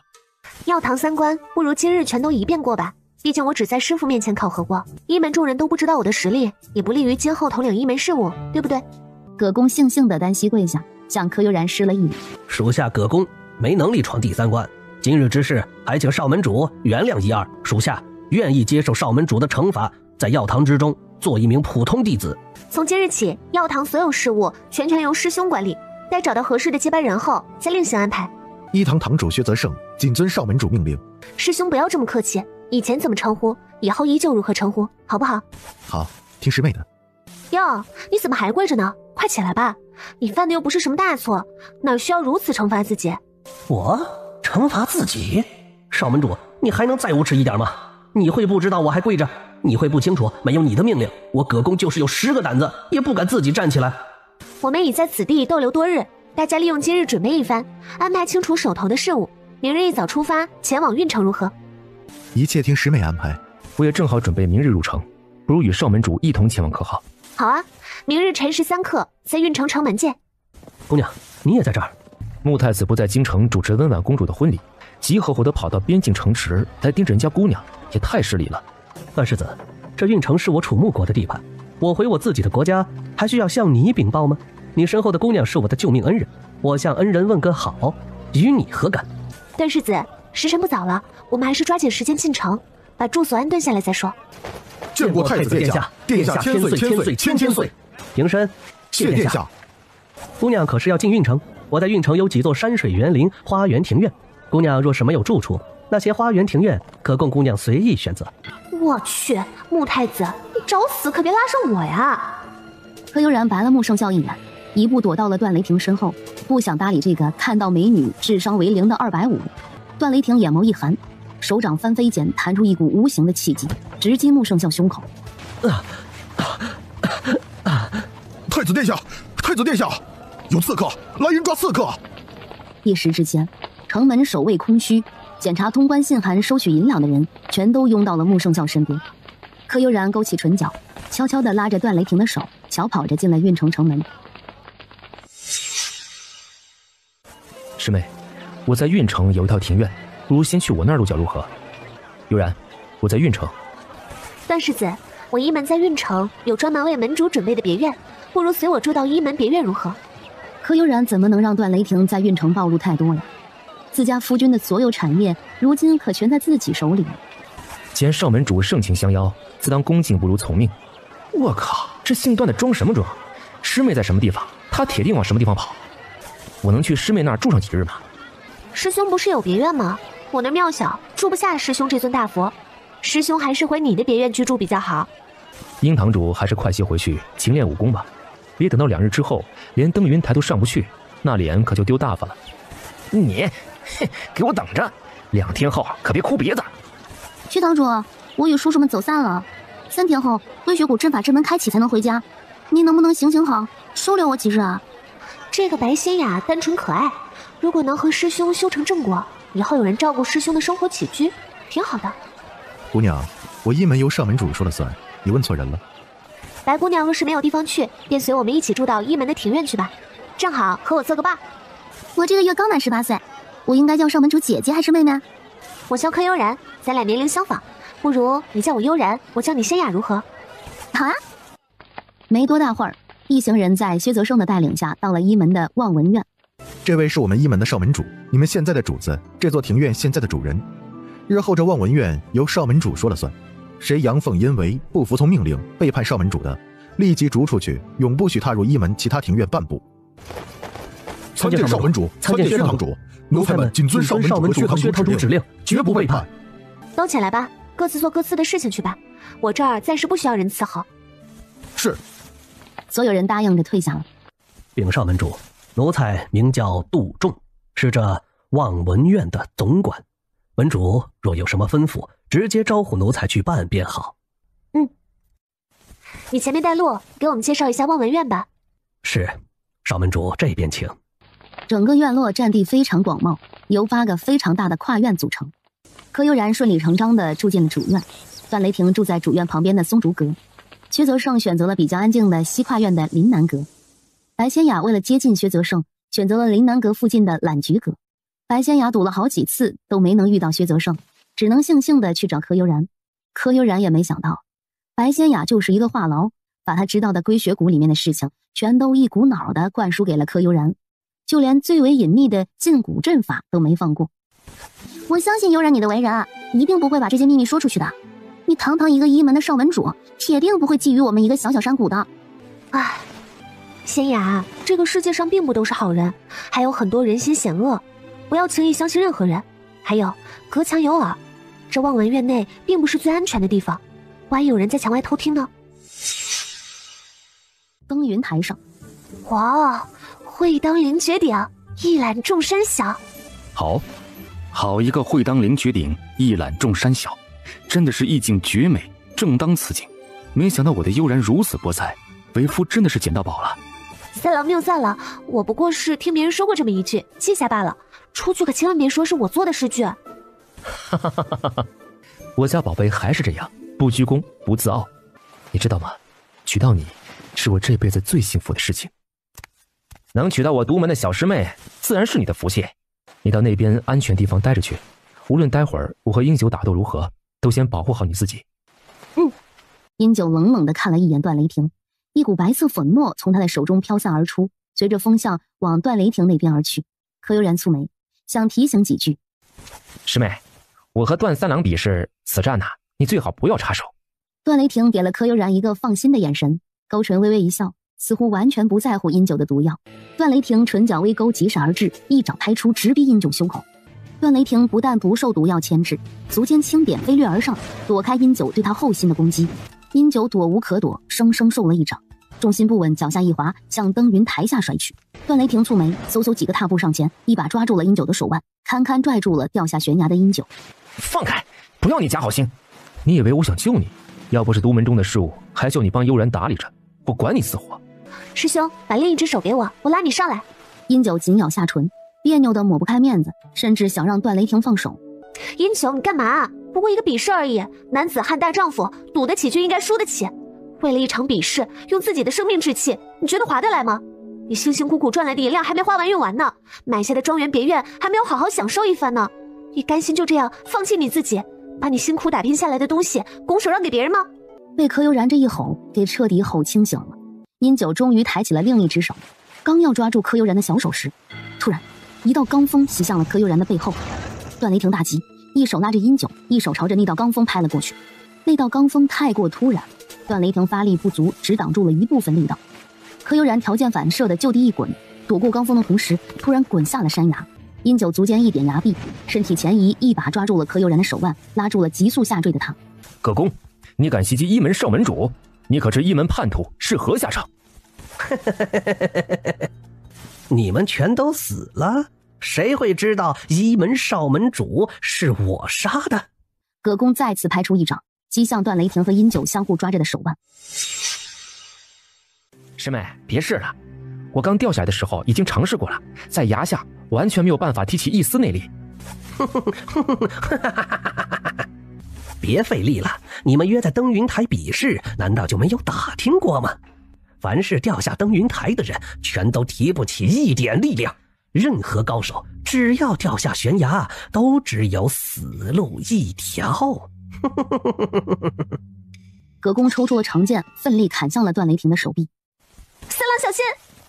柯悠然大急，取出一把冰针，朝着葛公暴击而去。然而冰针像是受到某种力量的制约，垂直朝崖底掉落下去，完全射不上崖顶。三郎放手，小心身后！段雷霆瞅准时机，一把飞刀直击葛公咽喉，瞬间穿透了他的喉管。葛公高举宝剑做出的穿刺动作，再也没能落下，身子一歪，掉下了悬崖。柯悠然长长吐出一口浊气，从空间里面找出一把攀岩钩，用力往崖壁上砸，锵锵锵，几次敲击下来，岩壁依旧坚硬如铁，完全没有被撼动分毫。师妹，别再尝试了，这面悬崖颇为诡异，我用力拉你，你抱着我的腰，踩在我的肩膀之上，先爬上去再说。好。如今只有这个办法可以减轻段雷霆的负担，他先爬上去，与段雷霆合力，再把殷九给拉上去。眼看柯悠然快要成功的抓住殷九的腰，一只巨型山鹰抓着葛公的尸体盘旋而上。他锐利的鹰眸看到柯悠然，爪子一松，扔掉了葛公的尸体，然后直接朝着柯悠然滑翔着飞掠而来。我有银月，然后用了全身力气掰开了殷九的手，垂直掉了下去。悠然！段雷霆秒懂柯悠然的意思，紧紧抓着殷九的手腕，继续用力将他往上面拖拽。他要快点把殷九拉上去，才能分身去救柯悠然。姓段的，你放开我，我要下去救师妹。你个没有人性的家伙，师妹对你这么好，你竟然能眼睁睁看她掉下去。殷九，想救悠然，你就给我乖乖听话，我拉你上来，然后下去看一看情况。不！殷九愤然，我要亲自下去，没有亲眼看到师妹平安，我怎么能够独自上去呢？混蛋，现在你下去帮不上任何忙，还会成为我和悠然的拖累。你给我滚回运城，告诉薛泽胜这里发生的事情。你们俩先进归雪谷，帮悠然找到他想要的东西，我保证一定平安的把悠然给带回来，听到没有？从他的眼神里面看到了坚毅和果敢，他不由得默了默，不再挣扎，并配合着段雷霆爬上了登云台。而殷九被拉上登云台后，段雷霆毫不犹豫地跳了下去。师妹，你一定要平安，我在归雪谷等你。你想要的麒麟香，我一定帮你弄到手。悬崖下，见柯悠然坠落的速度越来越快，山鹰使出了吃奶的劲儿，垂直俯冲。眼看锋利的爪子就要抓到柯悠然时，他一个意念闪进了空间，我去，这个大家伙什么时候跟着自己进来的？段雷霆身影突然出现在空间池中，一把将柯悠然圈入怀中。宝贝，你吓死我了，下次不要这样了，哪怕有空间也不行。没事了，别担心哦，我会想办法保护好自己的。山鹰找不到突然更换空间的缘由，看到下方拥抱在一起的两人，愤怒地俯冲而下。一道无形的屏障阻隔了山鹰的撞击，并将他弹飞了数十米远。我是这一方空间的主宰，在我的地盘还想攻击我，看看遭报应了吧。山鹰似乎听懂了柯悠然的调侃，突然飞起来，在空间上空盘旋，四处寻找出口。那紧张的样子，像是丢了多么重要的东西一般。你下坠到什么位置闪现空间的？我要在什么地方才能追上你啊？三郎，我进来的时候没注意，要不这样，我出去看一下具体位置，再闪身进来告诉你好不好？现在也只有用这种冒险的办法了。柯悠然也不再犹豫，闪身而出。刚出来，他便掉落在了一棵粗壮的大树枝丫上。段雷霆压根不放心柯悠然一个人出空间，也同时闪身跟了出去。一连串尖利的山鹰鸣叫，让急速下坠的段雷霆深深蹙眉。难道他们出空间的动作又把那头山鹰给带出来了？段雷霆循着山鹰鸣叫的方向使出了千斤坠，急速往下坠去。而粗壮枝丫上的柯悠然懵了，他不但掉在了树丫上，还在巨型山鹰的巢穴里。我的个神啊！嗨，你能听懂我说话吗？当柯悠然试图遁走时，山鹰眼眸幽深地睨了他一眼，昂起头再次啾啾地叫了两声。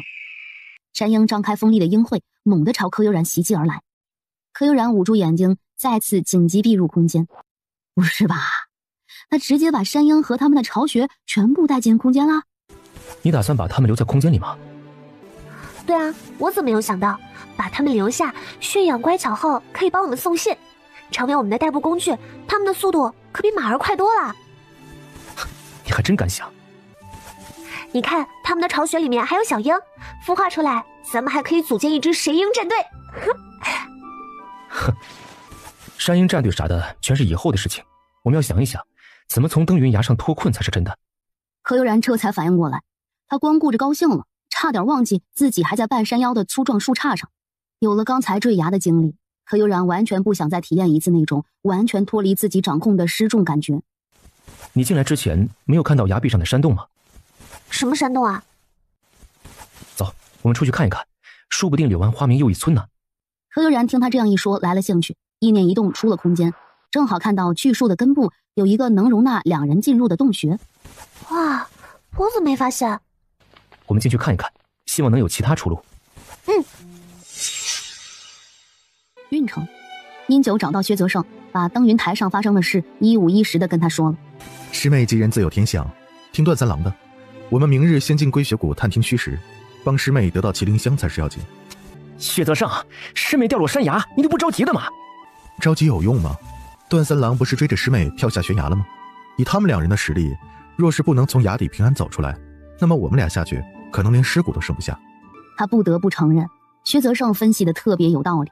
此时最重要的是进入龟雪谷，完成师妹的心愿。柯悠然因为收取巨树昏迷了3天3夜，今天总算是养足精神醒了过来。两人围坐在篝火边，商榷着迷宫的布局形式，进入了瓶颈。三郎，我陪你回空间睡一觉好不好？我知道你很想快一点出去看一看外界的情况，我和你的心情是一样的。但是欲速则不达，没有好的体魄和精神状态，我们寻找出口就会难上加难。说不定睡一觉起来，咱们就能找到灵感，寻觅到出去的办法呢。好，听你的。两人将火堆全部熄灭，闪身进入了空间。而龟雪谷内，剑路大会已经开始。殷九和薛泽胜独自进入龟雪谷，如今的形势，带着任何下人都会成为他们两人的累赘。诸位，我是这龟雪谷的谷主白木南，想必大家都清楚，我们请各位前来所为何事。1个月前，我们在谷内的山林腹地用阵法困住了2头七彩麋鹿，然而想要驯服它们实在太难，谷中没有任何一个人可以胜任。这七彩麋鹿可是神鹿，背脊长有一对神羽，能御空而行，遁地而走。龟雪谷的阵法要多么高深精妙，才能把他们困住呢？要先驯服神鹿，再让他们心甘情愿吐出麒麟香，确实很困难。古籍上记载，麒麟香外观看上去是一个鸡蛋大小的菱形石头，但内里却是泛着七彩流光的莹润液体，只要一滴便能活死人，肉白骨，是天下至宝中的至宝。上万年来，这些都只存在于传说之中，此次能进到神路，是几辈子修来的福气。各位都是有能之士，今日请大家前来，就是想让诸位试一试，看看谁能够驯服那七彩麋鹿，取出麒麟香。我白木南只有一个要求，就是谁人得到了麒麟香，只要给我们归雪谷留下3滴便好，其余的你们尽可以带走。没问题，白谷主能让我们参与此事，只拿走3滴已然是非常仁义了。若是我们再不答应，就太显得不近人情了。大家说对不对啊？对，白谷主这个要求并不过分。我们不管是谁得到东西啊，一定给归雪谷留下3滴。我们谢谢白谷主给我们这样的机会，要不现在就带我们去看一看神鹿吧。对呀，白谷主，我们只有看到神鹿才能想办法驯服，咱们也别耽搁时间了，直接过去吧。既然大家如此心急，那我便带大家过去。不过我奉劝各位一句，困住神鹿的阵法很厉害，若是没有破解阵法能力的人，去了就是一个死。大家最好三思而后行。白谷主不必担心，我们既然赶来，就做好了万全的准备，谷主只需带路便好。既如此，思虑好的便跟我来吧。除了不敢再冒险往前的人，其余1/3的人都积极跟了上去。薛泽胜和殷九不紧不慢地跟在后面，眼观六路，耳听八方，不敢错过任何一个细节。而被穆圣孝惦记着的柯悠然，此时正在空间之中研究半山腰上的鹰巢。段雷霆睡着了，柯悠然的力气小，没办法像段雷霆那样抱着他继续寻找出路。睡了3天的柯悠然此时精力非常旺盛，他发现鹰巢下方的巨型古木有些怪异，巨树的根扎在山崖的峭壁之上，如同一根根血管，里面似乎还有绿色的液体在缓缓流动。柯悠然灵机一动，弄了一些七彩莲池水浇灌在大树根部，大树的根须像是得到什么宝贝一般欢腾地摆动起来，鹰巢跟着晃动了几下。正在孵蛋的母山鹰紧张地啾啾啾地叫个不停，山鹰父亲盘旋着飞到柯悠然面前，低下了他高贵的头，似乎在请求柯悠然想想办法让那个巨树安静下来。难道进入空间的东西都能养出灵性来不成？柯悠然拍了拍崖壁，不悦道：别动了，想要莲池水就给我安安静静的，不然以后都不给你浇水了。巨树似乎听懂了柯悠然的话，立即停止了摆动，还用树叶轻轻拍抚着柯悠然，向他示好。我去，还真成精了，这树也太神奇了，不知道一毒2座塔楼里面有没有这种植物的记载。如是想着，柯悠然飞掠到了毒楼里面，翻找了上古典籍的记录。毒门称此树为万毒之木，树木的根茎有剧毒，根茎之中流淌的绿色液体是最强效的化尸水，只要1滴便能让任何人或动物的尸体消失在空气之中。树叶是上好的解毒良药，只需要1片叶子便可解砒霜、鹤顶红等剧毒。而古籍上还记载了不少如何利用此树各个部分配置解药和毒药的方法，这巨树全身都是宝。没想到啊，这种树早在万年以前便绝迹了，自己机缘巧合之下能弄到一棵，简直是奇迹中的奇迹。一门古籍记载，这棵树叫万圣果树，生长在坚硬如铁的悬崖峭壁之上，由守护神鹰驻守。医毒2门对这棵树的称呼不一样，毒门记载制毒解毒的功效，医门记载治病救人的内容，附带着说了此树与蛊毒的渊源。果实是九转还魂丹、百毒丸、驻颜丹等极品药丸的主要成分之一。还有这棵树的树皮是蛊虫克星，也是制作辟谷丸的最重要的材料。这下好了，就算没有辟谷丸，取一点树皮也可以和蛊师斗一斗了。看完一门对那棵巨树的介绍，柯悠然已经有了一个清晰的认识，还有很多东西是书上没有介绍的，需要他自己探索。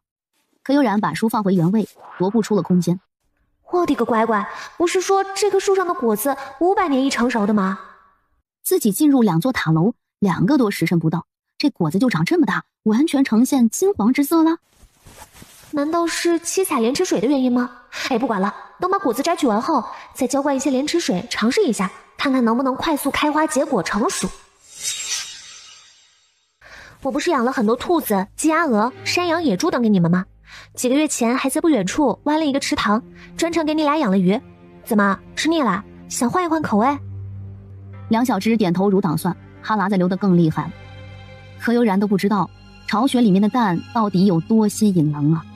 颜月和莫绝盯着鹰巢里面的那枚会发光的蛋，眼睛都冒绿光了。这里面的蛋不能吃，你们想换口味的话，等我们找到出路后，我给你俩列一点野物如何？银月和莫绝失望地蹲坐在地，用祈求的眼神眼巴巴地看着柯悠然。只要你俩不动鹰巢里面的蛋，以后放你们出空间自己去狩猎如何？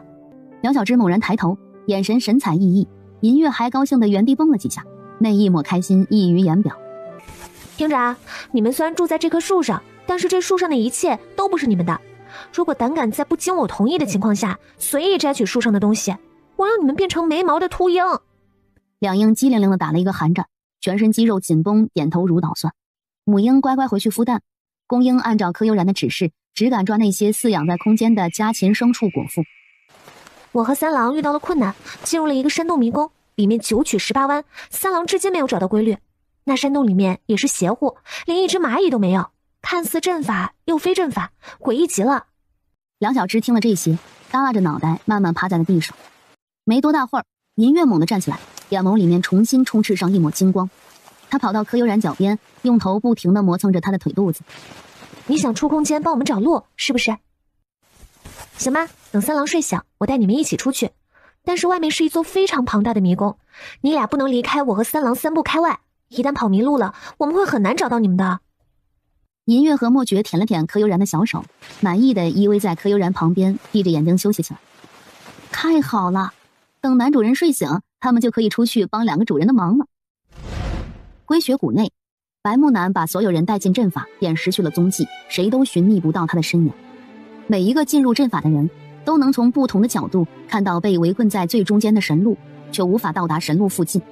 莫静冉带着家族的阵法师测算着这个困阵的生门和死门，努力寻找接近神鹿的办法。到了这里，看似团结的人已然4分5裂，各自为营，都想各凭本事达到他们的目的。薛泽胜和殷九不紧不慢地进入了一个无人问津的岔道。经过薛泽胜的测算，这些岔道都是一样的，不管进入任何一个，遇到的都是同一个困阵。想要出去，不在于阵法，而在于破阵的人。爹，你确定这些人会成为阵法祭祀的贡品吗？万一有人逃出去，带人前来攻打龟雪谷，这当如何是好啊？大哥放心，此阵乃是上古奇阵，我手底下的阵法大师都没有办法破解其中关键。这些人进去只有献祭这一条出路，他们压根就不可能破阵而出，找到阵法的规律还回去搬救兵，这就更不可能了。神鹿入了天幻迷宫，我们进不去，他们也出不来。不用献祭的办法让迷宫自动打开，神鹿将会被困死在里面。我们永远都别想拥有神鹿，咱们别无选择。一旦阵法开启，不出3日，那些人就会全部成为祭品。他们都是各大隐士家族、门派、2大皇室的重要人物，一旦他们不回去，咱们铁定会受到包围和攻击，当如何是好？大哥所言不无道理，但是进阵以前，爹有劝阻过他们。离去之人可以证明，我们并没有逼迫他们，是大家自己选择的，与我们何干？岂能找我们麻烦？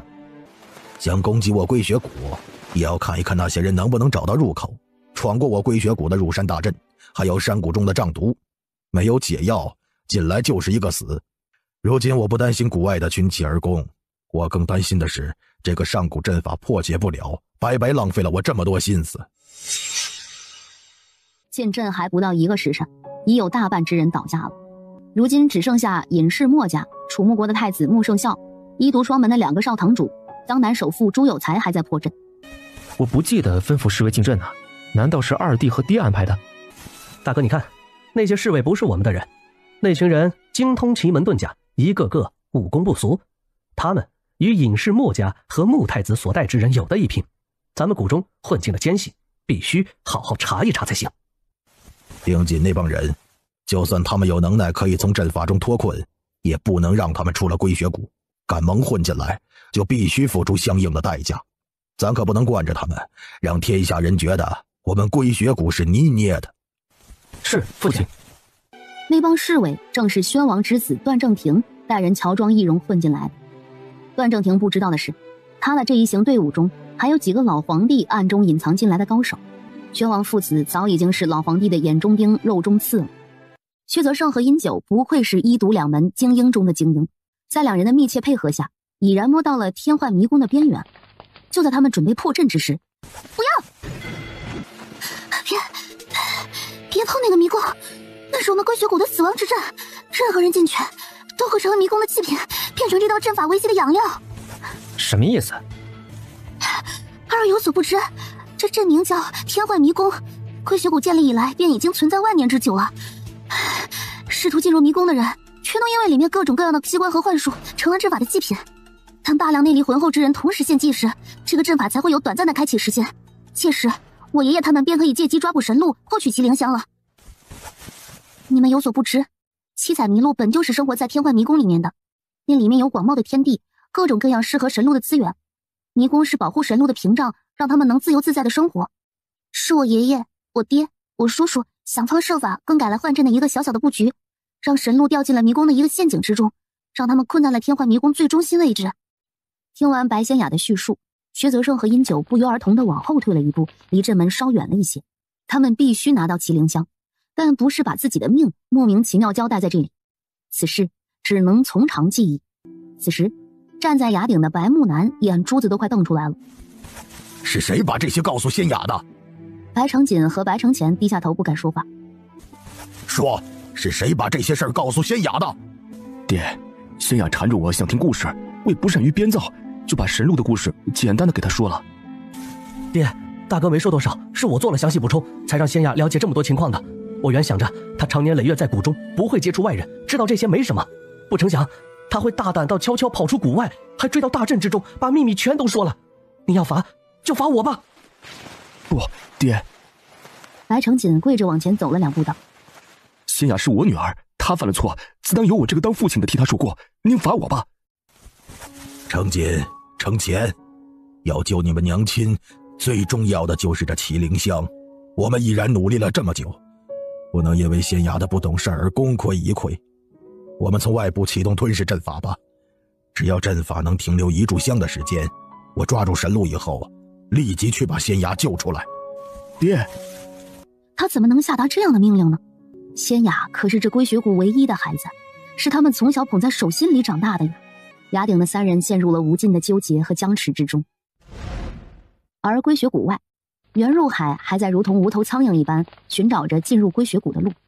袁氏小产以后，又折腾着跳河自尽，身体还未养回来，又跟着袁入海一路奔波。袁氏的身体底子早垮了，看诊了很多大夫，得到的结果都是袁氏不可能再有身孕了。袁入海担心袁氏想不通再次自尽，只能走到哪儿将他带到哪儿。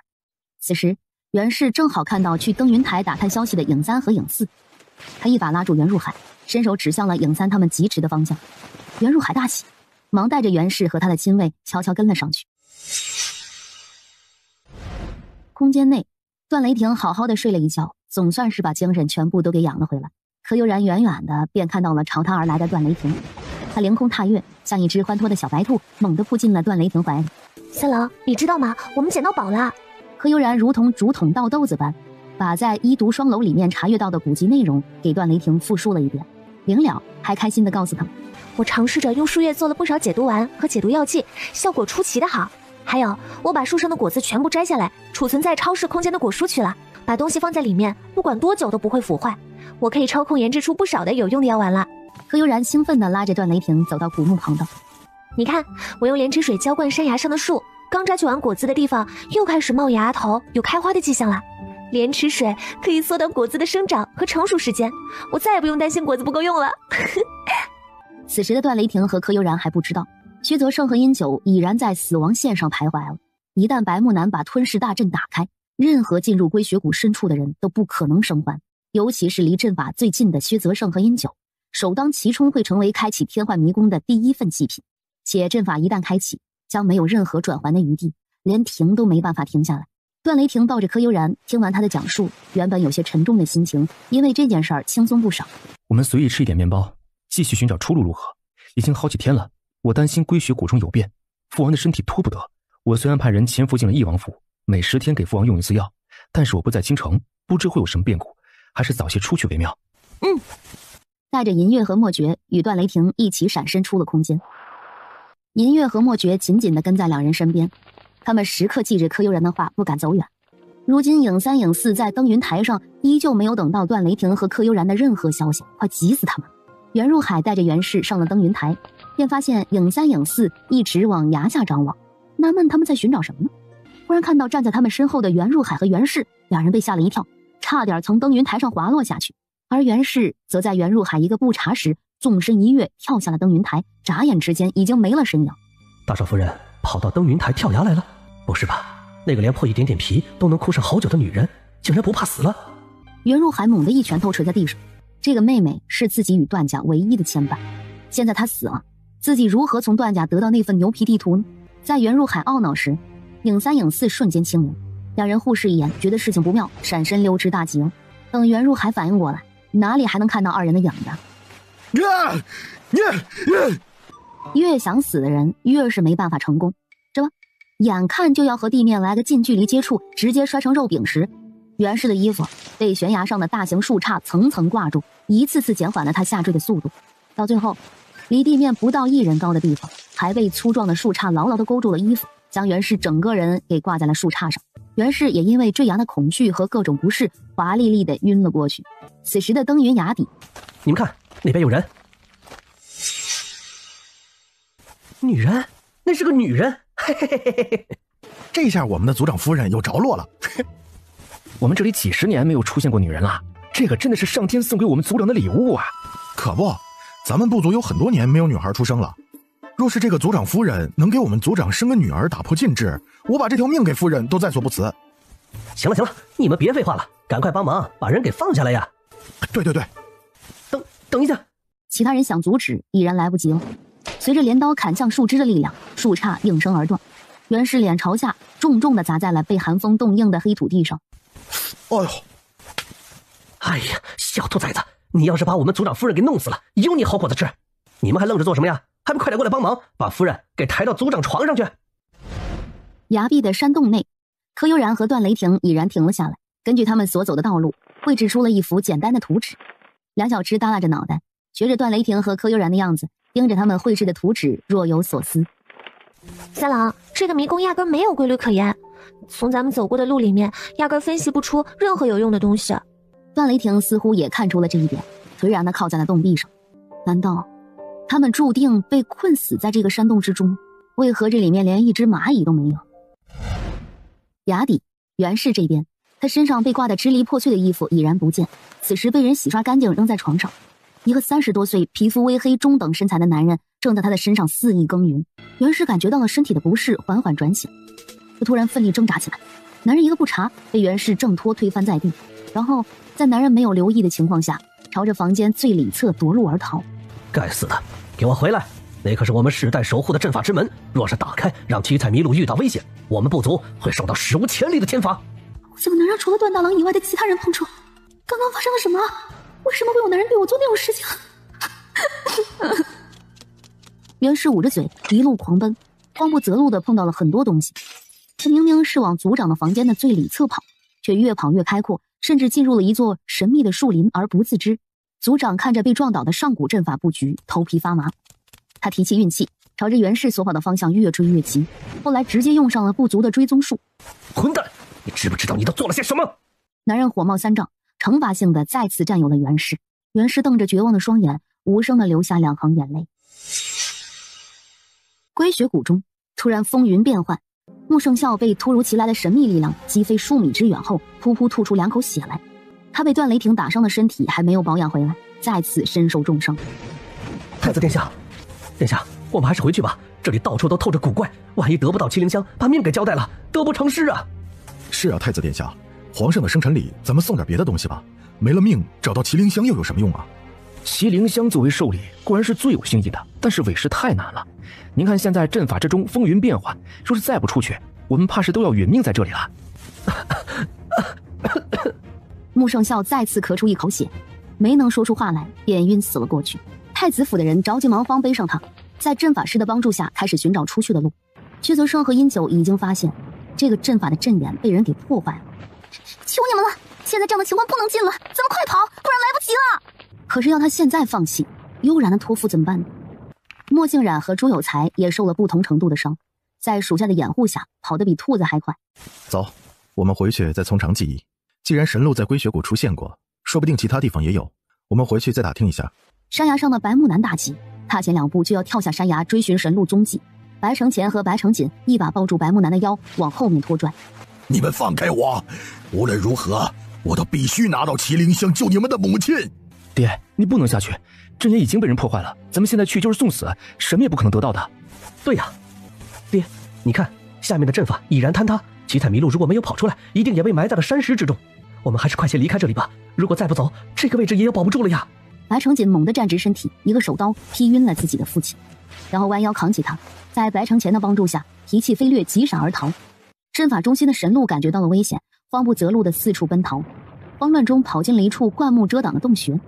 渐渐的，随着神鹿越来越深入，道路开始四通八达，通道从一开始的1条变成了4条、8条，然后是无数个密密麻麻的蜂巢。2头神鹿已经在不知不觉中闯进了柯悠然他们所在的山洞。银月和莫觉在前方带路，以他们敏锐的判断寻找着最安全的方向。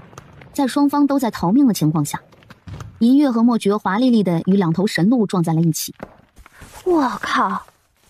我的个乖乖！三郎，咱俩被困在随时都有可能把我们活埋的山洞之中，却遇到了咱们追寻的七彩麋鹿，这运气是好呢，还是不好呢？运气好不好，段雷霆不知道，现在的情况是真危急。把撞晕的神鹿和2小只收入空间，咱们要快些找到出口才行，不然真被活埋了就出不去了。神鹿从另一个方向逃过来的，说明那边已经不能走了。那么只剩下最后一条路了。段雷霆话落，搂着柯悠然再次提气飞掠，进入了唯一的通道之中。归雪谷中，没有用的，完了，我们出不去了。你哭什么？为什么说完蛋了？还没尝试，怎么就出不去了？这里是我们归雪谷的护山大阵，没有把人全部困死在里面，是不会停下来的。我操！隐士墨家、舒有才、穆圣孝一行几十人见势不妙，纷纷朝着殷九他们靠拢过来。大家都不再各自为营，而是非常默契地选择了倾城合作。可能是剧烈的抖动和摇晃，让下属背上的穆圣孝悠悠转醒。他刚睁开眼，便看到一把暗器朝着他飞驰而来，扑哧一下插进了自己的臂膀。快给穆太子一粒解毒丸，暂时压制住他的毒性，再做计较。多谢。穆圣孝服下药丸，感觉轻松不少，感激地看了一眼薛泽胜和殷九，吩咐属下继续往他们身边靠拢。而从山崖下飞驰而来的白家父子3人，看到自动开启的护山大阵，一脸的蒙圈。所有的一切明明在我们的算计之中，今日到底是什么地方出了错？为什么没有按照计划进行呢？围困神鹿的天幻迷宫为何会突然自毁？七彩麋鹿是否逃出去了？而造成这一切的罪魁祸首袁氏，被神秘部族的族长扛在肩上，一路飞驰回了他的住所。他们这些世代被禁制困住的人，奇迹般的得到了自由。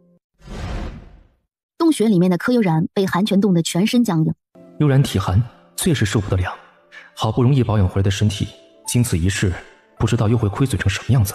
如果此次能顺利出去，一定要请医生给悠然好好调理一下才行啊。三郎，这个地方全是冰，按理说那条手臂粗的溪流应该被冻住才对。然而你看，它依旧潺潺而流，似乎完全不受低温影响。这水看上去很普通，没有什么特别之处，为什么不会被冻住呢？我们提气飞掠一段，往前面去看一看，说不定答案就在这水流的源头呢。好。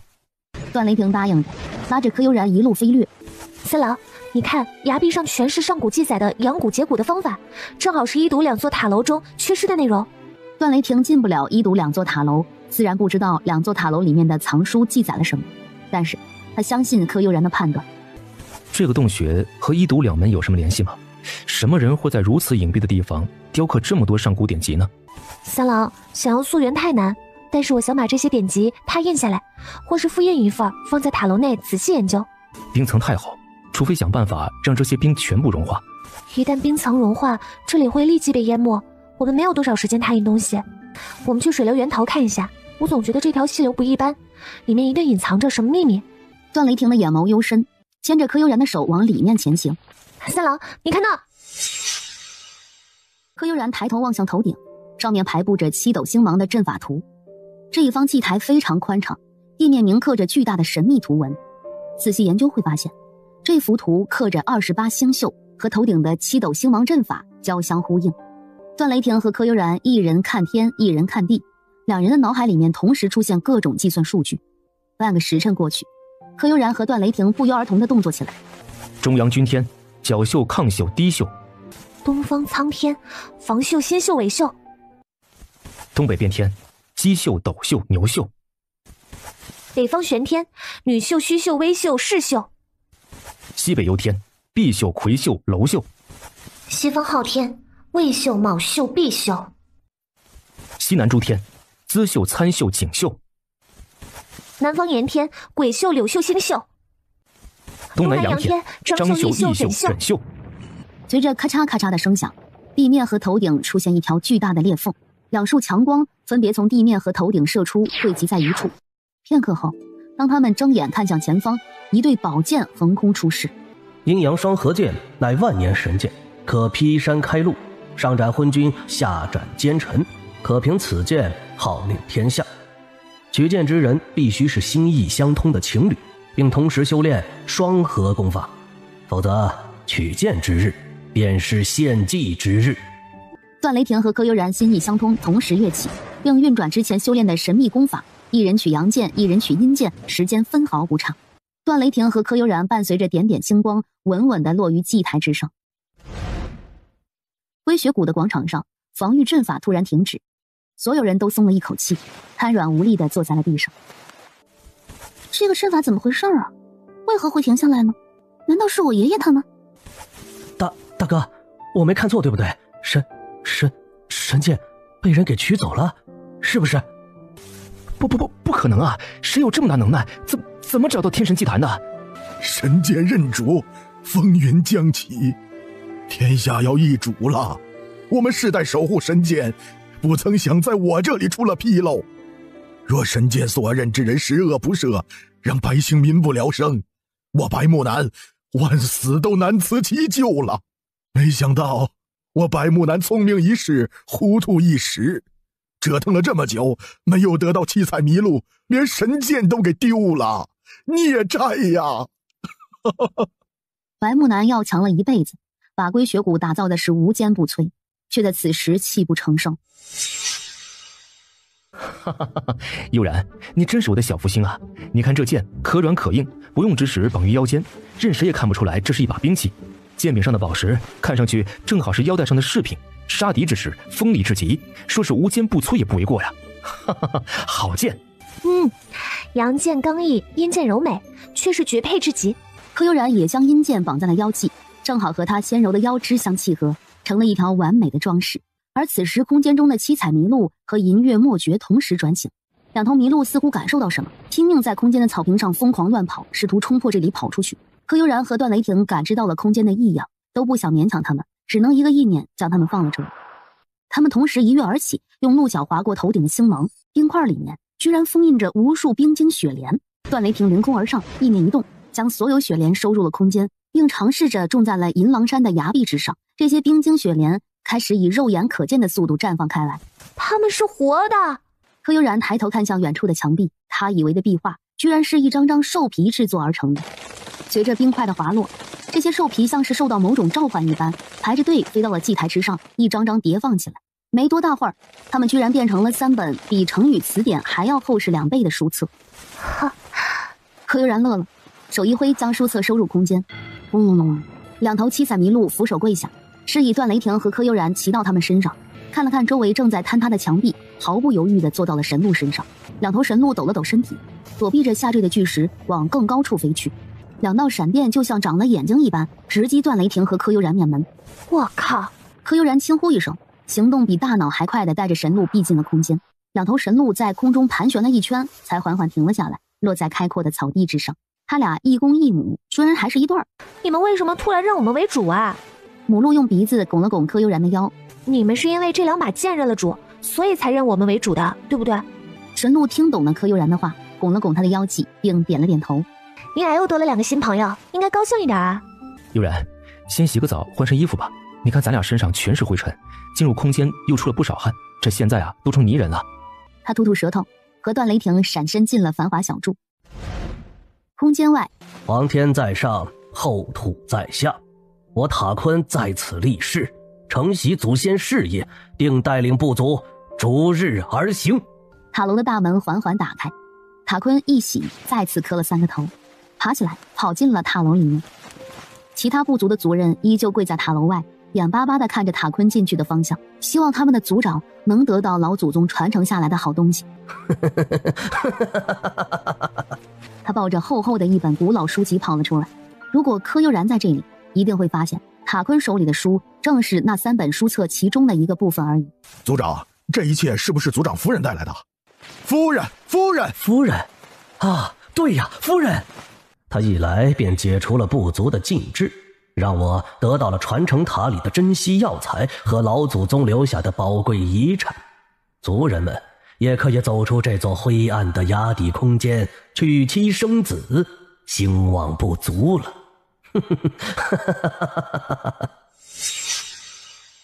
两位师兄可有受伤？师妹无需担心，我俩都没事儿。师妹，是你吗？我没有进入幻阵，对不对？你掉下山崖有没有受伤啊？殷九巴巴巴地问了一连串问题。够了，你是10万个为什么吗？这么多问题，让悠然回答你哪一个呀？姓段的，你如果对师妹不好，我立即把师妹带走，让你哭死去吧。收起你的心思，你没有这个机会了。师妹，穆太子受伤，身中剧毒，解毒丸怕是压制不了多长时间，是否让医门出手相助？师兄，解毒之事，毒门比医门更在行。穆太子的毒，可否请师兄施以援手？师妹请托，莫敢不从。开玩笑，自家师妹能开口，不抓紧好好表现一番，那不是傻吗？少门主，您真的是越来越厉害了，无兰斗药天下第一，居然还能指挥独门的少堂主做事儿，我太崇拜您了。要不您收我为徒好不好？我还在学医毒2门的东西，目前没有收徒的打算。虽然不能收你为徒，但是我可以答应你一件事儿，只要是我力所能及的，一定帮你实现愿望。真的？真的。少门主，我奶奶卧病多年，您是一门少主，医术定然是极好的。只要您能治好我奶奶，以后您让我往东，我绝不往西，您就是我主子。这丫头还真是说风就是雨，直接认了主子。他爷爷和他家人知道吗？会不会暴揍这丫头一顿呀？轻声的，轻声的。想必这位就是一门下一任继承人。此前的客栈听闻少门主事迹，今日得见真人，果然是英雄出少年呐。少门主，您快跟我来一起看一看奶奶，她躺在床上很多年了，她能康复是我唯一的心愿。白家父子3人抬手想阻止，已然是来不及了。我归血谷的机关已然被破坏，随时都有可能再次自行启动。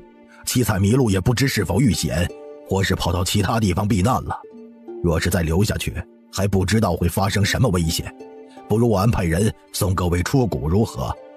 大家都同意白谷主的提议，相互搀扶着站起来，跟着归血谷安排的带路人往谷外走。穆圣孝的毒也被殷九逼出了大半，剩下的毒素服药便能痊愈。殷九不愧是一个奸商啊，瞅准时机，以300万两的价格卖了3粒解毒丸给穆太子。白家父子3人清点完在场人数，猛然发现假冒归血谷侍卫的那群人并没有在这片广场之中。白承前猜测，爹，大哥，说不定那群人已经被掉落的山石和泥土给掩埋了。不可能啊，那群人不管是武功还是破阵之术，都是佼佼者，没有那么容易丢命的。老大说的对，此事定有蹊跷，马上安排人四处搜寻一番，看看他们是不是跑到别处去了。白承锦和白承前立即警惕起来，匆匆安排人组成巡查小队，将归血谷数万里地全部巡查一遍。如今阵法被毁得厉害，不知道能不能收到阵法预警，还是早做防范比较好。除了医毒2门的殷九和薛泽胜还留在谷内，其余人全都被白谷主送出了谷外。白木南为了查出段正廷一行，还煞费苦心地更改了谷内所有巡查护卫的口令和暗号。然而那些人就如同从来没有进来过般，消失得无影无踪。然儿来了，快来奶奶这里。奶奶，今天感觉怎么样了？有没有好一些啊？白奶奶温和一笑，奶奶看到我们仙雅呀，什么病痛都没有了，身体都轻省多了。柯悠然注意到白奶奶的手指指甲底端小太阳的位置悠悠地泛着暗灰的颜色，再观察白奶奶的眼睑下方一片乌青，泪腺位置隐隐透着一股死气。能让我给白奶奶号一下脉吗？奶奶，这位是医门的少门主，我今日请他前来帮您看病的，让他给您号一下脉好吗？柯悠然对这个随和的老太太印象不错，看诊的时候又仔细了几分。白奶奶10年前是否去过什么不该去的地方？白奶奶眼角一斜，眼眸中迸射出凌厉的光，看向柯悠然的眼神没了温和。白仙雅都被奶奶的这一眼吓了一个哆嗦。白奶奶不要紧张，我问您这些只是想确认一下您是否身中蛊毒而已。这丫头年纪轻轻，却心思细腻，不过一眼便知道自己中了蛊毒，不简单呐。听仙雅说，此人是一门的少门主，能统领如此大的门派，没点本事可不行啊。看来此人只可交好，不能得罪。姑娘厉害，只一眼便看出了老生身体的问题所在。不知少门主可有解蛊的办法？想要解蛊有2种方法，一种是得到麒麟香，将蛊虫吸引出来，配合药浴熏蒸之术解除蛊毒；另一种是得到万圣果树的树皮和冰晶雪莲做药引，配合七彩流云针法将蛊毒逼出体外。既然少门主知晓治疗方案，那么一定也知晓您说的这些药物有多难得吧？别说找齐3样了，那万圣果树和冰晶雪莲早在万年前便绝迹了。就是那麒麟香，我家老头子为了得到它，花费了7、8年的心血，才将七彩麋鹿围困住，想要捕捉他们取药，更是凶险万分，难如登天呐。我老婆子身体已然如此，如今不过月余寿命，苟延残喘而已。这蛊毒啊，不解也罢。很难得吗？不巧，这3种药都在自己的空间里面。奶奶，我不要奶奶有伤，你要好好的，你还没有看着孙女嫁人生子呢。柯悠然不想错过归雪谷的助力，他们背后的敌人势力强大，他们需要积蓄更多的力量才能与之抗衡。我一枚有万圣果树的树皮和冰晶雪莲做出的药丸，配合七彩流云针阵，能解白奶奶的蛊毒。不过您老年龄大了，又被蛊毒亏空了身体，我需要其他药物辅助解毒。我写一个药方，你们备齐里面的药材便可解毒。少门主说的可是真的？当真。我白仙雅在此立誓，若一门少门主能治好我奶奶，我立即认少门主为主，此生忠于一门，永不背叛。若为此事，天打雷劈，不得好死。这样的誓言不可谓不重，这丫头是哪根筋搭错了？归雪谷是一个神秘之地，在此地立誓，若是做不到，便会受到天罚。真是难为这个孩子了，罢了。如果一门少门主能将自己的病治好，归雪谷20多万士兵投入一门之下，也未尝不可。哎，你这是做什么？快起来吧！方才不是说了，准备好药材就能解毒，我也没说不给你奶奶治病，对不对？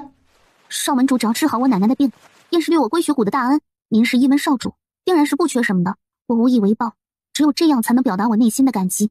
柯悠然无奈摇头，转身走到书案旁，写了一份药材单子道：这个是辅助药材，只要将东西凑齐便能解毒。我现在就去药房，最迟明日便能把这些东西凑出来。话音还没落下，白仙雅的人影已经消失，奔出了白奶奶的小院。这丫头说风就是雨，真是一点女孩的样子都没有，让少门主见笑了。白姑娘是性情中人，无忧无虑极好的，普通人也难得有她那一份纯真和快乐。白奶奶点头，换了自己的贴身嬷嬷，安排柯悠然和段雷霆分别住下。段母一个人在家时，偶尔会忧心忡忡地抱着那个他看得比生命还重的匣子，自言自语：王爷，你的3儿媳非常能干，折腾出了高产庄稼，可是却被多方势力给盯上了。如今县令、仇乡申家、知府大人、县城董家，还有那些一路追杀我们的黑衣蒙面人，一个个全都盯上了桃源村这一季的收成。也不知道悠然他们如今情况如何，什么时候才能回来？你还别说，没有三郎和悠然在家，我这心里啊，就像缺了一块似的。总觉得不踏实。而京城躺在床上的翼王偶尔清醒过来进食的时候，总觉得自己丢了什么重要的东西，但是他服用的药物太过霸道，不管他如何回忆都想不起自己是谁，到底忘记了什么。尤娘在翼王身上得不到东西，本就少得可怜的耐性也渐渐的快要被磨光了。渐渐的，段雷霆回来以后，每天还能吃上一顿肉的翼王再次回归了清汤寡水的生活。翼王不但饮食一日不如一日，休息时间也越来越少。不管尤娘如何催动蛊毒，翼王体内的小家伙都是一副懒洋洋的状态。时间长了，尤娘也发现了其中的端倪。尤娘一改往日的闲散，盘查起了府中的下人，并且命人一天12个时辰轮番守着翼王，只要发现可疑人员必须向他报告。这一来二去的，段雷霆安排的人不敢打草惊蛇，没办法再给翼王送药。修罗殿的明一和明二就此事不止一次的给归雪谷送信，却一直没能等到自家主子的回复，急得脑袋顶都快冒烟了。要不我去一趟归雪谷打探一下那边的情况，说不定我们发出的密函被人给接走了，主子压根就没看到那些东西，或者主子发生了什么意外需要外援，却苦于传递不出消息而得不到及时的支援。这样，明三明四前往运城，想办法混进归雪谷找寻主子下落，明二留下，我俩无论如何要想办法把这次的药物给翼王服下，就算为此丢了这条命也在所不辞。翼王的命确实比他们这群人更重要，就算集整个修罗殿也要保住翼王殿下，不能让他受到任何伤害。少门主，我是仙雅，你还在休息吗？药材我已经全部备齐了，能否请少门主一步替我奶奶诊治一二？仙雅感激不尽。段正廷心下一个咯噔，想也不想，用那只没有受伤的手闪电般的抽出腰上的短剑，以迅雷不及掩耳之势架在了柯悠然的脖子上。柯悠然来不及反应，已被此人挟持。这个男人是什么来路？武功和速度竟然与段雷霆不分伯仲，受如此重伤的情况下还能释放出强劲内力压制住自己，就是那不到0.1秒的停顿便让自己受制于他了。但愿此人不是我们的敌人，否则定然是一个强劲的对手。少门主，您是不是睡着了呀？打扰您非常抱歉，但是我奶奶的病实在是拖不得啊。若是少门主今晚能立即替我奶奶解毒，日后我这条命便是少门主您的。您让我去死，我绝不苟活。我靠，这个白皙雅的脑袋是怎么长的？原本用刀子抵着柯悠然喉咙的段正廷全身无力的轰然倒地。他无论如何也想不到一门少主竟然会用毒。不是说医毒两门是分开的吗？医门不应该只专注于医学之道吗？他为何会懂毒呢？白仙雅听到房间里面不对劲儿，猛地撞向门扉。白仙雅急吼吼的踩在压着段正廷的那扇门上奔了进来。什么声音啊？没什么，可能是哪儿来的野猫野狗。哦，不对啊，我分明听到的是男人的声音啊，为什么没有人呢？柯悠然还没问出闯入之人是谁，不能让白仙雅发现端倪把人给带走。白姑娘，晚上解毒光线不好，视线受阻，容易下错针。你把这粒药丸带回去给白奶奶服下，让她今夜好好睡一觉，养足精神以后才能承受蛊毒剥离身体的疼痛。我明日一早前去给她解毒如何？不好意思啊，是我太过心急了，我这就回去给奶奶服下，明日一早我再来接少门主过去。好。柯悠然答应着，目送白仙雅又踩着同一扇门出去。段正廷咬着牙，死死地坚持着，不敢再发出一点声响。少门主啊，我怎么感觉门板下面有东西垫着呀？这门板倒下去的时候，是不是撞到什么东西了？哦，我方才觉得被子太薄，准备加一床厚实的棉被来着，谁知道你突然闯进来，我吓了一跳，把被子扔了便往后退，门板许是压在我扔掉的厚棉被上了。对不起啊，方才我太着急了，我这就叫人来把门修整一下。哎，不必了，天都黑了，别折腾了，让人来装个门帘挡一挡，明日叫人来将门装上便好。那行。白仙雅答应着转身出了房门。请大小姐示下。立即用门帘把门挡住，今夜好好的守在这里，若是我主子遇到什么危险，唯你们是问，谁教你们的规矩这样盯着主子看的？一门少门主以后就是我的主子，你们对他要比对我更尊重，知道吗？如果让我知道你们任何人像看我那样盯着我主子，小心我把你们的眼珠子给挖出来。属下遵令。去吧。护卫应声而去，没多大会儿便拿了一块超大的崭新门帘，将柯悠然的房门给挡了起来。主子，您好好休息，我先回去，明早再过来。哟，不错呀，我还以为你醒不过来了呢。一壶冷水下去，把你的瞌睡都浇没了吧？段正廷动了动身体，除了全身无力不能动弹以外，还发现自己被捆成了粽子，一门少门主好手段，几个呼吸的时间让我浑身瘫软无力的同时，身上的疼痛还能翻倍，不愧是一门下一任的继承人，在下佩服。哪里，我怎么有你厉害？手臂粉碎性骨折，身受内伤的情况下，能避开外面上千护卫的眼睛，顺利摸进我的房间，速度、观察力、敏锐度都非常人可比，实乃神人也。我也对你佩服得很呢。少门主，我们就不要相互打哑谜了，咱们明人不说暗话。我是齐楚国宣王世子段正平，若今日少门主能帮我解毒，并替我疗伤，改日若是用得着我宣王府的地方，一定义不容辞。宣王府吗？还真是冤家路窄啊！唉，此时不能把此人给弄死，还得帮他逃出归雪谷，让他回京对付其他王爷去，真是郁闷。不能弄死他，那么折磨一下总是可以的吧？轻易将他放了，不是对不起自己刚才用在宣王世子身上的毒药吗？你说你是宣王世子，就是宣王世子啦。这个世界上骗子这么多，我又没有见过宣王世子，如何判断你的真假？我觉得吧，还是把你交给归雪谷的谷主，说不定他还能领我的情，日后我一门还能得到归雪谷的助力呢。少门主说笑了，这天下之人，谁人不求医，几人不问药？天下医药全都掌握在一门手中，谁敢与你们一门为敌？你们一门的势力遍布天下，若我是假冒的宣王世子，走出这归雪谷不出3日，就会被一门给截杀在半路。如此情形，岂敢欺瞒少门主？这不是把头别在裤腰带上了吗？话虽如此，我若是救错人，还要花大把心思去截杀你一个无名小卒，没得让天下人笑话我。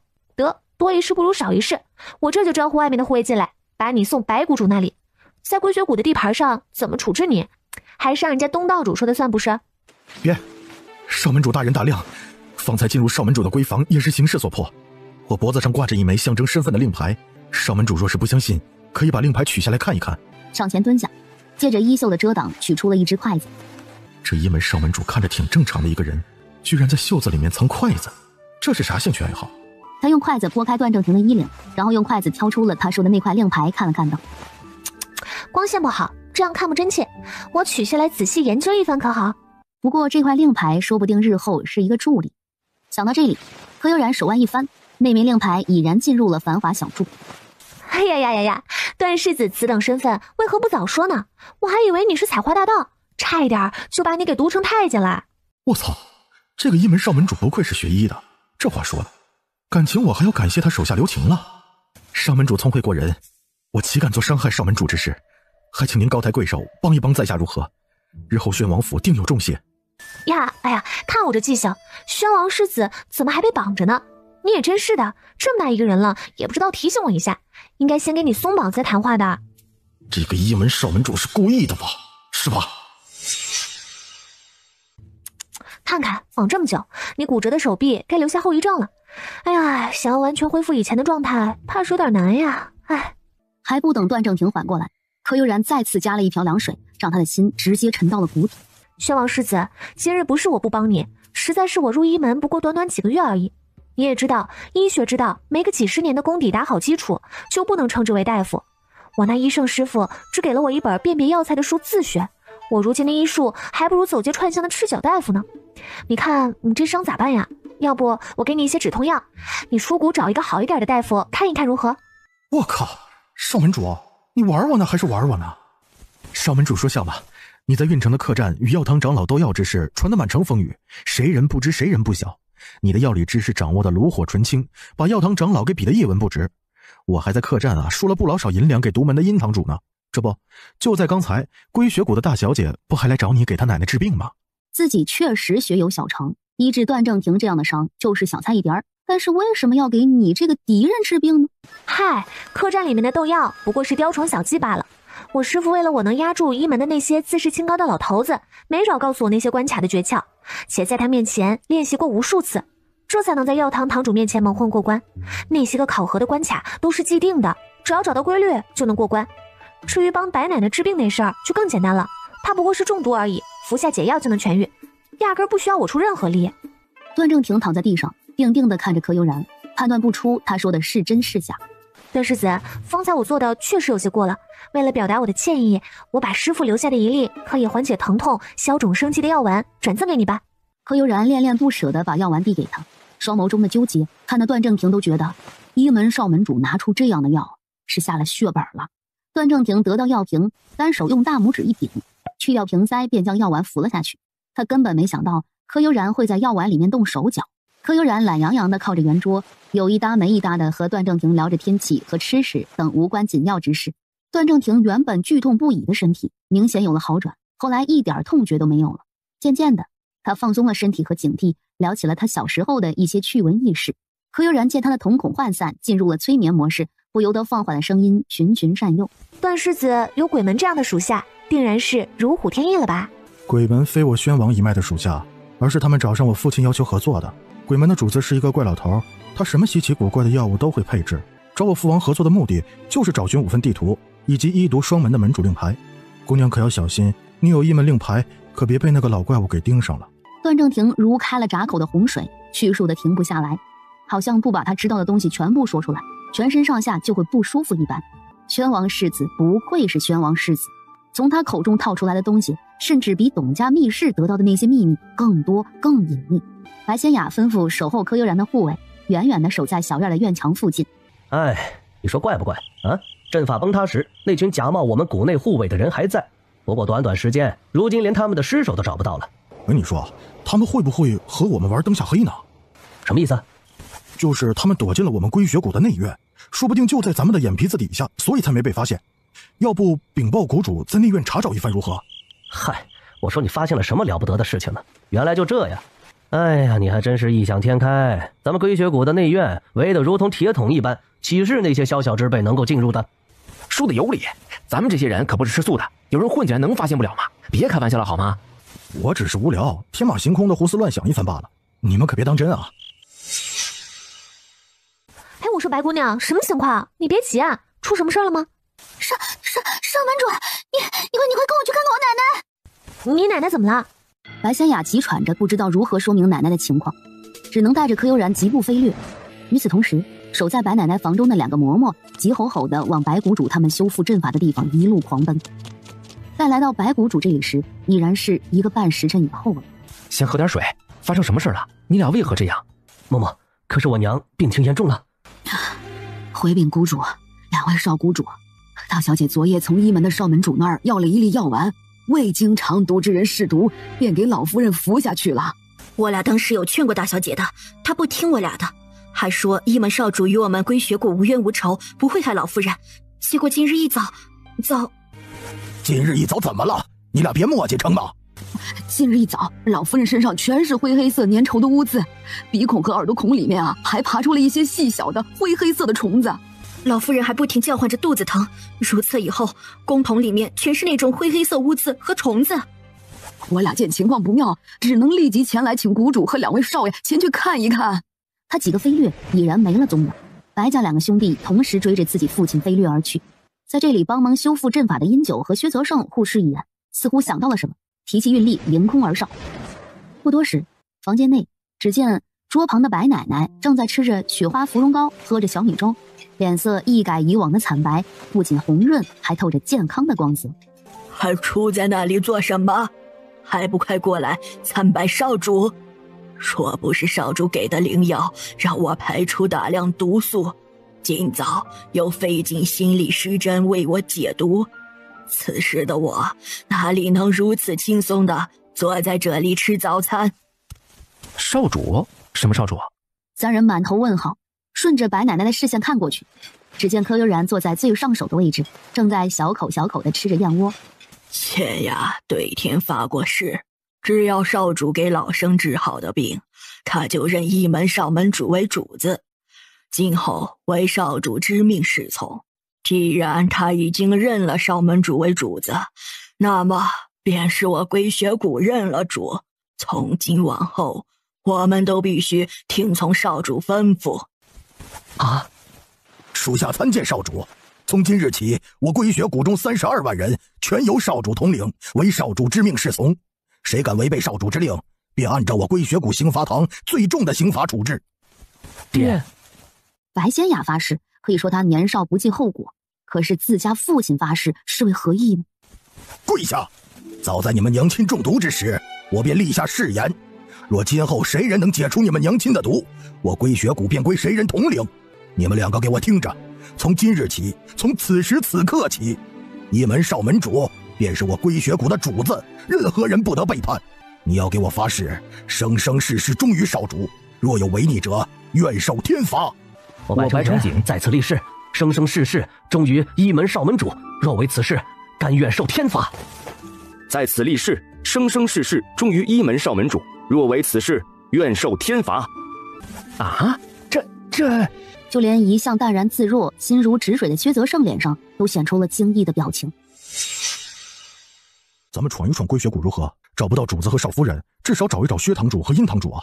一门和药门的2个堂主与咱们主子不和，找他们怕是欠妥吧？那你们说怎么办？我手里的密函都堆成小山了，若是再找不到主子，天都快塌下来了。什么密函？拿来个本世子看一看。少主，我没有做梦吧？属下参见主子。主子，这是桃源村传过来的消息，已经滞留在属下这里多日，请主子过目。接过所有东西，一目十行地浏览了一遍，顺手转给柯悠然。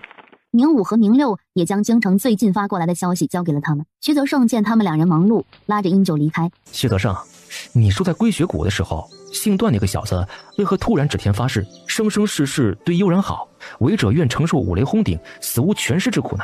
我当时为何就没有勇气学他，一样发个誓言呢？所以说啊，段世子对小师妹的心坚如磐石，不可动摇。没见他发誓的时候，都是背着师妹，没有让悠然知道他对他的好，默默在付出吗？唉，这次他是输了个彻彻底底。三郎，京城那边风起云涌，从种种迹象看，尤娘可能要对父王下手了。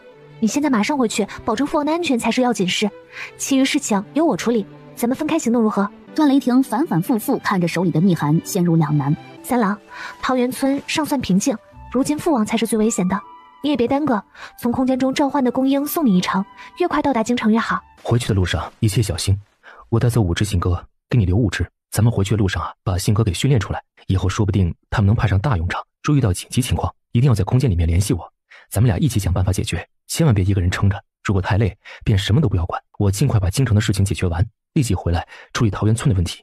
你好好的休息一下。他听着段雷霆的心跳，将宣王世子被催眠后吐露出来的事情说了一遍。段雷霆的心被填得满满的，一把扣住柯悠然的后脑，狠狠地堵住了那张娇艳欲滴的红唇。良久以后，段雷霆才松开柯悠然，招来明武、明六和闪电逐风，如此这般交代了一番，转身带着歌龙大步离开了。他害怕再看一眼柯悠然会舍不得离开。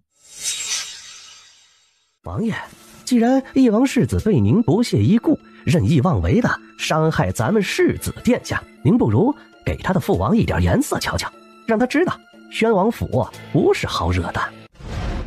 翼王府中，把翼王给我抬出来，我倒要看一看他那个好儿子会不会心疼他这个父亲，从归雪谷赶回来见他父亲最后一面。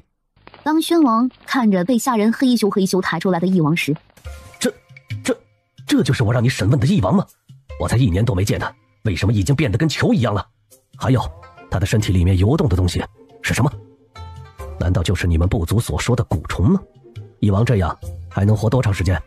回王爷，翼王的时日无多了。方才他体内的蛊虫已经被我唤醒，此时正在啃食他的7经8脉。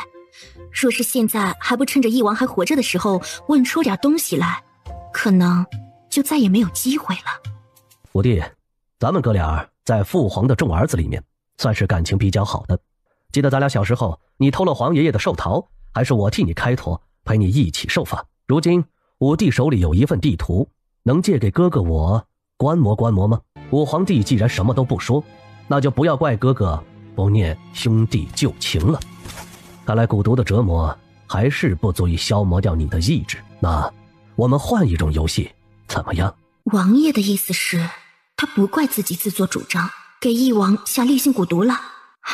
谢天谢地，自己总算逃过一劫，还以为这次会因为翼王之事死不瞑目呢。王爷，奴婢知道一个非常有趣的游戏，既能保住翼王的命，又能让他感受到什么是地狱。说说看，你有什么好办法？回禀王爷，翼王身上的蛊毒有一个特性，他们怕针。我可以用银针刺入翼王身体的一些穴位，蛊虫会在他身体里面没有章法的逃窜，让翼王感受凌迟般的疼痛和撕心裂肺的痛苦。但是这些感官上的痛感只会让翼王生不如死，却不会要了他的性命。奴婢替您给翼王留口气，说出地图的下落如何？好，就这么办。何事如此着急？启禀主子，我们已经到了府城的复原酒楼后门，高知府和季恒求见。给世子妃请安，世子妃千岁千岁千岁。高知府不必多礼，我还未上皇家御蝶，实在不敢以世子妃的身份自居。世子妃过谦了，以翼王世子对您的喜爱，待世子回归皇城时，定然会将您的名字写上皇家御蝶的。那些不过是时间早晚的问题，属下们如此称呼才合乎情理。不知高知府和季师爷如此焦急见我，有何事要说？启禀主子，下官近日发现有不少黑衣斗篷人往桃源村而去，轮班隐匿在桃源村附近。下官和师爷担心，他们是不是已经发现了宣王世子一家的踪迹？故而下官再次拦住世子妃的车驾，想给您提一个醒，还是早做防范为妙。谢高知府提醒，此事大哥和我爹的书信中都有提及。按照大哥的判断，那些黑衣斗篷人并非发现了三郎他们的踪迹，更大的可能是他们发现了桃源村的高产作物，想要得到高效种植方法，故而紧紧盯着桃源村，想第一时间知道亩产量。主子说的有理，我也是这般猜测。但是那些黑衣斗篷人不可小觑，得到翼王一脉的消息也不无可能，还请主子小心为妙。主子，此番不管是为了桃源村的高产作物，还是世子一家的安危，都需要早做准备才是啊。主子，我以前和那些黑衣斗篷人打过交道，他们擅长用毒，且身法诡谲，一旦被他们盯上，那些人就如同乌龟一般，咬住目标，死不松口。属下和破魂都在担心他们利用桃源村的村民们去做文章，那些淳朴百姓何其无辜，不应当因某些人的争斗而枉送性命。多谢高知府和季师爷的提醒，桃源村的高产作物既然已经被多方势力盯上，那么咱们也别藏着掖着了，不如大大方方广而告之，让更多的人知道种植方法，天下百姓都能增加亩产量，这就意味着大家都能吃饱，造福天下的事儿何乐而不为呢？世子妃乃是大爱呀，您的魄力和见识完全不输男儿，下官自愧不如。当初我拿出这种高产的种植方法，本来就没有想过要藏着掖着。之所以只在桃源村、庄子和落霞谷中种植，是因为大家都没有见过高产作物，贸然改变大家固有的种植习惯，很多人都会接受无能。桃源村柯氏一族就是一个很好的例子。明日大家便要陆续开始收割，不知主子有何想法？需要知府衙门配合做什么事吗？柯悠然想了想，微微勾起唇角，将自己的想法详细的说了一遍。属下遵令，坚决完成任务。我也不便在此久待，趁现在天色还早，我先回村安排一下，明日就劳烦二位跑一趟了。轩儿，谁允许你对自己的亲弟弟下如此狠手，在皇城之内行巫蛊之事，你该当何罪？父王饶命，此事乃是儿子思虑不周，原想着给弟弟送一个美貌女子，伺候弟弟的生活起居，谁曾想如此美艳的女子竟心思歹毒，包藏祸心，居然暗害翼王妃，假扮她谋害弟弟。儿臣今日也是才发现此事的不对劲，这不，儿臣恼怒之下一剑刺伤了尤娘，也算是为五弟报了仇了。二弟那是为五弟报仇吗？你是自己做的事情败露，担心父王发现端倪，掩藏你的罪证而已。太子哥哥，此言何意？弟弟一片赤诚的有慕兄弟之情，天地可见，日月可表，为何到了大哥口中却成了十足的小人了？弟弟我委实冤枉呢。太子哥哥，各位弟弟，若是不相信，大可等太医将尤娘医治整好，让他说出实情，还本王一个清白。皇上，翼王如今身体抱恙，留在皇城之中不利于他的休养，不如赐下封地，让翼王到封地上养病，说不定病情还能有所起色呢。父皇，护国公所言极是，五弟在这皇城之中怕是永远都无法痊愈，不如给了封地，让他安安静静休养，不受俗事打扰，才能恢复更快。不愧是两只狐狸，宣王的势力主要集中在京城之中，如此一来，让翼王脱离了宣王的掌控，这两人可以在翼王去封地的过程当中安插自己的人手。翼王的3个儿子不知所踪，大张旗鼓地放翼王去封地，说不定能引出翼王妃和他那3个孩子。如若我猜的没错，那份残缺的地图一定就在他们身上。此事也怪我太过提防这几个儿子，忽略了很多关键信息，这才让老二有了可乘之机，在私底下做了这么多小动作，直至今日才暴露出来。也罢，就叫义王出去躲一阵子，这样也好。自己的这5个儿子当中，最小的这个才是最孝顺不过的。如今他这个样子，已然和皇位无缘。如果用他做饵，能调出那份地图，也算是尽了他最后的价值了。爱卿觉得将哪块封地赐给义王较为合适呢？皇上，您觉得西北的随州如何？哼，护国公这是想动摇我们段家的基业呀！王爷此话怎讲？毫无根据的事情，岂能胡言乱语？父皇知道，儿臣最是快言快语，没有心机，说话有什么不妥的地方，还请父王谅解一二。谁人不知，谁人不晓。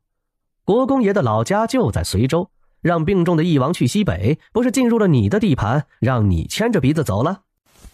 对啊，如此一来，武帝如何身心愉悦地调理身体？四弟在说笑啊！如果你被监视起来，还能够养好自己的身体吗？父皇，不如让武皇帝去南边的洪州休养如何？那里气候宜人，四季如春，最是适合病人休养。四弟，你这是想把人往你的范围内拉拢呢？谁不知道洪州是你母妃的娘家，武帝去了那边，还能有清静的时候吗？指不定会被你母妃的娘家给盯上。呵呵，四弟，你也想要武帝手中的地图吧？二哥这话是什么意思？武帝已然如此情况，如何能告诉我地图的下落？二哥不是逼迫了2年多时间，得到什么了？大殿之中，大家还在唇枪舌剑，为义王去哪一块封地你来我往的争论着。老皇帝又使出那招眼不见为净的态度，闭上眼睛假寐起来。父皇，儿臣知道错了，为了弥补儿臣犯下的错误，儿臣提议让武帝去允州休养。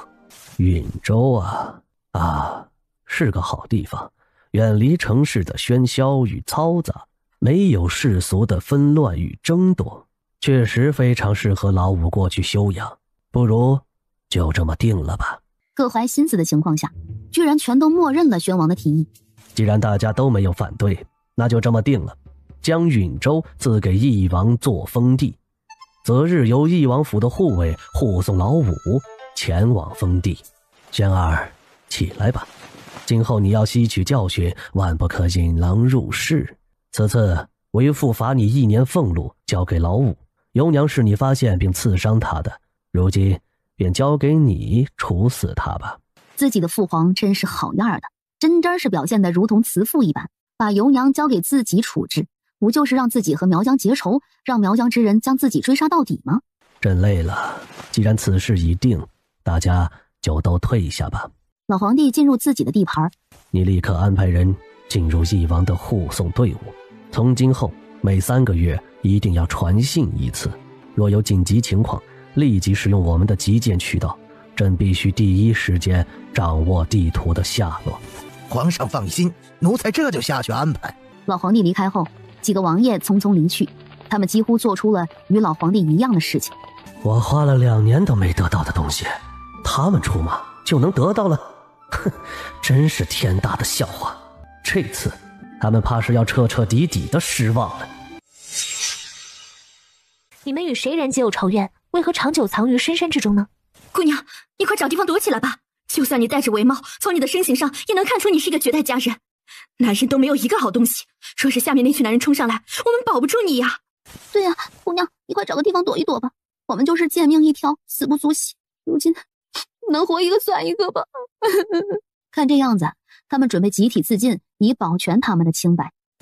各位姐姐妹妹们，我用性命担保，下面那些男人绝对不会动你们一根手指，他们只是因为受到了攻击，以为是敌袭，所以才会如此奋力拼杀。我让他们停止进攻，你们能告诉我，各位为什么躲进这深山老林里面，过着不见天日的生活吗？我想起来了，你就是方才带领那些男人来到河边的女子，你是来抓我们回去的吗？怎么发现这个地方的？我告诉你，我们死也不会和你们回去，想要抓我们，哼！柯悠然看着他手里的火折子，身形一晃，只见残影一闪而过，残妹手里的东西已经换了位置，落入了柯悠然的手中。他把火折子盖上，将火熄灭后，拿出竹哨吹了几声，命令即将冲上来的破魂停下来，并且撤回河对岸，原地待命。咱们同为女子，这世道对女人百般挑剔，已然很难了。作为女人，何苦为难女人？你们说是不是？对呀，作为女人，何苦为难女人呢？柯悠然见残妹等人的面部表情渐渐柔和，他们紧绷的身体也渐渐放松下来。还是那个问题，你们为何在这样的密林之中隐居？见到男人为何会如临大敌一般？残妹见柯悠然没有伤害他们的意思，放下戒心，说出了他们悲惨的故事。这些女人都是苦命的女人，她们的家庭条件都不是很好，父母兄弟都是重男轻女的，为了一家人的生存，父母兄弟等把她们卖给了人牙子。她们都是好人家的女孩，自然接受不了那样的命运，所以大家想要反抗，逃出那些纸醉金迷的牢笼。残妹从那如同黑葡萄的眼眸里看出了柯悠然对她的怀疑，主动说起了她的过往。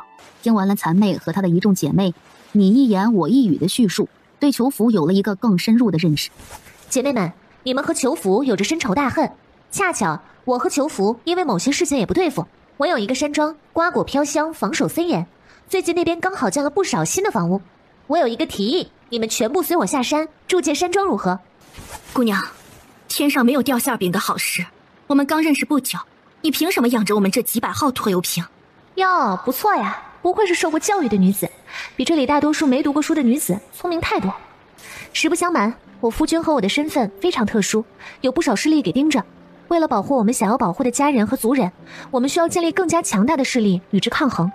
而组建军队就需要大量的大夫和护理人员。我想组建一支护工队伍，将一些医学知识教授给你们。当然，你们如果认我为主，我会教给你们自保的本领，并且安排专门的人员保护你们的安全。学医，只要你们认我为主，我允诺你们婚姻自由。20年以后，我可以让你们自由赎身，让你们今后的子女办理良民的户籍，无论男女，都让他们能够读书学习。当然，你们若是对男人失望了，不想成婚也没关系，只要是成为我的人，我会开设养老院，你们可以在那里养老，死后也会有专职的人员为你们办理身后之事。姑娘，你这些承诺不过是嘴上说说而已。如果我们签下了卖身契，你将我们再次卖进青楼妓馆或是人牙子怎么办？届时我们所有人再次过上求生不得求死不能的日子吗？你们已经把自己的情况全部告诉我了，如果我想要加害你们，大家觉得就你们这种长久没有吃盐而体虚乏力的身体，能抵抗山下训练精良的士兵吗？方才我不过是一个提议，至于你们愿不愿意认主都没关系。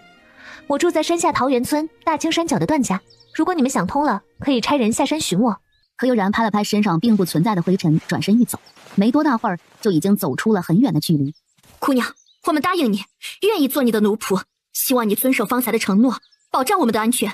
好了，这么一群性情刚毅，能从裘福手中逃脱的女子，认自己为主，日后定然能让自己如虎添翼。妇女能顶半边天，若是善加利用，她们定然能帮助自己创造出一片小天地来。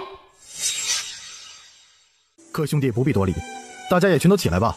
今日本府前来是为了桃源村的高产作物，我们也不要再多礼耽搁时间，不如马上前往田地间计算一下每亩地的产出如何。知府大人，您这次前来是为了段家的高产秘方而来，但是他们家这次一个人都没有出现，这是对大人的大不敬。段家明摆着不想交出高产秘方，请知府大人严惩段家，以儆效尤。哟，在下不知知府大人已经先到了这里，我来这是来晚了吗？真是不好意思，府中事务繁忙，多有怠慢，还请知府大人见谅。高知府胸口憋着一口气，这个裘福啊，仗着身后有鬼门之人撑腰，越发的无理放肆。裘乡绅能在百忙之中来桃源村关心秋收之事，实属难得，不如我们一同前往如何？自然要一同前往，亲自见证奇迹呀。只是这掌握高产之术的段家，为何一个人都没来呢？他们这是不想拿出秘方与我等分享呀。朝廷可是有例律，百姓得到如此秘法不上交，当诛九族的。高知府啊，您向来公正廉明，定然会秉公办理的，对吧？这裘福是哪根神经搭错了？他们裘家是抢了叶家财产才崛起的，如今这哪来的底气，竟然如此与知府大人说话呀？知府大人，您看，并非草民说那段家大不敬，明眼人都能看出，他们就没有将知府大人您放在眼里。哼，段家是什么身份，我是什么身份？叶王世子不把我放在眼里，不是很正常的事情吗？知府大人，段家如此无礼，不如差衙役们去段家将人捉拿过来，也好审问一番。他们知道粮食高产的秘方，为何藏着掖着？正如裘乡绅所说，段家此次犯了诛灭九族的大罪，还请大人秉公执法呀！谁敢诛段家的九族啊？段世子往上数3代，那可是当今圣上。诛九族不是要我弑君吗？给我100个胆子，我也不敢拿这条法令责难段家呀。当初柯广田伤了身子，至今没能怀上。裘福一心想到丧子之仇，他不但要拿到高产作物的秘方，还要治段家死罪，以告慰自己还未出生孩儿的代天之灵。裘乡绅和2个叔公好大的能耐，居然能替官府做决定了。当初我段家让众人学习新的种植方法，是谁叫人反对的？是谁带头说新方法会影响各位收成，不愿意尝试的？还有，段家何时将高产的种植之法藏起来了？这不是率先尝试以后，通知官府前来验收成果了吗？三少夫人说的有理，既是新的种植方法，自然是要尝试过才能上报朝廷。若是没有桃源村的尝试，如此新颖的事物，官府又岂能贸然推广？可是2个叔公藐视本官，目无王法，颠倒黑白，污蔑国之栋梁的段家。来人呐，把这2人拖下去，重责20大板，以儆效尤。是，属下遵令。三少夫人，天色已然不早，我们还是让沈家族人下地收割，测算一下每亩地的收成如何？柯悠然做了一个请的手势，率先往沈李郑家的田地而去。沈氏一族的族人们早已经等不及，还没等知府大人下令，便拿了镰刀下了地。当田地里面的人将稻子收割下来，就有人迫不及待地在谷桶上摔打脱粒。人多力量大，不到半个时辰，1亩稻田就已经收割完毕。众人等不及晒干，迫不及待地将所有稻谷装袋称重。各县衙和府衙的账房先生几十双眼睛一眨不眨地盯着称重之人。1467斤9两。天哪！啊，弄错了吧？桃源村整个沸腾了。再称一遍，是不是弄错了呀？大人，斤两没有问题，是否再收1亩地对比一下呀？再收1亩。是啊。同样的一套流程下来，所有账房看着账本上的数据，说不出一句话来。结果如何？你倒是给大家禀报一下呀！大人，这1亩地是什么呀？你倒是说呀！根据几次称重的数据相加，这1亩地的收成是1571两。暗处，2个盯梢的鬼卫暗自心惊。他们鬼门正在秘密组建军队，鬼门对粮食的需求量是十分巨大的。若是掌握了这样逆天的种植技术，何愁没有粮食？2个鬼卫如是想着，对桃源村的盯梢更加上心，完全没有注意到他们已然被柯悠然带来的影卫给盯上了。我们已经知晓了稻田的产量，今日再去看看玉米地、红薯地等的产量如何。若是全部高产，桃源村便是为我齐楚做出了前所未有的贡献。本官定然上奏朝廷，给桃源村记上一功。高知府带领沈氏一族收割了玉米，无一例外都是翻了4、5倍的高产。桃源村不愧是风水宝地啊，见证了如此奇迹。本官这就回去上奏朝廷，还望沈李正带领族人们趁着最近天晴无雨，抓紧时间把庄稼给抢收一下，尽快将粮税给缴纳了。本府这便带领所有县令回去商议后续事宜，也不耽误你们的活计了。高知府果然雷厉风行地带着农作物的标本以及所有官差回府城开会去了。裘福带着自己的人手急吼吼地回去，找经常与他联系的暗九去了。老大呀，你现在发达了，连爹娘都不认了啊！今日秋收，我们这一大家子都没有吃午饭，你是不是应该安排我们先把肚子填饱呀？爷爷奶奶稍后，我们这就下去准备。该准备的饭菜，柯幽兰和柯幽月是一点没有怠慢，吩咐厨房做了一些家常吃食。就这样，下人们将东西全部摆上了餐桌，并差人去请柯老头一行。老大，你这是什么意思？爹娘来了，你就是如此招待我们的？老大，你如今拿着作坊的收入，又是卖翡翠云吞，又是养猪，每日都能得到不少银两，好，就拿这些东西打发我们吗？你还有没有点良心啊？爹娘，这说的哪里话？作坊是桃源村的产业，所得利益是各方均摊，我本就分不了多少。再加之最近我们家店前修了桃源河上的石拱桥，同时又垫钱去建房子，早已是入不敷出。我们平日里吃的就是这些，今日爹娘和弟弟们前来，我还吩咐人多准备了一些，绝对管饱。但为何被爹娘一说，反而变成我的错了。柯幽兰和柯幽月冤枉呀！他们吩咐厨房做一些家常菜肴，意思是他们平时吃的东西变好，不必太过丰盛。哪知今日下人们会给老柯家上一桌庄户人家平日果腹的吃食。啊，爹娘大哥侄儿们，这是怎么了？哎呀，咱们都是一家人，和气啊，和气生财嘛，怎么搞得跟要打架一般呢？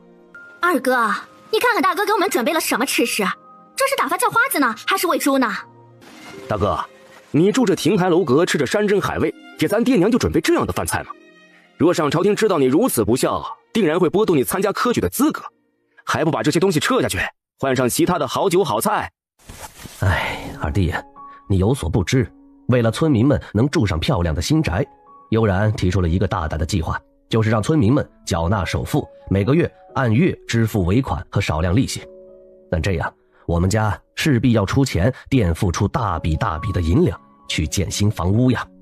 哎，爹娘，你们也都看到了，村里原来的那片荒地上已经平地起来了不少小楼，黄师傅带着一众工匠每日干得汗流浃背，我们可都是要给工人们准备吃食的，给400-500号人又是发工钱又是出吃食，那些银两如同流水一般哗哗的流啊。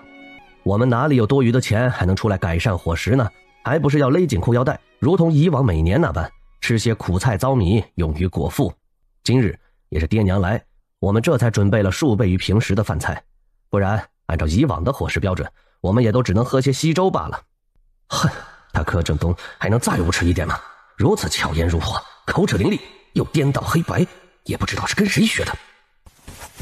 大傻，你的病好了就不把爹娘放眼里了？能修如此好的房屋，你在这儿给我们哭穷，好意思吗？老太爷，年老息怒，主子为了道元村的发展，付出的东西真的太多了。为了修房子的工人能吃饱，庆云月真的是勒紧裤腰带苦熬的。主子昨日只吃了些糙米粥和咸菜，今日到这会儿还没喝一口水呢。哼，真是近朱者赤，近墨者黑呀。家里这帮下人原来都是本本分分的庄户，被悠然调教的多了，竟也会见风使舵的来事儿了。大哥，您真是好算计啊！不想孝顺咱爹娘，就用下人做挡箭牌，这是算准了欺负我们这些老实人吗？这是算准了刘春花的性格，用他们的3房做出头鸟呢。二哥不愧是读书人，真心是好算计啊。柯正熙满脸寒霜，在刘春花肥硕的腰肢上狠狠地拧了一把。哎呀，当家的，你做什么呀？爹，奶，今日我们家的吃食就是这些，招待不周也是孙女没有安排好。今日秋收，我这就去李正家申请一番，先称些粮食，重新给二老做一桌饭菜。我们这就去请示一下，我们家给朝廷做了贡献，师傅大人定然不会因为这点小事而责怪我们的。柯正南起个箭步挡在了他们面前。朝廷有法令，秋收没有交税以前，谁家的粮食都不能动。二叔这是何意？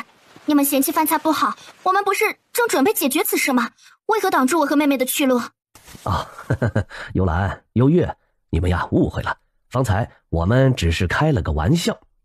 哦，这今日之事便算了吧，你爷爷奶奶也不是有意，这些饭菜比我们平日里吃的还要好些，就不麻烦你们更换饭菜了。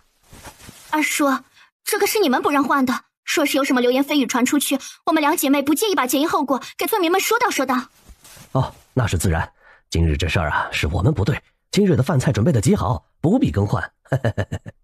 柯正南自知他们理亏，青云院准备的这桌吃食，如果放在普通庄户人家招待客人，已经算是非常丰盛的了。开饭！刚才还嫌弃饭菜粗鄙的众人，没多大会儿就将东西吃了个七七八八。柯悠然刚进屋，便听说老柯家来者不善，大闹饭堂之事。老大呀，同事也太不像话了！爹娘来了这么久，连个照面也不打，是不是把你爹和我没放在眼里啊？娘，同事以前生产伤了身子，如今身怀六甲，胎象不稳，大夫叫他好好躺着，不能随意走动。今日您二老过来，我并没有告知同事，还请爹娘看在同事为我传宗接代的份上，原谅这个。老大，你就是一个绝户，没有生儿子的命，没必要为了同事肚子里面的闺女对他百依百顺的。听娘一句劝，家里应该让他做的事儿啊，就得让他做，别养出个烂骨头来，今后有你后悔的。现在让人去知会他一声，就说我和你爹过来了，让他来给我们请个安。柯悠然目光一沉，握紧拳头，好想进去揍死里面那个死老婆子。娘，看在你生我的份上，我还叫你一声娘。我真怀疑我是不是你的亲儿子，哪有自己的娘诅咒自己的儿子是绝户的？我为什么没有儿子？难道娘还心里不清楚吗？非要把我的事情全都挑出来？爹，我们家不是分出来了吗？娘亲怀有身孕，岂能来这里见这些外男？我青云院招待不起你们这样的大人物。各位既然已经酒足饭饱，还请移步回去吧。老柯家众人被柯正东的眼神所摄，纷纷离开了餐桌。柯悠然一个眼神，暂时担任青云院管事的影妻走了上来，做了一个请的手势，逐客之意十分明显。爹娘，我们今日的目的是与大哥一家和好，借助大哥和知府的关系，帮助我和四弟更好的走上仕途，同时再叫大哥差人帮我们把地里的庄稼全给收了。你们倒好，为了一顿吃的责难大哥不说，娘你还直接诅咒大哥是个绝户，你们还想不想做老太爷和老封君了？柯老头转身啪的一下给了柯老太一个响亮的耳光。你个成事不足败事有余的东西，我老头子怎么就娶了你这么个蠢笨如猪的婆娘？事先老二交代的好好的，进门先和老大套近乎，把该办的事情给办妥。你倒好，饿死鬼投胎还是咋的？进门先要吃的，不满意还吵吵。老大媳妇有孕，没见到老大媳妇，孩子也还没生下来，你就知道是闺女了。你是神还是送子娘娘？还能未卜先知咋的？事儿还没提出来，你就说老大是绝户，这是亲娘能说出来的话吗？好你个老头子啊！老娘为你生儿育女，伺候你吃，伺候你喝，老了还被你打骂，老娘我不活了。母亲不必担心，给公爹寻觅的5种药材，如今已经得到2样，分别是万年紫云芝和麒麟香。我的2个师傅出去寻药也回来了，等他们休息一下，恢复体力以后，我就去问一问他们寻药的进展如何。悠然呐，母亲谢谢你为段家做的一切，奔波了这么多日，你怕是也累了，先回房休息一下，养足精神之后，其余之事等你休息好了我们再说。母亲不必顾虑太多，我没有你想象的那样劳累，想问什么便问吧。你可知道三郎的情况？京城的书信送不回来，急死人了。他拍了拍段母的手，把翼王和段雷霆在京城的情况简要的说了一遍，且隐去了段雷霆将翼王救进空间之事。空间是一个秘密，谁都不能告诉，只是告诉段母，皇上给了翼王封地是桃源村所在的允州，他们夫妻很快就会见面，让他稍安勿躁。悠然啊，母亲有一样东西要给你，陪母亲回去取一下。段母不等柯悠然有所反应，拉着他从月洞门穿插过去，直奔段家内院。这是你公爹出事前1晚交给我的东西，上面的锁很是奇特，我研究了2年多都没能打开。我觉得这可能是我们翼王一脉被人陷害追杀的症结，解开里面的秘密，也许才能解救翼王府。等你公爹来到边疆后，我们也能更好的保护好他。柯悠然摆弄了一下这个匣子，惊奇地发现它的构造就是9宫格制作的孔明锁，好精妙的设计。母亲，这个机关有些复杂，我需要精确计算以后才能尝试打开，你约我回去研究几日可好？既然给了你，便由你收着吧。若是发现其中秘密，就与三郎商量着办吧。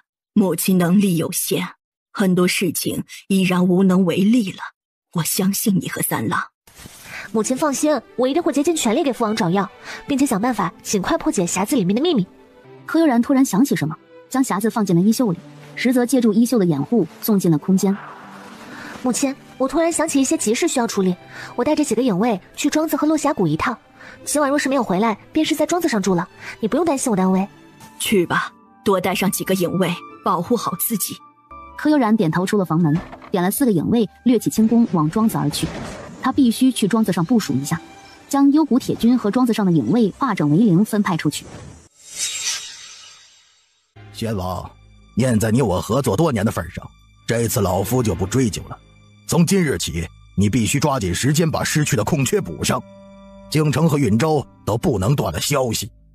想他堂堂王爷，一人之下万人之上的身份，却又受制于一个连脸都不敢露出来的糟老头子。可是宣王就是有再多不满都只能忍着，面上还必须恭恭敬敬地陪着笑脸。仙王，京城的人手布置挺当好，查一查你遇刺那晚闪身离开的神秘护卫。老夫觉得他的武功路数有些奇怪，可能与一毒两门的2个老头有关。宣王听着斗篷人的吩咐，连连答应。斗篷人见宣王如此上道，也不再为难于他，着手给宣王世子治疗起来。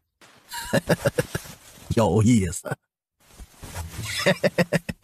宣王世子身上的伤啊，并不严重，用上我独家研制的药膏，不出1个月便能全部恢复。最有意思的是，世子体内中了一种慢性毒药，此毒无色无味，会慢慢腐蚀人体的骨骼。3、5年以后，人的全身骨头会被这种慢性毒药侵蚀干净。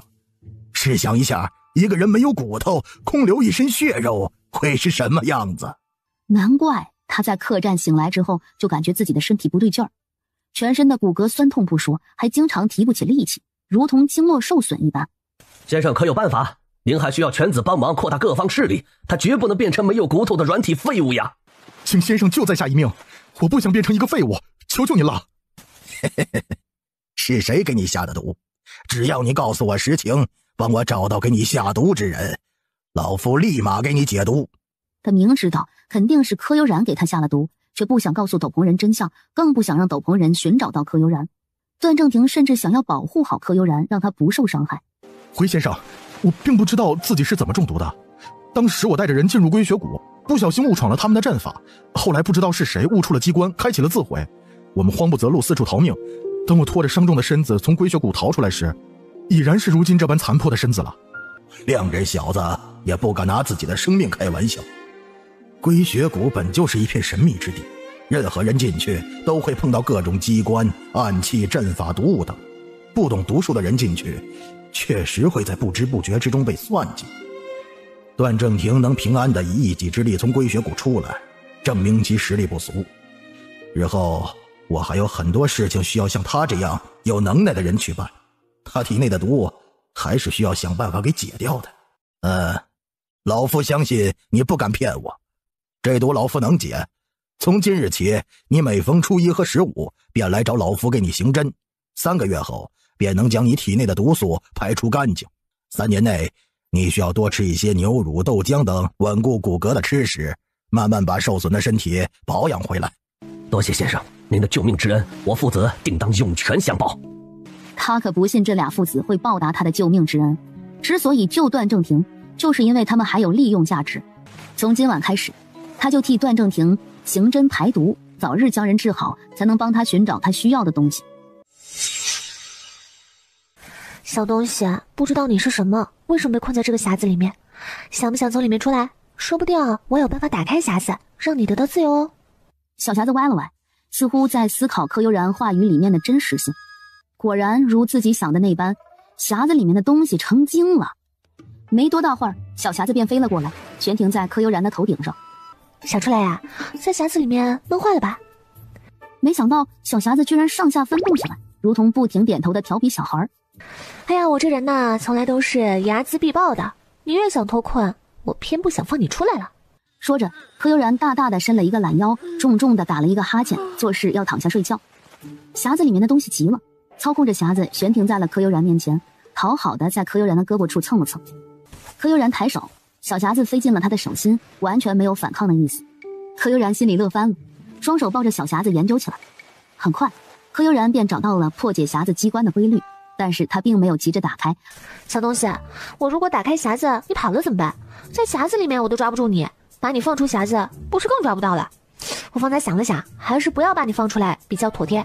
柯悠然毫不留恋地将匣子放在了旁边的柜子上，准备翻身入睡。别呀，眼看就要重获自由了，怎么就不打开了呢？突然，从匣子里面射出一根木刺，深深地扎在了柯悠然的无名指上。鲜血顺着木刺和匣子的缝隙流了进去。柯悠然的脑海中出现了一个声音，若有若无地给他传递了一个不可思议的信息。柯悠然不再犹豫，拿起木匣认真地拆解起来。这东西就是给我和空间量身打造的呀！没想到京城各府的王爷、护国公、韩大将军想要找的东西就是这个。不知道当那些人得知他们费尽9牛2虎之力寻找的东西被我轻而易举地得到了，会是什么样的表情？他终于知道了地图与空间的秘密，内心汹涌澎湃。没多大会儿，匣子便被柯悠然给拆解开了，一张牛皮纸般的地图咻的一下飞了出去。刚栽种好万花七叶草和万年何首乌的一毒二圣被一股巨大的力量弹出了空间，一起被抛出去的还有被锁在狭小房间内憋得快要发疯的冒充段雷霆的13，重伤后正在借助空间灵气恢复的油娘，以及病情暂时稳定肿胀成球的翼王。一毒二圣有了上次空间升级被弹飞的经验，这次聪明多了，刚被踢出空间，二人便一个旋身稳稳地落于地面了。13和油娘就没这么好的运气了，只听砰砰2声，二人被重重地砸在地上晕了过去。少夫人，发生什么事了？是否需要属下等帮忙？怎么回事？发生了什么？影七恭敬地把方才听到的动静汇报了一遍。你们全部退下，叫几个身强力壮的婆子来把门撞开。房门从里面打开了。没事儿没事儿，不过是我俩心血来潮抓了2个药人试药而已。悠然婆婆，丫头今日不在房内，方才有事出去了，你若是找她，还是过几日再来吧。不是吧？2位圣人身法诡谲，来无影去无踪，没有看到他们出入院落，情有可原。3少夫人出去是什么时候的事儿？难不成我们这些影卫经过这段时间的训练，不但没有进步，反而倒退了？大晚上的，这丫头出去做什么？悠然婆婆，你要不要进去看看？里面有你最想要见到的人。顺着毒君的话，进了柯悠然的房间。我来，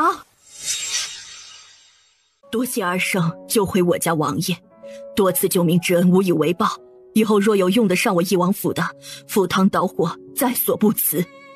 哎，这次啊，你还真是误会了，翼王可不是我们救的，是悠然那丫头带回来的。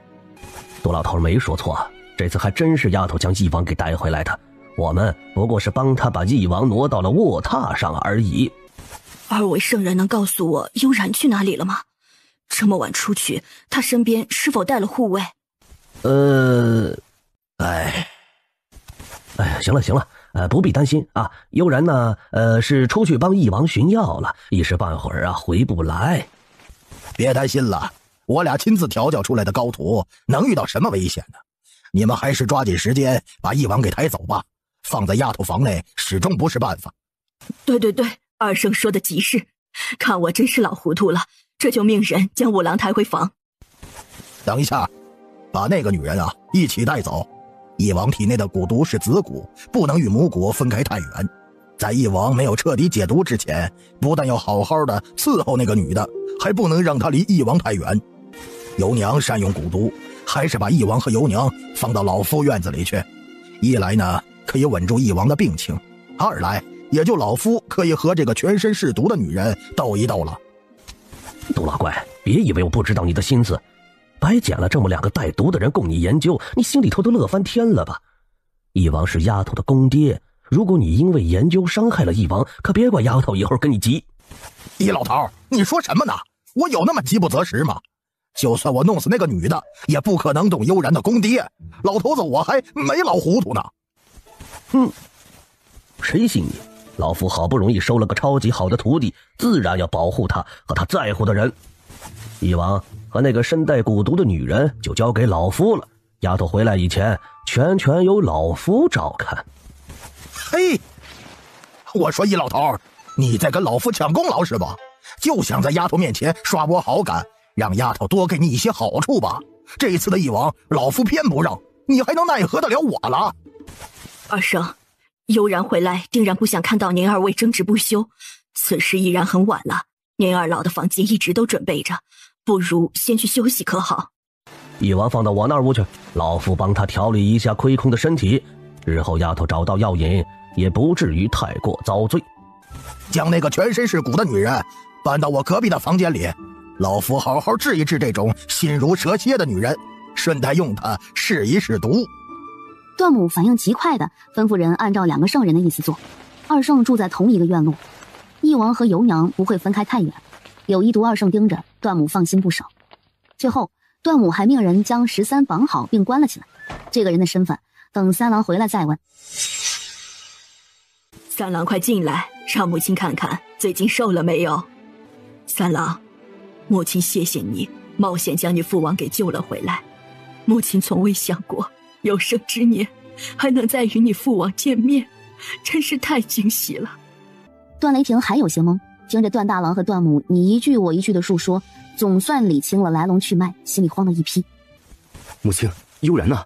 你父王他们回来以后，二圣说悠然上山找药去了。可是这么多天过去了，悠然没有送回来一点消息。山上猛兽众多，也不知道那丫头是否平安。段雷霆的胸口猛地一揪，十有八九悠然被困在空间里面了。母亲，二圣可在？儿子有些事情需要问二老。二圣就在给他们准备的院子里。刚得到段母的准确答复，段雷霆身影一晃，已经出了屋子。神呐，三弟去一趟京城，武功进步如此神速了。段雷霆到达一毒二圣的小院。二圣可知悠然身在何处啊？他可是遇到什么困难了？为何那一方仙境我进不去了呢？一毒二圣难得没有互掐，你一句我一句，把目前的情况跟段雷霆解释清楚了。柯悠然这次的空间升级非比寻常，就连两个圣人也不知道是什么情况，唯一知道的就是悠然被困空间，能否出来，什么时候出来，他们完全不知道。了解完这些，段雷霆抱着希望返回他和悠然的住处。前几日自己莫名其妙得到的力量，会不会就是空间升级后满溢出来的力量呢？如果力量太过巨大，悠然承载不住会如何？仅仅只是被困空间出不来吗？段雷霆修炼神秘功法，引导体内力量，抽取着空间里面的神秘力量。没想到他的无心之举居然奇迹般的与柯悠然同步，就连体内的气团凝聚成液态的速度都渐渐一致起来。柯悠然紧闭双眼，接受着七彩霞光的洗礼，整个人晶莹剔透的如同9天之上的仙子一般。这一刻，空间里面的七彩麋鹿、狼爹、银月、墨绝、山鹰等全都以他们的方式朝着柯悠然的方向膜拜起来。狼爹知道柯悠然成功了，他是数万年来唯一一个成功融合空间灵宝的空间之主，值得他们所有的灵物臣服于他。就在空间完成融合的那一瞬间，柯悠然得到最多最好的洗礼外，他们这些在空间之中的所有灵物都得到了相应的力量。通过一次升级，得到了一个药材宝库。一夜之间，柯悠然拥有的药材数量比一毒两门加起来的还要多。主人，我错了，我再也不敢造次了。柯悠然睁开眼睛，两抹七彩霞光在他眼中一闪而逝。天了罗，眼前的女子竟然是万年难得一遇的灵女，她的血肉可是能活死人肉白骨的，灵女全身都是宝。主人息怒，灵宝知道错了，千不该万不该对作为灵女的您下手，只有您才能让这一方空间发展得更好，灵宝甘愿成为您最忠实的仆人。灵宝这是与自己签订了主仆契约，今后他只能忠诚于柯悠然。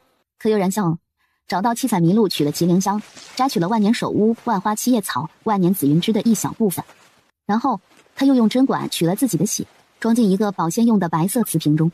最后柯悠然一个意念闪出空间，段雷霆正好调息结束，睁眼便看到了身带霞光的柯悠然。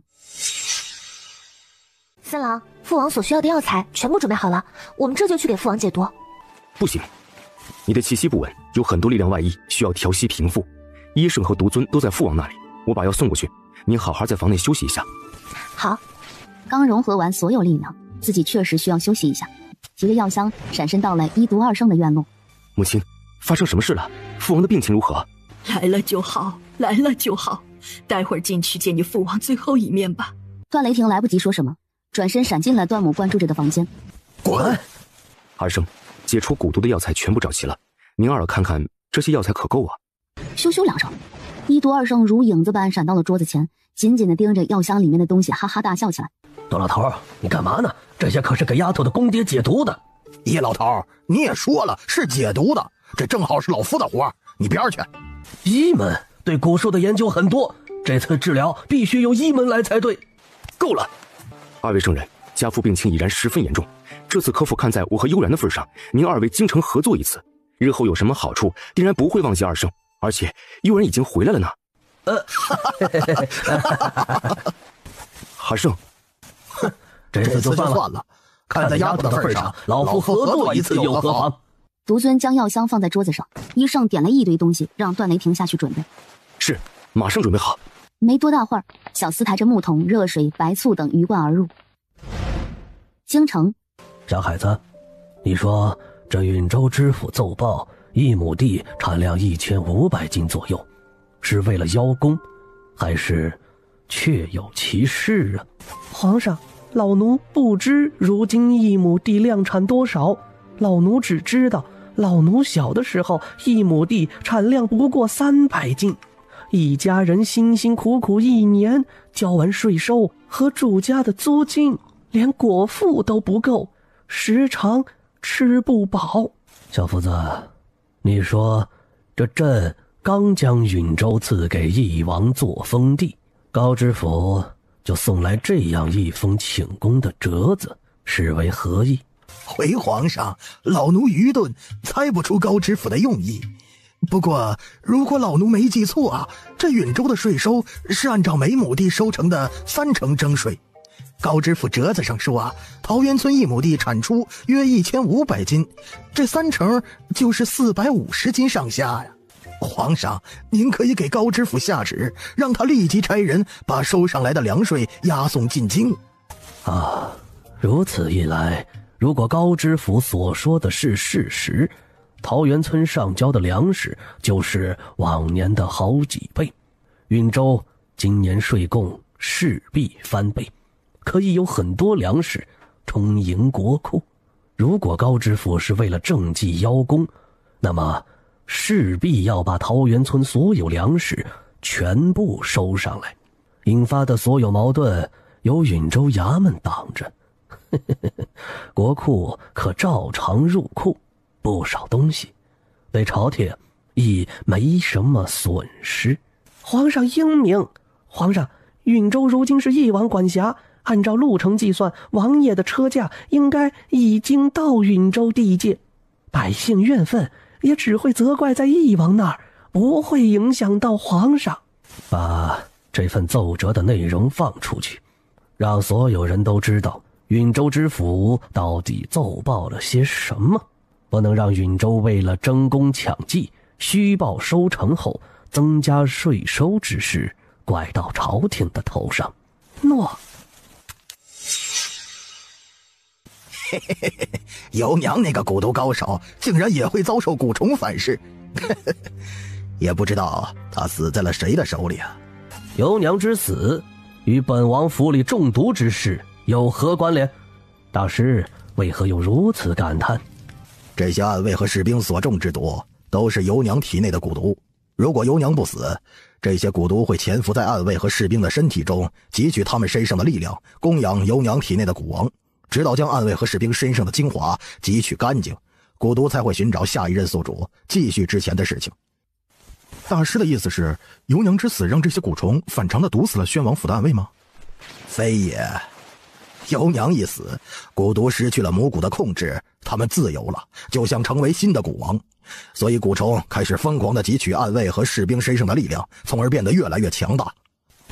大师的意思是，宣王府损失大半的暗卫和士兵，都是因为他们失去了力量吗？可是不对啊，他们看上去都是中毒的症状，失去力量的人难道不应该是全身瘫软无力吗？鬼冢不想给这个对蛊和毒一窍不通的傻子解释，阴恻恻地瞪了一眼段正平，转身踏步而去。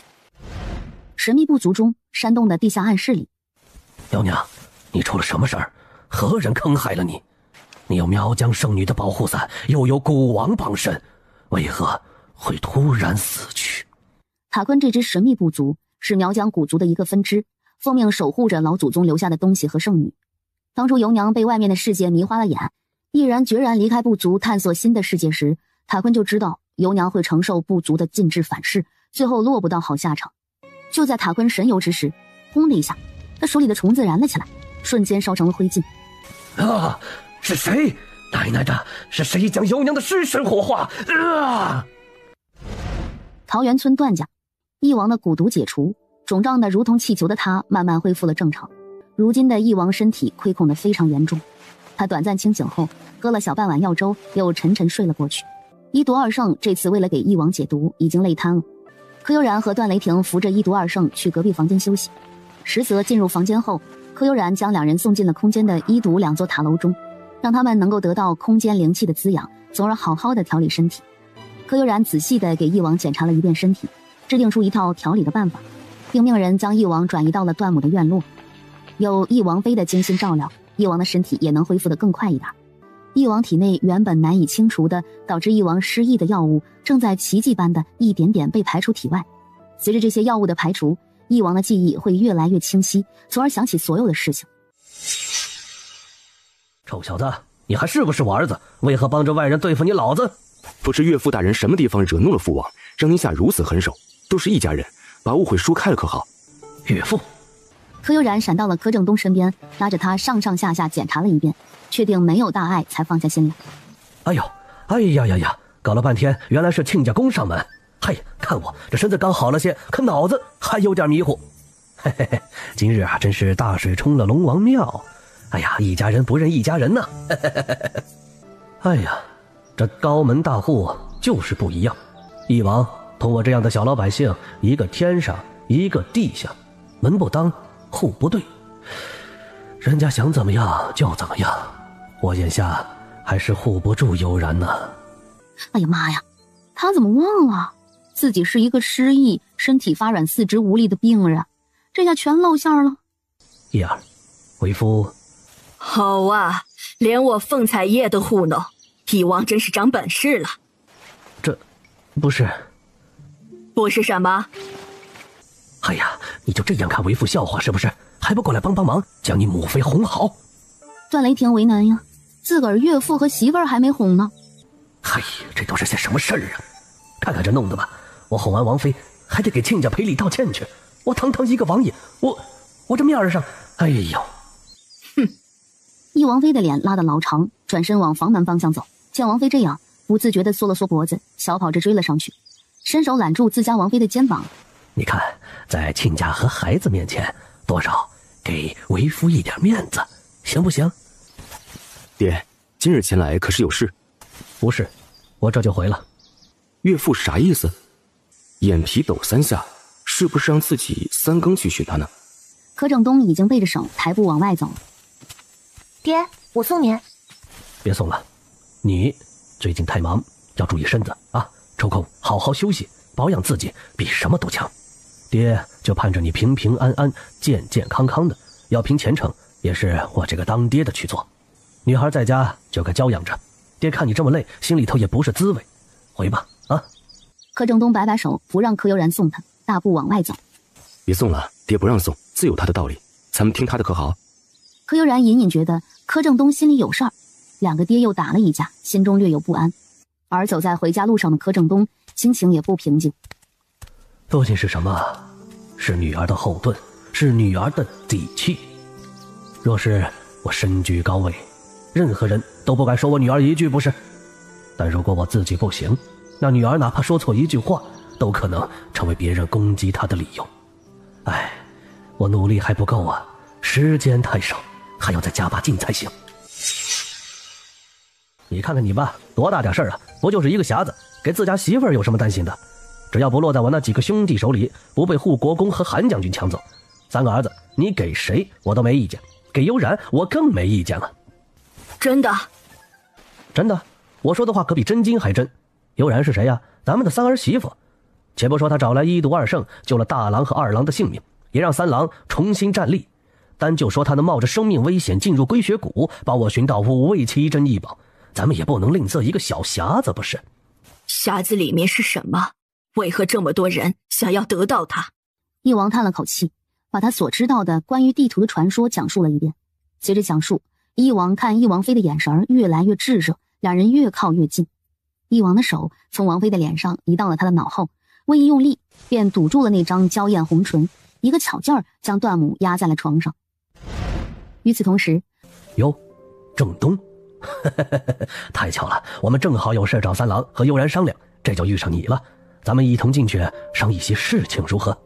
正东、三郎、悠然，今年我们的收成颇丰，但保存非常困难，若是售卖量又太大，恐引来有心之人关注，给桃源村反倒招祸。哎，不知如何是好。李正老祖，不如让桃源村想卖粮食的人将多余的粮食全部按现在的市场价卖给我们，有多少我们收多少。三郎、悠然，你们可想好了，今年的粮食是往年的3、4倍之多，全村的粮食加起来可是一个不小的数目，若是保存不当，老祖只管通知村民，想要卖粮食的全部都可以往我们家来，现银结算，我们自有存储之道。太好了，你们又解决了我们的大难题呀！禀柯老爷、三少爷、三少夫人，门外来了一对父子，自称柯福生，想求见柯同生，是否让人进来？请他们进来。是。柯组长的孙子来访，必是有重要事情同你们商议，想来我们不便在场，这就告辞了。老祖留步，他们要商议之事必定与桃源村有关，您和两个爷爷且坐下听一听，无妨。这沈礼正犹豫间，柯福生父子已经在小厮的领路下进了花厅。柯老弟啊，我带着儿子去您府上，得知你来看悠然了，这才追着过来，只为了一件事儿。郑东老弟，此次前来是按照爷爷的吩咐，希望你同意我们这一支并入你的那一支。我爷爷说了，他的身体一日不如一日，不知何时就会魂归九幽，届时我们家就会成为各个叔公集体攻击的对象。以我木讷且不争强的性格，是斗不过任何人的，不如趁着现在并入你们，得到郑东老弟的护佑，须能保住我们一家的平安。不知老弟意下如何呀？福伯，老族长毕竟是老祖宗，你们并入父亲一支会被人诟病，且与理不合。悠然侄女啊，我们家已经想清楚了，我们不怕别人非议，只要郑东老弟愿意接纳我们，什么条件我们都答应。福伯误会了，说1000道1万，我们都是本宗。当初我爹迫不得已另立一支，也是被族人们逼得没有办法了。既然老祖宗想让我爹回到宗族，不如直接通知族人开祠堂祭祖。确实如此，这一次不是郑东兄弟要回归家族，是我们求着郑东兄弟回来的。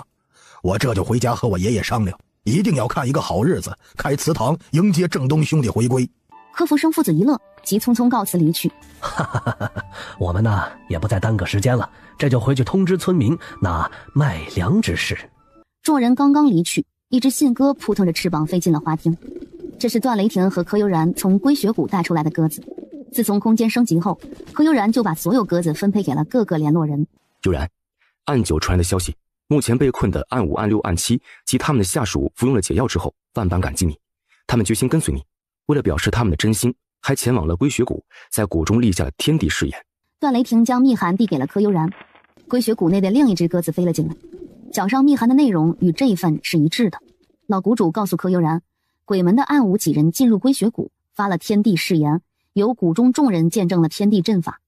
三郎，暗8离开了允州，如此我们是不是已经收服了鬼门在允州的势力，可以大刀阔斧的干一场，不用顾虑太多了？是，我的悠然最厉害了，最近真是辛苦你了，为父抱你回去休息吧。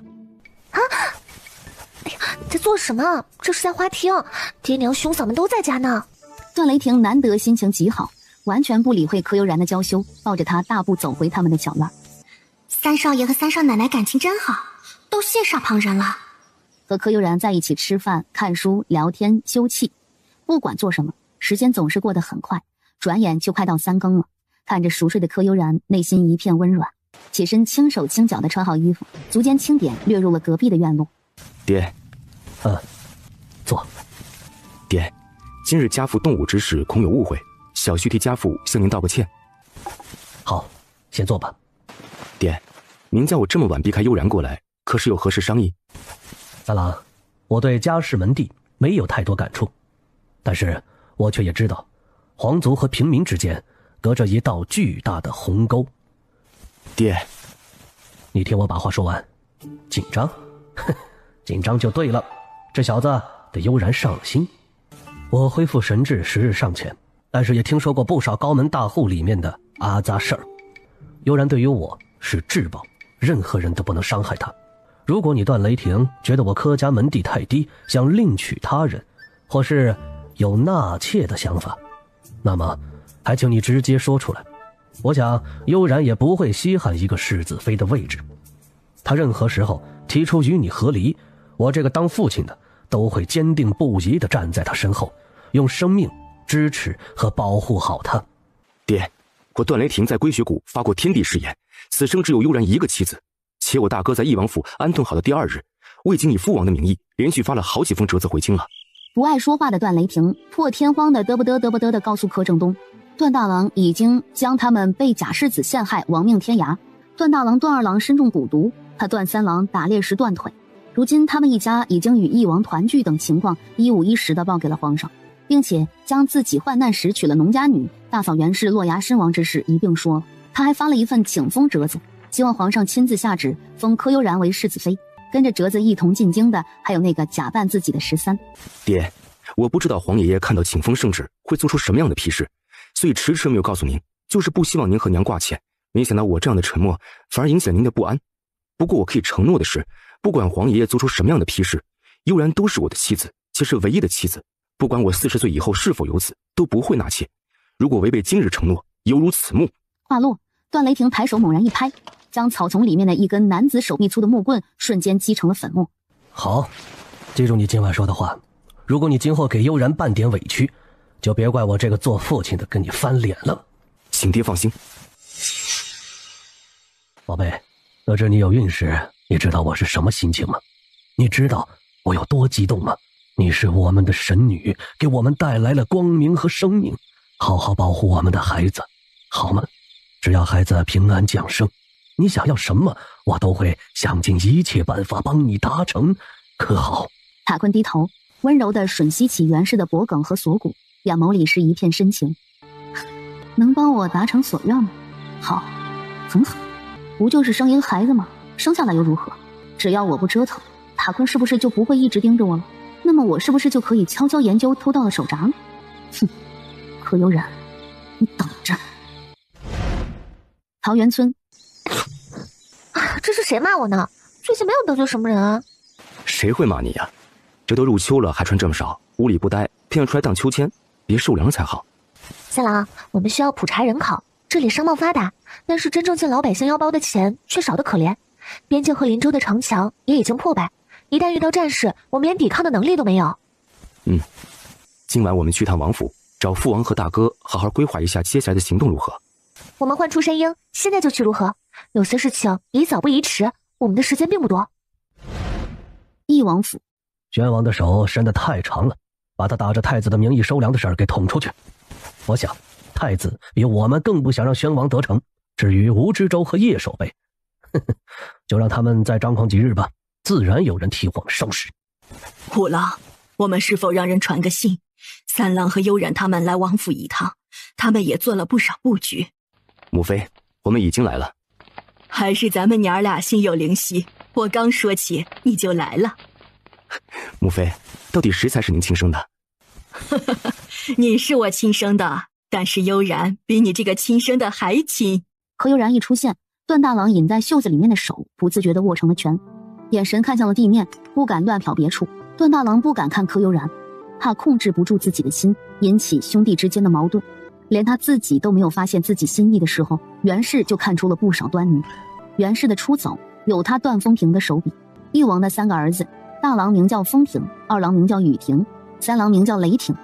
三郎，说说你的想法。父王，允州临近边境，往来客商繁多，别看商贸发达，但是每年上交朝廷的税收却是所有地州最少的。儿子觉得其中一定暗藏了不少他国探子，把银钱都给转移出去了。我们首先要做一次人口登记，把那些隐藏其中的暗桩给筛出来，并且在冬季上冻之前，把边防的城墙重新修缮一遍。这些都是最要紧的，但是我们带来的银两有限，而且因为我这2年卧病，王府在各地的产业都出了不少问题，银两怕是不太够。父王，3弟提出的2件事是最紧要的，不得不做。如果受到外敌入侵，允州城内有内应，后果不堪设想。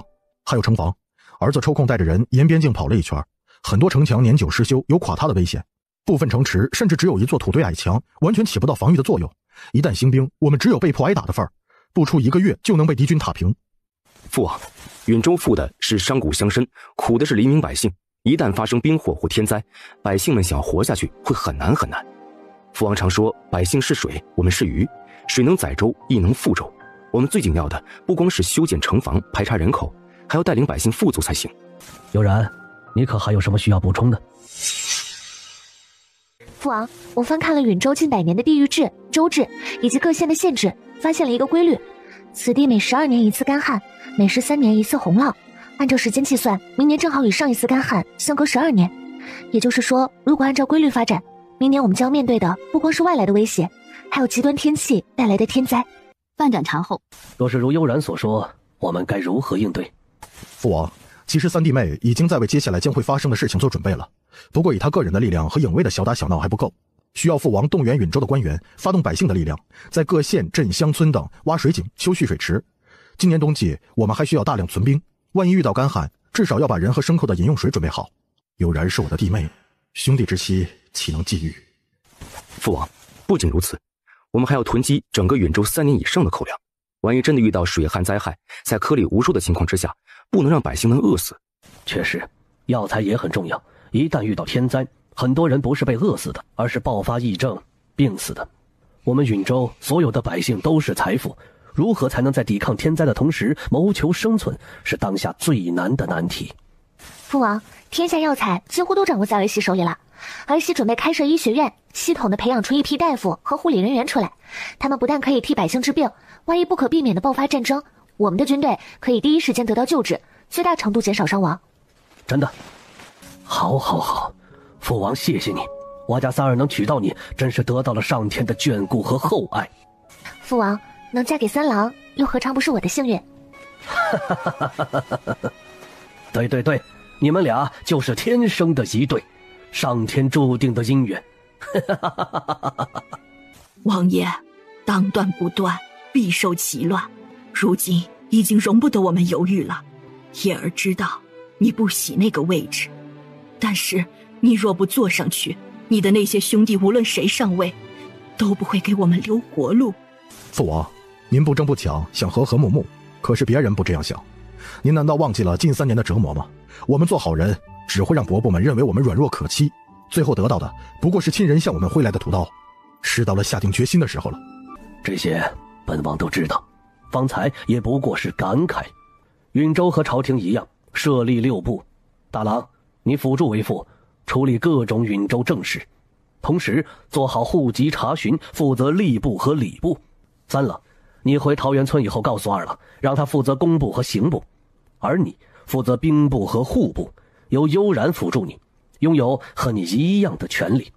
你们务必在短时间内理顺允州各种大小事务。是，父王。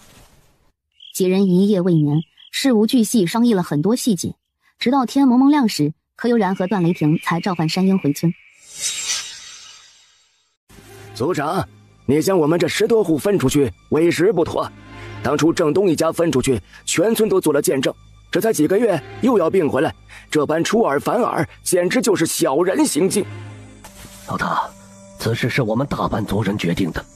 我说了，郑东是我求回来的，县衙的户籍档案也已全部更新，多说无益。老祖宗。行了，事情已成定局，老大、老二、老三，带着你们的儿孙回去吧。走，我们回去再从长计议。宗祠内，承蒙老族长和各位族老垂爱，既然又回归了家族，我想为宗族做些什么。我个人捐赠纹银200两，重新翻修一下我们的宗祠。与此同时，我个人出资，在桃源村新建一所村学，使村中孩子们都能识字明理。就算有些孩子读书不好，考不了科举，也可认识些字，以后不至于做个睁眼瞎。天哪，真的吗？我们家条件不好，就算建了村学，也没有钱交束修，孩子读书的事儿还是算了吧。是啊，一年3、4两银钱，为时太多了。我们家里孩子又多，饭都吃不饱，让谁去上学都不公平啊。柯正东抬手压了压，等所有人安静下来后，他把柯悠然告诉他的诸如勤工俭学、帮村里面修建村学、修缮祠堂等以工赚钱的想法仔仔细细地说了一遍。房顶上的柯悠然微微勾着嘴角，自己的便宜傻爹还真不错。自己不过简单的说了一个框架，他便能举一反三，将所有的内容揉碎了告诉大家。给段雷霆传音道：三郎，咱爹去书院没多久，居然磨练出气势来了，好厉害，对不对？段雷霆点头回应，但是眼睛却透过房顶的洞看向房梁的一个不起眼的角落。两人对视一眼，都是同一个想法。等柯氏族人一离开，他们就下去看一看那是一个什么东西。各位，除了修建柯氏宗祠，我们家准备种植冬小麦。也许大家没有听说过，冬天还能种植小麦，但是我们家想尝试一下。今日支持我的所有族人，可根据家中土地情况来我们家领取麦种，你们家的种子卖多少银钱啊？我们秋收本就不好，再拿银两出来冒险，谁家都承担不起啊！众人纷纷点头。今年是第一次尝试，如果愿意种植冬小麦的，用明年种出的2倍粮食偿还麦种。当然，如果按照我们教的方法没有种出冬小麦，所有的麦种损失都算我们家的。好，柯氏族人纷纷响应柯正东的号召，同意种植冬小麦。想要种植方法和麦种的，现在去我们家，会有专人负责此事。柯氏族人一听，急忙给柯族长和几个族老道别，急吼吼地拉着柯正东往他家跑。四郎，你看，这些金镶玉组成了一个复杂而古老的图腾，和空间里面传承塔的图腾有些相似。祠堂外响起了窸窸窣窣的声音。段雷霆从空间内找了一块与顶梁柱相似的布，迅速将东西包裹了起来。两人刚藏好，柯大叔公和柯金宝从角落年久失修的狗洞里爬了进来。大伯，你确定祠堂里面有先祖留下的东西吗？咱俩这样，万一被抓住，族规可真够咱俩喝一壶的。嘘，说话小点声。我们俩分头行动，你找左边，我找右边，犄角旮旯都别放过。两人分开四处查找，没多大会儿，柯金宝就摸索到了段雷霆他们下方。只见他仰着头，一步步往前挪动，一步两步，越走越近。柯悠然闭眼，想直接进入空间，等两人离开后他们再出来。然而他失败了，被一种无形的力量阻挡进不去。段雷霆感觉到了什么，也尝试了几次，同样没能进入空间。一步两步三步。金宝，快过来，我找到东西了。大伯，找到东西了，快打开看看，里面这是什么呀？这里如此多的祖宗牌位，他们都看着我们呢，还是回去再看吧。大伯，你不会想私吞这个东西吧？快打开看看，里边有什么？如果拿回去，我们还得和三叔一家分。哎呀，不如我们先选一选怎么样啊？成，我们先帮老三一家长长眼。哎，大伯，这个是个什么宝物啊？为什么通体漆黑？明明是个匣子，却没锁扣，四边都是一样的，这个要如何打开呀？要不我们先出去再想办法，万一巡视宗祠的人过来，那就麻烦了。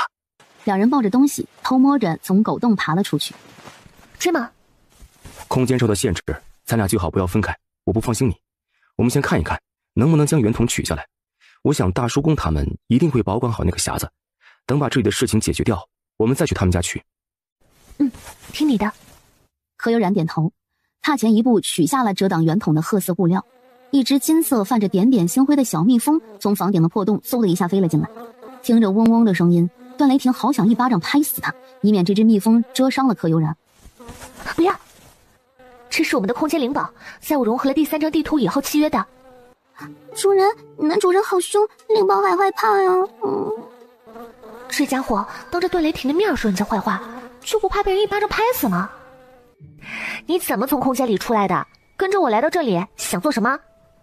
主子，灵宝错了，不该偷偷藏在银月的门缝里面跑出来。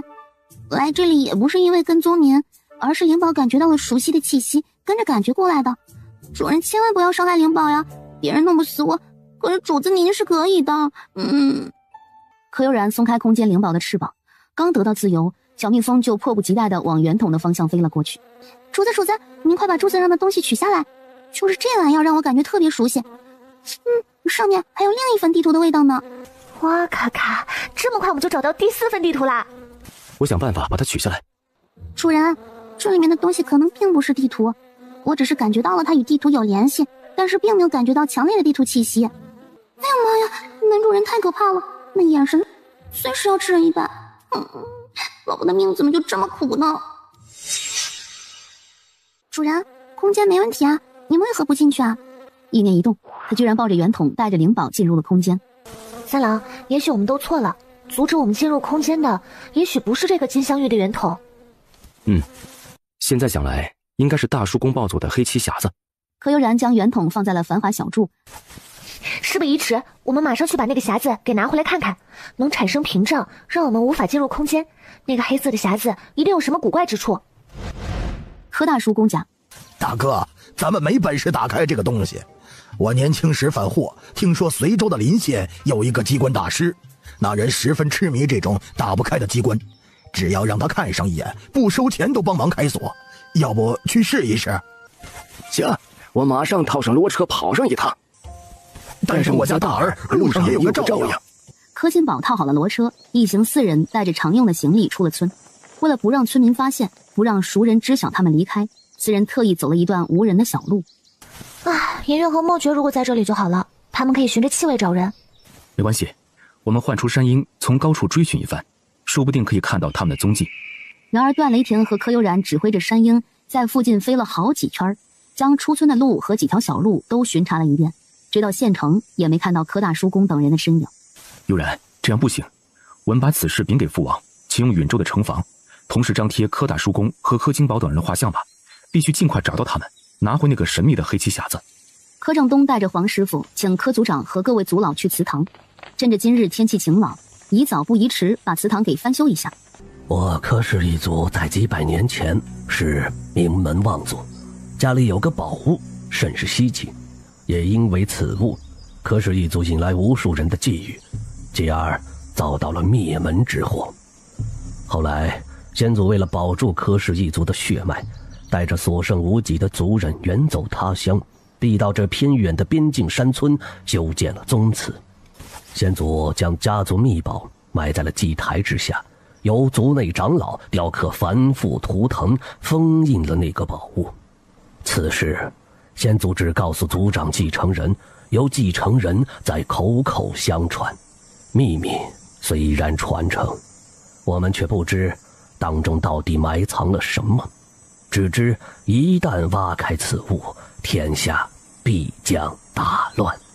郑东，老祖宗求你件事，你日后如果有能力，一定要将那个东西找回来，不能让家族的东西流落在外。族长，你别急，此事我尽力而为，好吗？这是先祖留下的与秘宝有关的记载，可惜我们柯氏一族败落，里面的内容老夫一个字都看不懂。现在就将此物传给你，老夫有一种直觉，你日后绝非池中之物，还有悠然也一定不会平凡。族长，命里有时终须有，命里无时莫强求，您老将心放宽，把身体养好，那才是大事。话虽如此，世间之事哪能说放下就放下？你也不必劝我，去将所有族老和村里各家当家人叫来，老夫有事交代，去吧。柯正东见再劝无益，只能转身将柯族长的话告诉了柯福生。待族老们和全体村民相聚一堂，从现在起，老夫正式将族长之位传给柯正东，他将是我们柯氏一族第269位族长。我柯氏一族所有族人必须听族长号令，若有叛族者，绝不轻饶。大伯，你说我们背井离乡，带着这么个不当吃不当用的东西，还变成了个通缉犯，图个啥呀？是啊，大伯，也不知俺爹咋样了，我们都被通缉了，家里头是不是也乱了套了呀？官府找不着咱们，会不会把俺们家人都给抓起来呀？哎呀，爹，下一步咱们怎么办呢？老族长怎么就知道是咱们偷了宗祠的东西呢？他怎就能报官抓咱们呢？你说俺媳妇和娃子们有没有被牵连啊？要不我们回去把罪过全部认一下，请求族长放俺们家人一条生路。反正这个东西咱也没有打开，里面的财物也没有丢失，还回去说不定不会受到太过严重的惩罚。开弓没有回头箭，这说什么我们都要去随州一趟，把这个匣子给打开，这个是我们唯一的希望了。咱们不过城池，把骡子找个庄子卖掉，爬山走小路，只要不进城，被发现的概率就会小很多。等咱们有钱了，再回来打通关系，把家人给带出去。青云院内，柯正东将柯族长给他的手札交给了柯悠然。闺女儿，这个东西还是交给你和三郎去研究吧。有些东西你比爹厉害，懂的东西比爹多。不得不说，我的阅历比不上你呀。爹，你是不是心里有事啊？要不说出来，我们商量商量如何？书院的孟父子准备带着这次榜单的前几名出门游学，他已找我很多次，可我放心不下你娘和2个妹妹。我这一离开，家里连个顶梁柱都没有，如果义王让你们回义王府住，他们娘仨真就孤零零在家，无依无靠了。爹，机会难得，错过明年春闱还要再等3年，这里有我照看着。三郎还找了几个义王府最忠心的嬷嬷，明日就能到达。您出去以后注意安全，只需在娘亲生产前回来便好。当家的，我给你们送吃食，正好听到了。当家的，你听听，咱们的孩子很乖，好像知道我辛苦，一点都不闹腾。家里有悠然，身边还有使唤的丫鬟，你放心跟着先生出去多学一些东西，我们会照顾好自己的。难，太难了，这就是取舍吗？最后，柯正东在大家的劝解下下定了决心，并把自己要游学的事儿告诉了柯老组长。青云院内，段雷霆给同事送去了特别有经验的宋嬷嬷和周嬷嬷。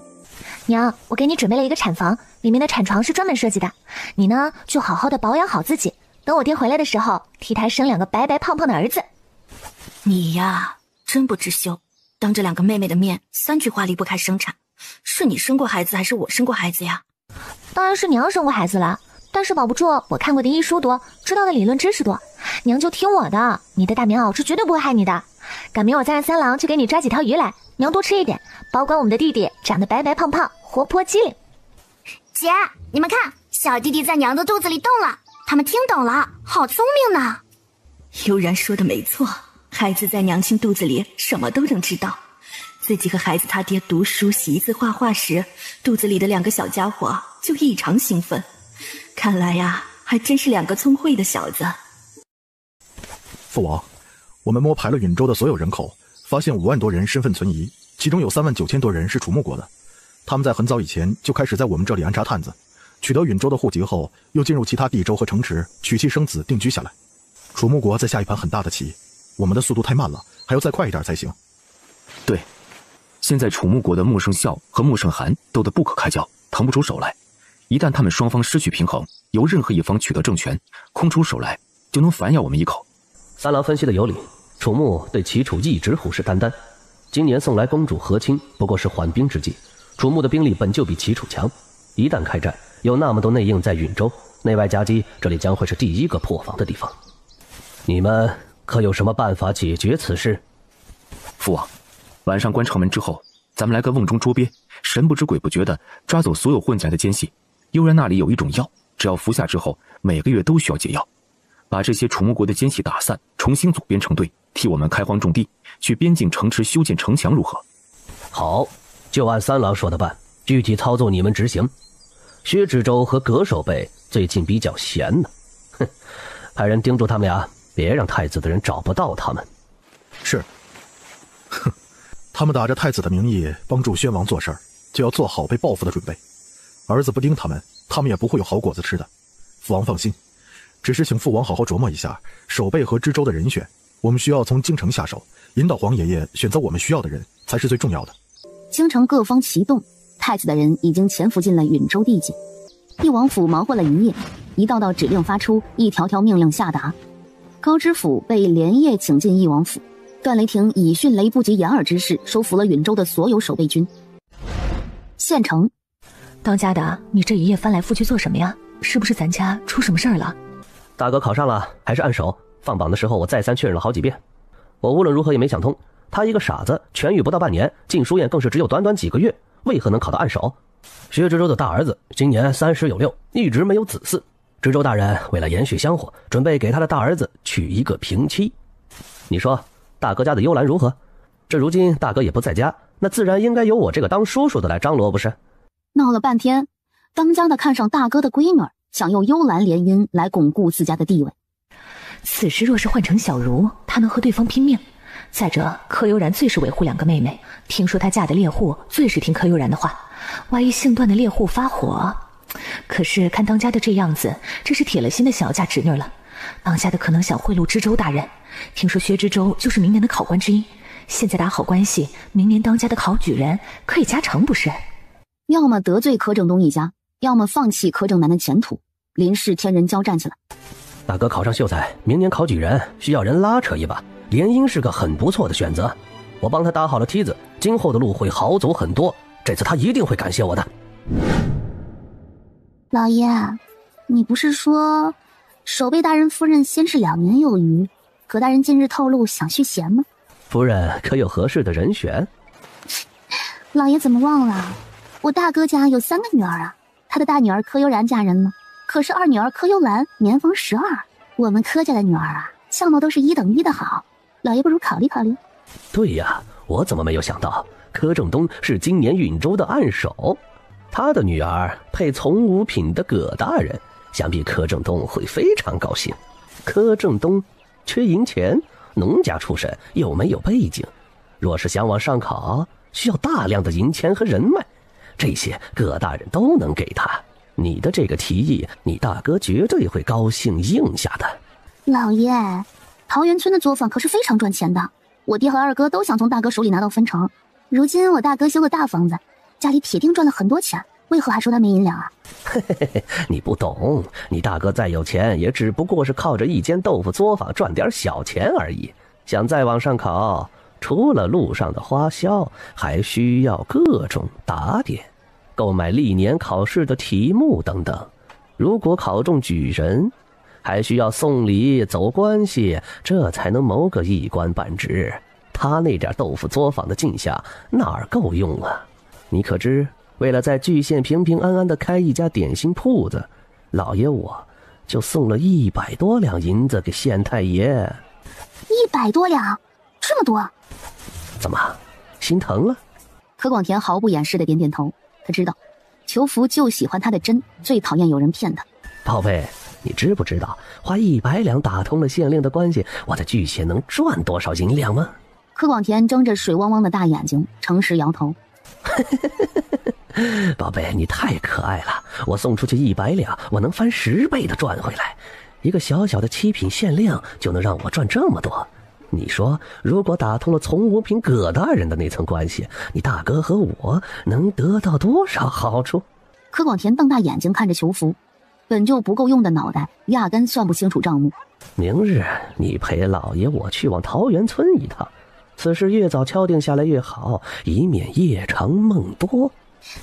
老爷，我大哥出门游学了，大嫂跟我一样怀有身孕，不知能不能见到他呢？你亲自去，你大嫂岂能将你拒之门外？来来来，让为父好好亲享亲享，最近都快把为父给憋死了。老爷别闹，小心咱们的孩子。宝贝，就一次，老爷我会轻一点，不会伤到孩子的。娘，二嫂，咱们把包被做成正方形，在被子后面缝上2条绑带，你们看，就像这样直接包裹住孩子，然后拉绑带系上。柯优月拍着小手高兴道：大姐太厉害了，这样做好方便呢，你是怎么想到的？三弟妹的脑子就是活泛，总是能推陈出新。夫人，门外有个叫刘春花的人求见，她说她是您的三弟妹，是否让她进来？请她进来吧。真是的，下着雨呢，三婶还往我们家跑，铁定没安好心。娘，二嫂，你们待会儿一定要离三婶远一点，可别让她伤了你们肚子里面的孩子。哟，不愧是我们村的暗手家，看这房子真够气派的。大嫂啊，你这里也太阔气了，把我的眼睛都给看花了。短短半年时间，你们怎么赚了这么多家当？真是羡慕死人了。大嫂，看我这嘴也没个把门的，我是真的羡慕你。不过这家里有了银钱，没有强硬的后台背景，小心被人给盯上，你说是不是呀？三弟妹想说什么？大嫂啊，你们家幽兰也大了，到了该定亲的年纪，大河县刚上任一个县令，大嫂考虑考虑如何？姓刘的，看在你是老三媳妇的份上，我给你3分面子，并不代表你可以对我女儿的婚事指手画脚。大河县的县令纳妾早已传得沸沸扬扬，今儿个我把话撂这儿，我女儿宁为穷人妻，不做贵人妾。你想赚钱，别把主意打到我女儿身上，立即马上给我滚出去！从今往后不许再踏入我们家半步。同时一把扫落了手边的茶杯，柯悠然和柯幽兰立即上前安抚，生怕他气出个好歹来，动了胎气。来人，把三人请出去，日后他上门不必通报，直接拒了。嘿，我说姓童的，我好心上门给你女儿提亲。话还没说完，就被冲进来的2个婆子堵住嘴给拖了出去。还没等同事把气息喘匀，主子，门外自称您的2弟妹柯林氏求见，是否让她进来？主子，县衙的柯主簿求见，请他们进来。柯正南目不斜视地进入花厅，不经意间看了一眼同事，这才多长时间没见了，他们家买来的童养媳居然如此美貌。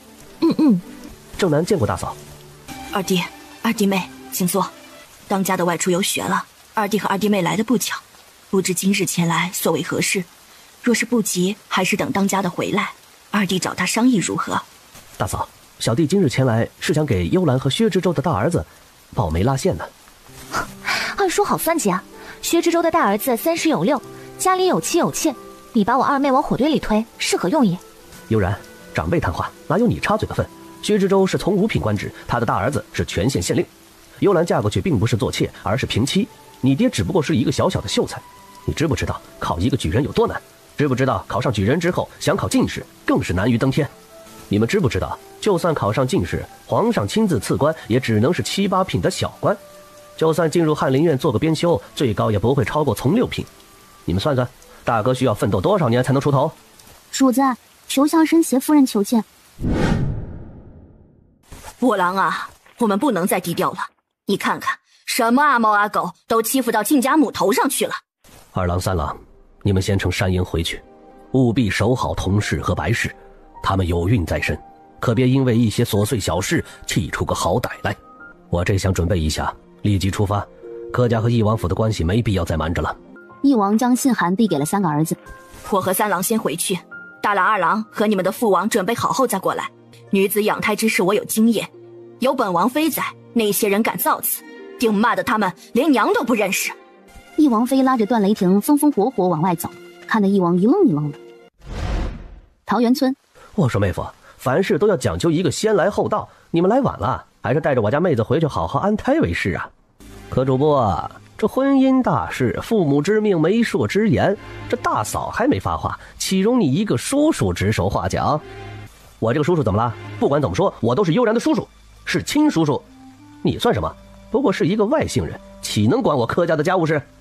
嘿嘿，我家夫人是幽兰的小姑，姑父姑母帮忙张罗，又有何不可呀？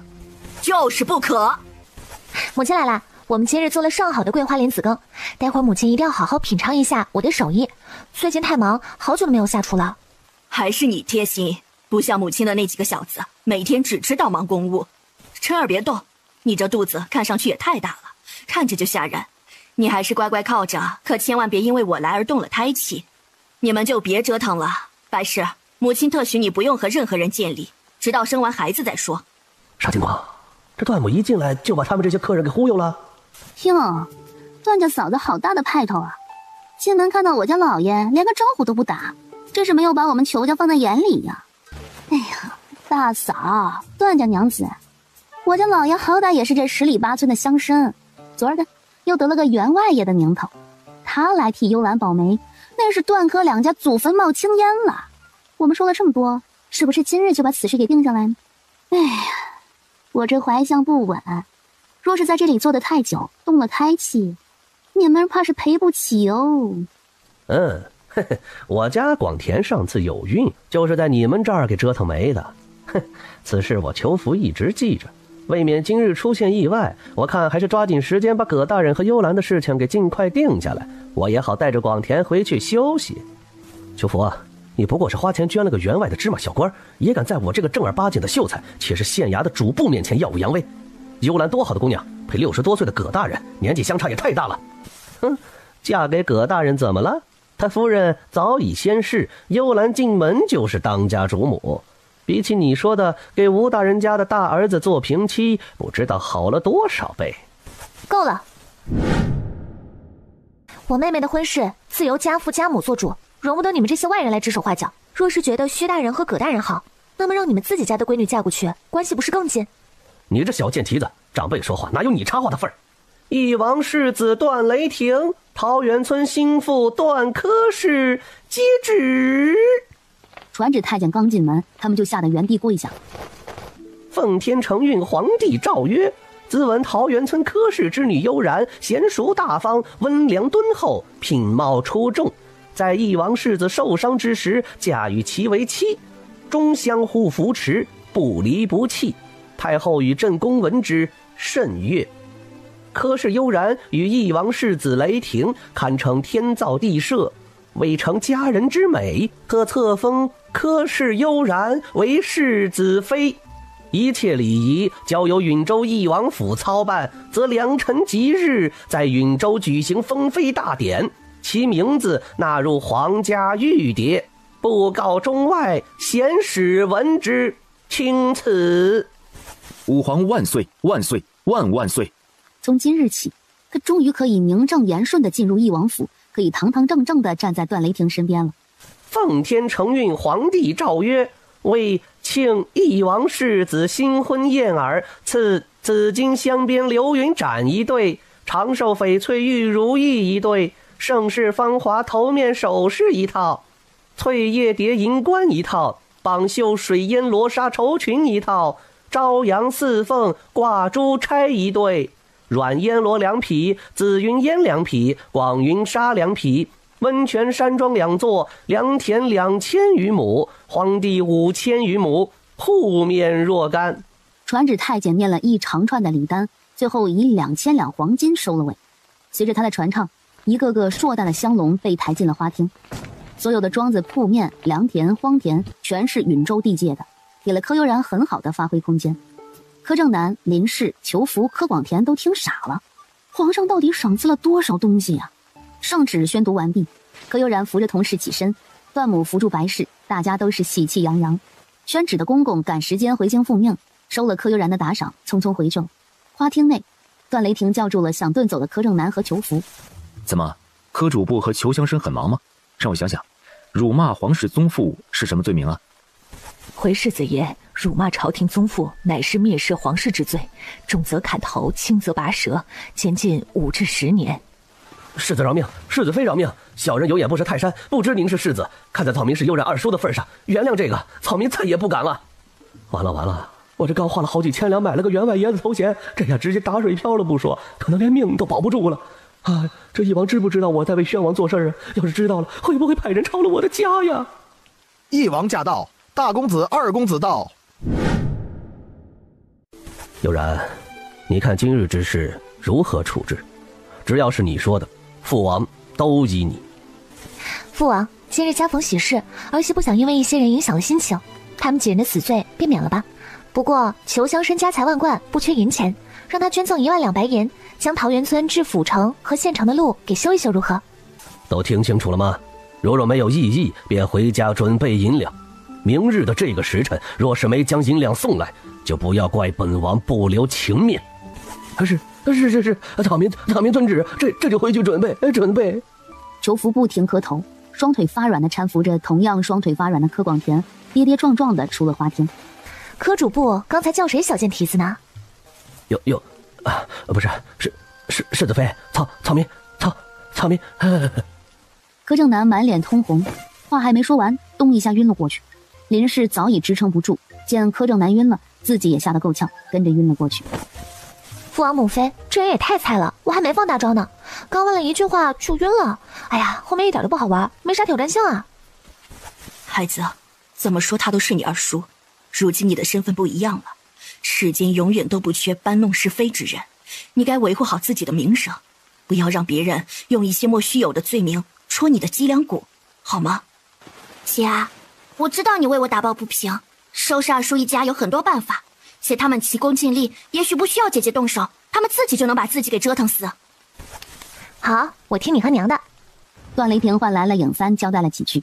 不多时，柯正南夫妇被几个侍卫抬着出了柯家大门。影三护卫，柯主簿这是咋了呀？各位有所不知，柯主簿仗着他是我们家二姑娘的叔叔，今日趁着当家人出门游学，上门逼迫主母，让他将二姑娘嫁给从5品大官的儿子做平妻。那人妻妾无数，却无子嗣，这不是将二姑娘往火坑里推吗？对，天下怎会有如此黑心肠的叔婶啊？对什么对？人家幽兰父母健在，年龄也不大，他们家与老柯家早就没关系了。说什么这婚事也轮不到柯主簿夫妻指手画脚。是啊，柯主簿夫妻仗着权势，这手伸的也太长了。影三护卫，请问方才来村里的是些什么人呢？我们从未见过如此大的排场。影三知道，有些事情是到了公开的时候了。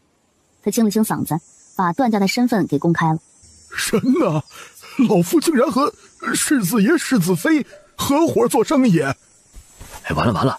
我们以前合伙针对过世子和世子妃，这下子全家都完蛋了。我们家以前跟世子妃叫过板儿，会不会被报复啊？大家别急，我们王爷体恤万民，世子和世子妃更是宽容大度之人，不会和大伙儿计较这些的。你们看，柯主簿得知王爷、王妃、世子和世子妃的身份，结果自己把自己给吓晕了。我们家主子宽宏大度，不但没有处罚柯主簿夫妇，还让我们将此2人安全送回家中。大家快起来，该做什么就做什么，一切如常便好。老祖别这样，咱们以前怎么处，现在就怎么处，千万别因为我和三郎的身份而拘谨。您老若是再如此归来归去的，我都不敢登老祖家的门了。老祖以后还是叫我们三郎和悠然，若是太过生疏，我们都不好在桃源村继续住下去了。你们见沈礼正连话都说不利索，段雷霆和柯悠然忙搀扶着他进了屋。大家都放松好吗？我和三郎暂时不离开桃源村。以往三郎为了隐藏身份，很多事情我们都不能做。如今我们没了很多顾忌，我想从桃源村入手，大刀阔斧的做些事情。老祖和二爷爷见到我们都如此紧张，日后还如何在村里做事儿？悠然有何事要做，只要老祖力所能及，我都无条件支持。老祖，桃源村收留翼王妃有功，父王大笔一挥，将桃源村周边6000多亩荒地全部划给了村里。我准备买下100亩荒地，在这片区域建立一个酱油厂。黄师傅的人手还在修建房子，见酱油厂的人手不足，请老祖宣传一下，凡是来帮工的人，每人每天35文，中午包1餐饭。同样的，请老祖帮我找几个手脚利索的媳妇子，在工地周边搭建一个简易食堂，给他们每人每天30文工钱。还有，村里今后会越来越好，为了保护村民的生命财产安全，我建议由全村人挑选勤劳能干的年轻人，组建几支巡查队伍和站岗队伍。这些队伍呢，每天4班倒，12个时辰不间断的巡查，发现可疑情况必须第一时间预警。巡查队每天每人40文钱，队长50文，副队长45文。这些费用可以从卖地的集体经费中出。前些时日，村里来了很多陌生人，打听秋收和豆腐作坊，还有一些看上去贼眉鼠眼，打听你们家和郑东的情况。我一直琢磨如何保护村民的安全，没曾想世子您都想到了。这边的500多亩黄爷爷赏赐给我的山地，我准备种植果树。村里的人手不够，可以让村民找他们的亲朋帮忙，按照我的标准种一棵树10文钱。如果没有按照我的标准种植，明年树死了，那么今日领的工钱全部给我退回来。有这一条标准，那些来做工的人也不敢敷衍翼王府。桃源村和附近村寨联姻的不少，这么高的工钱，随便通知一下都有几百人报名。当然，那些干活偷奸耍滑之人，我铁定不会用。老祖做事我信得过，但是老祖的事情太多了，难免有疏漏的地方。我建议你把事情全部分配下去，比如种树分成不同的小组，在沈柯2族的族人中选取2个刚正不阿的人做监工，修建酱油厂的人里面也照葫芦画瓢，选取不同的人做监工，会算账的人记录账目。另外，记录账目的人和管理银钱的人分开，每半个月公示一次账目，这样账目一目了然，公开、公平、公正，质疑的声音会少很多，老祖也能轻松一些。对，早应该这样办。我管理豆腐作坊这些时日，已经有多人在后面嘀嘀咕咕。前些日子，老夫一直翻来覆去的睡不着。今日又让你真是解决了老祖一个大难题呀！老祖，几个月前，影武、影六他们寻找山洞时，发现了这片山地的最高处，居然有一处天然的地下水源。您再找一批人，按照我的规划，绕着果树种植的地方挖一些灌溉沟渠。挖沟的人按照标准，每挖1丈10文钱。若是没有按照路线深浅宽度挖的，1文钱都没有。这样好，我们怎么就想不出如此办法呢？若是按照这个标准，就不用担心做工的人耍滑头了。太子殿下，奴才求来了独门的殷堂主，您有救了。醒目的，算你小子走运。如果不是因为怕你死了，我家小师妹会腹背受敌，这老子呀才懒得管你这档子闲事呢。也不知道殷九是怎么做到的，手指一弹，一根如头发丝的银线便缠绕在了穆圣孝的手腕上。不多时，殷九收好银线，取出一枚药丸递给穆圣孝的贴身小厮，把这粒药丸给你家主子服下去，能续几个时辰的命。德王一听，忙不迭的依言照做。听闻殷堂主无利不起早，不知这次搭救在下，本太子需要付出些什么？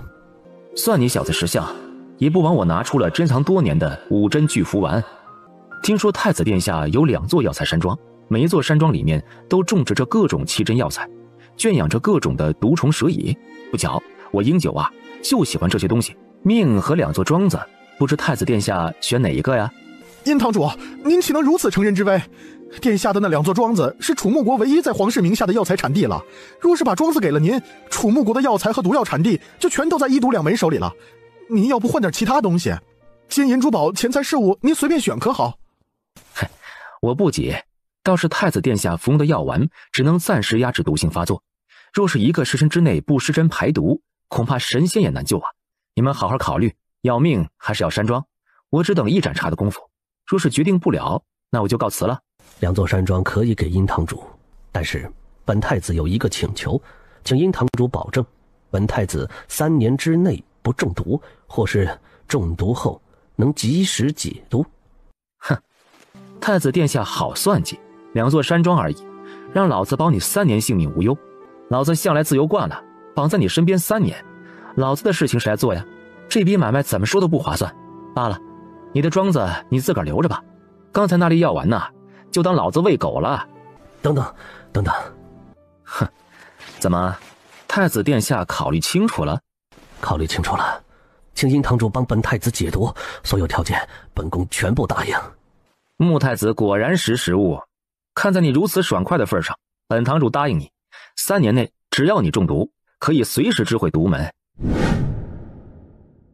祝世子爷世子妃白头偕老，早生贵子。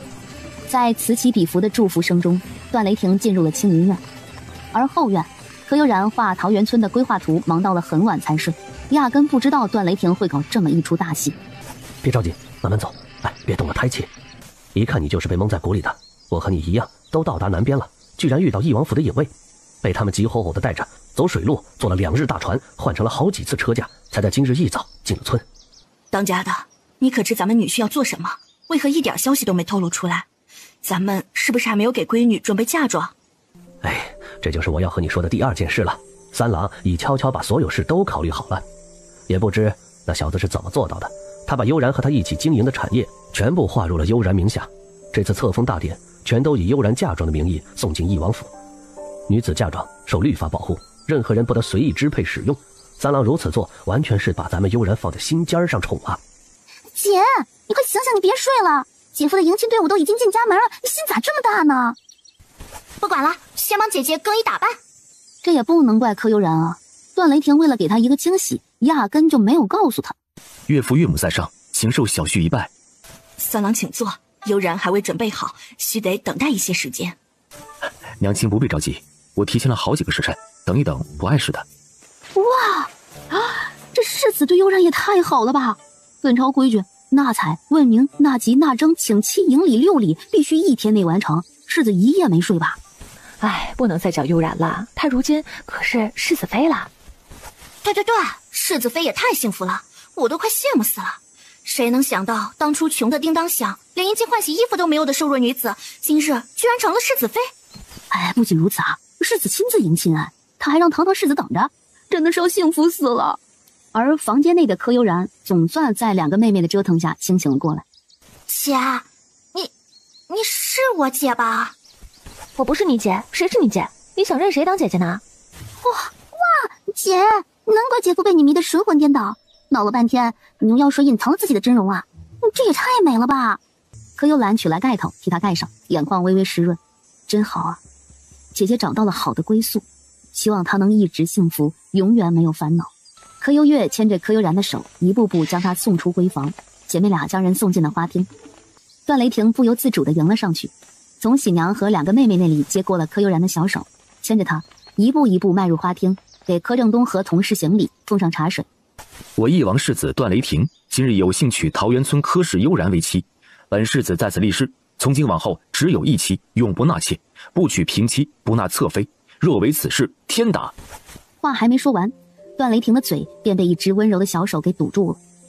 我知你对我之心，若有一日你变了，我离开便是，千万不要用自己的性命发誓。我不会让你有机会离开我的，请爹娘放心将悠然交给我，我将用自己的所有来爱她，照顾她，绝对不让她受半点委屈。在青云院一整套礼仪结束，已到了中午，段雷霆弯腰，猝不及防地将柯悠然打横抱起，亲自送进了花轿。哇，天哪！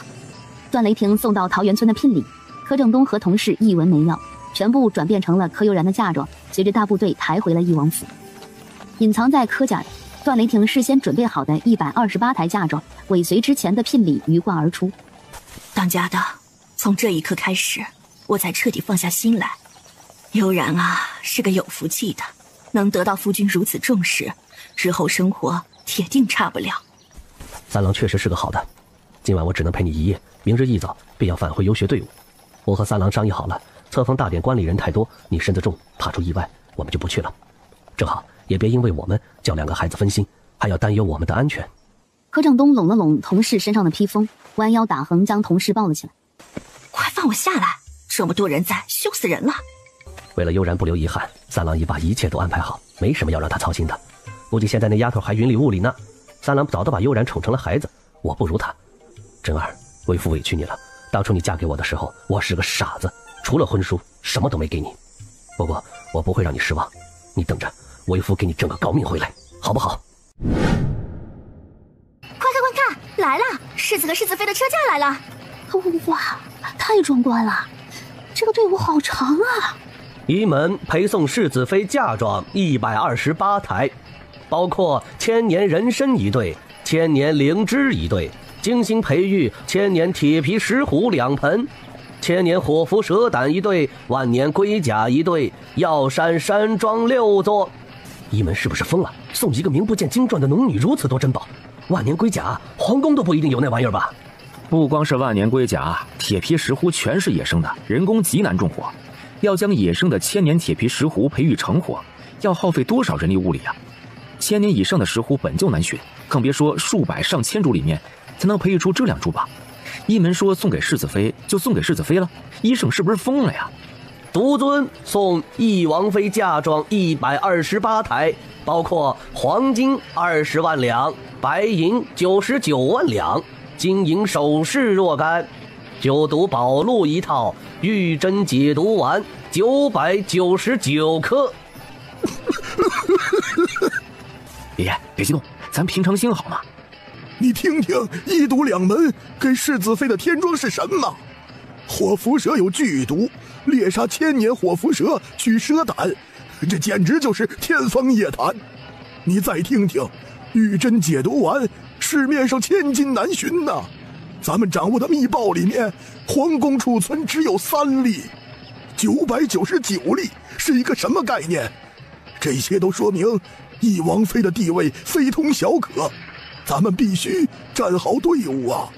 龟血谷给懿王妃添装68台，千年猴酒500坛，武功秘籍10套，机关阵法图50副，仙鹤1对，汗血宝马5000匹。等封妃大典结束，他一定要找个借口，神不知鬼不觉地将马全部送进空间。他要让这些马在短时间内由5000匹建成5万匹，甚至是50万匹。懿王府腹背受敌，不能掉以轻心。柯悠然完全不懂这个朝代婚礼仪式的人，迷迷糊糊地跟着别人的节奏跨了火盆，拜了天地，更是迷迷糊糊中被段雷霆挑开了头上的盖头。我的天哪！哇，天哪，这是天女下凡了吗？柯悠然诧异至极，还没等他反应过来，手中又多了一把蒲扇。世子妃啊，用喜扇挡住自己的脸，咱们要开始举行册封大典了。从天蒙蒙亮折腾到现在，搞了半天，方才的一切只是刚刚开始吗？4个多时辰后，柯悠然总算被送进了喜房。段雷霆跌跌撞撞地被2个兄长扶到了门外，说什么都不准哥哥们进入喜房半步，自己晃晃悠悠进了门，顺手将门给反锁了。然后那个醉得连路都走不稳的人瞬间站直身体，大步走进温泉池，3下5除2洗了个干干净净。之后一阵风般飘到床边，掀开床幔和被子，迫不及待地钻了进去。老二，你敢打着我的名义四处招摇撞骗，本以为你只是小打小闹，没想到你玩这么大。好样的，你做初1就别怪我做15了。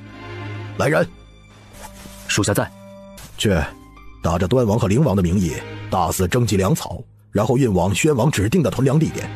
此事务必做得逼真一些，其他2个王爷隔岸观火太久了，也该起来活动活动筋骨了。是，属下遵令。哼，宣王打着本太子的名义征集了10万军队1年的口粮，本太子是不是应该让这些口粮名副其实呢？属下遵令，一定以最快速度将宣王的粮草运往殿下的隐秘库房。宣王粮草丢了，肯定会找人出气，知道如何祸水东引吗？属下明白。端王和灵王做壁上观时间也有些长了，他们的积蓄力量已有不少，确有实力与宣王一争高下。宣王府后山的山洞中，属下见过圣尊大人。让你们打探的情况如何？一门那小丫头抓到了吗？一门令牌是否取到了？回圣尊大人，允州村庄并无高产作物，大部分村庄亩产不过350余斤。一门继承人被我们一路追击，最后在处沼泽地附近把人给跟丢了。一门令牌没能得手，请圣尊恕罪。废物！鬼冢衣袖一拂，一股巨大的力量从山洞中释放而出。他不敢喊一句痛，缓缓爬起身来，复又跪到山洞前，从衣襟里面取出一个锦盒，双手呈了上去，道：圣尊大人，属下道虽未找到一门令牌，但是属下在追击一门少门主时，无意中得到这份地图，请圣尊大人过目。呈进来。是。鬼冢迫不及待地打开锦盒，从里面取出了梦寐以求的地图。太好了，真是天助我也！宣王寻觅了多年未果的东西，居然让我给得到了。5份地图找到了第1份，只要再接再厉，寻觅到后面的4份，整个天下就全都是我的了。你这次办事不力，没有找到一门令牌，但是寻到了地图。功过相抵，不奖不罚。带着你的人领取这个季度的药丸，继续寻找地图的下落。当然，一门少门主的踪迹也要继续追查，不得放过任何一个蛛丝马迹。奴才谨遵圣尊之令。世子妃给他这份地图，对他说这是真的，送给鬼冢后，他们可能不会因办事不力而受到惩罚。暗武内心五味杂陈，他做梦都不敢想，他的新主子竟如此的善良，为了救他们这批鬼卫的命，拿出了所有人梦寐以求的地图。那是他得到的第1份地图，里面封印的力量早已经被自己吸收得一干二净了，且地图上的路线早已经被柯悠然复制了一份，如今对于柯悠然和段雷霆而言，就是废纸一张。三郎，我们在柯氏祠堂得到的东西还没打开，要不趁现在无事，我们进空间研究一二如何？段雷霆也知道自己有些失控，把悠然给累狠了，顺势点了头。还没等柯悠然反应过来，两人已经进入了空间的温泉池。呀，你这人怎么不说一声就？我还没穿戴整齐呢。穿戴整齐还怎么泡温泉呢？乖，知道你累了，为夫伺候你沐浴更衣，保证不再欺负你。等你身体恢复之后啊，再将你拆吞入腹。1个时辰后，两人才穿戴整齐，吃饱喝足后，出现在繁华小筑的卧房内。这是爹出门游学前单独交给我的，他说是老族长交给他的，与柯氏宗祠里面的神秘东西有关。也不知道这个手札是与黑漆的盒子有关，还是与这个圆筒有关啊？猜这么多做甚呢？打开看看不就知道了。说着，他直接翻开了手札，一字一句地看了起来。柯悠然凑了过去，只见手札中的文字古老而神秘，很多他都看不懂。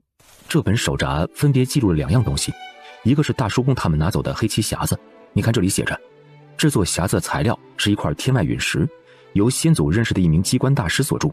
这个下面用图案演示了开锁之法，若是不遵此法强行破开，匣子里面的东西都会灰飞烟灭。这不就是9宫格吗？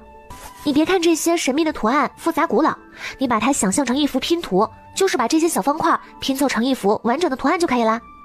可惜啊，匣子不知道被谁人所得，要寻找怕是要费一番功夫了，也不知道里面装了什么。柯大叔公他们真是万死难辞其咎，如此重要之物全敢悄悄拿出去。里面的东西对我们来说非常重要，是不是？黑漆匣子里装着第4份地图，我们与他失之交臂了。别想太多了，事已至此，多想无益。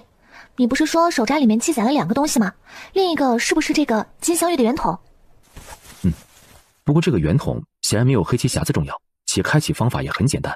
柯悠然看了看描绘的图画，拿起匣子拨弄了2个机关，只听咔嗒一声，匣子应声而开。繁华小筑外的空间之灵似有所感，嗖一下从窗户飞了进来，一头扎进了圆筒里面。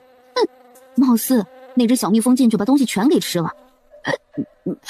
柯悠然气闷，刚想把那只可恶的小蜜蜂揪住，好好的惩罚一番，谁知一只拳头大的蜜蜂脑袋从圆筒里面探了出来，珍珠大的眼睛如同喝醉酒一般朦胧，空间灵宝的样子如同将小蜜蜂在显微镜下面放大了数百倍。段雷霆蹙眉，拎着小蜜蜂的脖子，硬生生把它给拽了出来，扔在桌子上。无论柯悠然如何呼唤，用食指揉搓，空间灵宝都没有反应。他吃了什么撑成这样？天哪，柯氏老祖宗竟然发现了这么多东西！钱财迷人眼，你们柯氏老祖宗找到这么多宝藏，居然只绘图收藏起来，没有动用分毫，可见其心性和智慧。也许就是他们的低调，这才让柯氏一族得以生存下来。悠然，你可能随了你们老祖宗才这么聪明灵动，比起那些宝藏来，你更像一座宝库，永远都挖掘不完。我们把此事告诉二哥，连夜去藏宝地探探险如何？柯悠然没有反对。允州建设到处需要钱，他和段雷霆正在发愁，空间内的存货太少不够用。二郎，你相信吗？不管现在吃的有多好，我永远都忘不了的都是悠然做的豆腐宴和红烧肉啊。这些虽然不是三弟妹亲手所做，但是全是按照她的方法弄的。来，你先尝尝。白氏微笑点头，幸福地咬了一口。豆腐的韧劲儿加上肉末的醇香，瞬间征服了他的味蕾。二嫂，二哥对你真是太好了，也只有和你在一起，他才会说这么多话。悠然、三郎，你俩终于舍得出来了。嫂子还以为你们在房内都吃饱了，不需要用膳呢。嫂子，你被人调包了吧？真难想象这么肉麻的话是从你嘴里说出来的。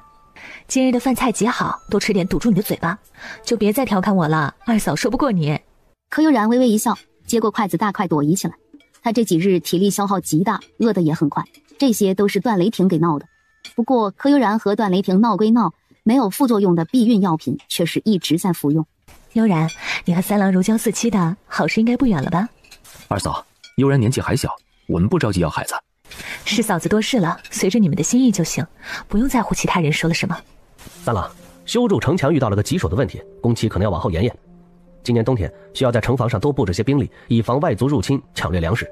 悠然和二哥一起设计图纸极好，难道是制作的机关暗道太多，工匠们没有办法完成吗？今年糯米产量有限，工部收集到的糯米只够背面城墙灌浆浇筑，其余3个方向只能往后拖。二哥不必忧心，那些征收上来的糯米存入粮库，咱们不要浪费粮食。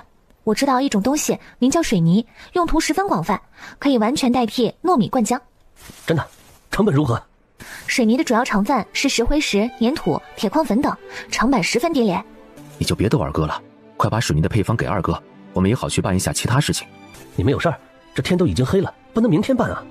此事只能晚上办，且我和悠然乘山鹰出行，白日乘坐山鹰也不太好，咱们还是需要低调一些。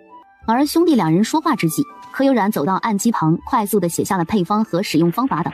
这时，几只鸽子从门外飞了进来。二哥，看来今晚不想出去都不行了。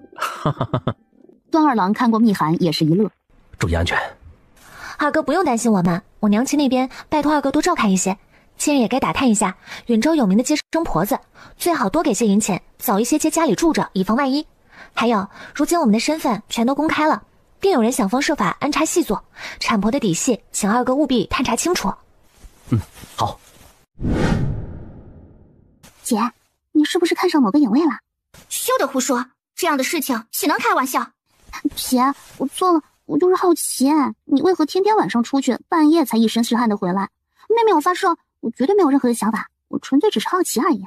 幽月，大姐说过，女子能抵半边天，咱们不能所有事情都依靠大姐，而且大姐也不可能时时刻刻在我们身边保护我们，所以我们要学会长大，强大自身。我每天晚上出去就是找影三影四他们学武功去了。姐，你和爹都找影卫练武，却唯独瞒着我还是不是你妹妹了？幽月，你还小，正是长身体的时候，没告诉你就是希望你不要担心我们。你最需要的就是好好睡觉，快快长大。爹和姐姐怎么可能拿你当外人？姐，从今天开始，我也要学大姐二姐，做一个坚强的女人。我也要撑起我们家的半边天，让任何人都不敢欺负姐姐，不能让任何外人随意插手姐姐和我的婚事。也好，女子学一些防身之术，日后也不会叫人欺负了去。不过习武很苦，我有很多次都差点坚持不下来，最后想起姐姐才咬牙撑下去的。你有2个姐姐，我们会保护好你，不必这样辛苦。若是坚持不了，千万不要勉强自己。姐，你相信我好吗？我一定会坚持下去，不会让姐姐们失望的。我也要保护姐姐，保护爹娘，保护娘亲肚子里面的弟弟，谁也不能欺负我们一家人了。既如此，幽月，你记住，从你决定习武开始，必须天天坚持，哪怕1天都不要放弃。我记住了。大姐说过，吃得苦中苦，方为人上人。他们都不想被人欺负，更不希望二叔和小姑逼婚之事重演。他们也要像姐姐一样，自己拥有让夫家重视的本事，而不是靠着娘家撑腰。姐姐说的对，任何情况下，自己的腰板硬才是真的硬。同事在2个嬷嬷的陪同下走出院子，看着2个女儿离开的方向，眼眶不自觉地如湿一片。午夜梦回，他总会隐隐约约地做一些奇怪的梦，梦里有亭台楼阁，有假山水榭，有珍奇花木，有爱他的爷爷奶奶、父母哥哥。那些梦都好真实，真实的让同事觉得他真的拥有过那些，然而却怎么也想不起来是什么原因让他失去亲人，沦落进人牙子手里，转手数次被卖，最后成为柯家的童养媳的。如果真如梦境那般，3个女儿是不是就不用这么辛苦了？唉，想什么呢？2个嬷嬷看着同事的侧颜，总觉得有些面熟，尤其是最近日渐丰盈的他，越来越像他们见过的某人。不过2个嬷嬷有这样的想法，却并未交流，各自在心里否掉了自己的想法。怎么可能？这是边境，与京城相隔千山万水，且主母是农家出生，与那种钟鸣鼎食之家相差10万8千里，二者之间岂能有所联系？主母与那人相似，不过是巧合而已。2个嬷嬷皆是选择沉默，他们早已经在宫里养成了习惯，闭紧嘴巴，难得糊涂。主子，外面寒凉，2位小姐有影卫们保护，不会有事儿的。咱们回去吧，您身子重，可千万不能受寒，否则对胎儿不好。五郎，我越看同事越觉得像一个人。以前他瘦的皮包骨头，颧骨突出，看不真切，可如今同事的肉逐渐养了回来，整个人丰盈后，才觉得他特别像一个人。人有相似，很正常。为夫我一门心思都放在你身上，完全没注意同事的样子。你呀，也别琢磨了，咱俩还是探讨些有意义的事。比如，你想如何帮助为夫舒缓连日来的疲惫呀？翼王一个翻身压住了翼王妃，不由分说地堵住了她娇艳红唇。京城相府，童老丞相再一次从梦中惊醒，猛地一个翻身坐起，大口大口地喘着粗气。他已经不记得这是孙女儿丢失后的第几次噩梦了，又梦到真儿了。这都多少年过去了，咱就不要再想了，不然真儿在天上看着我们，她也不会心安的。明儿，我总是梦到当年孙女落入万泉河，被湍急的水流冲走的场景，我总能听到不到5岁的真儿在水中挣扎，不停地喊爷爷救我。啊，这么多年过去了，可我总觉得咱们的孙女没有死，她还活着。怎么可能还活着？那么湍急的水流，不过几个呼吸便看不见人了，如何还能活着？哎，看我好好的提这些做什么？乖，别想了，就如你说的那般，咱们的真儿在天上看着咱们。哎呀，你我这般，倒叫孙女在天上也不得安宁。来来来，快别哭了啊！你的眼睛已经伤得够狠了。我明日去一趟万福寺，给孙女的长明灯添一点香火钱，盼佛祖保佑我们孙女儿在天上一切顺遂。若是投胎转世，一定要投一个殷实的人家，以后都离河水远远的。老七的心里不好受，他的心里又何曾好受过呢？那是他们童家3代以来唯一的女孩子，一家人如珠如宝的宠着疼爱着，失去孙女的痛让童丞相一直无法释怀。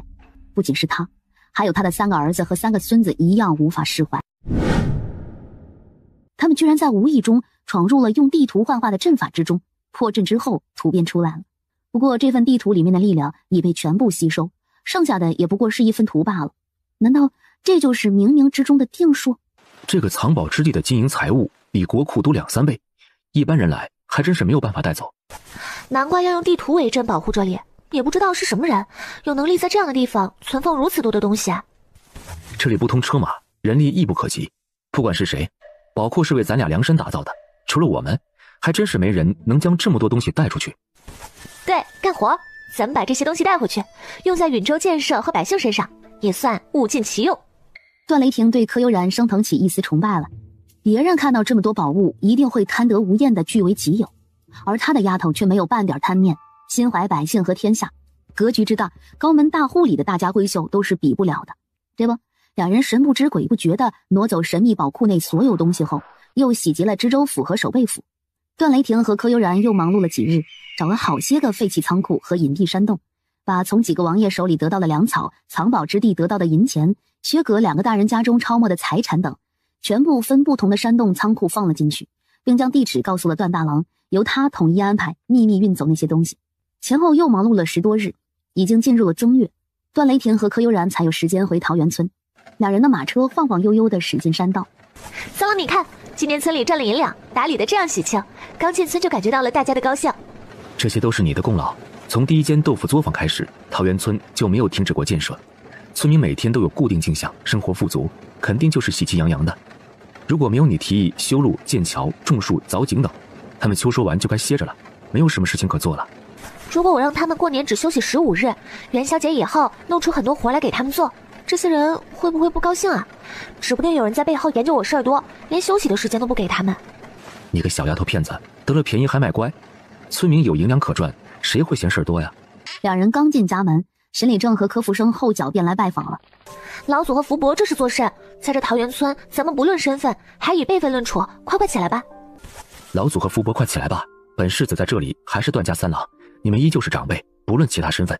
有事啊，咱们坐着说。以前怎么处，现在啊还怎么处？沈礼正和柯福生拘谨的只敢站着不敢坐下。老祖和福伯今日前来，所谓何事啊？世子殿下恕罪，曹民。老祖，这是在自己家里，没有外人，您别把三郎当世子看，把他当成一个晚辈就行。有什么话，如同以往那般直接说就好。这般草民来草民去的，您老不累，我听着都累。老祖，悠然说的没错，咱们还是如以往那般坐下好好说话。若见着我，你们实在放不开呀，不如我离开，你们直接和悠然说如何？啊，不。段雷霆提出离开，让他和柯悠然说话。沈礼正吓得差点尿了裤子，咚一下又要给段雷霆跪下，颇有些诚惶诚恐。柯福生见状，脚一软，也给跪下了。你把身上的气势收一收，看把老祖和福伯吓的，这还怎么说话呀？老祖，快起来吧！我段三郎在桃源村不是什么世子，依旧是以往的段三郎。老祖，今后见着我们都无需如此多礼，三郎又不是什么吃人的猛兽。您呢，凡事往我这边看，你们可是我的娘家人，日后可是要给我撑腰的。若是以后三郎欺负我了，你们这样子还如何替我出气？咱们得硬气起来，至少要有和他段三郎据理力争的勇气，是吧？福子，快起来，来本理正这边坐下，咱们都是悠然的娘家人，不能给悠然丢了气势。柯福生低着头，眼睛都不敢抬，吞了吞口水，慢慢爬起来，挪到沈礼正下手的椅子上坐下。老祖今日前来，快有什么急事？悠然，啊不，世子妃，我们就是来问一问，荒地上新修的那些房子都完工了，买了房子的村民什么时候可以搬进去居住？啊，还有没买房子的，想按照你说的方式按揭购买，不知还能不能买？哎，看我正忙的把此事给忘记了。老祖回去通知各家，买了房子的按照咱们签署的协议收房后，各家按各家的期辰搬家便可。剩下还有没卖出去的房子，先紧着桃源村的人购买。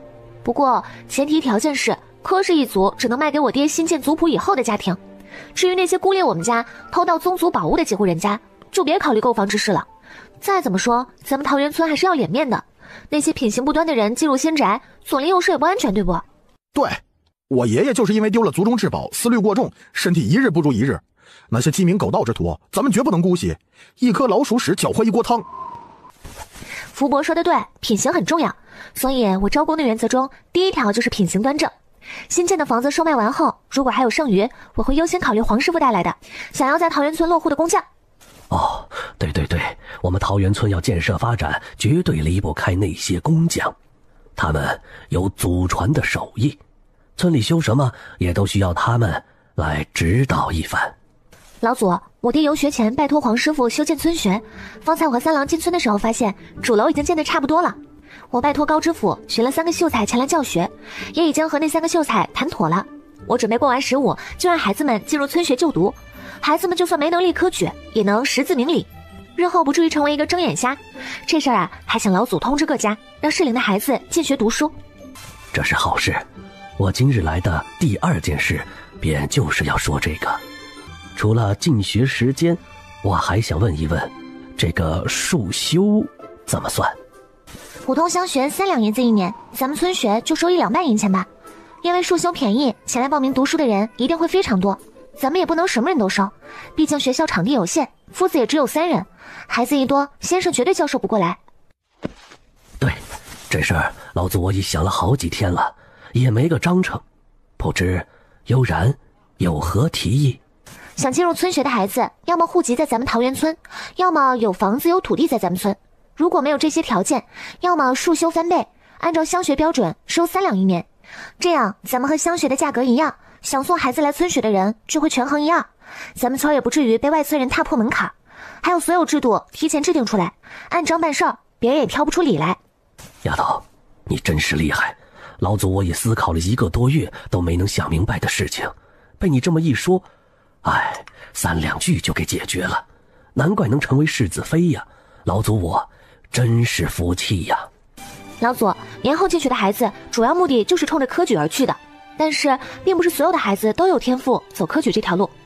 我想啊，学校主体建成后，再分区域建几座教学楼，请一些各行各业的能工巧匠，以及教授算学的先生，让那些走不了仕途的孩子也能学一些技能傍身。360行，行行出状元。朝廷任用的官职是有限的，然而国家的发展和建设却离不开那些精通手艺的人才。沈礼正瞪大眼睛，一脸不可置信，激动的半晌都说不出话来。老祖，今后桃源村的发展会越来越快，您一个人是绝对忙不过来的。我们可以通过村民选几个忠厚老实、勤劳肯学的人，帮助你一起管理。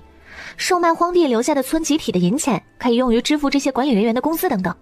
很多事情还需要细化一番，我拟了一些章程出来，老祖可以带回去仔细研究，觉得可行便遵照执行，若是觉得不合实际，就不用管它。柯悠然借着衣袖的阻挡，从空间内拿出一本他花了1个多月写出来的管理方案和制度。沈礼正双手接过，不过翻看了几页。哎呀，太好了，太好了！悠然，这样的方法太详细了，你是怎么想出来的？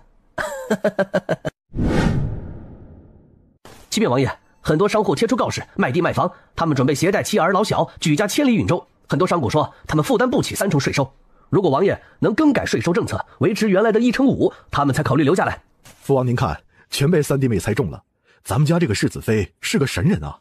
确实啊，3个儿媳，本王最满意的就是悠然。大郎，按照计划收购商户抛售出来的土地和商铺，把价格压得越低越好。本王倒要看看这些商户离开允州会不会后悔。是，父王。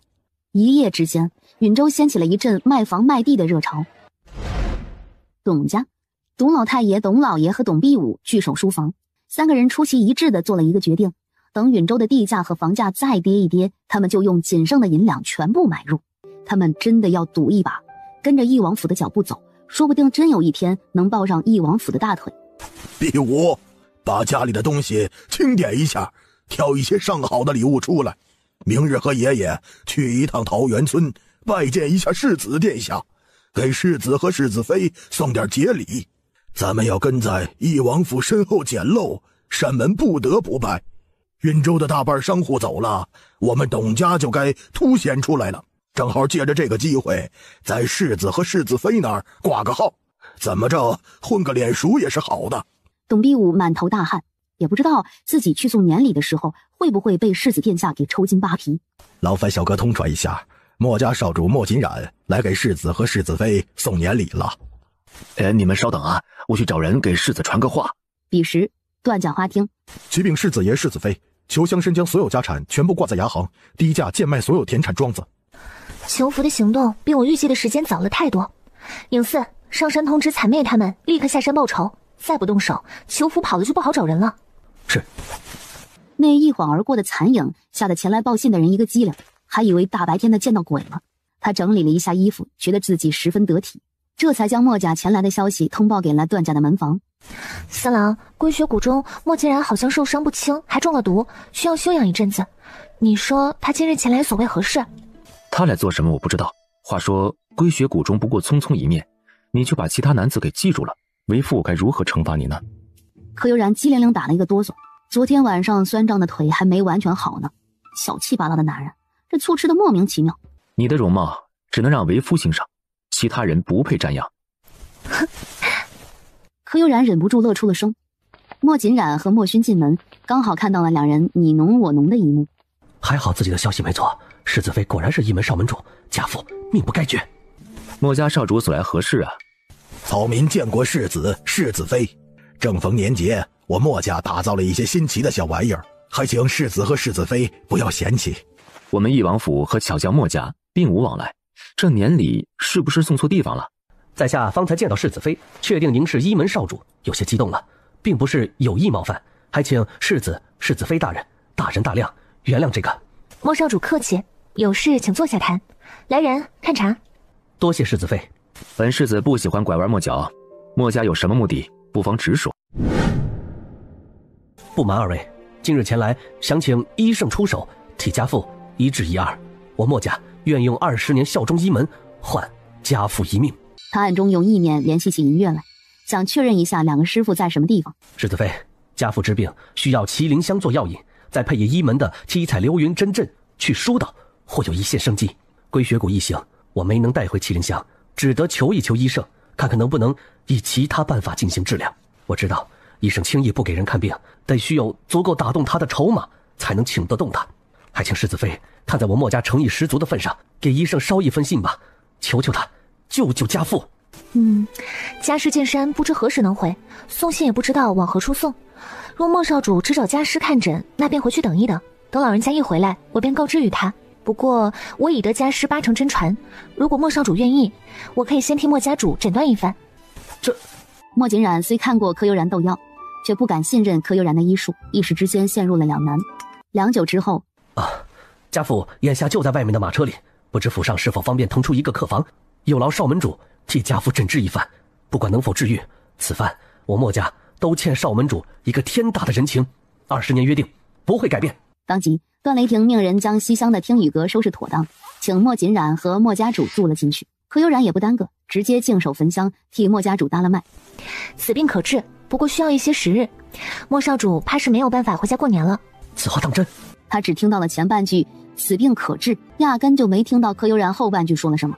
只要能治好家主的病就行，在哪里过年都是一样的，家主的病就拜托少门主了。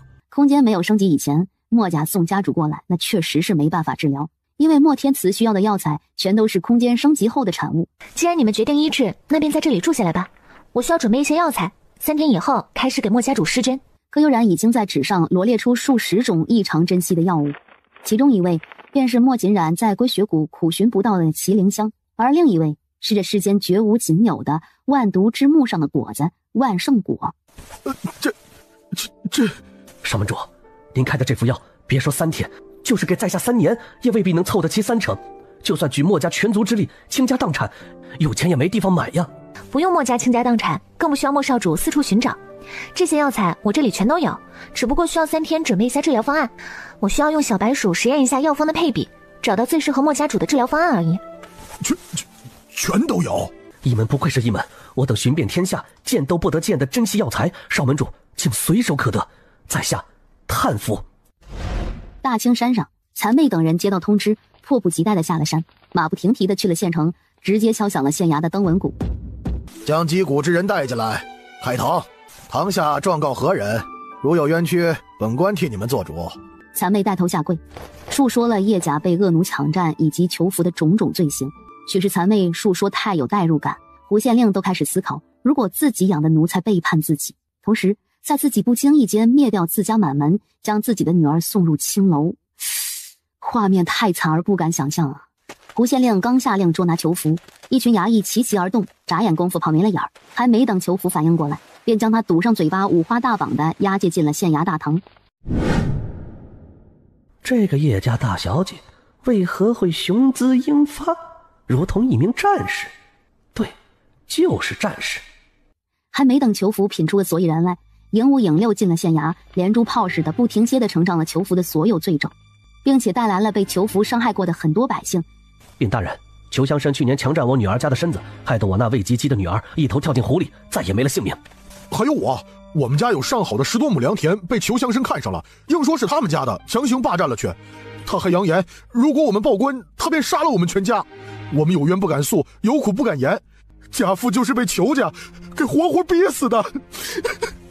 大人，裘乡绅养了一批打手，只要是他看不顺眼的人，都会被他暗地里给处理掉，扔到乱葬岗。您可要为我们这些平头百姓做主啊！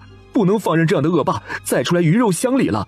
是啊，大人，那裘福就是个道貌岸然的伪君子，表面上不逼迫，不强抢民女，实际上只要是他看上的女人，没有弄不到手的，背地里的阿杂手段层出不穷。求青天老爷斩了裘福，还百姓一个安生日子。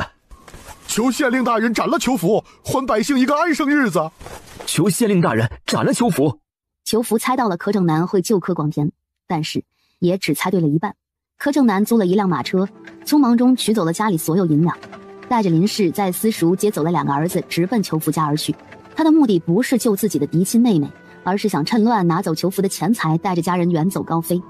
今日他也算是看清楚了，裘福就是世子殿下的第一盘开胃菜。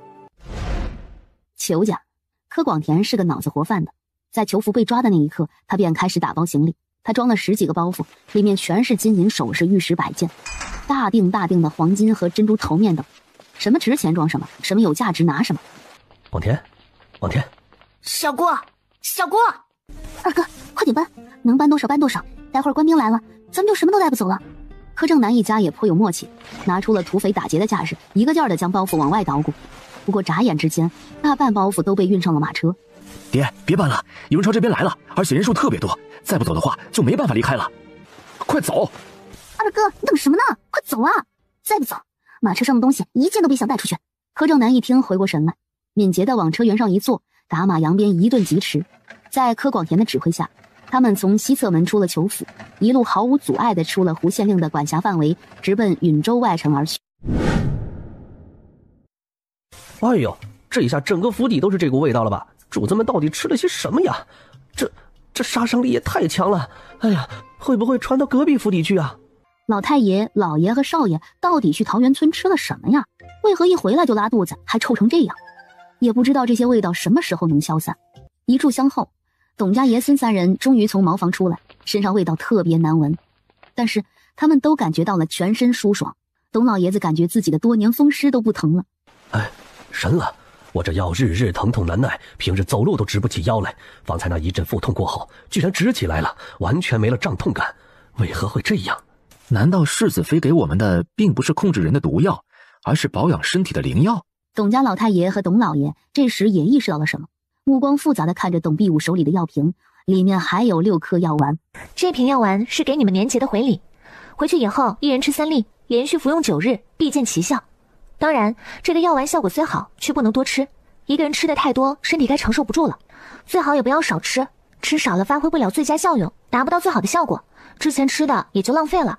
原来世子妃给他们的药丸确实是仙丹灵药。爷爷爹，这些药丸我们都服用过了，为了稳固药效，咱们就按照世子妃的话，连续服用3天。你们也别想着这些东西好给我留着，或是留给后世子孙。世子妃也没说过药丸的有效期是几天，万一存放时间久了，这药丸失去原本的效用呢？董老太爷和董老爷想想也是，皆点了头，表示不辜负孙子的孝顺和世子妃的好意。与柯族长一起站队的族人们全部找到黄师傅，打劫般的购买了房子。柯大叔公、柯二叔公、柯三叔公以及柯家老宅就不淡定了，他们被孤立排挤，新村的房子卖给黄师傅带来的工匠们都不卖给这几只，已然成为村里的异类。然而村民们宴请宾客却不会少了他们，不管是谁搬新家，全村都要来吃酒的，这是约定俗成的规矩，千百年来从未改变过。我说姓黄的，这些房子都是我的二孙女悠然修建的，好歹我也是世子妃的亲奶奶，怎么说这一片房子都应该是我们家的。我和老头子呀，随便选一套住进去，谁也挑不出一个理儿来。骗你也是个不懂事的，不但不给我们挪一套出来，连我们想出钱买你都不让。你想干啥呀你啊？你造反呐！请老太太慎言，什么能说什么不能说，应该过一过脑子，不要因为你的一句话连累了整个桃源村。我说柯老太，你是哪门子世子妃的奶奶？郑东家一家早就与你没有关系了，还倚老卖老，你脸呢？就是别给自己脸上贴金了。新村的房子为什么不卖给你们老宅的人？心里没点数吗？对呀，想当初郑东夫妻有多孝顺你们老两口，咱们都是看在眼里的。你们是怎么做的？生生弄死了郑东的2个儿子，让郑东快40了都没个后。见过歹毒的，就没见过这么歹毒的父母。人说虎毒不食子，该不会郑东就不是你们亲生的孩子吧？对呀，我也感觉奇怪，你们老两口对待4个儿子差距也太大了。捡来的孩子也不过如此了吧？娘，您这几日可有什么不适？若是有，一定要说出来，千万别强撑。娘身体好着呢，不用太过担心。你爹呢？听说他已经回来了，为何没有和你们一起过来？爹刚回来，有些脏乱，先去浴室打理一番，吃些早膳再过来。娘亲走了多久？是否需要休息一下？夫人走了有一会儿了，是该休息一会儿了。她和周嬷嬷扶着同事缓步踱到了暖榻上，斜躺下来。大姐，下大雪以前，我们买了好些府城和县城的房子和店铺，在清水河上游附近买了一座800多亩的庄子，入手的价格极低，我们都是沾了姐姐的光呢。这些都是房契、地契，全都听姐姐的，办理了官契。姐，云州的发展离不开商贾，如今大部分商贾都离开了，接下来你如何打算啊？离开的那些商贾，要么在其他地方有房有产，觉得允州无利可图，早些离开，好发展其他地方的产业。这些人摊子铺得太大，不会一心一意在允州谋划，想要靠他们发展太慢了，不是我和三郎想要的。还有这些人是4个王爷、护国公和大将军的探子，三郎用了某些手段，让这几个王爷将他们给召唤回去了，担心放在这里的产业没人打理，从而低价出售。还有一部分嘛，就是那些没脑跟风的，看着别人卖房卖地卖庄子，他们一看着着急，头脑一热也跟着卖了。这些人呢，不会思考，大多是祖上留下来的财产，不会经营或一夜暴富，不懂维持的。这些人留不留下都无所谓。三郎手下培养了很多有商业头脑的奇才，把方才所说的那些人手里的闲置资源转移出来，才能发挥最大价值。大姐，我们买了这么多店面，全部租出去，有些划不来啊，做点什么营生好呢？你想做什么生意？现在满大街的酒楼茶馆，开这个竞争太大了，米粮铺子被董家垄断在手，掺和一脚似乎也不太好。关于医馆，那是一门的专属，我们姐妹就更不能考虑了。这样想来，我们也不知道要做什么。阿姐，你给我们出个主意如何啊？不管你们经营什么，都是由下面的管事打理，不需要你们出面，每隔一段时间打控一下账目就行。我想成立一支商队，专门南来北往贩卖各种外地物品，你们开个类似杂货铺的小商场如何？货品由我的商队提供，所得利润你们与商队4、6开，你们4，商队占6成。好，没问题。商队走南闯北最是辛苦，我们4成算是赚了呢。姐，3位开大型杂货铺子，我想开一家酒肆。为何开酒肆？酿酒的师傅可不好学。柯幽兰对立秋耳语了几句，立秋点头离去。没多大会儿，他便抱着2本书返回，双手递给了柯幽然。姐，你看医生的手札里有写，酒能清洗伤口，让受伤之人免于高热风险。我想开一家酒肆，明面上卖酒，实则产出大量的酒给士兵或破魂他们使用，不知这个想法是否可行？此事你倒是提醒我了。就依你所言，我们开一家酒肆，酿酒的地方就放在府城外，你们买的那座庄子里。酿酒的师傅交给你们姐夫，让他想想办法去。所得利润依旧4、6开。这一次二妹拿6成，你姐夫的人取4成如何？不，我只提供铺面，提了一个自己的建议，其余事情全是姐夫操持，岂能拿6成利润？咱们3、7开吧，姐夫占7成，我拿3成便好。其实按照我的想法，姐夫付给铺面的租金就行，利润分成委实没有必要。呵呵，悠然安排的活计，你就是不给姐夫我分成，也必须不折不扣的完成。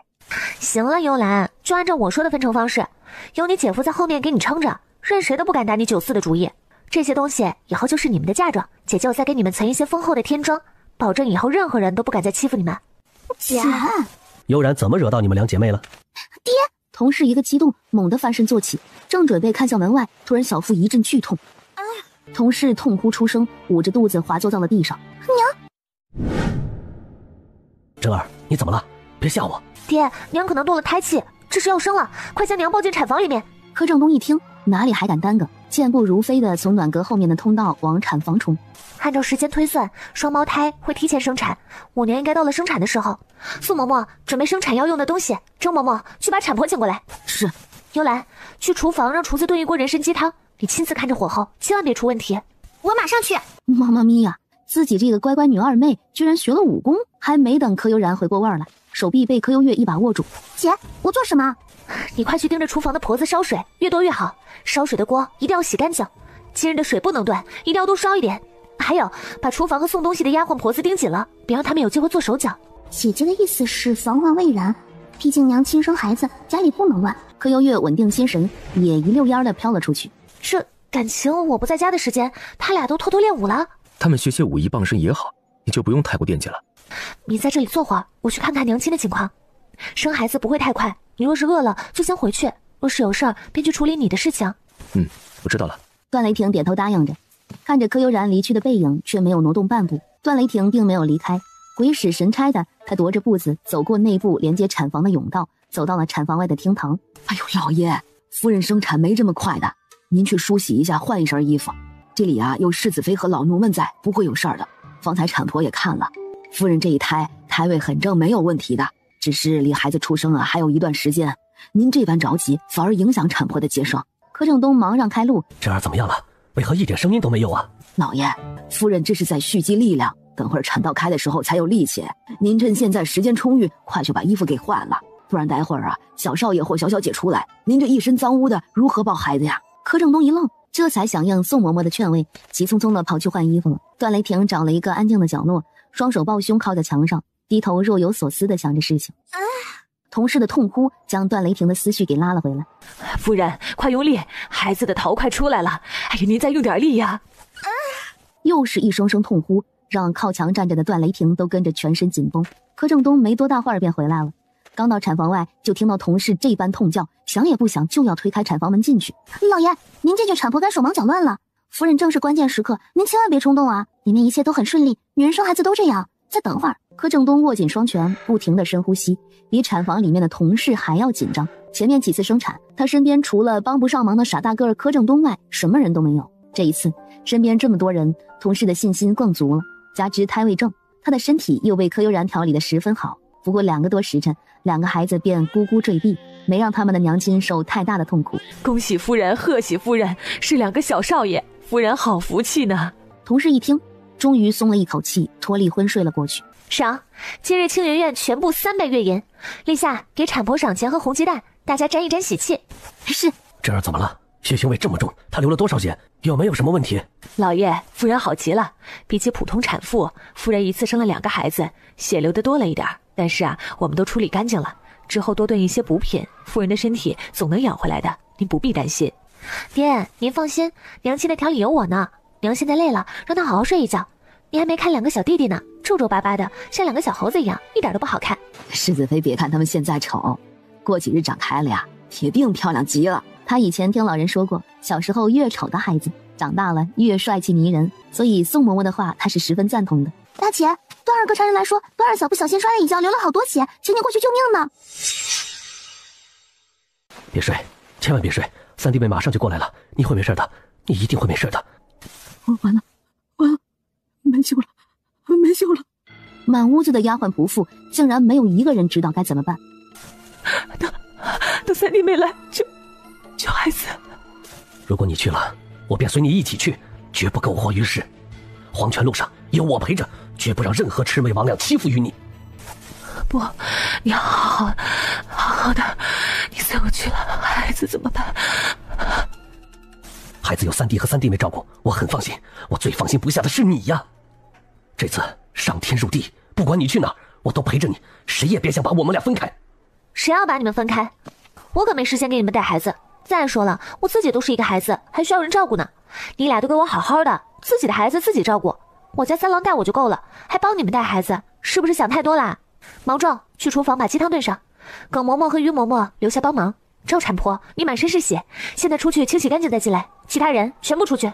看着丫鬟仆妇们出去，二哥、二嫂一向都非常小心，这次摔跤绝对不是意外。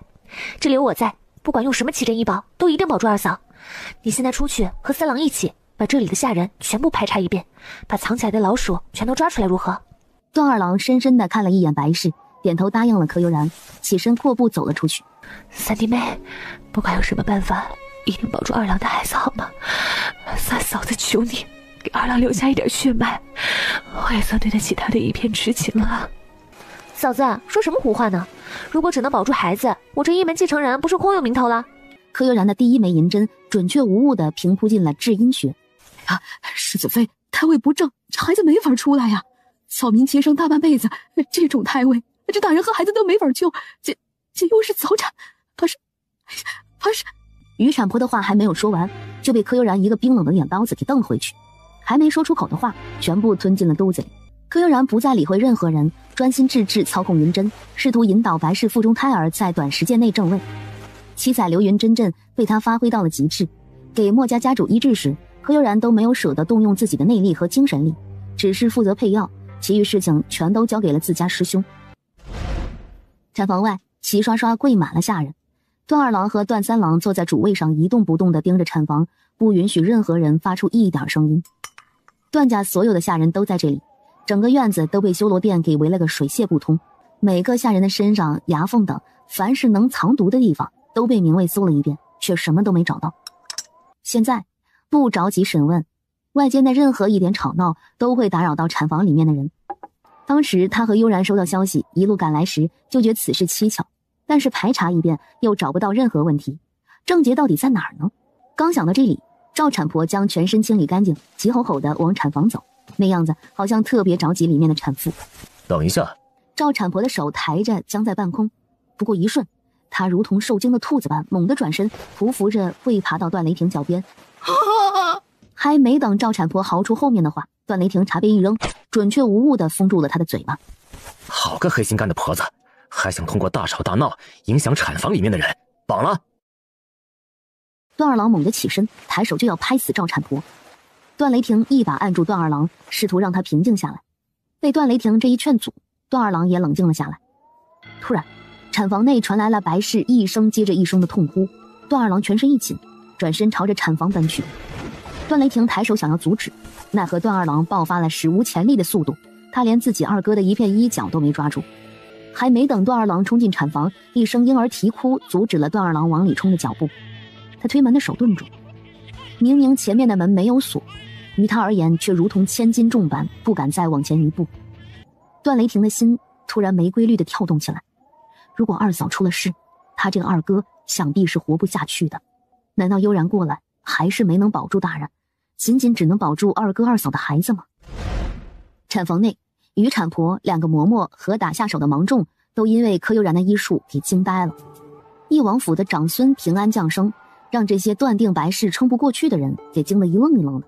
他们被突如其来的情况给砸懵了，忘记了说话，忘记了动作，也忘记了给外面苦等的人报一下孩子的性别。白氏则是将孩子顺利产下后脱力晕了过去。柯悠然顺利抱出孩子，顺利将孩子放在旁边的暖炕上，对白氏的治疗依旧没有松懈半分。这次白氏生产靠的全部是柯悠然利用真正导入他体内的力量，引导孩子旋转了方向。同时，柯悠然利用这股力量推动孩子强行与母体分离。如此一来，孩子出生之时便是母亲血崩初始。柯悠然必须在短时间内尽最大的努力修复白氏受损的身体，让其免遭血崩之险。当最后一点创伤修复结束，柯悠然顺利取下七彩流云针后，华丽丽地晕了过去。咚的一声响，大家眼睁睁看着柯悠然晕倒在地，屋内所有人这才回过神来。世子妃！于产婆高声惊呼，打破了所有宁静，也唤醒了产房外的所有人。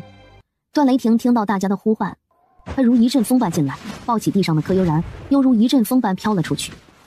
短短时间，段二郎检查了白氏的情况，发现他一切安好，甚至比生产前更好一些，提着的心总算放了下来。他想，以后三弟和三弟妹不管找他帮什么忙，哪怕违背原则，他也在所不辞。五郎，童家妹子生了对双胞胎儿子，咱们家儿媳生了个儿子，你说巧不巧？两人在同一天发作。这童氏怀了双胞胎，早产很正常，白氏胎位一直很稳。上次悠然把脉时还说孩子很健康，足月生产没问题，这次早产就不对劲了。你说桃源村那边会不会有内鬼？要不我马上回去看一看，家里还是需要一个长辈坐镇的。孩子们的事让孩子们自己解决，都多大的人了，连内鬼都抓不出来，他们三兄弟以后还怎么撑起咱们这个翼王府？嘿嘿嘿，哎呀，你呀就是一副操心的命。孩子们这3年来成长了很多，最近一直都做得很好。我们这些做父母的要学会放手啊！二郎和三郎的手里都有足够的人手，柯正东家还留了2个忠心耿耿的嬷嬷。你该相信你的好姐妹，是不是？指不定那边现在已经做好了所有的安排。你现在过去，又要照顾你，又要照顾产妇和孩子，反而让他们手忙脚乱呀。你且听为夫的，你就好好的待在翼王府中，陪着为夫处理一下近期的账目，可好？翼王妃看了看堆在书案上的厚厚信件，思考了一番，最后妥协的点了点头。隐士的神秘部落。太好了，我终于把初级部分全部都掌握了。柯悠然，你等着，等我把中部和后部练完，就是你的死期。塔坤忙碌了一天，从外面进来，见袁氏这样，不悦地蹙了蹙眉。最终他叹了一口气，什么也没说，缓步走到袁氏身边坐下，一把将人搂进怀里，堵住了他的嘴唇。袁氏也不反抗，任由塔坤予取予求。他有的时候特别唾弃自己，因为在塔坤对他做这些事情的时候，他居然感觉到了愉悦，甚至还有一丢丢的期待。塔坤发现他偷拿了蛊毒宝录的上册，但是塔坤不但没有惩罚他，还告诉他只要他乖乖听话，永远不离开他。那么等他练习完上册以后，塔坤便会把中册给自己，他伺候好塔坤就能得到中部，然后便能将这条蛊虫慢慢改造成他的本命蛊。塔坤担心压到袁氏的肚子，将他翻了个身，从后面好好的疼爱了袁氏好几次。事后本夫人已经将蛊虫宝录上册研究透彻了，族长什么时候将中部给我呢？你什么时候才愿意叫为夫一句当家的？在你心里，除了对我的利用之外，难道就不能有点别的情愫吗？如果蛊毒宝录全都给你了，我的利用价值是不是就不存在了？到了那个时候，你就会离开了，对吗？你想都别想离开我。你的体内被我种了合欢蛊，只要你想跑，离我100里以外，或者3天不与我同房，蛊毒就会发作。我不怕你掌握更多的蛊毒知识，很多蛊毒必须由我们塔氏血脉才能培养。如果你能将全部的蛊毒宝录学完，就能成为第2个尤娘。不说天下无敌，也能打败80%的毒师。不过，你也只能学蛊毒宝录，其余部分还想深入学习，没有血脉传承，会受到蛊毒反噬，无异于是自杀行为。我的目的就是杀了柯悠然，让他深受蛊毒折磨，求生不得，求死不能。我想学完蛊毒宝录，也差不多能将柯悠然给折磨死了。我的目的达到，后面的内容学不学也就无所谓了。蛊毒宝录的中部就在你枕头下，我知道你今日能成功，所以早早的就给你准备好了。切记，凡事都要循序渐进，万不可急功近利，否则蛊毒反噬太过厉害，就是有我在你身边，也不一定能够将你救下。袁氏乖巧点头，眼皮垂下，看不出多余的情绪。唉，宝贝啊，你让我拿你怎么办才好呢？你的心何时才能真正的属于我呢？前段时间停了几日雪，现在的雪和前些时日比也不算太大，很多遭受雪灾的流民都想从允州通过前往京城避难。百姓们一路上的艰辛自不必说，能顺利走到京城的铁定寥寥无几，到了京城脚下，想进入京都更是难上加难。咱们的冰雪瓮城已然建好，是时候开放接受这些百姓避难了。孩儿正要和父王禀报此事，运城前来允州避难的百姓是最多的。然而运城早在多年前被楚穆太子攻下，运城的百姓早已与楚穆的百姓混杂在一起。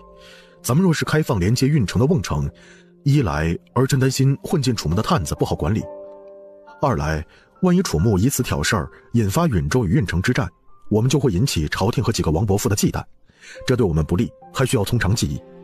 父王可要通知三郎，听一听他可有应对之法。前几日你在外面有所不知，太子府和灵王府买通了白氏身边的下人，以及产婆，他们设计让白氏摔了跤，白氏差点早产，一尸两命。悠然紧急处置，动用了一门最厉害的真阵，救下了白氏和二郎的儿子，但自己却晕倒了。当日三郎抱着悠然疗伤去了，至今他们的院落一点消息都没有传出来，也不知悠然的情况怎样。边境之事暂时不要通知他们，运城的百姓凡是能拿出我齐楚国户籍证明的，允许进入瓮城避难。至于楚穆国的百姓，就让他们楚穆营救吧。等这次雪灾过后，早晚有一天，本王会将穆圣孝夺走的运城再给夺回来。段大郎自从听说柯悠然晕倒，便一口粥都喝不下去了。他愣愣地听着翼王的话语，好想插上翅膀回到桃源村看一看柯悠然此时的情况。父王不必担心，三弟妹有2个厉害的师傅，想必休养几日便无大碍了。二弟妹既然已平安生产，想必也没什么可担心的。不过短暂的停顿，他又开始优雅地吃起早膳来，以至于翼王完全没有发现段大郎的任何异常。随着翼王和段大郎的商议，由柯悠然和段三郎事先提议并定制好的一条条政令从翼王府发了出去。允州的边境小村子，今天干得不错，咱们家的棉服营养8、9日前就还清了。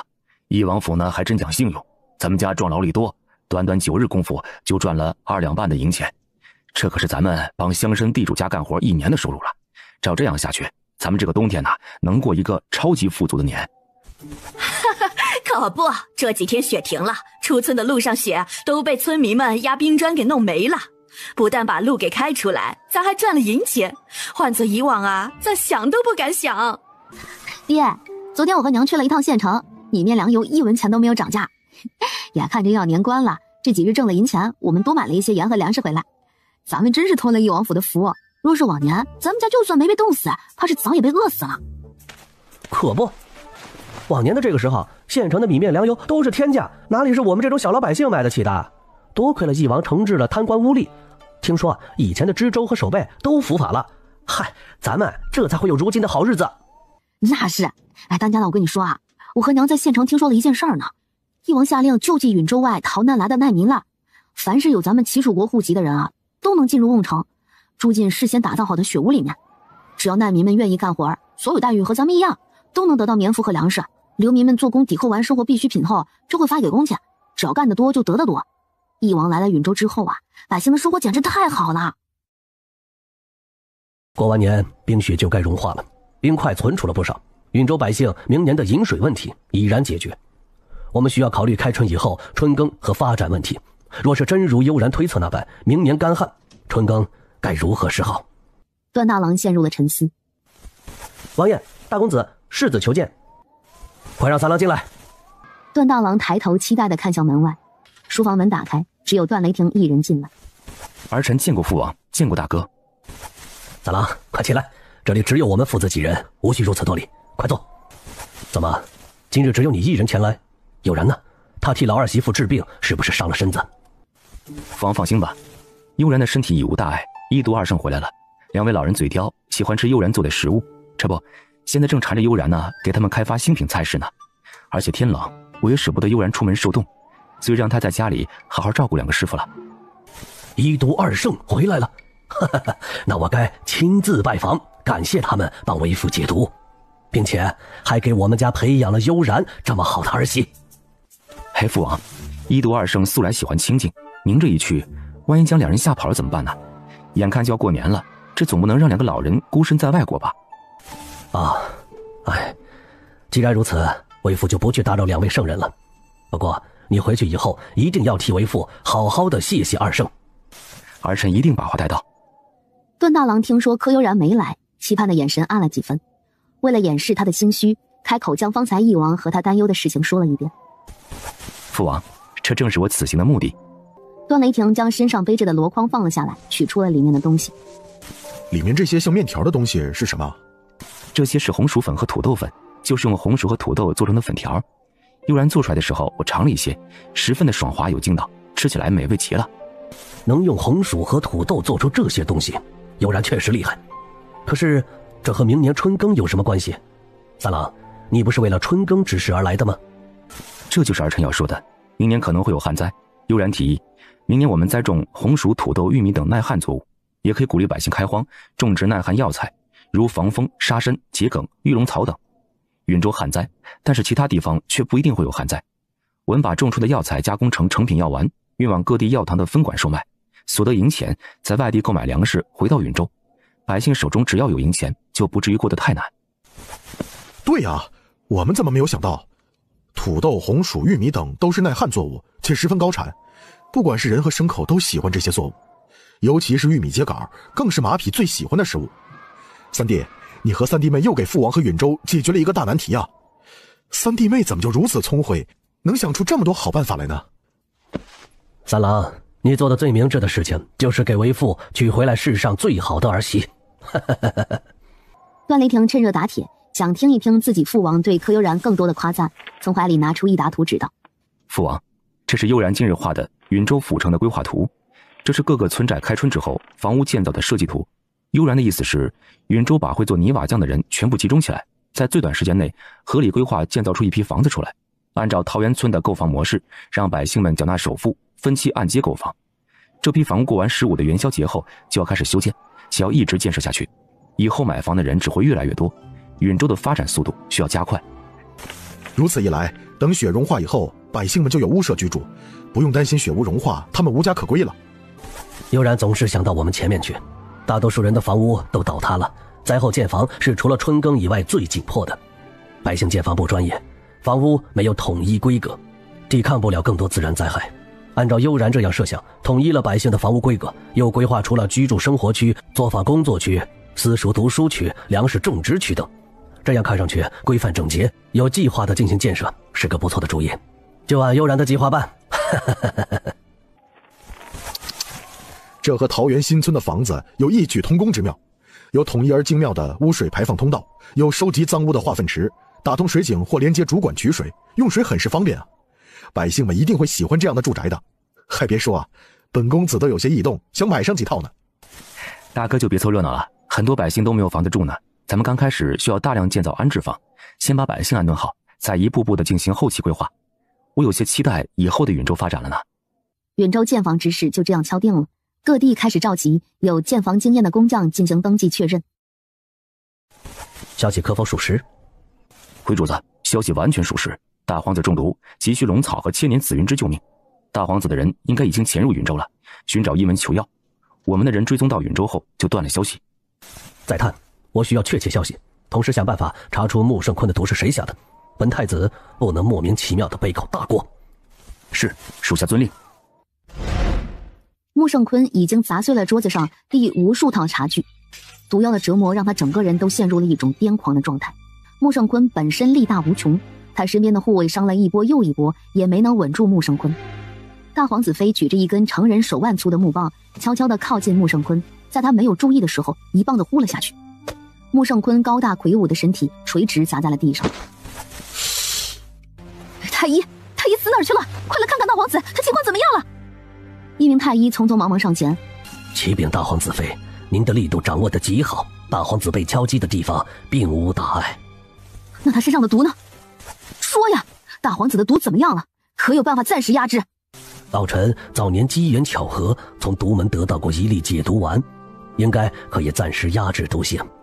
但是还请大皇妃想办法将药材找到，越快越好，不然等解毒丸的药效没了，恐怕找到药材也晚了。大皇子妃想也不想，接过太医手里的药丸，便塞进了大皇子的嘴里。大皇子服药后，脸色明显好了很多。太医再次把脉，大皇子妃，药丸起作用了，但是也只是暂时压制毒性，最多不会超过1个月，大皇子的毒就会全面爆发。还请大皇子妃想想办法，以最快的速度找到龙草和千年紫灵芝，否则就是神仙也难救啊。如今的局势，大皇子妃哪怕豁出性命，也必须保证大皇子的安全。楚穆国太子府，殿下，殷堂主留了2个药童照看您的饮食起居，自己却回允州去了。什么？确定殷堂主离开楚穆回去了？他不是要保证本太子安全无虞吗？殷堂主的药童说，他们就能保证太子殿下您的安全。若是您再中毒，他们会给殷堂主捎信儿，定然不会让您出事儿。穆圣孝郁闷地坐回了躺椅里，闭上眼睛。只有这样，他才能掩藏住自己的情绪。允州桃源村，嘿嘿，师妹，看看师兄我的办事效率如何呀？是不是对师兄我刮目相看了呀？师兄果然厉害，这一趟辛苦师兄了。年夜饭师妹我亲自下厨，好好犒劳一下师兄。好呀，那么师兄我就在这里住下来了啊。段雷霆刚从翼王府回来，听到殷九的声音，脸都绿了。他心情极为不爽的慢慢踱步进门，从殷九身边路过，脸拉得比驴脸还长。段雷霆坐下后，很自然地将小娇妻放在了自己的腿上。殷堂主最近辛苦了，出门在外还是要照顾好自己的身体，看你都瘦了。门外飞进来一只小巧的蜂鸟，准确无误地停在了殷九的肩头。咦，老子刚离开楚穆，这个小家伙怎么就跟来了？我勒个去，老子刚从楚穆回来，穆胜坤就中毒了，明日便过年了，老子这是倒了8辈子血霉，大年夜的回楚穆。看来师兄我这次啊是没口福吃到小师妹的手艺了。师妹记住，你欠师兄我一顿年夜饭，等师兄我从楚穆回来，一定给师兄补上。师兄等一下。我就知道师妹你舍不得我，但是楚穆的穆胜坤不能现在死，我发誓要帮师妹稳定住楚穆的局势，给你争取时间，就绝对不会食言。师兄急什么？听师妹我把话说完呀。师妹，师兄，我知道你关心我，没关系的。虽然外面冷，但是师兄我呢内力浑厚，赶一些路没问题的。不是师兄，我要说的不是这个。我想问的只是信函上有没有说楚墓的大皇子所中何毒？闹了半天，师妹不是关心我呀，亏得我方才还小小的兴奋了一下。殷九清了清嗓子，把手里的字条递给了柯悠然。师兄，此毒不需要你亲自过去，只要穆胜坤不想死，就会差人来取药材，咱们只要等着就行。我靠，师妹，你有龙草和千年紫云芝？柯悠然食指揉了揉鼻子，非常确定的点了点头。我去！哎呀，老夫今日可有口福了，一大桌子菜全是悠然所做，嘿嘿嘿，真是色香味俱全，顶顶好的美味佳肴啊！嘿，我说易老头，你怎么抢我台词儿呢？来来来，别客气，今天团圆饭，大家都动筷子呀！嘿嘿嘿嘿。我操！独尊心里骂娘，他慢了半拍，又让易老头抢了先。独尊也不等医圣说完，率先动了筷子。我们有今天，要感谢悠然，是悠然救了我们所有人。如果没有他，我们就不会这么幸福开心的坐在这里，享受这一顿绝美的年夜饭了。对，谢谢三弟妹，先是救了二郎，然后又救了我和二郎的儿子敏浩，今日还做了这么2大桌饭菜，最辛苦的就是悠然。我提议我们集体敬悠然一杯，嫂子以水代酒，先干为敬，以后有什么用得着嫂子和你二哥的，招呼一声便好。白石一口气喝完了杯中的温开水，他和同事是没有出月子的，温水是最好的。对，敬悠然。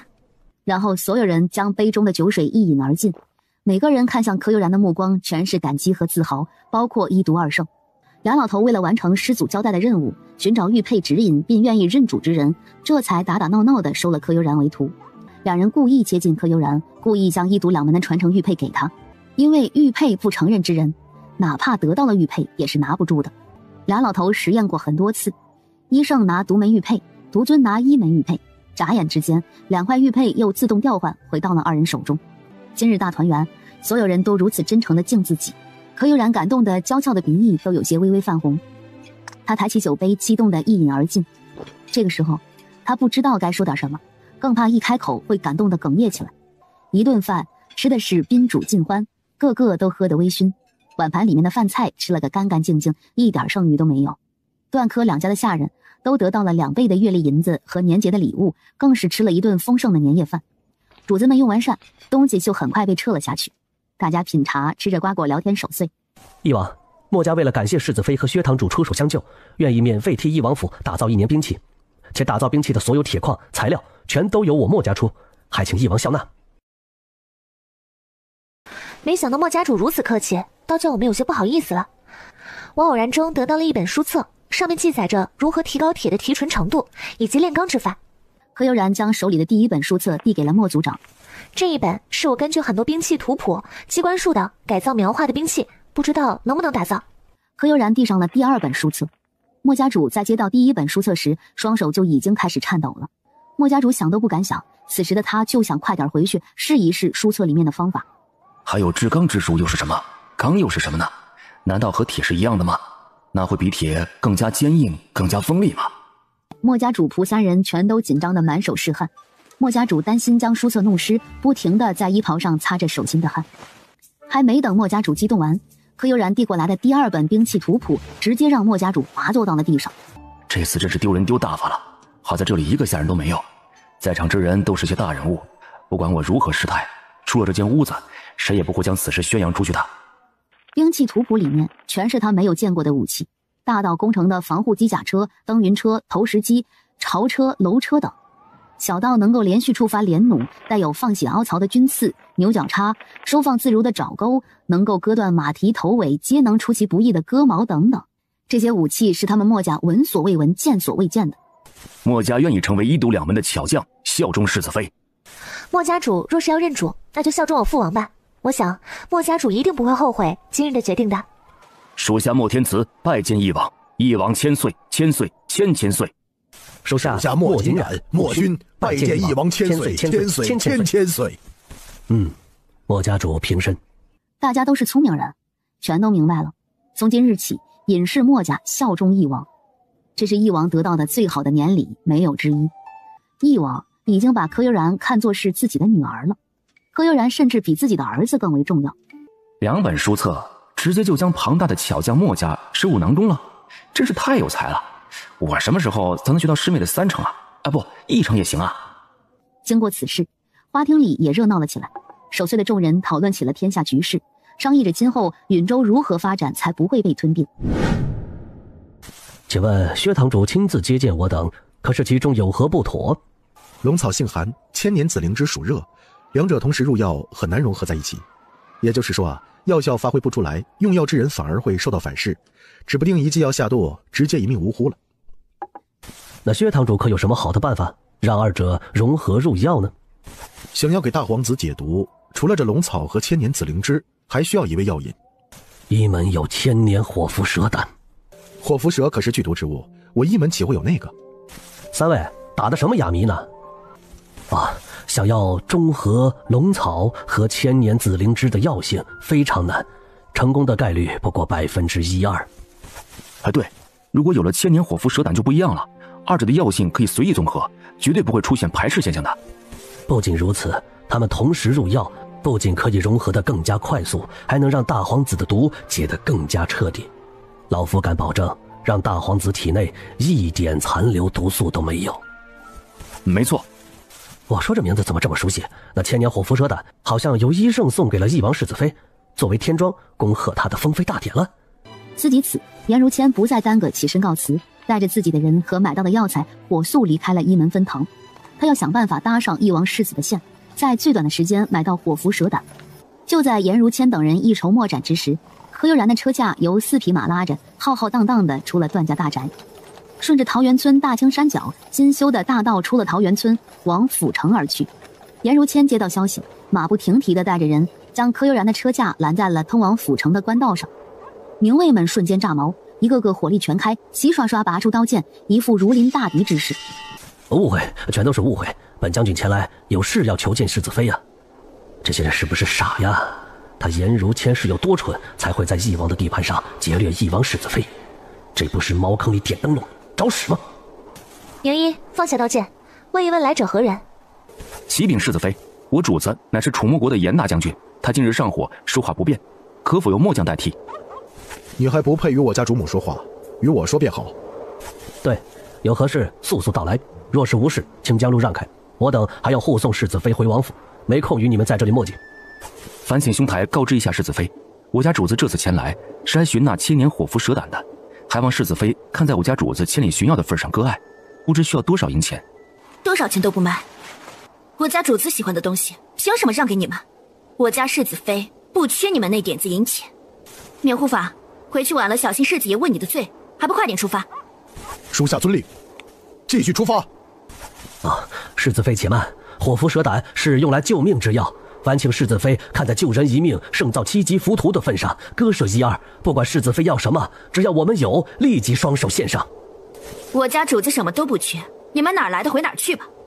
且慢，本将军听闻翼王正是正月18的生日，不知世子妃有没有为送给翼王的生日礼物犯愁？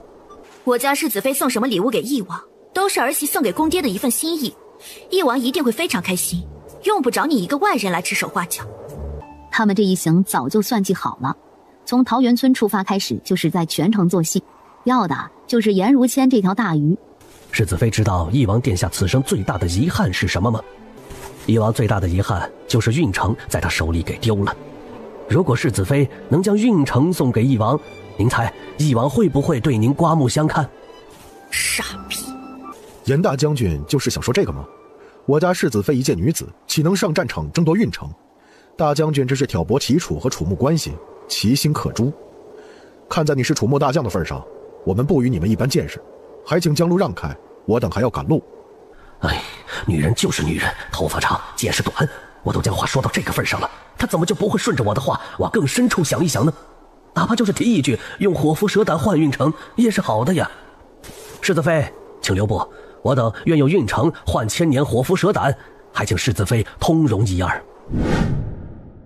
大将军说笑话呢？运城是被楚穆太子夺走的，你一个将军哪来的权力说送人就送人？耍我们世子妃是一名女子，大门不出二门不迈，好欺负是不是？果然为女子与小人难养也。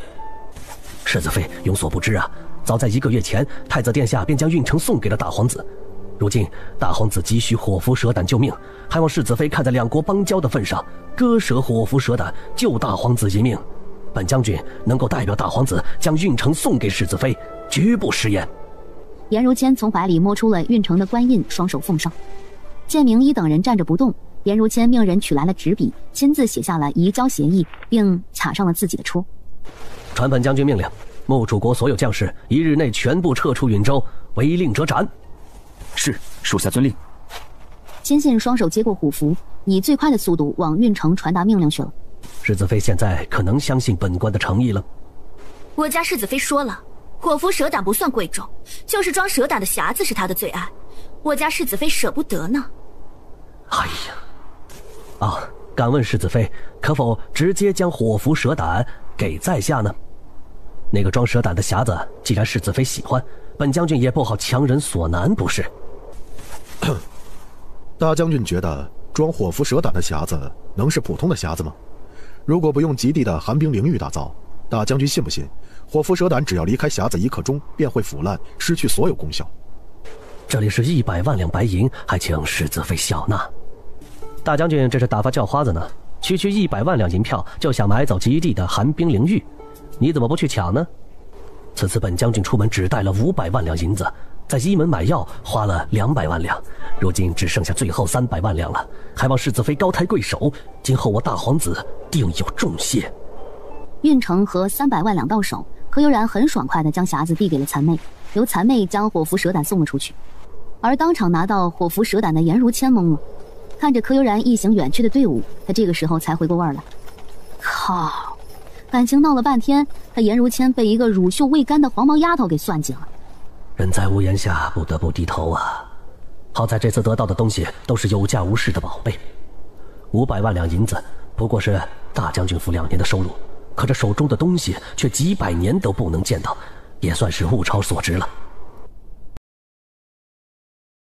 神秘部族，袁氏因培育蛊毒动了胎气，导致婴儿早产，此时正躺在床上痛苦哀嚎。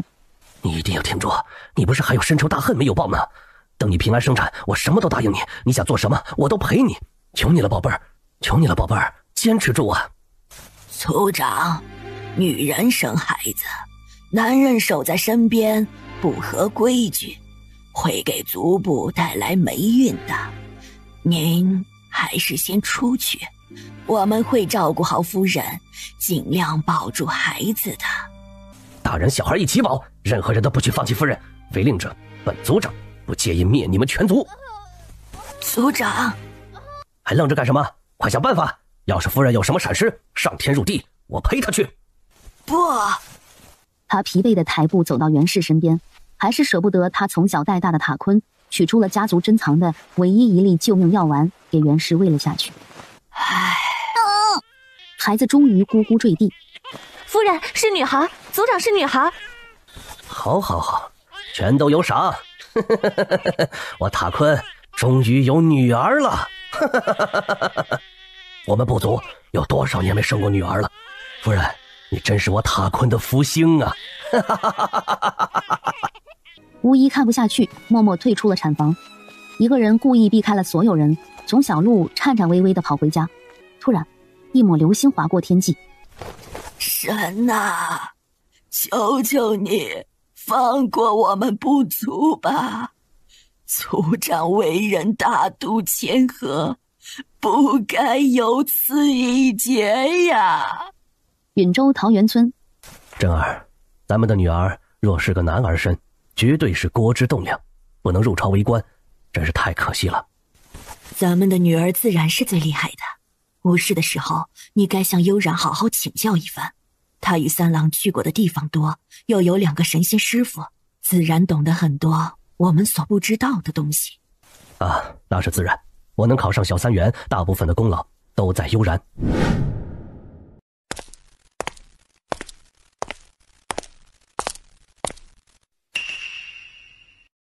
主子，我来碧水山庄，您惊不惊喜，意不意外？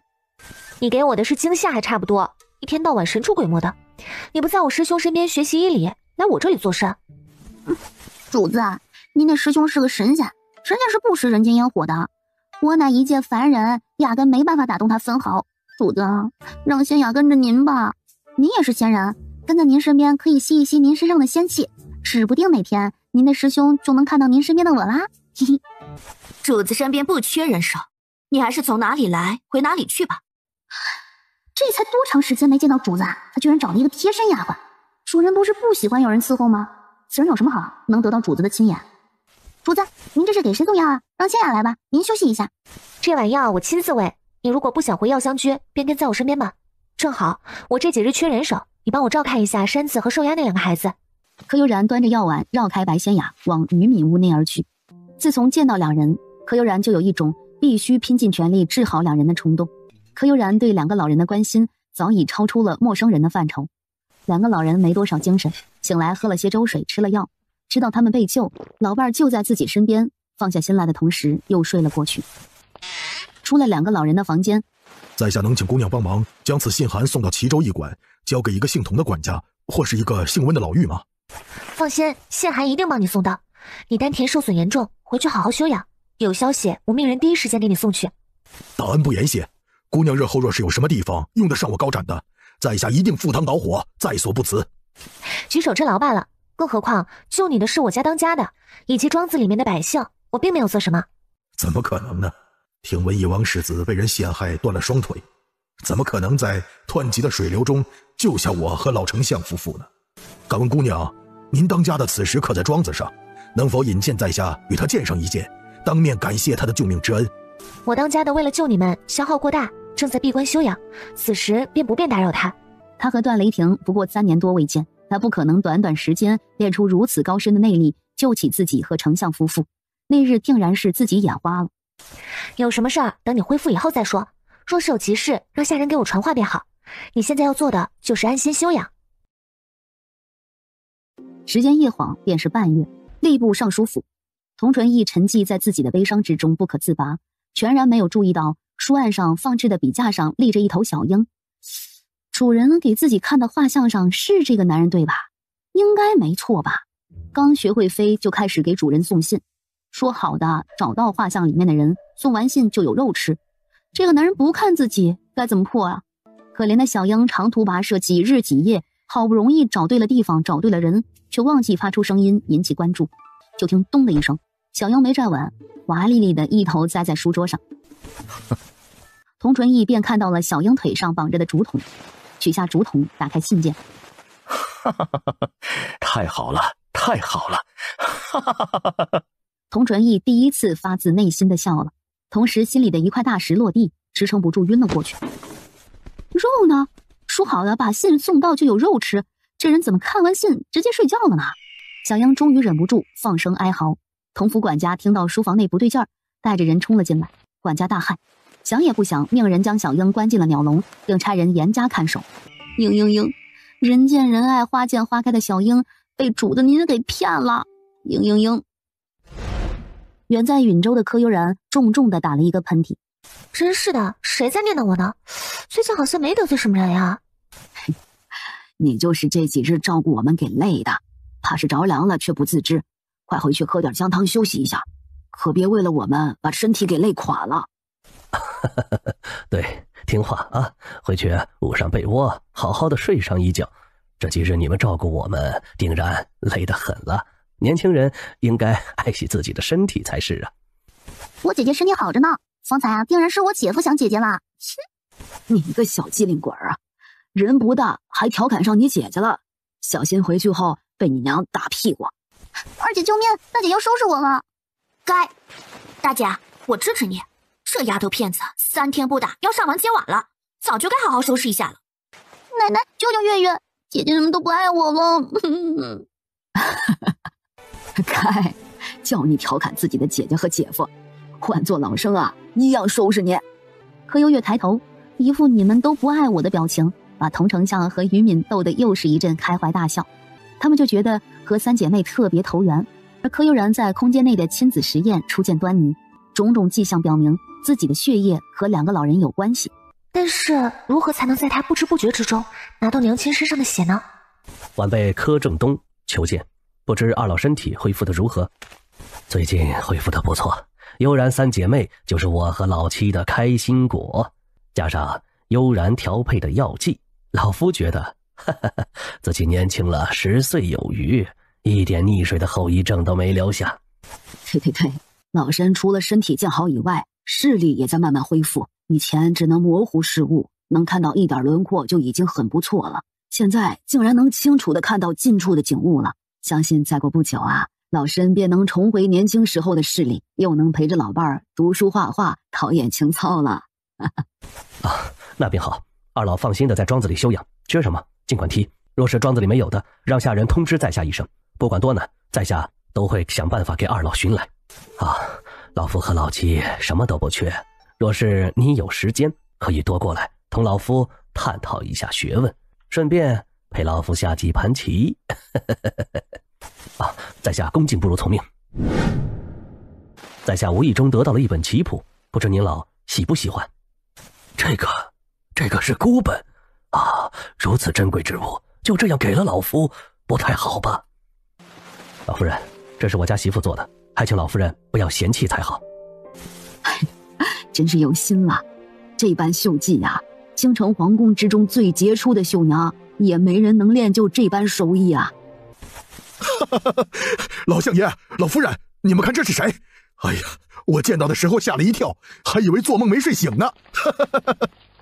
老相爷和老夫人不必多礼，在这里我就是一个晚辈，没有尊卑等级。对，相爷和老夫人不用顾忌他。三郎之前受了些内伤，一直在闭关养伤，今日才见好转，没能前来看望相爷和老夫人，还望您两位见谅。你们，爷爷奶奶，他就是我姐夫，你们发现没啊？他从进来，眼珠子就没离开过我姐姐呢。原来如此呀！世子的内伤，怕是救我和老七的伤吧？老夫人不必如此，此事不过是举手之劳罢了。奶奶，您就别客气了，您没看出来啊？我姐夫的眼珠子都快粘在我大姐身上了吗？您二老再客气下去，不让我姐夫靠近我大姐，他刚养好的身体，怕是要憋出内伤来了。老身看出来了，你这姐夫啊，被你姐姐收得服服帖帖，想要翻身难呐。老夫人说的是，本世子就没想过逃出悠然的手掌心，这辈子生是悠然的人，死是悠然的鬼，赖定他了。当着二老的面说什么胡话呢？也不知道害臊。臭小子，说得对，这辈子他若是负了悠然，本王第一个打断他的腿。您老感觉如何？前些时日您老反复高烧，为了不让您二位心里有负担，本王未曾来看望二老。不过本王一直关注着老丞相和夫人的病情，悠然每天都会来信汇报情况，二老不会责怪本王没有及时前来看望二位吧？翼王殿下你的毒？童老不必担心，本王的毒早被医毒二圣联手治好了。什么？您二位还不知道吧？悠然可是医毒二圣最得意的关门弟子，短短1年时间，已将医毒之道融会贯通。悠然如今的医毒之术，就连薛小神医和毒蝎子殷九都自叹不如了。难怪呀，难怪，本相和老七落河，只剩一口气吊着，差点就双双见了阎王。如今能够生龙活虎，又见到翼王，都是悠然的功劳。上天垂怜，让我们遇到了世子和悠然呢。老身越看你这孩子越喜欢，你娘亲定是个钟灵淑秀的女子，才能抚育出这么优秀的3姐妹呀。我娘亲自然是最好的，大姐也是最好的大姐。你老实告诉奶奶啊，你大姐情况如何了？她是不是3日前帮奶奶治病伤了身子？有你了，奶奶知道你是好孩子。实话告诉奶奶，你姐是不是有孕了？啥？于敏这一问，把柯优月这个什么都没经历过的孩子给弄懵了，两人的脑回路完全偏离了轨道，不在同一条线上了。你姐真的有了？哎呀，你这孩子怎么不早说呢？女子怀孕最为辛苦，这段时间就不能让她如此操劳的给我和老头子治病了。那日啊，更不应该让她使出那般神奇的针阵，若是伤了她腹中的胎儿，可如何是好啊？姜果然还是老的辣，一定是老夫人看出什么。毕竟老夫人生过孩子，又见识广博，所以一眼就发现姐姐怀上了。好家伙，一老一少，驴唇不对马嘴的一番对话，直接把事情给弄歪楼了。姐姐太辛苦了，肚子里面孕育着小宝宝，还要做很多事情。我这就让爹爹和娘亲好好说一说姐夫。大姐有孕，都不知道好好关心他，还让他四处操劳，大姐都瘦了，真是的。对，应该好好提醒一下世子，女子不易，别让悠然年纪轻轻的伤了身子。于敏的话音还未落下，柯幽月已经风风火火地跑了出去。老头子，你到底想说什么呀？有话就直接开口啊！你是如何看出悠然那丫头有孕的？幽月那丫头的表情告诉我的呀。你难道没发现幽月特别紧张她姐姐吗？还有啊，世子殿下对悠然很是紧张，如果不是有孕，怎会如此啊？天哪，千万不要是他想的那样，万一闹了一个大乌龙，让悠然如何自处啊？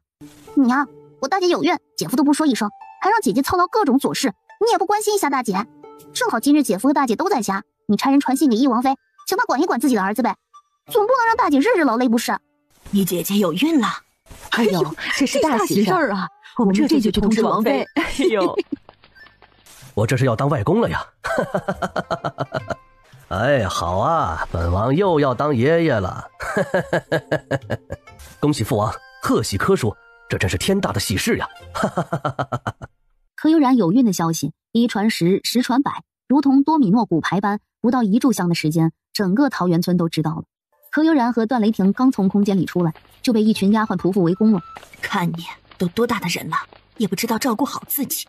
这几日如此大的太阳，也不知道撑把伞，晒晕过去可如何是好？人还没坐下呢，翼王妃的声音自他身后传了过来。哎呀，悠然呐，这么大的事儿你都不跟母妃说，这是拿母妃当外人呐？最近太热，你就别出门了，有什么事儿吩咐三郎去办，或是让下人去跑腿。女子第一胎啊，一定要小心，尤其是前面几个月最是要注意，可不能动了胎气。啊？悠然，你什么时候有孕的？什么？自己有孕了？哎，不是，没感觉啊。而且他一直都有服用医门最好的、没有副作用的避孕秘药，医门的药物应该没有问题才对啊。自己是何时怀上的？看看这小两口初为人父人母，都乐傻了。你怎么就不注意悠然的身体呢？怀孕最是要注意休养，你可不能再让悠然操劳了。看看，从去年到现在，悠然就没怎么休息过。兵屋、小麦、屯兵、修水渠、挖水井、建医学院等等，哪一项没有悠然的影子？如今又弄了个孤儿院，你们天天都住在碧水山庄，悠然总是有忙不完的事情，人都瘦了一圈了。你是怎么照顾自己媳妇儿的？哎，悠然，你可真是我们段家的福星啊！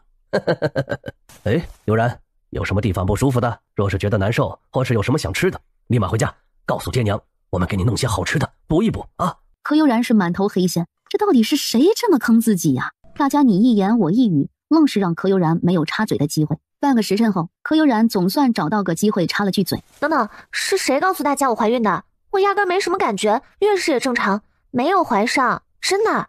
整个花厅都被定格了，所有人的表情都来不及收敛，全都僵硬在了脸上。嗨，没关系，你们都还年轻，什么时候要孩子都是可以的。母妃不逼你，心情好比什么都重要。孩子是缘分，没有也不要太难过，该来的总会来的。悠然啊，都是娘亲不好，没调查清楚情况就瞎紧张。这次没怀也没关系，咱们好好调理身体，孩子总会有的。你看，娘亲都快40了，才生下你的2个弟弟，这就是缘分，强求不来的。一时之间，柯悠然想了很多，众人的安慰和劝解让他顿时压力山大。在这里，不孝有三，无后为大，是该考虑考虑，把避孕的药物给停了。门外站着的2个嬷嬷和柯悠月尴尬了。柯悠月按捺自己，啪的一下，重重的给了自己一个大耳刮子。叫你激动，叫你嘴快，就你改不了冲动的毛病。柯悠月左右开弓，自责不已。够了，看看你把自己精致的小脸都打成什么样了，出了何事要如此惩罚自己？大姐，都是我的错，是我没弄清楚情况，是我告诉娘亲你肚子里面有小宝宝了。现在全村的人，还有林家村、王家村的百姓都给你送鸡来了，咱们家和你家大门外都快对不上了，怎么办啊？如果大家知道事情真相，会不会说你坏话呀？是不是唯恐天下不乱，给自己找事儿吗？小妹啊，这种事情不管是否属实，能广而告之吗？这个坑姐的妹妹，孩子缺乏家教，是我这个做娘亲的失责，今日非常抱歉，我们娘俩先失陪一下了。够了，这次你就是哭死，你姐也救不了你，还不跟为娘过来？破除谣言最好的办法就是用另外一件事儿引起所有人的关注，大家自然而然就会渐渐淡忘此事。父王，最近一直没有下雨，我们预计的干旱可能不远了，下令挖运河吧。我们之前规划好的，用运河连接南北，串通整个允州。对呀，本王怎么忘了如此重要的事情？还好悠然你提醒父王，南北运河挖通，咱们的运输可以快上数日，南北两边互通有无，就更加方便。如果可能，本王真想将全国的运河全都挖通，建造水库。如悠然所说，今后可以南水北调，一来减少干旱造成的损失，也可以更好地控制洪水流向，不让暴雨毁了百姓家园。悠然说得很对，面对无力抵抗的洪水，赌不如输。这几日太阳高照，万里无云，离干旱已经不远。好在有悠然的提醒，提前做了准备。老人们说大旱必定有大涝，我们不能坐以待毙，正好趁现在把泄洪渠一起修出来。是啊。而堆放在柯悠然家和段家的母鸡早已分不清是谁家的了，柯悠然只能照单全收，命人将鸡全部送到后山的竹林里面，专门围了4-5亩地，将这些鸡松绑了放进去，搞了个林下养鸡场。我先拿你的中医练练手，等熟悉以后就给悠然的孩子做几套小衣服。世子和悠然救了咱们，还没报答人家呢。哎，可不能一口一个悠然呢。他是世子妃，你也是世家出身，京城数1数2的大家闺秀，怎么把规矩都给忘了呢？我就觉得叫悠然亲切，叫世子妃太生分了。哎，老头子，你有没有发现悠然3姐妹特别亲切？我只要看到她们3人就十分的开心，巴不得呀将所有的家底都给她们当嫁妆。啊，也许是3个孩子救了我们，加之3人都特别真实，这里没有京城的尔虞我诈，过得太舒心，叫我们产生了错觉。每次他们来，不是戴着面纱，就是戴着围帽。行了，世俗的眼光对女子太过严苛，她们都是女孩，注意些是好的。能时常出门，常在这个庄子里筹建孤儿院，已是了不起了。也不知道纯义有没有收到我们获救的信函呢？放心，义王在此，义儿一定收到了信。过不了几日，管家和温嬷嬷一定会找到这里的。京城同尚书府，几日前，义王派来送信的小英，可是自己回去了？义王的，完了！老奴将小英关进铁笼，多日不曾过问，不知有没有渴死或是饿死啊？你将小英放哪儿了？可曾安排旁人照料？老奴担心大人的病情，抓住小英就直接扔在职业的小厮那儿了。童纯义放开老管家，小跑着奔了出去。童纯义一直盯着小英，他平时都是这个样子吗？你都用什么投喂的？大人饶了小的吧，小的是一时心软，才从厨房里面偷肉喂他的。谁知这鹰犯了这么大，最近确实多拿了些，还请大人看在小人是生家子的份上，不要放慢小人呢。行了，快起来吧，本官还要谢谢你呢。若没有你照料，等本官醒来，这鹰怕是早就死了，咱们府上怕是要和义王结仇了。看着笼子里面挺尸的小鹰，义王是怎么喂你的？怎么长得这么胖？这能飞起来吗？听到这话，小山鹰噌的一下跳了起来，撑了撑翅膀，却被铁笼挡着，没法舒展。它这么胖是为什么呀？还不是吃了不动造成的？哟，这鹰的脾气还不小呢。本官喜欢，既然你到本官的府上，就说明你我有缘。这样，本官向义王讨了你，今后就跟着本官怎么样？哟嘿，这鹰能听懂我的话呀！回大人，就因为这鹰太过灵动，小的一时没忍住，这才跑到厨房偷肉，犯了府里的忌讳。咱们打个商量，本官放你出来，你帮本官送封信给你主子可好？若是你愿意，下次回来就留在本官身边，本官保你天天有肉吃，顿顿能吃饱，如何？他在主子身边也能吃饱，还能在空间内随意抓捕猎物，自由自在的，比这个地方强多了。傻子还要留下呢。把锁打开，放他出来。小鹰迫不及待地往外冲，然而最近吃的太多，确实长大不少的小鹰华丽丽地卡住了。允州，孩子，是我不好，把你给推到了风口浪尖上。这样，我去给所有人解释一下，此事由我而起，应该由我收场。您老就别再介怀了，如今啊，没人在意我是否有孕，全都响应义王府的号召，忙得不可开交呢。老丞相可想上街逛一逛？今日我和悠然正好有空，不如陪老丞相和老夫人上街走动走动，如何呀？府城最繁华的燕子大街，车辆络绎不绝，客商来来往往。啊，天哪！我和老头子30多年没来，允州都快比京城还要繁华了吗？哎，这条街我们以前好像没有见过呀。如此一座边境城池，是如何做到这般繁华的？那边的人为何把脏污的东西扔进如此精美的箱子，都没有人管一管吗？那人是这条街上的保洁人员，路边的箱子本来就是装垃圾用的，您看这样的箱子每隔一段距离就有一个，如此一来，整条街道都十分的干净整洁。老丞相有所不知，这条街是新建而成的，因为道路四通八达，交通便利而越来越热闹的。您二老看，路边的椅子都是为了方便大家歇脚用的。哦，大家长途跋涉，难免旅途劳累。有钱人能进茶馆酒肆，穷苦人家就只能在路边将就着歇息。有了这样的椅子，不管是什么人都可坐下休息，此乃百姓的福音呐。这个是我们家悠然想出来的。您老看这路和其他地方有何区别啊？哦，老夫这才发现，这里的道路将人车行走的地方给分开了，来的马车和去的马车也分开两边，顺向通行。道路怎一个通畅了得呀！人走的是人行道，马车和马匹不能上去，保证了行人的安全。每条街道都配了一名保洁人员清理马粪、牛粪，他们会将这些分别放入那边密封的粪便池，每天统一收运走。做保洁的人员都是那些家境困难的，每个月能有360文的收入，工作3天可以休息1天。老丞相、老夫人，这条街每3个月会进行一次家庭卫生评比和花草大赛。您二老看这满大街的花团锦簇，家家户户绿草茵茵，是不是特别梦幻，如临仙境一般呢？哎呀，老生到了这里都不想离开了，这里太漂亮了。二老有所不知，这些都是悠然的主意。允州能有今日，离不开悠然的策划。短短半年多时间，允州建立了3个书院、4个大型医馆。在不久的将来，允州会发展到每个县城和集镇都有书院和医馆。不说全民都能科举，但是年轻人人人能识字，个个有工作，还是能够做到的。丫头呀，没想到你如此厉害，就算世家大族内的男子都没你这般能耐呢。老丞相有所不知，悠然不仅建立了孤儿院，还修了养老院，没有依靠的老人可以在养老院中安享晚年，并有人负责身后之事。每条街还设立了布告栏，供大家张贴招工告示。同时，翼王府也会发布很多招工信息。大街上的乞讨人员，每个人都能安排工作，多劳多得，少劳少得。在不久的将来，允州能做到家家有房，户户有地，百姓安居，夜不闭户。好好好，难怪这允州大街上基本看不到那些乞讨人员，处处干净整洁，家家花团锦簇。2个老人体力有限，只逛了不到半条街，便寻了一个普通茶楼，要了一个雅间进去。茶楼内，说书先生正在歌颂翼王府的功绩，茶客们连连叫好。翼王来到允州，何止这些功绩啊？就说去年桃源村亩产1000斤，就是翼王的3个儿子弄出来的。哦，我也听说了，翼王世子至今还住在桃源村，翼王和他的3个儿子都没有劳民伤财修建王府和世子府。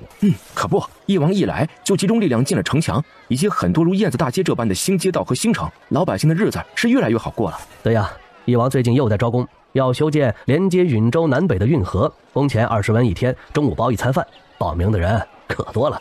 能不多吗？翼王府招工什么时候拖欠过工钱啊？从去年雪灾至今，允州修了多少东西？到了该发工钱的时候，可一文都没有少过百姓呢。可不嘛，就是我那侄儿家里，他们家以前是一贫如洗的，如今居然买了地，翻修了房屋，这日子过得还不错呢。这些都是翼王府的功劳，我们能有今日的生活，都要仰仗翼王。待会儿我就让家丁报名修运河去。哎，对，修运河可是方便我们所有人呐，尤其对我们行商之人，能缩短不少距离，减少在路上的时间。翼王大善呐！哎，你们听说没有啊？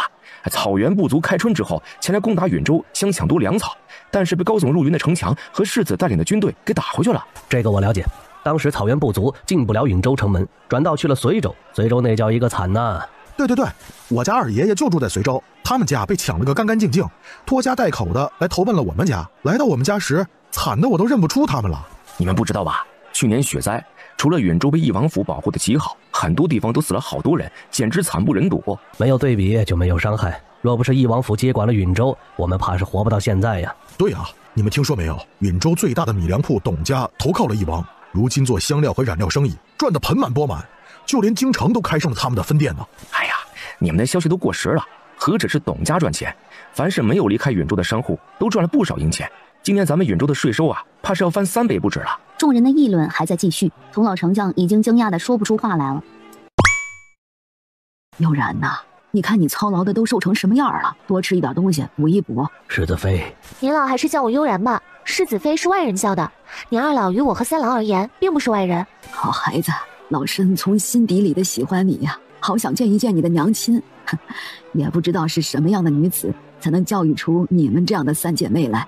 柯悠然眼眸缩了缩，他的亲子实验已经完成大半，其实已经可以十分确定童氏和丞相夫妻有血缘关系，只是不知便宜娘亲出生大家族，为何会一个人流落在外？世家大族内部的矛盾多如牛毛，柯悠然不确定娘亲是因为家族算计才流落在外呢，还是被家族外的人给算计了？这些事情不查清楚，贸然回归家族，等待娘亲的很有可能是2次算计，或是更加猛烈的报复。老夫人若是想见岳母，我们回去便告知她，抽空去拜访2位。只是近日2个小弟肠胃有些不适，岳母日夜操劳，不然早在几日前，岳母就过来看望2老了。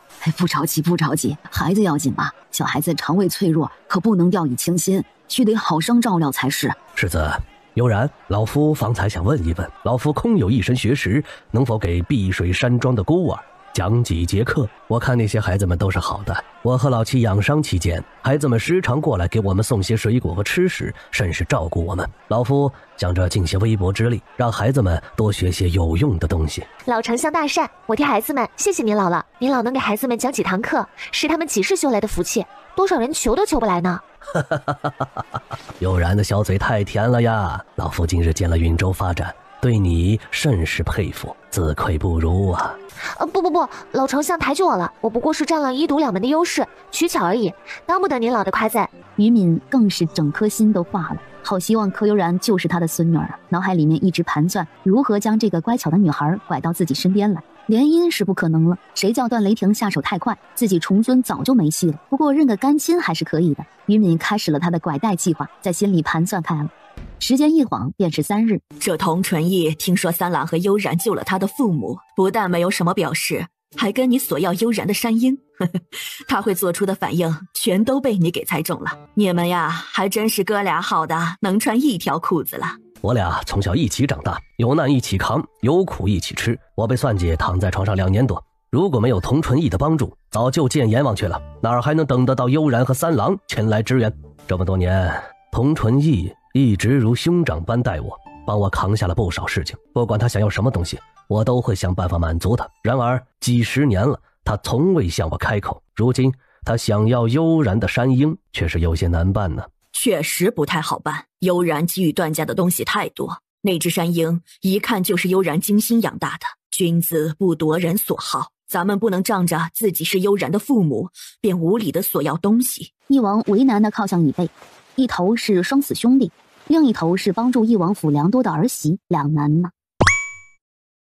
香儿，你若是再这般不听娘亲的劝阻，娘亲只能将你交给世子妃，任由她处置了。听着，我和你能进入这里干活是天大的福气，若是你把此事搞砸了，我们不光是丢了饭碗这么简单，咱们全家人的性命都会因为你的痴心妄想而丢掉。清幽雅院外围驻守的几个名卫看着渐去渐远的两人，也不看看自己长什么样，是个什么身份，妄想和咱们世子妃比，哼，不知天高地厚的东西。呸，什么东西？咱们主子连正眼都没给过他，如果不是丁婆子为人还不错，老子早就打断他的腿，给他扔进篓子里去了。时光匆匆，翼王府中，段大郎不停地寻找各种事情，一刻都不敢让自己停歇下来。同时他有意无意地屏蔽了关于段雷霆和柯悠然的所有消息。短短10日，段大郎华丽丽地病倒了。大郎，母妃知晓你是最孝顺的孩子，不忍心你父王太过操劳，可是你也应该爱惜自己的身体呀，保养好自己，才能替父王母妃分担更多，对不对？行了，从今日起别想太多了，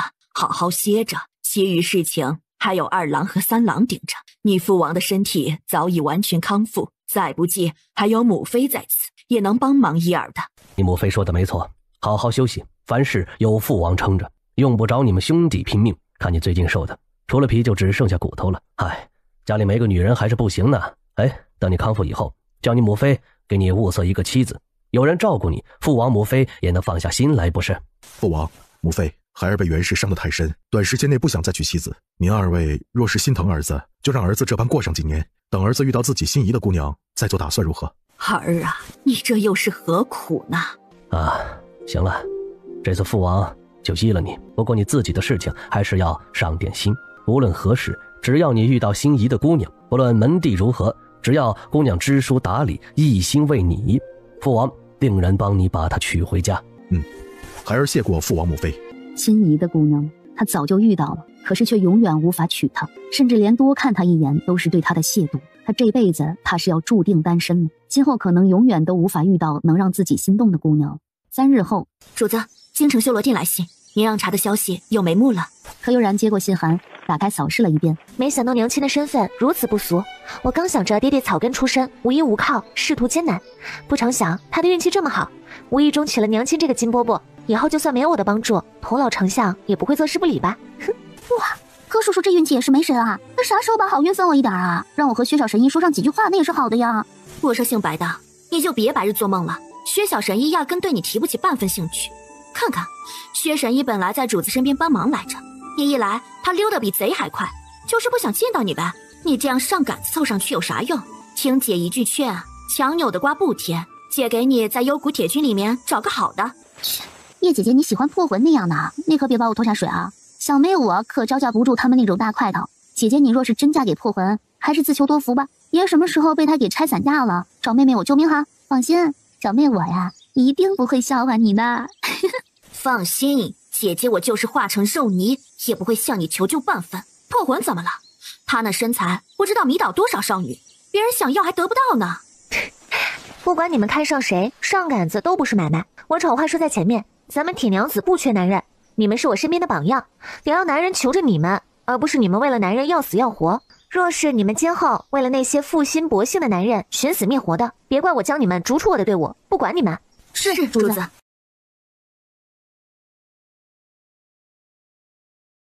妾身见过童老丞相，得知您老在此休养，却没有第一时间前来探望，是妾身失礼了，还望老丞相原谅这个。丞相大人，这是我家主母给您和老夫人赔罪的，还望您老收下。不动声色地让同事起来，客套地与之寒暄了几句。童老丞相和老夫人不是一心想见自己的娘亲吗？为何今日见面，老丞相的态度发生了180度的大转变，连带着看自己的眼神都不一样了？老丞相，老夫人想见一见我娘亲，不知现在过去可会打扰老夫人休养？哦，这是见从我这无处下手，动起我老妻的心思来了。好一个蛇蝎心肠的女子，为了达到目的，居然忍心让2个婴儿暴晒在太阳之下，真是太过分了。这几日2个孩子有些黄疸，需要多晒一晒太阳，增强体质。此时正是上午，一天中阳光最弱的时候，并不会晒伤孩子。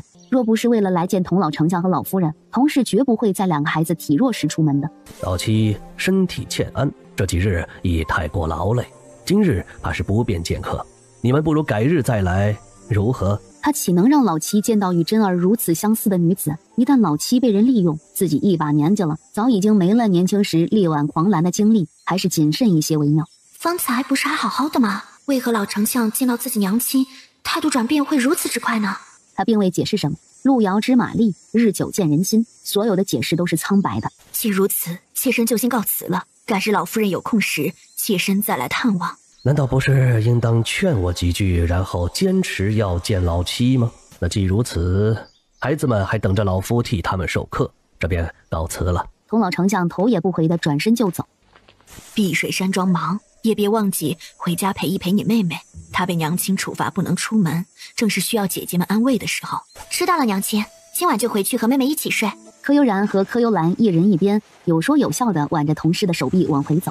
再过2个月就是京城的进士选拔，柯震东和同事积极地准备起了进京的东西。他早早地让殷九在京城的南城买了一座3进的院子，环境清幽雅致，非常适合柯震东休养和赶考。房子的地契和房契上写的是同事的名字，且连同房子的钥匙早已经全部交给了同事。此次入京，柯震东为了能一举高中，还向翼王请教了不少官场和考试的事情。3日后，柯震东便会带着全家往京城出发。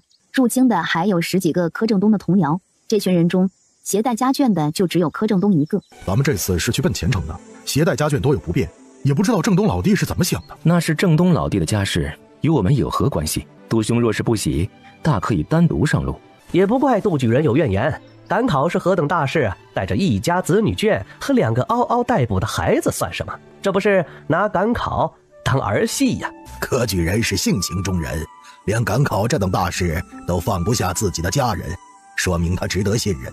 再说了，柯举人自己带有护卫，聘请了镖师护送，影响不到我们，大家又何苦抓着他携带家眷之事不放呢？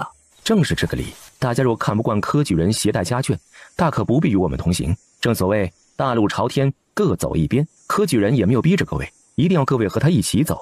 然而，也有那些强力反对的，如樊举人和杜举人之流。他们家里有些余钱，大家凑一凑，聘请几个镖师不在话下。这几个人十分不愿被带着家人的柯正东拖累，决定单独组队入京。如此，允州的举人分成了2派，一派是拥护柯正东的李举人、汪举人等8人，另一派是以杜樊2人为代表的家庭条件较为殷实的8人。柯兄，其余几人自行组队，早在2日前便出发了。你看这……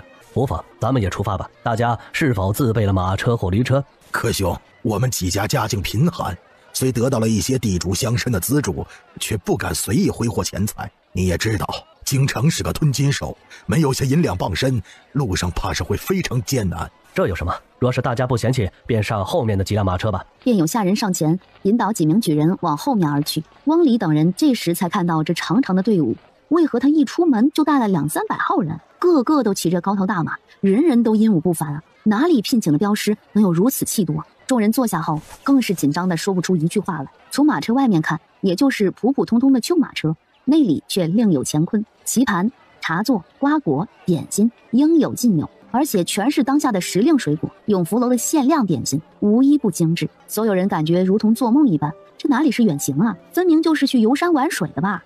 不过3日，他们便从县城到达府城，并从府城出发前往边境城池。柯正东一行刚进入边境城池，就有驿站的官员在城门处迎接，亲自安排他们住进了新修的偌大驿站里。王兄，你说柯兄是个什么来头？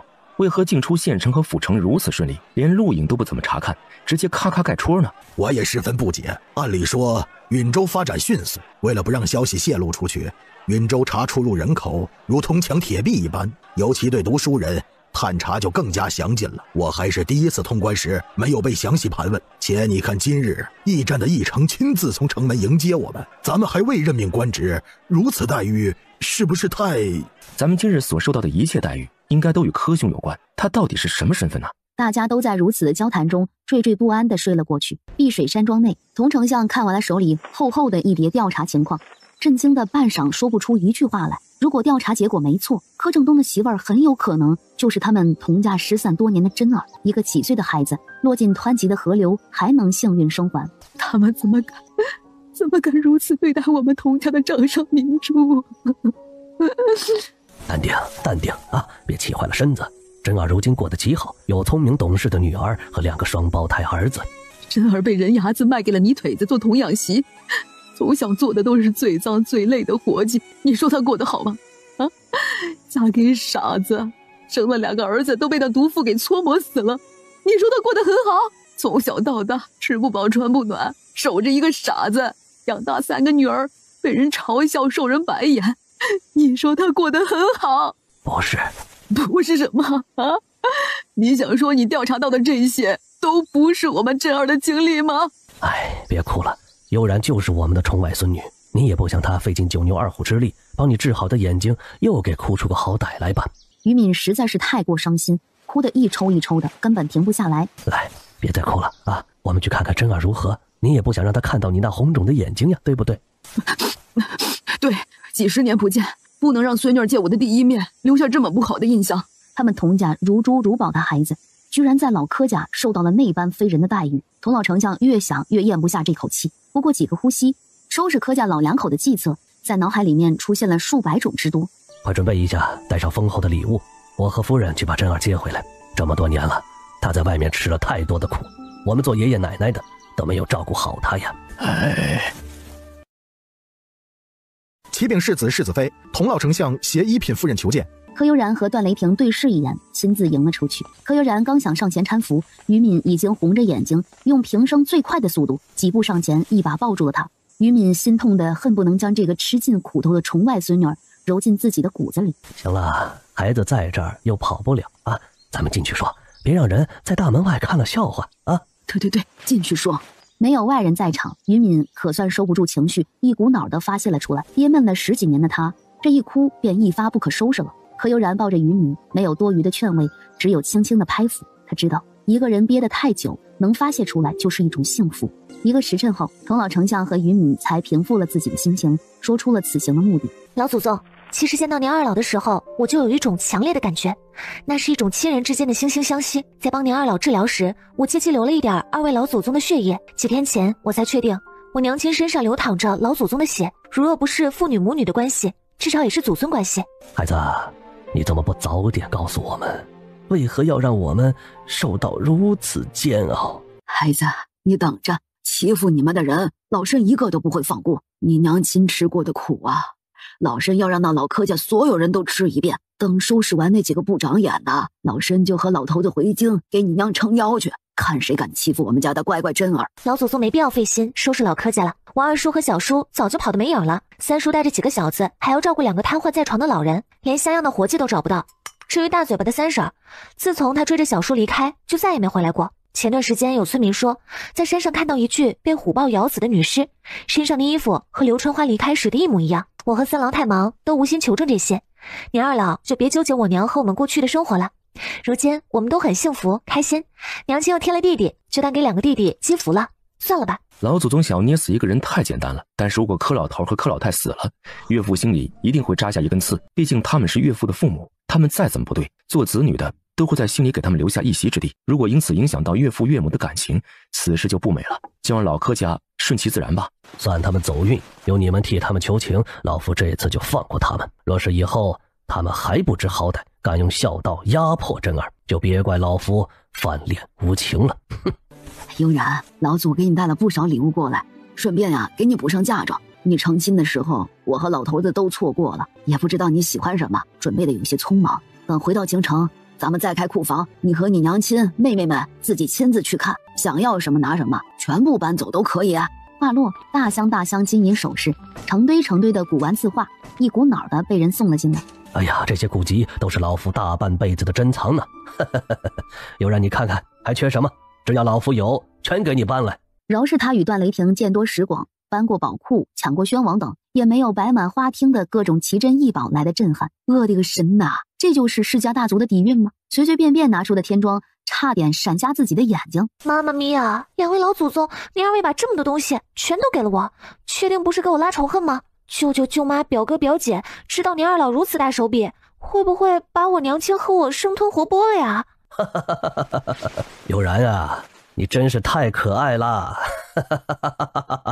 好孩子，我和老头子只生了1个儿子，这个儿子呢，只有你娘亲1个女儿。童家到了你娘亲这一辈呀，除了你们姐妹3人，咱们童家就没有女孩子出生，全是一帮小子。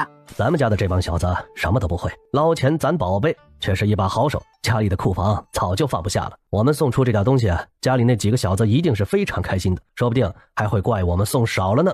哎呀呀，可悠然怎么都没想到，认了个老祖宗，眨眼间就变成了全国首富了呢。京城童尚书府中，童纯义看着手中的书信，双手激动的抖个不停。来人，立即去城门外守着，若是有允州来的举子进城，立即来报，不可怠慢，亦不可惊扰，只着人远远的在附近保护便好，不要被他给发现了。同时也不可被其他势力发现你们，若是有解决不了的事情，立即来报。是。童纯义还是激动的停不下来，真没想到啊，他唯一的女儿果真没死，还跟着一个柯姓举人入了京。算算时间，他们应该没几日就要进城了。童纯义都等不及，想立即出城去迎一迎他们家珍儿了。可是自己的官职在这儿摆着，4品以上朝中大员，没有皇上旨意是不能随意出京的。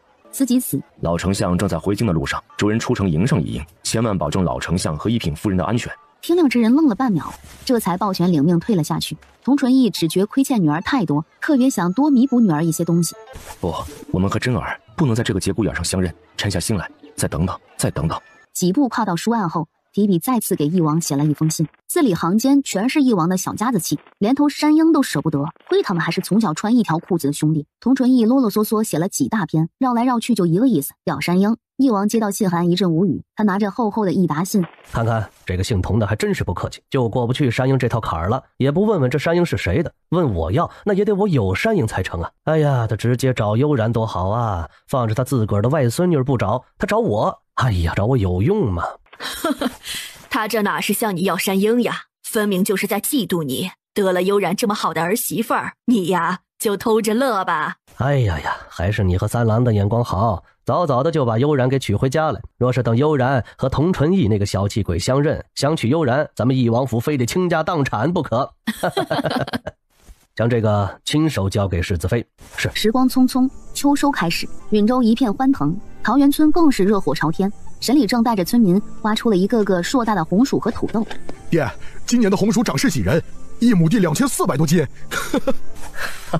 哎呀呀，干旱2个多月，我们居然还能丰收，换做以往啊，我可是连想都不敢想的。哎呀，你爹我活到这个岁数，还真是第一次没有被天灾打倒。最近我每天睁开眼睛，我都以为我在做梦呢。老祖，这些都是真的。咱们的粉条作坊过几日就可以开工了，到时候还要劳烦老祖的盯着些呢。哎呦，有然呐，你可吓坏老祖了，你走路咋没声啊？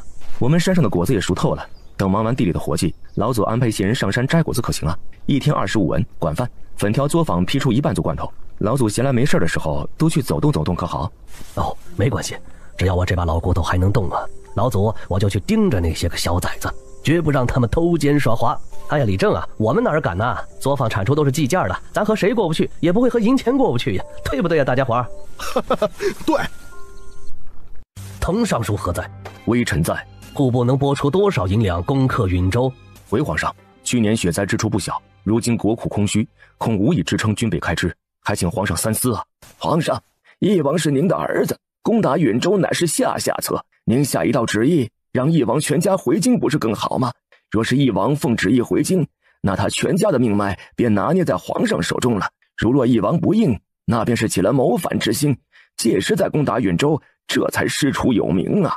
皇上，翼王若是抗旨不遵，末将愿领兵出征。小小允州在我韩家军眼里不足为惧。滕尚书，朕命你在1年内充盈国库，备足100万将士，3年军备。这次就不追究你的失职之过，起来吧。佟淳义心中骂娘。谢皇上隆恩。啊，你旨宣翼王全家进京述职，朕倒要看看他这个儿子是真的孝顺，还是逢场作戏。哼，他唯一一个看上去比较孝顺的儿子，他想护上一护的儿子，如今也为了这个位置要开始背叛自己了吗？桃源村，柯悠然举着佟淳义的信。三郎，你看，父王和我外公打太极，最后吃亏的却是我，你怎么补偿我？长辈的事儿，咱们小辈断不清楚，别管他们。段雷霆接过信函，看也不看，扔到一边，一个翻身压了下去，毫无预兆地堵住了柯悠然的小嘴。然而柯悠然突然不适，猛地推开段雷霆，侧身干呕了起来。怎么了，悠然？你哪里不适啊？柯悠然摆手，难受得说不出话来，再次一阵干呕。段雷霆大急，抱起柯悠然，闪身进了空间，焦急大喊：医生，医生，你快看看悠然怎么了？他是不是生病了？一毒二圣一听柯悠然生病，嗖一下闪了进来。他们的乖乖徒儿岂能有事儿？独尊来晚一步。易老头，你行不行啊？如果看不出病症，就让老夫来，磨磨唧唧的拔出来没有？哎呀，嘿嘿，丫头啊，你可要好好保重自己的身子。如今你是双生子，前3个月一定不能马虎。柯悠然瞪大眼睛，抚上自己的小腹，脸上露出母爱般的温柔浅笑。自己还真是迟钝，这个月小日子一直没来，自己都没发现其中异样。老夫看看。嘿，你个老毒，你什么意思？你这是在质疑老夫的医术啊？老夫告诉你，我学医的时候你还玩泥巴呢。独尊暴跳而起。谁玩泥巴了？你才玩泥巴，你全家都玩泥巴。嘿，你个老毒，给你3分颜色，你开染坊了是不是？俩老头几乎每天都会上演全武行，如此只拼体力的对打，就当2人锻炼身体了。而段雷霆抱着柯悠然，一时还没缓过劲儿来。段雷霆轻轻地将柯悠然放在床上。有没有什么地方不舒服的？需要我做什么？你想吃什么？三郎，别紧张好吗？怀孕是每个女人都要经历的事情。我学了不少医术，加上有2个师傅在，不会有什么危险的。你难道不想要一个属于我们的孩子吗？想，但是我更担心你。和你的安危相比，什么都不重要。三郎，你要对我、对2位师傅和我们的孩子有信心，好不好？好，你想吃什么，我让人做。或者你有什么不喜欢的，我让人马上撤换掉。我什么都不想吃，就是特别犯困，想睡一会儿。那你就睡会儿，我守着你。我哪里有这般娇弱？你去和鹰父鹰母和小山鹰商量一下，你让小山鹰去我外公身边办差如何？咱们每个月给小山鹰1颗万圣果作为奖励。你这条件一出，压根不用谈，他们一定会答应的。行了，乖乖睡觉。你的心愿呢，我去处理。万圣果数量有限，不适合给山鹰当奖励，我会换成其他条件，绝对让他们喜笑颜开。柯悠然微笑点头，没多大会儿便进入了梦乡。2日后，京城同尚书府，童纯义和小山鹰大眼瞪小眼的看了好半晌，从山鹰脚下取下信函，展开一看，翼王啊翼王，你果然有骄傲的资本，有如此优秀的儿子，还拐跑了我最优秀的外孙女，送个礼还是从我外孙女那儿割爱来的，想让人不嫉妒都难呐。哎呀呀呀，你嫉妒翼王作甚？他儿子拐走的是你的外孙女，哎呀，如此一来，你不就比翼王高了一倍了？今后他见到你，你俩可不能再称兄道弟了，他得叫你一声叔叔呀！啊，孩儿还真没想到这一层，这次翼王入京，我可要好好的调侃他一番呐。趁小山鹰在这儿，快写封信给他带过去，告诉翼王京城的局势，让他早做准备。孩儿早就写好送了一封出去，只是快马加鞭没有山鹰的速度快，经父亲这一提醒啊，我这就再写一封。快回去把信送给你的小主人，他们的安危可全系在你的身上了。小山鹰一听小主人有危险，急得毛都竖起来了，还不等童纯义催促，振翅一飞，从窗户处掠了出去。哎呀，悠然养的小动物果真太有灵性，这等速度哪是一般的小山鹰可比的呀？哦，话说这头山鹰起名字了没有啊？段世子说这头山鹰学飞的时候有些笨，刚出鹰巢就一头扎进一个泥坑里，挣扎半晌，不但没从泥坑中脱困，还将自己一身光滑鲜亮的羽毛弄得乌七八糟。悠然调侃地叫他小泥鳅，后来这个名字呢越叫越顺口，如今悠然呢将他送给了我，孩儿觉得小泥鳅挺好的，就不想给他改名字了。哦，果然是我的宠外孙女呀，想法惊奇，和京城的这些名门闺秀相比，就是多了一丝灵气。自家人不管做什么都是对的，怎么看怎么顺眼，做错事儿也是别人不对，反正在童纯义和童老丞相眼里，柯悠然哪儿都好。冷，主子该不会是中邪了吧？要如何才能驱走主子身上的邪祟啊？哎呀，苦啊！你说主子是不是被少门主刺激的太过，自暴自弃的，想折腾垮他自己的身体？咱们要不要打晕主子，把他带到少门主身边，让少门主劝劝主子？毕竟主子遇到少门主时，他已经嫁作人妇，错过了就是错过了，对不对呀？突然，两人后脑都挨了一个暴力。你俩是不是太闲了？老子和小师妹就是纯纯的师兄妹关系，再让老子听到你们背后坏小师妹的名声，看老子不把你俩给削了！主子，薛小神医是不是给您吃了忘情水？老子需要和那老狮子玩意儿吗？老子对小师妹的好，就是哥哥对妹妹的好。是，主子，咱这么有钱了，最近开拍卖行又赚了不少，干嘛还费心费力开分店，累得慌不是？谁说开分店是为了我自己了？小师妹以后要做很多大事的，老子在替她攒钱，知道不？还说不是为了您的小师妹，还说对您的小师妹没那份心，爱钱如命的主子，什么时候替别人赚过钱呢？悠然，你外公和修罗殿同时给我们传来信函，你看，父王、母妃以及2个兄长知道此事了吗？父王想让我们去府城一趟，共同商议此事。你身子可受得了啊？若是身体不适，那便在空间内养着。我们商议的时候，你可以通过空间隐蔽知道结果。有什么想法，也可以通过空间和我交流。二嫂不参与政事，这次我也不去了吧？皇爷爷召父王入京，是我们早就猜测过的。之前我们也商议过此事。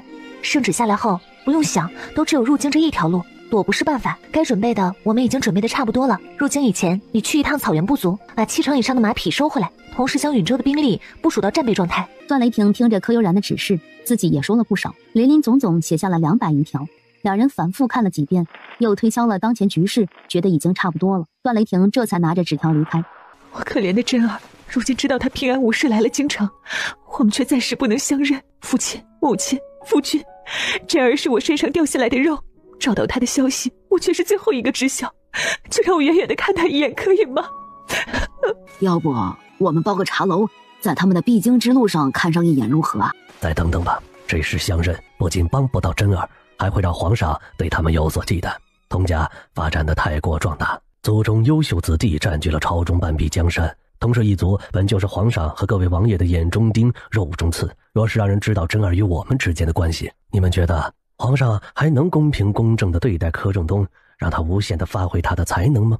父亲，就远远地看一眼真儿如今长什么样，可以吗？儿媳真担心自己的眼神一日不如一日，等可以相认时，却看不清真儿的面容了。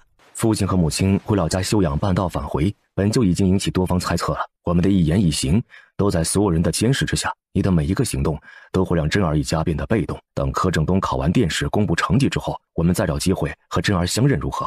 如今京城局势紧张，一王一脉所有人都要进京，悠然和真儿的关系势必会引起轩然大波。为了不让真儿卷入危险之中，就连纯叶派出去盯着柯震东的人全都给撤回来了。我们且不相认，说不定能成为一步暗棋，在危急时刻救义王府或真儿一家呀。于敏和柳氏辅佐自己的丈夫走到今日，都经历过无数的大风大浪，哪怕再思念同事，还是慢慢压下了内心的躁动。师妹，你马上就要入京，师兄给你交个底，医门已经在各个州府开设了医学院，每一个县城都设立了医馆分堂。如今的医门学子遍天下，大夫满其处，早已不是原来畏首畏尾、止步不前的医门了。柯悠然接过厚厚的账本，里面的记账方法还是自己交给董老管家的那种，非常清晰明了。因九江拍卖行做得风生水起，他就是一个经商的奇才。转眼之间，他已然按照师妹的规划打造了一个商业帝国出来。同时，他已然在筹备师妹说的开设了储蓄后能支付利息并可以借贷的银号。相信以殷九的实力，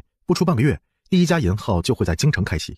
那这是殷九让我转交给师妹的。师兄给你说这些的目的就是，此次入京无需害怕任何人，不管出了什么事儿，都有师兄我和殷九在后面给你撑着。谁敢欺负你，就是和我们医毒两门过不去。放心大胆的去做你想做的任何事儿，无需有任何顾虑。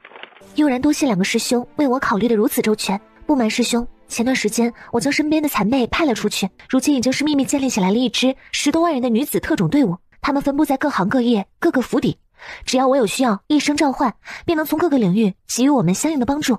谁来告诉他，这个小妮子什么时候在他眼皮子底下做了这么多事情？10多万女子团结在一起是个什么概念啊？小师妹这是在谋划一盘超级大的棋局啊！时间飞逝，转眼便是3日。宣旨的公公一来，拂尘一甩，他身后的一群人鱼贯而入，焚香搭案，立即宣读圣旨，动作是一气呵成。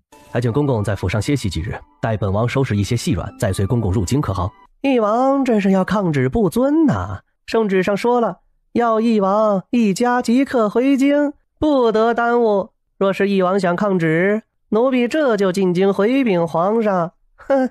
公公这么着急做什么？谁家没有些金银细软？更何况我们还是偌大的王府。哎呦，大公子这是要吓死咱家呀！哎呦喂，义王府要造反了，快来人呐！义王府造反了！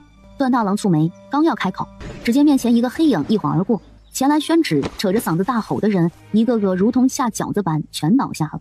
来人，全部绑了，堵上嘴巴关起来，严加看管。关押期间让他们吃好喝好，别饿瘦了，回京的时候还用得上他们。而柯悠然说话时手指一翻，手上出现了一排细小的银针，谁都没有发现，一根冰针刺进了所有宣旨之人的皮肉。宣旨之人此时还没想明白这是什么情况，就被人扛麻袋般的给带走了。大家都按计划准备好了吗？只要我们离开允州，就是踏入了龙潭虎穴。三郎，如何让允州一直拽在我们的手里，就看你选的守将是否忠诚了。父王放心，允州防御守城将士全部安排妥当，由破魂驻守允州，一切事务照旧运转，出不了太大乱子。父王放心，山鹰来回允州和京城仅2、3日的功夫，若是有急事，可以短时间内赶回允州。我们此行做了充足的准备，虽有危险，但也是父王脱困的一个机会。对，悠然说的没错，咱们呐不能一直困在允州，这次是名正言顺回到京城的绝佳机会。若是错过这次，下次回京怕是会困难重重了。禀世子、世子妃，门外有一名叫做柯小茹的女子，跪求王妃救救她的爷爷奶奶，不知当如何处理呀？没多大会儿，两人已经来到了门外。起吧，我们随你去老宅看一看。柯悠然呀，柯悠然，今日就是你的死期，就让你得意2个时辰。夫人觉得世子妃如何？你是谁？方才提问是何意？夫人，婢子知道您是世子妃的姐姐，她如今高高在上，锦衣玉食，您却嫁入商贾之家，被人看不起。作为妹妹，不提携一下姐姐一个罢了，还不待见您。以她对您的态度，董家少爷一定没少给您苦果子吃吧？说实话，奴婢就是看不惯世子妃，天天顶着一顶帷帽，生怕人看到她的面容，还以为她是天仙，谁见到她都会爱上似的。假模假样，不就是做给世子看的吗？你说这些是什么意思啊？丁香也不隐瞒，在柯小茹耳边嘀嘀咕咕说了半晌，2个女人一拍即合，最后邪笑着分了开来。半个时辰后，段雷霆抱着柯悠然几个闪身回到房间，眨眼之间进了空间的繁华小筑。师傅，您快给悠然看看，他是不是动了胎气啊？良久之后，两个老人松开柯悠然的脉搏，不说话，却是好一阵忙活，紧紧地盯着柯悠然，生怕一个错眼儿他就会消失一般。阿胜，悠然的身体如何？腹中胎儿如何？如果老夫没有诊断错，丫头腹中有3个孩子，他们的成长给母体造成了很大的负担。你怎么照顾丫头的？让她紧急运力，乱了真气。你小子可知，丫头这次遭了大罪了，需要好好的养上几个月，不可过度操劳。如今的事，你小子想办法缓一缓吧，别让丫头遭罪了。段家小子，我家宝贝丫头划破一点点皮，老夫都舍不得。你居然让她中了剧毒，若不是丫头体质特殊，此时别说将养身体了，她的小命怕是早就给交代了。三胞胎。一毒二圣和柯悠然何时见过段雷霆怕成这样？就是在神秘之地寻宝，面对满地岩浆快被熔岩包裹时，段雷霆也没有露出如此的怯弱。如今这般，可见把柯悠然爱进了骨子里。女人生一个孩子，都是在鬼门关里面走一遭。3胞胎，她的悠然要承受怎样的痛苦？独尊看着柯悠然没有血色的小脸，心痛不已。丫头，别担心，有师傅们在，绝对保你平平安安生下孩子。对，丫头，相信师傅的医术，就是拼着这条老命毁掉半生修为，师傅都会保你们母子平安。哎，现在呀，什么都别想，安心养胎最重要。为师守着你，好好睡一觉。你若是真心爱护悠然，就不要再让她受到伤害。胎位没有坐稳之前，别让悠然再次动用内力，否则就算为师医术精湛，也有无能为力的一天。小子，老夫将乖徒儿交给你，是让你保护他的。这次京都之行，你们就不要去了。听2位师傅的，我陪悠然留下来休养，绝不让悠然再受伤害。不，入京之事不可耽误，少了我们的助力，父皇母后怕是会有危险。我没事，师傅的安胎药极好，此时已经感觉好多了。3天后启程的计划不变。悠然，三郎，进京是大事，2个师傅在空间之中，随时都能帮我请平安脉。按照我们之前商量的，将马车铺设的舒服一些。路上我若是想活动的时候，便让马车停一停，我进空间走动一下就好。三郎，这次是个意外，我没想到柯小茹会用如此拙劣的陷阱暗算我。有了这次的教训，我不会再小看任何人，进京之后更会步步小心。你放心好吗？你们被谁给暗算了？什么人可以暗算你们？以你们如今的实力和势力，谁能让悠然如此动用内力伤了身体的？莫非是鬼冢找到你们了？他这么快就发现了悠然的身份了吧？不是鬼冢，是我自视太高，没有留意几个小人物，在悠然的堂姐和一个小丫鬟那里栽了跟头。我平生研究了不少精密机关，就在几个小小的做工简陋的捕猎陷阱里面，让悠然受伤动了胎气，是我大意了。三郎，我感觉好多了，这里有2个师傅照料，你先去外面把事情处理一下，可好？一毒二圣纷纷拍着胸脯保证会好好照顾柯悠然。段雷霆这才1步3回头的闪身出了空间。董家少夫人心思歹毒，谋害皇嗣，罪大恶极，万死难辞其咎。罚董家出资打通允州东部至南部方向运河，董科是逐出董家，流放3000里外的千州，永世不得返回。多谢世子不杀之恩。董老爷和董必武紧随其后拜倒，却久久没有听到任何回应，真可谓是来去如风。完了啊！我们好不容易攒下的家业，运河一修，怕是什么都剩不下了。爹，我们应该庆幸许氏世子妃和小世子没事，我们才得以逃出升天的。运河修建好之后，以允州的发展速度，3、5年内这些钱便能全部赚回来，还请父亲宽心啊。是，钱财乃身外之物，这次柯小茹犯下的错误实在太大了，回去立即写封休书，把那个惹祸精给逐出家门。另一边，丁婆子连滚带爬的跪在名医面前，额头早已磕破。明护卫，求您跟世子和世子妃求求情，放过我们一家吧。丁香是丁婆子的女儿，名医就不信了，丁香有害世子妃的心思，丁婆子会不知道？若是丁婆子发现了丁香心事之时，就把丁香送出桃源村，世子妃就不会遭此祸事。看到了吗？这就是谋害主子的下场。一人犯错，全家流放极北苦寒之地。奴婢不敢。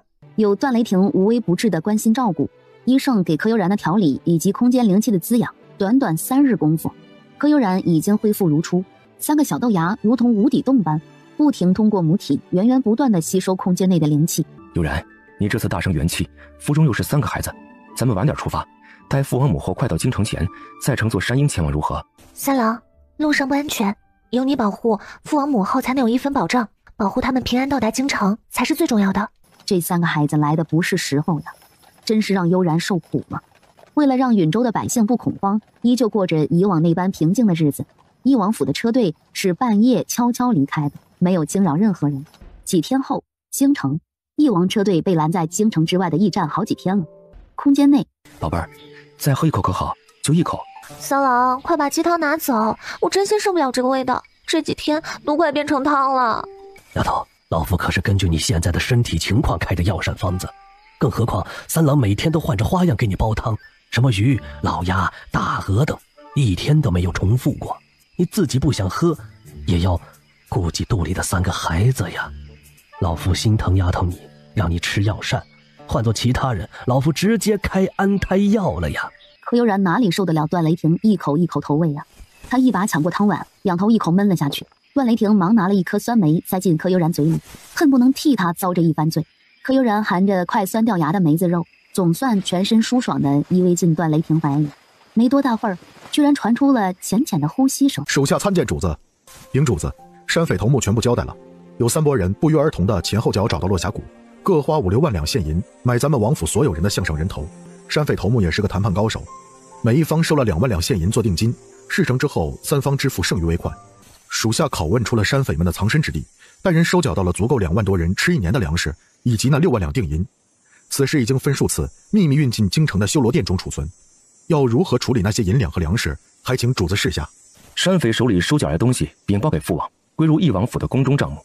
那些山匪如果有愿意投靠我们的，给他们服用独门特有的毒药，观察他们今后的忠诚度，能用的留下，不能用的全部。落峡谷的山匪大部分人坏事做尽，十恶不赦，名医处置他们一点压力都没有。可查清楚想我翼王一脉性命的3个势力是谁？回主子，根据山匪的交代和修罗殿的查访，最终确定与山匪接头的是太子府、端王府和灵王府。宣王府不知是不是之前元气大伤，这次居然没有加入筹谋。一个用力捏断了手中的毛笔。三郎，既然太子、端王和灵王要我们的命，我们是不是应该有仇立即报回去？你不是刚睡吗？怎么才一小会儿便起来了？你刚离开我便醒了，辗转反侧的睡不着，便过来寻你了。刚好在门外听到你和名医的谈话，这才忍不住出声，没打扰你们吧？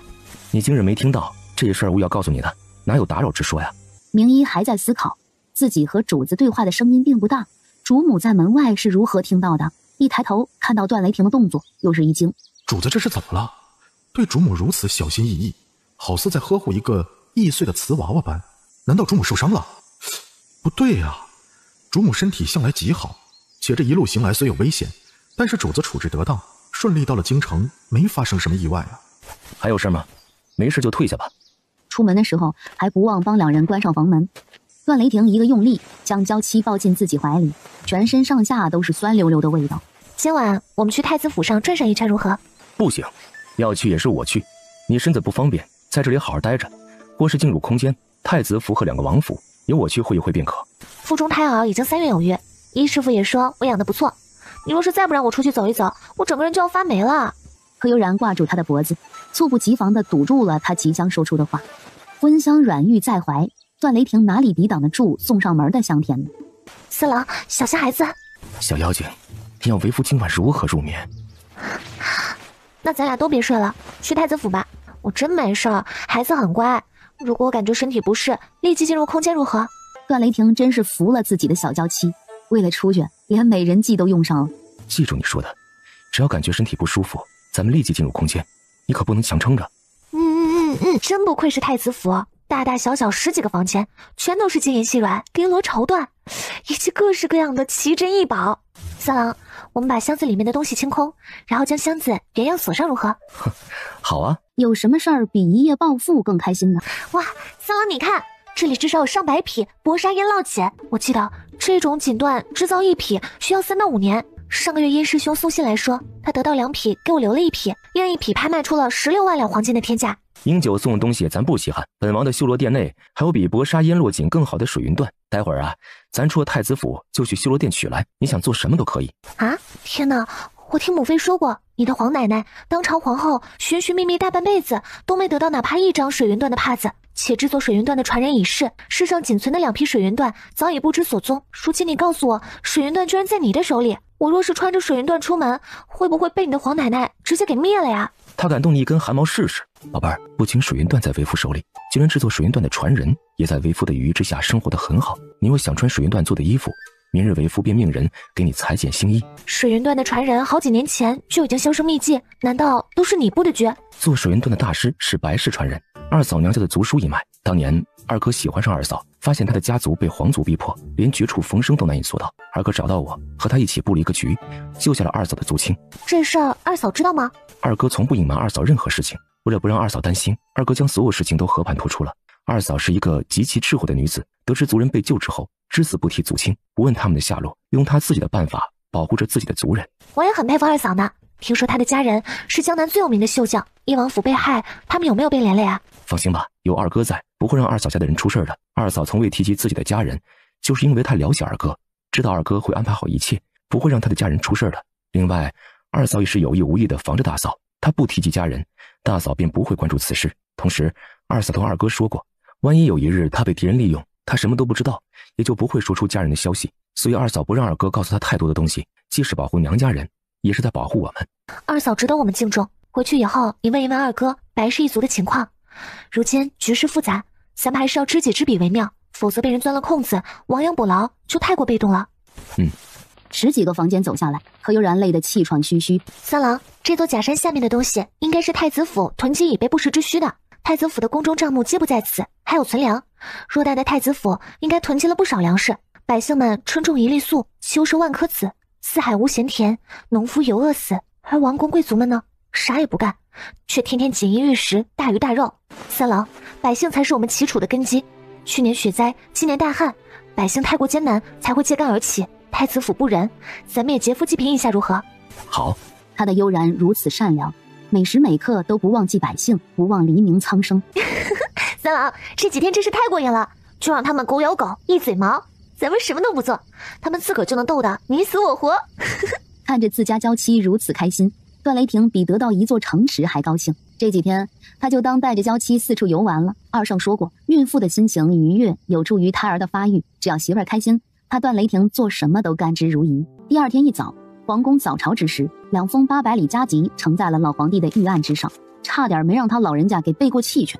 你这个不争气的东西，儿孙满堂了，却不思天下大事，只知在你的兄弟之间窝里斗。朕还没死呢，你就敢假传圣旨，让随州攻打允州，又告诉允州随州动乱，让允州誓死抵抗。你让两地莫名其妙打了几10日，内耗了多少资源，你知道吗？你如此有能耐，你怎么不上天呢？不是假传圣旨让随州攻打允州确有其事，可是通知允州奋力阻挡随州是怎么回事？我没做过呀。太子作为储君，不思天下黎民，不虑人间疾苦，随意挑动随允两地战乱，消耗我齐楚军备力量。今日起削去其太子之位及所有品级，罚俸1年，责令大皇子开仓放粮，安抚允州和随州百姓，平定随州暴乱。钦此。而跪在地上的太子突然瘫软了下去。大皇子说的不就是他吗？这个时候的大皇子还没意识到，他的太子府里面积攒了大半辈子的用于争夺皇位的金银早已不翼而飞了。一个早朝下来，老皇帝气了个半死，想起小儿子翼王，瞬间觉得无比亏欠于他。他最小的这个儿子一直都是最听话的，让去允州那贫瘠之地便去，如今让他回来，也二话不说，基本没什么准备的就回来了。连太子都能差遣允州驻军，可想而知，这个小儿子压根没有把允州治理的固若金汤。什么允州发展特别好，一王一脉要造反的言论，现在想想全是笑话。自己怎么就老糊涂了，把这些话都给当真了呢？小孩子，你带着人亲自去一趟驿站，把一王一脉全部接回来，给他们3日时间安顿。3日后宣义王府所有人进宫，朕要好好看看儿子儿媳和这些年吃尽苦头的孙儿们。老奴遵旨。世子府内，段雷霆召回了府内原有的下人。今后世子府由世子妃全权管理，这位是董管家，从今日起他就是世子府的管家，所有人要像尊重仁伯一样尊重他。介绍完这些，为夫陪你在世子府内走动一圈，了解一下府内布局，顺便活动一下你的筋骨，促进腿部的血液循环。如果累了、不舒服了，一定要告诉我，知道吗？世子府的下人却惊吓的下巴都快掉地上了，小心翼翼扶着柯悠然参观起了世子府。谁都没有发现，在一众丫鬟仆妇中间，有一名穿着与众不同的少女，红着眼睛，用杀人般的目光盯了柯悠然许久。这少女叫红珠，她是段雷霆奶娘的女儿，和段雷霆从小一起长大。从小，段雷霆的奶娘就告诉红珠，有朝一日段雷霆会成为翼王府的世子，他会成为段雷霆的世子侧妃，所以他在这个世子府是最特殊的存在。红珠在世子府内，下人们也尊称她一句红珠姑娘或红珠小姐。而现在段雷霆突然带回一个女子，红珠感觉整个人都不好了。这是我的院子，以后我们就住在这蓝翠阁。我们进去逛一圈，看看你有什么需要添置的，立即让人去处理。奴婢奴才见过世子世子妃，祝世子和世子妃万福金安。大家都起来吧，该忙什么忙什么去，抓紧时间把世子府整理出来。没有听到段雷霆的命令，谁也不敢动。本世子说了，世子妃的命令就是本世子的，世子妃都发话了，你们为何不遵守？等着本世子将你们发卖出去，换一批新人进府吗？奴婢不敢，还请世子恕罪。奴才不敢，还请世子恕罪啊！属下参见世子妃，这是翼王府内所有下人的卖身契，全部整理挺当，请世子妃查收。跟在柯悠然几步开外的白仙雅快走几步，上前接过了匣子，然后恭敬地退到柯悠然身后站定，把一个贴身丫鬟的角色演绎得惟妙惟肖。奴婢们错了，以后绝不再犯，请世子妃恕罪。方才未听令者，全部罚半个月的月例银子。大家整理好世子府后，去府内刑罚司领5个板子，今后若有再犯，本妃绝不姑息。下人们这次学乖了，谁也不敢耽搁，匆匆忙忙地爬起来，手脚麻利地做事儿去了。三郎，在墙根栽种一排爬藤蔷薇，或者是爬藤月季如何？就像我们的繁花小筑那般，为我打造一个梦幻花园可好？好，夫人有命，为夫莫敢不从。远处目睹了这一切的红珠，一双眼睛都瞪成兔子了，她再也看不下去了，咬着唇，转身飞快地跑了出去。娘，你不是说世子殿下以后会纳我为侧妃吗？他怎么可以对一个乡下娶的野丫头这么好？初儿放心，娘把大半辈子都献给了翼王府，不看僧面看佛面，世子殿下也不能如此绝情，说什么也应该让你在世子府有一席之地。我女儿如此优秀，等了世子多少年，现在都是20多岁的老姑娘了，白白蹉跎了这么多年岁，世子不负责，谁负责？那如果世子不松口，可如何是好啊？毕竟翼王和他的3个儿子都只娶1个妻子的。翼王府有规矩，男子40无子方可纳妾，就只能让世子妃吃点苦头了。没有子嗣傍身，以后还不是要听他们家红珠的。翼王妃到了翼王府，还没坐下歇息，人便到了揽翠阁。三郎，你也真是的，悠然是什么身子你不知道吗？一路舟车劳顿，回府正该休息的时候，你倒好，带着他四处转悠。世子府离开悠然就不能转了，还是咋的？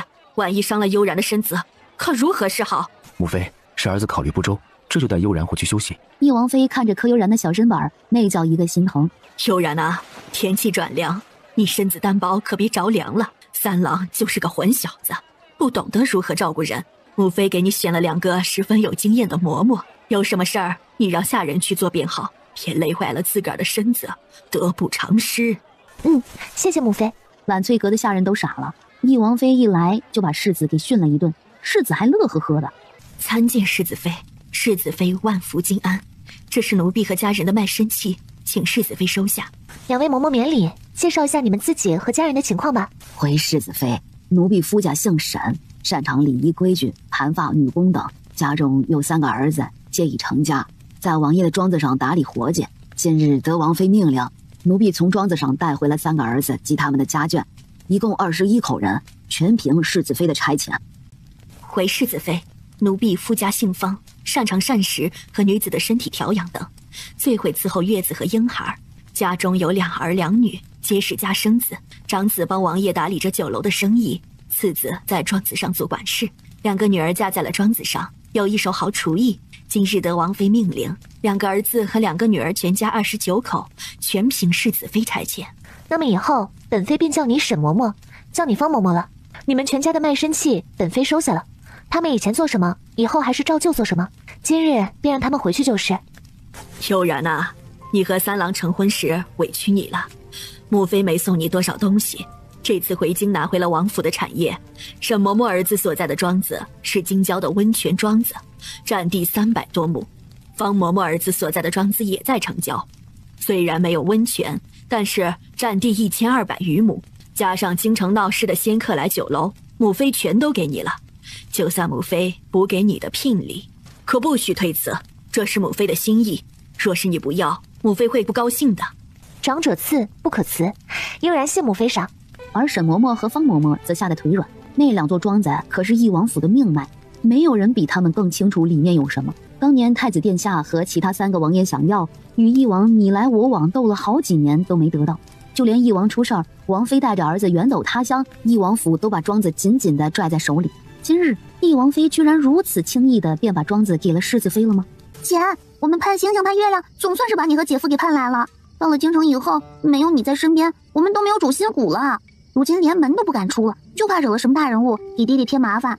悠月，快把你大姐扶过来，她有孕在身，大晚上的还折腾，小心伤了孩子。娘，我哪有那么娇气？姐姐真美，你没戴帷帽的样子，可别让外人给看了去。我家二妹也长成大姑娘了，看着皮肤水嫩光滑的，都能掐出水来了。姐姐回去就让残妹给你选2个身手好的丫头，出门的时候一定要戴上帷帽。京城的浪荡公子可是太多了，我家妹妹这样可别让别人占了便宜。姐啊，娘亲在准备什么？爹爹去了何处？娘亲在给爹爹准备明日带进考场的衣服。爹爹去那几个举人叔叔的小院了，想问一问他们还有没有什么需要的。趁今晚还有点时间，我们和娘亲给准备停当，明日一早就要进考院了。若是明早缺了什么，就不好补了。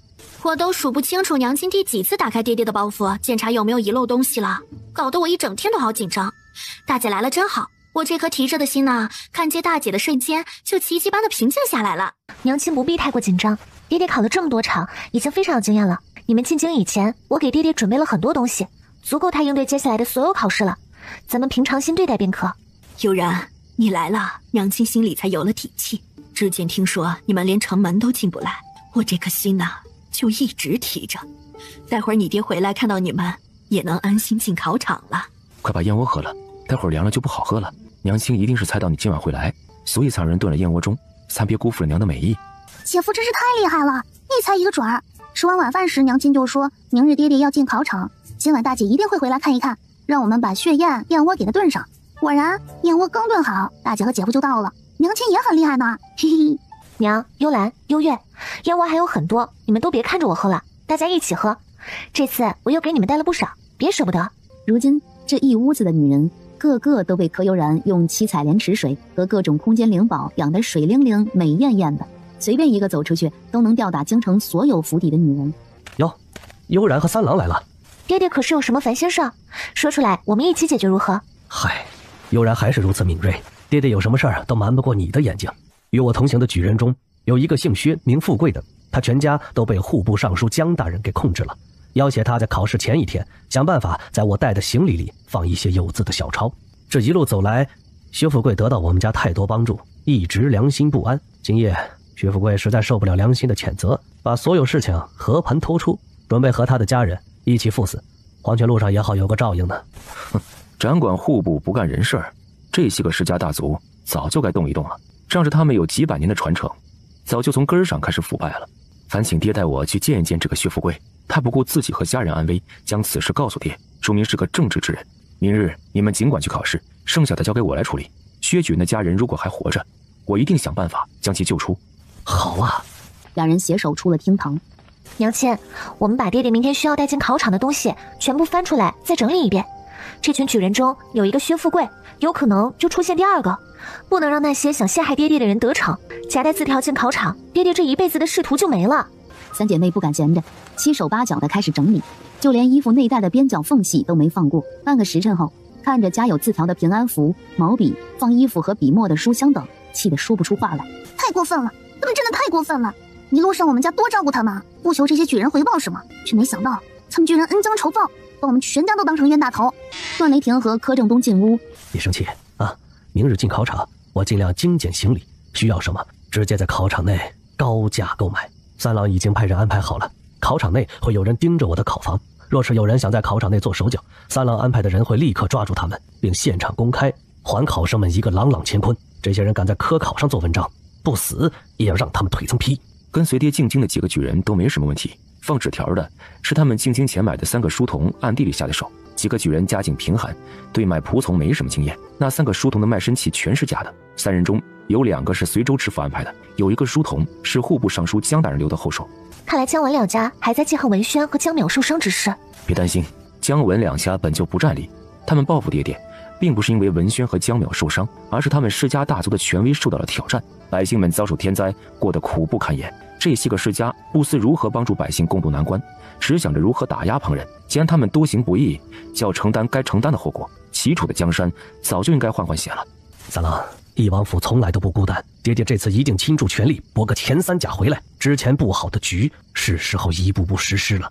这2人什么时候联合到一起的？还布了局？布的什么局啊？你呀，就是个操心的命，其他事情由我们这些男人处理。这次你就好好安胎，照顾好自己和我们的宝宝，可好？对对对，悠然啊，男人的事情就让男人去处理。三郎忙，没他陪着，你也别过来了。我们这里有影1、影2守着，没什么可担心的。何悠然知道，这个小院儿不仅有影1、影2守着，还有童家的暗卫护着。小院周边做生意的商贩都被悄悄换了，全是翼王府、世子府和童府的人。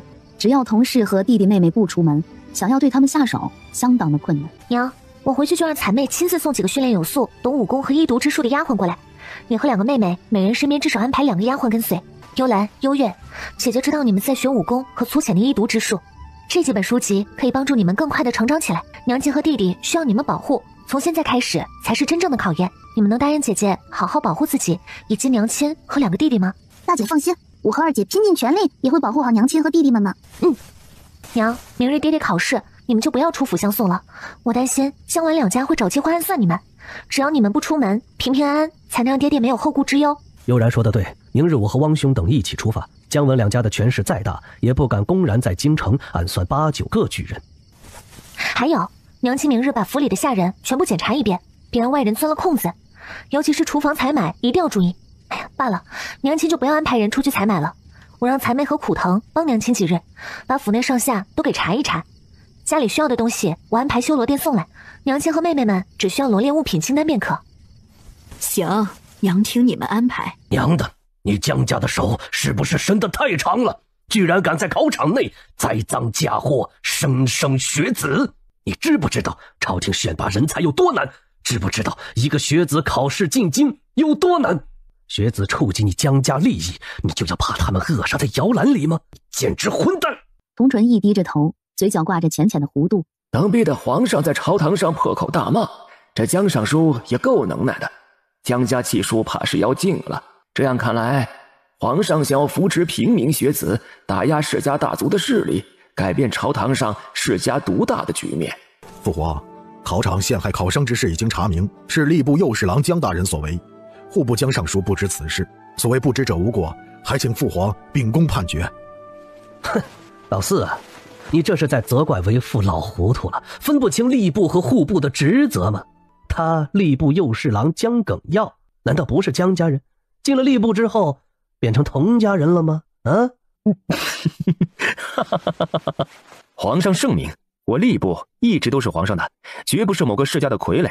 姓童的，你别血口喷人！我姜家什么时候把吏部当作傀儡了？姜尚书，不是谁的声音大谁就占理的。户部已经被你们姜家搞得乌烟瘴气，基本是你的一言堂。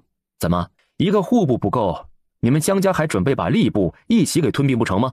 你够了，姜家目无法纪。哼，撤销姜云好户部尚书之职，从今日起降为户部右侍郎。姜耿耀打入大牢，其家产归国库。3日后，姜耿耀全家流放3000里西北苦寒之地，永世不得返回。吏部尚书童纯义律下不严，罚俸3个月以儆效尤，请辞。皇上，末将前来复命。站起来回话。回皇上，姜侍郎府中发现数条地下暗道，分别通往城郊、姜氏家族的族地、灵王府等。这是姜府地下暗道的走向图，请皇上过目。姜府还发现了4个大型地下暗室，里面的奇珍异宝数不胜数，金银钱财更是堆积如山，米面粮油多到发霉，属下不才，无法在短时间内点清其中数目，还请皇上派遣户部官员前去核查数目。户部全是姜家的官员，如何能查清楚？童纯义，臣在。朕命你带吏部官员1日内清点完姜耿耀府中财产，一旦查清，连夜报送进宫。皇上，我吏部官员正在组织大考之事，恐人手不足，能否请皇上派兵部和礼部协同清算？如此一来，也能做到相互监督，不会落人口舌。啊，那就按童尚书所言，着礼部和兵部即刻核查。臣领命。三郎、悠然，你们做得太好了，刚进京就给为父准备了一份如此大的礼物。灵王以前可没少给我们使绊子呀，这次借助江家的事儿，能让其脱层皮也是好的。父王、母妃，明日就是给翼王府办的接风宴。孩儿听说，明日的宴席不仅为我们举办，神秘部族的主脉也来了皇城。明日的接风宴也是为神秘部族的族长和夫人准备的。孩儿今早起来就心绪不宁，总感觉接风宴会有什么不好的事情发生，还是小心为妙。此事我们早已耳闻，残妹就出自神秘部族，当初父王和2个哥哥身上的毒也和神秘部族有关，我们不得不防。这些是辟谷丸和一些能解百毒的药物，父王、母妃、兄嫂们分一分，咱们有备无患。明晚进宫以后，我会和二嫂寸步不离。敏浩太小，最容易遭人算计。神秘部族善于用毒和蛊术，我在二嫂身边才有保障。那就辛苦弟妹了，照顾敏浩的下人也要换一换。不知弟妹那里还有没有精通医毒之术的婢女？哎呀，看我忙江家的事情，就把此事给忘了。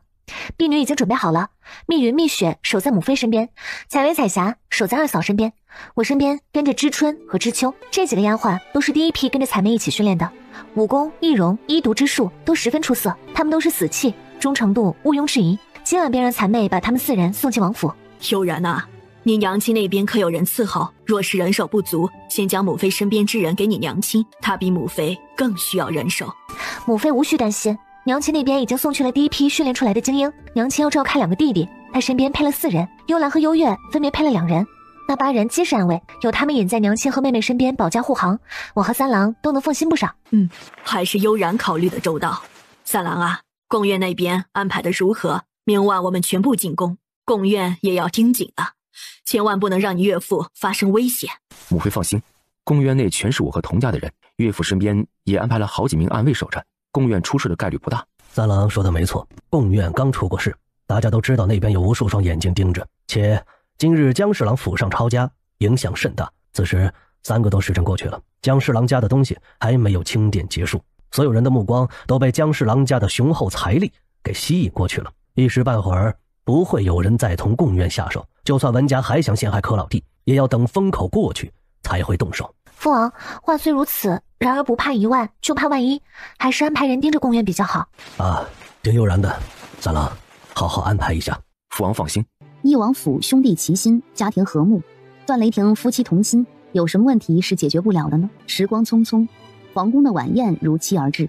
宫宴现场，一排排桌椅按照官位品级分布两边，早已有官员携带家眷，按照各自的位置落了座。听说翼王世子娶的妻子是个乡下土妞，真是委屈世子殿下了。只要想到殿下如此人中龙凤，居然被个泥腿子给玷污，我这心里啊就难受至极。可不，何止是亵渎雷霆哥哥，乡下那种大字不识一个的野丫头，压根没资格进皇家门。待会儿看本县主如何玩得他抬不起头来。哼！忽然，场内安静了下来。一个紫色华服、戴着紫钻耳钉、比女子还要柔美妖娆的男子阔步而入。县主婉婉，刚才入场的是何人？他身上的烟落纱好几万两银子一尺，有钱都买不到，宫里都没有几尺存货，敢明目张胆的穿着烟落纱进宫赴宴，身份和地位肯定不一般吧？此人是独门门主的入门弟子，如今的独门堂主殷九。啊，独门呀，难怪他能穿烟落纱。天下各大势力中，属医毒2门最大，谁都不敢得罪，皇上都要给3分薄面呢。没想到独门堂主如此风华绝代，也不知道他是否娶妻。不曾听说殷堂主扬言要找一个比他美的女子做媳妇，天下哪里还能找到比他美的女子呢？所以殷堂主身边连个女人都没有。是吗？哪怕殷九此时坐没坐相，阮元都觉得他真是太俊朗邪魅，简直就是为他阮元定制的夫婿人选。突然大殿内又是一静，薛泽胜携自己的暗卫款步而入，在小太监的指引下坐在了殷九旁边的位置。此人是医圣唯一的入门弟子，医术了得。听说最近医门开设了很多医学院，培养天下医者，医学院几乎遍布齐楚和楚穆2国了。他和殷九都是惹不起的存在，医毒2门比那些隐世千年的世家大族的实力还要雄厚100倍不止。真奇怪啊，往年大殿里那2个专门为医毒2门留出来的空位从来都是空着的，这次殷堂主和薛堂主为何会亲自赴宴呢？听说医毒2门向来不对付，这次一起出现的大殿是几个意思呀？听说今日神秘部族的族长携夫人前来，一堵两门前来，会不会和上千年不曾出山的神秘部族有关？说的有理。两人不动如山，各自闭目养神，好似周围的一切都与他们没关系般。翼王携王妃和家眷进入了大殿，因这次是给翼王府举办的接风宴，所以段敏浩这个奶娃娃也被一起带了过来。哟，农女就是农女，估计是长得太黑太丑，这才唯貌遮面，不敢见人吧？是啊，这乡下人能漂亮到哪里去？还不是又黑又丑又邋遢。可不，人长得丑还来参加宴席，真是给世子殿下丢脸。哎呦，你们可别说了，泥腿子没受过礼仪教化，哪儿懂什么规矩？万一把人给惹急眼了，在大殿上来一出一哭二闹三上吊，岂不是丢了翼王府的脸面？话语越说越过分，童纯义握着酒杯的手咔咔作响，把那些说话的女子家族给一一记了下来，刚准备给外孙女儿打抱不平一番。爱妃，别理会方才说话那些阿猫阿狗，他们长得太丑，说这些不过是嫉妒你而已。唉，父王赐给我们三郎的世子妃太美，担心她抢了各位贵女们的风头，本妃的儿媳这才带着帷帽赴宴。既然众贵女把好心当成驴肝肺，那就没必要顾及任何人的颜面了。孩子，你的帷帽也戴得够久了，如今三郎完全有能力保护你，以后就不要再戴着了吧，毕竟老是戴着帷帽怪不方便的。儿媳听母妃的。此事何须爱妃动手，本世子亲自来。世子殿下，这个女人怎么配让你亲自伺候？她是不是给你下了什么迷魂药？所有人的眼睛全都粘在柯悠然脸上，拔不下来般，谁也舍不得眨一下眼睛。大殿之中，最为淡定的就只有翼王府众人和薛泽胜了。段雷霆扫视大殿众人，面色沉了沉，借着衣袖的阻挡，从空间内取出一块与柯悠然衣裙配套的天蓝色面纱，细细的给他戴上。皇上驾到！皇后娘娘驾到！吾皇万岁万岁万岁万万岁！皇后千千岁千千岁！众爱卿平身。没想到今日薛堂主、殷堂主、莫家主和白谷主能亲自前来赴宴，真是让朕喜出望外。这么晚了，让诸位久等，朕和皇后自罚一杯，还望诸位海涵。神秘部族族长塔坤携夫人女儿进殿。三郎，你有没有觉得那个神秘部族的夫人有些眼熟？看身材有点像一个人。我对女子没怎么关注，悠然觉得此人像谁啊？我感觉此人的身材像大嫂袁氏，但是大嫂和大哥并无子嗣，而这个女子显然已经生过孩子，所以我也有些不太确定。如果此人真是大嫂，还确实不好处理，也有碍我翼王府的名声。但是我们也不怕事儿，先观察一下，万一是我们猜测错误，岂不是杞人忧天了？三郎旁边之人可是救了你的小农女，朕亲自给三郎册封的世子妃。回皇爷爷，正是。三郎，我皇族贵胄最是知恩图报，你皇爷爷知道这个农女对你有救命之恩，故而将世子妃之位赏赐给她。既然做了世子妃这个位置，就要对得起世子妃的称号，怎能如此没有规矩？母后，悠然自进殿以来谨守规矩，恪守本分，未做过任何逾越之事。儿媳不知母后所说的不懂规矩从何而来，不如请母后提点一二，儿媳回去也好教导世子妃一二。哼，欲加之罪，何患无辞？齐楚国的皇后娘娘，这是看不起你们齐楚的百姓吗？哎呦，皇后吃的米面粮油，油菜果脯，哪一样不是百姓辛劳所得呀？若是天下人知晓皇后娘娘因翼王世子妃出生农户而故意为难于她，会作何感想啊？殷堂主说笑了，本宫并未看不起天下百姓，只是……行了，今晚宫宴是为了给老五一家和神秘部族接风洗尘，你说那些个有的没的是做甚？三郎，快坐下吧，你皇奶奶也是关心则乱，你们做小辈的别和她一般见识。来人，上歌舞！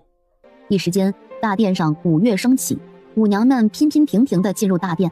一曲终了，袁氏终于坐不住了。皇上，光看舞姬表演也太无聊了，今日各家的贵女都来了，不如让众贵女展示一下才艺，让我神秘部族感受一下天朝上国的魅力，如何呀？这声音是袁氏的声音。好，那就请众贵女们抽签决定上台次序，轮流上台展示一下。皇上、皇后娘娘，臣女不才，准备了一支舞，可否先让臣女展示一番？既然婉婉已经准备好了，那就让婉婉先跳上一曲吧。谢皇后娘娘，谢皇上。护国公这小孙女的舞还不错，没有童子功，怕是练不出来。差强人意，不及你舞子的10之1二。悠然，等咱们孩子出生了，咱们进入繁华小筑，我抚琴，你跳舞如何？这里是宫宴，注意点影响。你这样，别人会以为你是个妻管严的。别人爱怎么想就怎么想，我本来就是个妻管严，只愿意被你管着。讨厌，没个正形。如果让你的那些将士看见，还不笑话死啊！我只在你面前没正形，那些将士佩服你还来不及呢，岂敢嘲笑于我？啊！婉婉，你这腿是不是断了？爷爷该怎么帮你啊？宣太医，快宣太医呀！蔡小姐伤势严重，其他太医怕是没有办法。薛神医就在殿中，何不求一求薛神医？薛神医，能否求您出手相助？今后有用得到我护国公府的地方，您开口便是。护国公，天作孽犹可恕，自作孽不可活。本堂主是来参加宫宴的，不是来给人治病的。蔡小姐晕过去了。几人给蔡婉婉做了简单的处理后，命人准备担架，想将蔡婉婉抬下去。正当众人准备离去之际，护国公想救你的孙女儿，何不求一求义王府的世子妃呢？她可是薛神医的小师妹，医圣的关门弟子，医门未来的继承人呢。啥？什么？满场哗然。怎么，大家都不相信我说的话吗？哼，你们也不想想，薛神医那般如谪仙的人物，为何会参加这次的宫宴？还不是因为他的小师妹在这里啊！人家是来给师妹撑腰，担心小师妹被人欺负，保驾护航的。师兄，既然族长夫人的话都说到这个份上了，那就给蔡小姐治一治腿吧。不过我医门的药物不能白用，师兄出诊的药费更不能不收，对不对？师妹说的有理，那就听师妹安排。老夫有眼不识泰山，不是您就是少门主。看在护国公府和义王府都是朝廷中流砥柱的份上，还请少门主救一救老夫的孙女，需要多少药费和诊金，老夫都会双手奉上。不，我医门不缺金银。如果护国公真想救你孙女儿，那就答应我们3个条件如何？爹，婉婉发烧了，全身烫得如火炉一般，快想办法呀！求求爹了，救救婉婉呀！少门主，老夫答应，但是这3个条件不能违背道义，不能有损江山社稷。老国公放心，我提出的要求一定是护国公府能做到，且不会违背道义之事。既然老国公答应此事，那就立字为证吧。我想老国公当着群臣的面做出的承诺，定然不会说话不算数的，是不是？何悠然看了看字据内容，满意的吹干墨迹，借着衣袖的遮挡，放进了繁华小筑。这是我医门特制的退烧药，只需1小勺，不出1炷香的时间方可退烧。12个时辰内，此药不能服用超过4次，切记。还请师兄通知善于接骨的姬堂主和治疗内伤的云大夫，带着万年断续膏和相应药材去护国公府小住几日。听师妹的。少门主不是答应老夫帮孙女治腿吗？为何不请薛神医走上一遭啊？本门主确实答应给蔡小姐治腿了，这不是安排人去护国公府了吗？蔡小姐那点小伤，由我医门特制药物和2个大夫出手，养个100来日也就痊愈了，压根不需要师兄动手。再说我们签订协议的时候，也没说一定要师兄给蔡小姐治疗，对不对？哎呦，神哪，拿把刀捅死我吧！我怎么就这么蠢，被一个乳臭未干的小丫头几句话就给诓骗了去？护国公的肠子都悔青了，一甩衣袖，带着家人和蔡婉婉愤愤离去。宫宴因蔡婉婉的受伤戛然而止。义王府内，悠然，关于蔡婉婉的事情，其实你不必如此委曲求全。母妃只认你一个儿媳妇儿，那些个想进世子府大门的莺莺燕燕，三郎不撵出去，母妃也容不下他们。多谢母妃如此支持儿媳，给蔡婉婉治病，儿媳没有觉得委屈。有女子爱慕三郎，说明她足够优秀。我知道三郎心里只有我一人而已。至于其他女子，三郎连看都懒得看一眼。我为何要为那些注定不可能发生的事情和八竿子打不到一撇的人生气？母妃，你说是不是？还是悠然你看得透彻，只是那个蔡婉婉对你的敌意颇深，你帮她治好腿脚，她并不会感激于你。下次见面之时，说不定还会暗害于你。如今你身子重，腹中又是3胞胎，有些事有些人防不胜防，还是要小心为上。谢母妃提醒，我并不需要蔡婉婉的感激，帮她把腿治好能换护国公府的3个条件，其实挺划算的。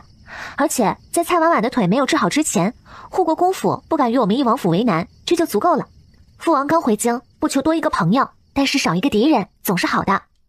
悠然啊，你事事处处都在为王府谋划，母妃应该如何感谢你才好啊？母妃，我们是一家人，翼王府好，我和三郎才能好。什么谢不谢的，以后不许再说如此见外的话了。好，好，好，是母妃说错话了，咱们是一家人，以后母妃都不说谢谢了。母妃，天色已晚，孩儿来带悠然回去。路上照顾好悠然。主子，宫宴上您让小真蛇给姓蔡的下的什么毒啊？怎么，你看上那个断了腿的蔡婉婉吗？老子告诉你，凡是和师妹为敌之人，全是我英九的敌人。如果你小子看上姓蔡的，小心老子不念主仆情义，亲自清理门户。主子误会了，就蔡婉婉那样的，连咱独门的洒扫丫鬟都比不上，属下怎么可能看上她呢？属下这不是想着少门主允诺治好蔡婉婉，换护国公的3个条件吗？如果主子下的毒影响了一门的治疗，那不是让少门主很没面子？属下只是关心少门主，随意问问，真的只是随意问问。老子只是给蔡婉婉清清肠道而已，可惜了，药效还没发作，他就受伤了。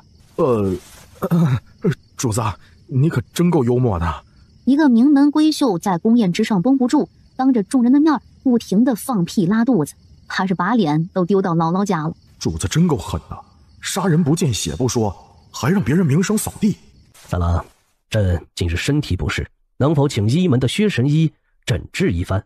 皇爷爷可是全身乏力，特别想睡觉，可是躺在床上闭上眼又无法入眠，每日噩梦不断，胸口偶尔会特别痒，抓挠之后又发现痒在身体内部，简直度日如年。对，皇爷爷这是被奸人算计中毒了。三郎媳妇，不可妄言，朕的饮食有专人伺候，太医院的太医亲自把关，食用前还有人专程试毒。那下毒之人如何净身？如何下毒？没有吗？其实皇爷爷自己身体如何，心里已经有数。您寻薛师兄只不过是一个幌子，您真正要找之人乃是独门的阴九。宫宴时，皇爷爷发现他与孙媳熟识，今日前来便是来试探孙媳来了。既然孙媳已发现端倪，朕也不再藏着掖着。不知那殷九殷堂主与孙媳之间是什么关系？为何看上去他对你十分维护？呵呵哒，这说话的语气，问出的话语，还真是一言难尽，满满的挑拨离间。作为爷爷，挑拨自己孙媳和孙子之间的感情，这样好吗？孙媳和殷九之间确实有些交情，请他替皇爷爷解毒也不是不可以。只是殷九性格跳脱，孙媳没办法让其守口如瓶。您看要不要换一个人看诊？还有何人解毒能力能比得过殷堂主的？朕倒有兴趣会一会此人。皇爷爷可知是谁下的毒？所下的是何毒？难道我得到的消息是真的？这个孙媳不仅是一门少门主，与独门也有一定的关系。如若是这样，储位的人选需要再次变一变了。皇爷爷考虑清楚了吗？如果不解毒，您撑不过3个月。朕真的老了，很多事已然不从心。三郎，朕不得不承认，你父王在允州所做的一切确实利国利民，朕不如他呀。不，父皇。房门应声而开。允州能有今日的成就，全是悠然的功劳。这么多年来，儿臣最感激父皇的，就是将悠然许配给了三郎，让我们翼王府能在他的带领之下蒸蒸日上。夫君说的没错，如今允州人人能住上青砖大瓦房，户户有余粮，这全是悠然的点子好。他常说，经济基础决定上层建筑，只有百姓富足，人民安居乐业，国家才能发展得更加美好。是啊，没错。父王，咱们齐楚国和楚穆国本是一体，却因百姓吃不饱穿不暖，引起动乱，从而让奸人有了可乘之机，将好好的一个国家一分为二。难道父皇不想收复失地，让江山统一吗？是父皇着相了。你们兄弟之间、大臣党派之间的内斗，让父皇统治的江山千疮百孔。很多事情，父皇还没一个小女娃看得透彻明白。老皇帝闭上眼睛，靠近了椅子里，像极了一个无依无靠、风烛残年的老人。翼王的眼眶微微泛红，不管老皇帝做过什么，他始终是翼王的父亲。半个时辰后，从袖口取出了厚厚的一沓纸，递给了翼王。好家伙，允州近2年发生的事情悉数记录在密函之中，无论他们如何严防死守，耳目还是遍布天下。孙喜，既是独尊的关门弟子，不如依你方才所言，请独尊替朕把体内中的毒素给解了，如何？孙喜本以为自己是医圣的关门弟子，继承了一门的上门主之位，可以迷惑世人，能将独尊关门弟子之事隐瞒住。今日黄爷爷给孙喜上了难忘的一课，深刻的体会到了什么叫若小人不知，除非己莫为。这个道理朕也是半截身子快入土才明白。伸手搭上了他的脉搏，不过几个呼吸，柯悠然松开老皇帝。黄爷爷，每日早晨起来将此药空腹服用1个月，每次只需服用1粒，1个月后您身体里的毒素便能全部解除。记住，这个黄爷爷一定要亲自保管，不能假手任何人。你学医毒之术多久了？黄爷爷尽管放心，悠然的医毒之术如今已经远远的超过了薛泽胜和英九，隐隐还有赶超医毒2圣的势头。黄爷爷身上的毒并不是什么大事儿，严重的是您的身体，各个器官都在衰竭，就算1个月后将您身上的毒素清除干净，身体也支撑不住多长时间。悠然，父皇的身体还能支撑多久？能不能动用一下医门的特效药？有些事情非人力所能为，恕悠然无能为力。一时之间，屋内又陷入了沉默。除了柯悠然，谁也没发现段雷霆以闪电般的速度开门出去了。柯悠然知道，他这是找一个不被人发现的地方，将医毒2圣从空间内放出来。果然，不出半刻，丫头，你哪儿不舒服啊？医圣嗖一下窜到柯悠然身边。哦，身体很健康，孩子也没事，哎，都挺好的呀。你懂什么？万一是中毒呢？没事啊，身体确实挺好的。小子，你知不知道老夫找到一株稀有的铁皮石斛，正在培育。丫头没事，你找老夫来做什么呢？啊！臭小子，老头我的毒药刚配置了一半，却被你打断了，你说怎么办？哎，得了。哎呀，既然丫头没事，那老夫先回去了啊，还有好多事没做呢。嗨，真是瞎折腾。老夫的毒药还没配好，你小子下次再敢玩这种狼来了的游戏，拿我们家丫头开玩笑，看老夫怎么收拾你。二位师傅，是悠然有事儿，寻你们帮忙。丫头，找为师何事啊？若有解决不了的，告诉师傅，师傅替你出头。想二位师傅替黄爷爷诊治一番。丫头，取一瓶9针百毒丸，给这老头服用1个月，毒素自然便清除了。如此简单的解毒方法，1年前的你就能运用自如，还叫为师来做甚？浪费为师时间。徒弟我已经将9针百毒丸交给黄爷爷了，只是黄爷爷乃95之尊，关系重大，确认一下总不会有错。老夫毕生绝学悉数传给了悠然，你居然不信他？啊，师父息怒，别激动。丫头，这老头全身的器官都在衰竭，就算解毒，不出半年也会一命呜呼。你叫为师给一个将死之人看诊，不是浪费为师的时间吗？哼哼，老皇帝好样的，但至于我们家悠然，那就别怪我不替他调理身体。哼！帝王接旨，奉天承运，皇帝诏曰：自古帝王祭天立己，必建立原处。朕之第5子翼王，忠勇果敢，爱戴百姓。即日起册封为太子，行走御书房，代朕处理全国之事务。其非奉事，得荣谦恭，是为天下女子之楷模。即日起册封为太子妃，钦此。静，深夜般的寂静。谢父皇隆恩，父皇万岁万岁万万岁！皇后请功。混蛋，好你个段老五，还真是本太子的好弟弟，悄无声息地创下一个繁华允州，抢夺本太子的位置，真让本太子长见识了。早就告诉过你，会咬人的狗不叫，会叫的狗不咬人，你偏不信，眼光全都盯在京城几个不成器的王爷身上。你们斗了几年，结果呢？让那个快丢了性命的翼王给抢了先机，淑妃人都死了，还让他儿子骑到我们母子头上。本宫怎么就生了你这么个废物？你说本宫是个废物，那你呢？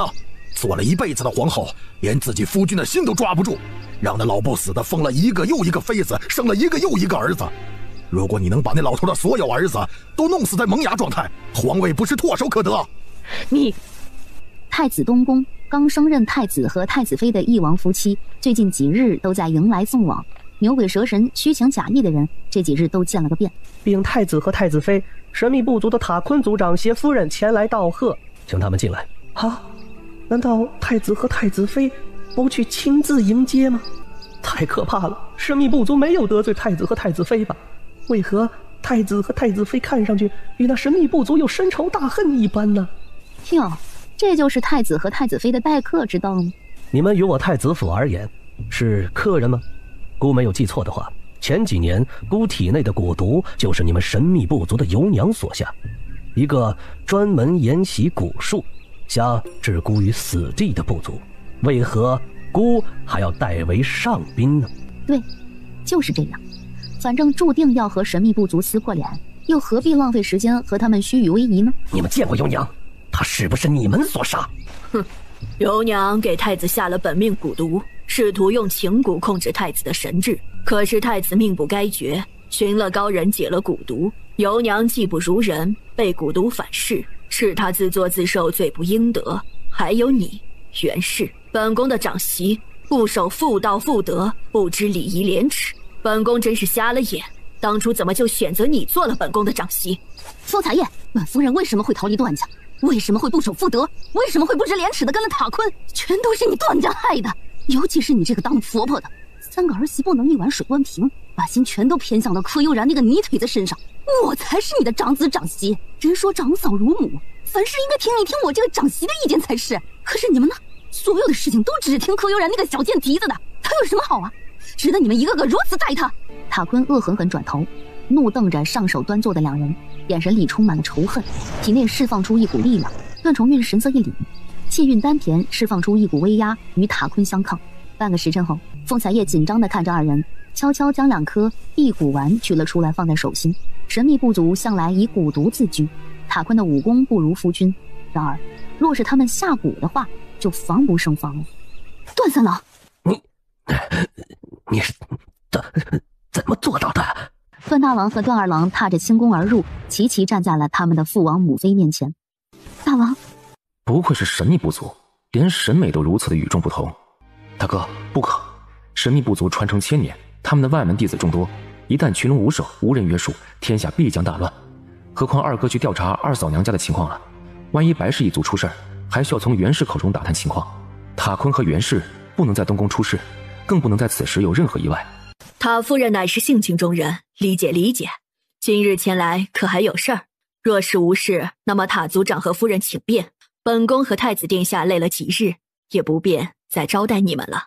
思及此，袁氏拉了拉塔坤的衣袖，说了几句场面话，然后带着塔坤翩然而去。唉，袁氏为何会变成今天这样？一家人团团结结，一致对外，不好吗？人各有志，我们强求不了。父王母妃，儿臣和三弟此行是为了京中关于父王的流言而来。说着，段大郎条理清晰地将他们商量之事说了一遍。父王同意此事，不过需要禀报给你们的皇爷爷知晓。京城科府，中了，老爷和诸位举人老爷全中了，中了！立下传令下去，今日府上所有下人赏银3两，多添几个肉菜，大家同乐。是夫人。榜单排名如何？这次殿试取前面多少名？回老爷，这次取榜单前36名进殿试，老爷排名第1，李举人排名第6，汪举人排名第8。住在咱们家的所有举人都考上了，而那日堵着老爷耀武扬威逞威风的几个举人中，只有樊举人排在了第36名，勉强靠在了殿试的最后1名，得到了机会。三宝，你很得意？老爷难道不高兴吗？三宝，你是我科府的管家，首先要学会的就是喜怒不形于色。京城这个地界鱼龙混杂，有权有势之人更是不乏其数，任何一点不注意都会让科府陷入万劫不复。所以强者再强也会失手，弱者再弱也有成功。风水轮流转，莫欺少年穷啊！本夫人和老爷就是从那穷山沟里面走出来的，每个人的际遇不同，说不定樊度当举人以后会有更好的造化呢。多谢老爷和夫人教诲，奴才明白了。弟妹高见，给我等学子好好的上了一课。老人常说天狂有雨，人狂有祸，30年河东，30年河西。今日看来是我们得了殿试的名额，高出杜凡等举人一步。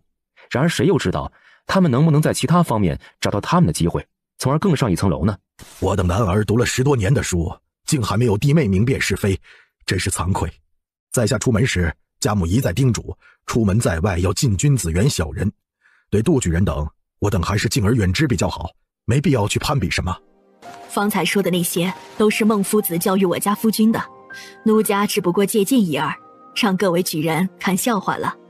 今日大喜，诸位聊，奴家不打扰诸位雅兴，下去安排一桌简单庆祝一下。等3日后的殿试结束，再办一场大型宴会，好好庆祝一番。童府好，好一个柯震东啊！不愧是我们童家的孙女婿，基础知识十分扎实，语言简练精辟，简直就是大家之作，状元之才呀！爹说的没错，之前儿子还在想，如果柯震东考不上进士，儿子是不是舍老脸去皇上面前替他美言几句，在京中给他谋取一个职位，让其带着家眷留在京城，有义王府和我们童家护着，真儿和他能慢慢在京中站稳脚跟，再一步步爬。没想到柯震东能一语道破当今局势，同时罗列出无数符合实际情况的解决之道，却乃人才也。如果皇上能够励精图治，汲取考卷中的3成内容，那么齐楚天下一定会迎来翻天覆地的变化。等时机成熟，收复楚墓也未不可。爹，小心隔墙有耳，有些话不该我们这些做臣子的说。真是老夫快人快语了，这一点郑东就做得非常好，既避开了不能提及之事，又将观点叙述清楚啊，同时又不着痕迹地拍了皇上的马屁。哎呀，还真是一举多得了呀！老夫做了这么多年的丞相，还是第一次见到这么有意思的试卷，太难得了。说明真儿这个夫婿不错，虽说他以前是个傻子，浑浑噩噩的过了几十年，但是他能被医生治好，2年内能才学过人，也是一种造化了。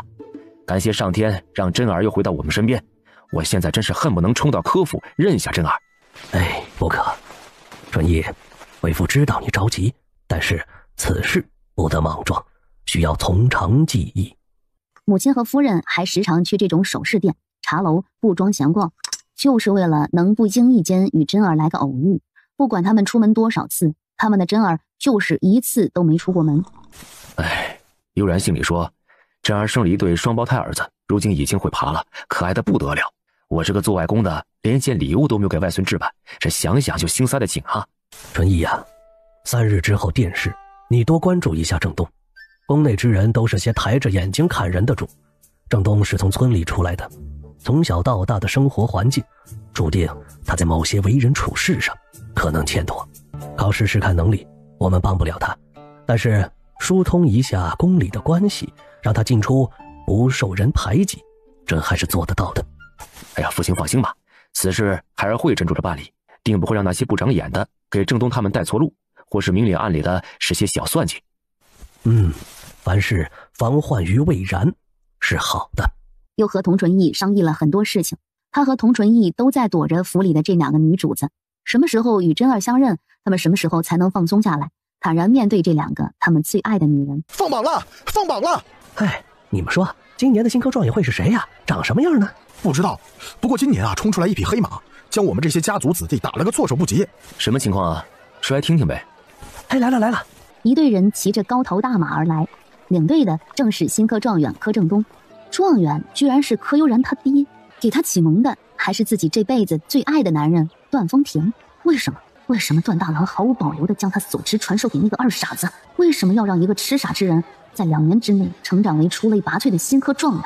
段大郎，难道就是因为你喜欢柯悠然吗？好讽刺，当大哥爱上自己的弟妹，倾其所有，付出一切，你喜欢的女人却躺在别的男人怀里，巧笑嫣然。段大郎的段大郎，说你傻呢，还是说你傻？我没有得到你的爱，你一样也得不到你的所爱，真是因果循环，报应不爽。段大郎，我祝你永远得不到你爱的人，永远孤独终老。哇，这届的新科状元高大健硕，没有那种文弱书生的手不能提肩不能扛的样子，反倒像是个英武不凡的将军，简直是气质斐然呐！何止啊，你们看他身上散发的那种正义之气没？画舫上的姑娘小姐啊，眼睛都看直了。不知此人成亲没有？我家妹妹最是喜欢这样的男人，我回家就给母亲说一说，这差人呢去打探一番。好主意，这般才貌双全的后起之秀，值得我们世家大族拉拢一把呀。三郎，我以为以爹的容貌可能会被定位探花。现如今状元把探花郎的容貌给比下去了，这可怎么说的？谁让爹才华斐然？殿试当天公开试卷，所有人一致选定他的考卷为殿试第1名。你是不知道，当时就连世家子弟看完爹的考卷内容，都佩服得五体投地，全场竟然没有一个反对的声音。我自出生以来，少数也经历过3、4场殿试，从未见过此等震撼人心的场景。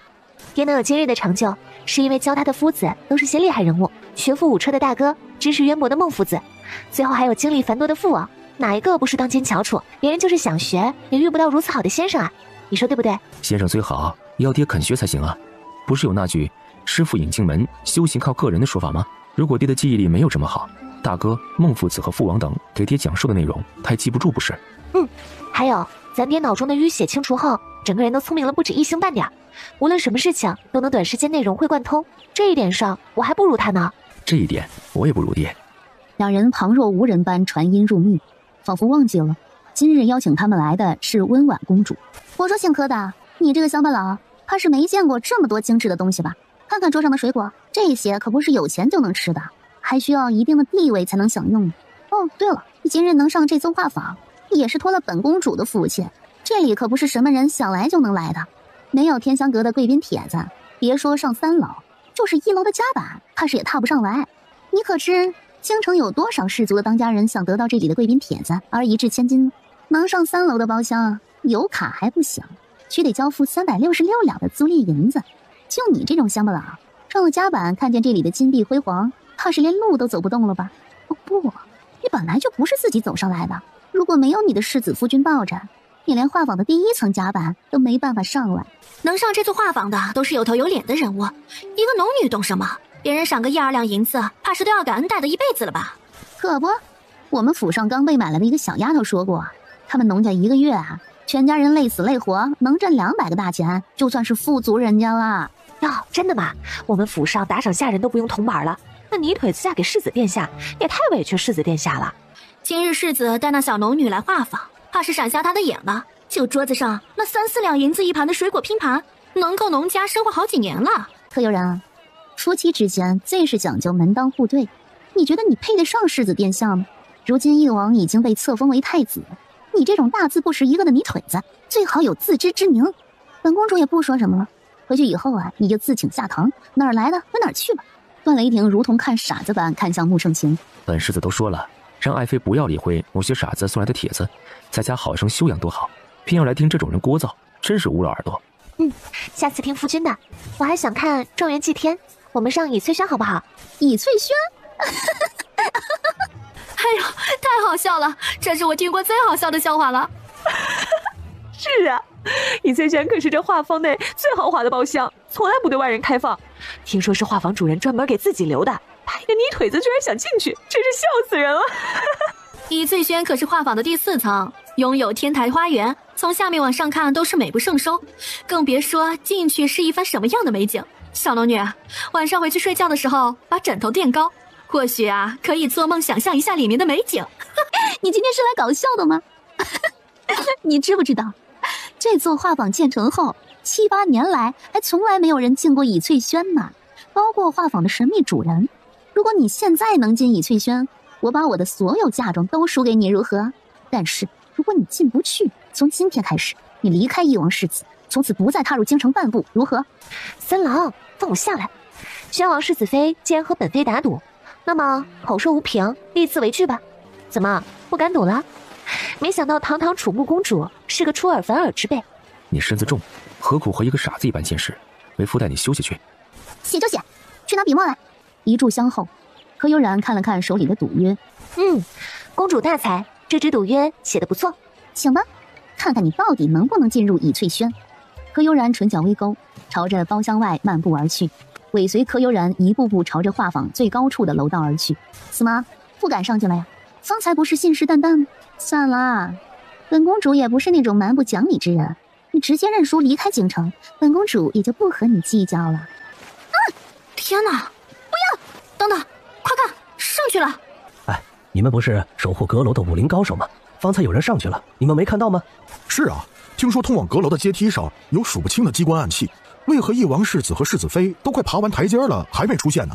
就是啊，天香阁一直以第4层倚翠轩的神秘而出名，如今看来也没什么，搞了半天都是骗人的呀。刚才上去的是我天香阁的主人，谁敢再放肆，按规矩取消其贵宾御帖的资格，永不得上天香阁3楼半步。不可能！柯悠然那个小贱蹄子就是一个实打实的泥腿子，怎么可能是天香阁的主人？哼，敢骂一门的少门主！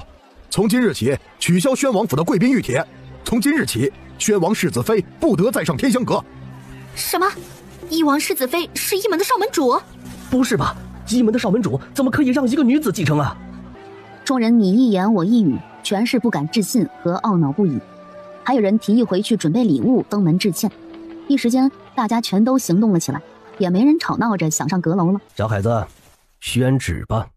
所有人的想法是一样的，都以为昨日刺杀新科状元之事已经明了，皇上要直接宣布处罚结果了。五运更始，3政迭代，道昭于优代，勋格于黄琼，天之历数。朕虽雍茂，暗于古稀，永积重替，为日已久。禹闻皇天之命不于常，为归于德，故尧受舜，舜受禹，实其义也。今重唐于旧典，禅位于太子，庸不告遐而焉。齐楚开国以来，历经了37代君王，从未有一个皇帝做过禅位之事。你不是皇上，究竟是谁？我皇爷爷绝对不会提出禅让。皇爷爷是不是被武皇叔给调包了？大胆！父皇，儿臣教子无方，酿下今日大错，念在正廷年少关心父皇的份上，从轻发落正廷，儿臣愿代正廷受过，另发，还望父皇海涵。父王，行了，老二啊，看在你父子也是关心则乱，诚心悔过的份上，今日之事便罢了，下次切不可再犯，否则绝不姑息。谢父皇，谢皇爷爷不罚之恩。行了，正廷，扶着你父王去太医院包扎一二，恢复休养去吧。谢父皇。谢皇爷爷。朕年事已高，在国家大事上难免力不从心，国不可一日无主。重运是朕的第5个儿子，宽厚仁德，重病期间还能将允州治理得井井有条，有帝王之姿。今日朕便将皇位禅让给他，着青天剑测算黄道吉日，行登基大典。众爱卿可有异议？异议？谁敢呢？翼王回京短短1月，先是太子被废，又是姜家灭族，而后灵王贬黜西北苦寒之地。此时最高兴的当属佟淳义了。太上皇英明！太上皇万岁万岁万万岁！皇上万岁万岁万万岁！太上皇英明！太上皇万岁万岁万万岁！皇上万岁万岁万万岁！段崇运也是云里雾里，才被册封为太子不到20天，这就成为皇上了。他怎么感觉如此不真实呢？自己成为齐楚历史上在太子位最短的皇子了。你先回房进空间去，为夫去看看芙蓉院是什么情况。我和你一起去。二嫂带着敏浩来了，2个师傅在芙蓉院给他们解毒，你过去面对二嫂不太方便，有些事还是要避嫌的。敏浩怎么了？中了蛊毒。便将敏浩的情况和白氏的情况大致的说了一下。你的丫鬟红珠连续7、8日在我的饭食和茶点中下了落胎药，最近一直忙，没有告诉你这些。今日二嫂和敏浩在这儿，需要多提防一下红珠。这种丫鬟你为什么不打杀了，留着做甚？那还不是看在你奶娘的面子上，想等你忙完，看你的决定再做定夺。记住，在这个世子府中，你是最重要的。奶娘不过是母后买来的下人，小时候照顾过我一段时间，我就没吃过那女人一口奶。母后将她买回来之时，他们家人都快饿死了，是母后救了他们全家的命。不懂得感恩也就罢了，还学会了算计。一个下人敢谋害你，谋害我世子府的子嗣，诛他9族也不为过。那我也不管，那是你的人，你自己处置。我是一个孕妇，哪里有精力处理这些？哼，现在知道你是孕妇了。刚才挺个大肚子，出现于幻阵之中，孤身面对3万大军，1000多古尸，以及袁氏那个疯子之时，你怎么不说你是个孕妇啊？那不是因为袁氏心细，我担心幻阵顶不住，让他看出破绽吗？眼看父王的登基大典就要开始了，如果让袁氏突破幻阵跑出去，咱们辛辛苦苦设计这么多，瞒着所有人请君入瓮，不是浪费了？袁氏的目标在我，只有我出现了，他才会坚定不移地守在幻阵内，给父王母妃以及大哥争取更多的时间。仙郎，你看，幻阵的事情不是圆满解决了吗？我们拖延了好几个时辰，正好让父皇母妃的登基大典圆满完成，大哥册封太子的进程也没耽搁，不是皆大欢喜吗？柯悠然知道段雷霆还在生气。哼，小药，当真奶着小傲娇，没办法了，是吗？搂住段雷霆的脖子，在他的下巴上吧唧就是一口。段雷霆只感觉一股电流从下巴处流遍全身，瞬间热得如同掉进蒸笼了一般。自从得知她怀孕后，自己多久没有开荤了？这种时候居然敢这样撩拨自己。丫头，知不知道你这是在引火烧身，小心玩火自焚。总算消停一会儿了，不然他还真就招架不住媳妇儿的美人计了。芙蓉院内，参见世子，参见世子妃。殿下，世子殿下，救命啊！咱们世子府竟来了2个怪老头，正在对二皇子妃。话还没说完，段雷霆抬起一脚，猛地踹向红珠。他的世子殿下怎么能这样对他呢？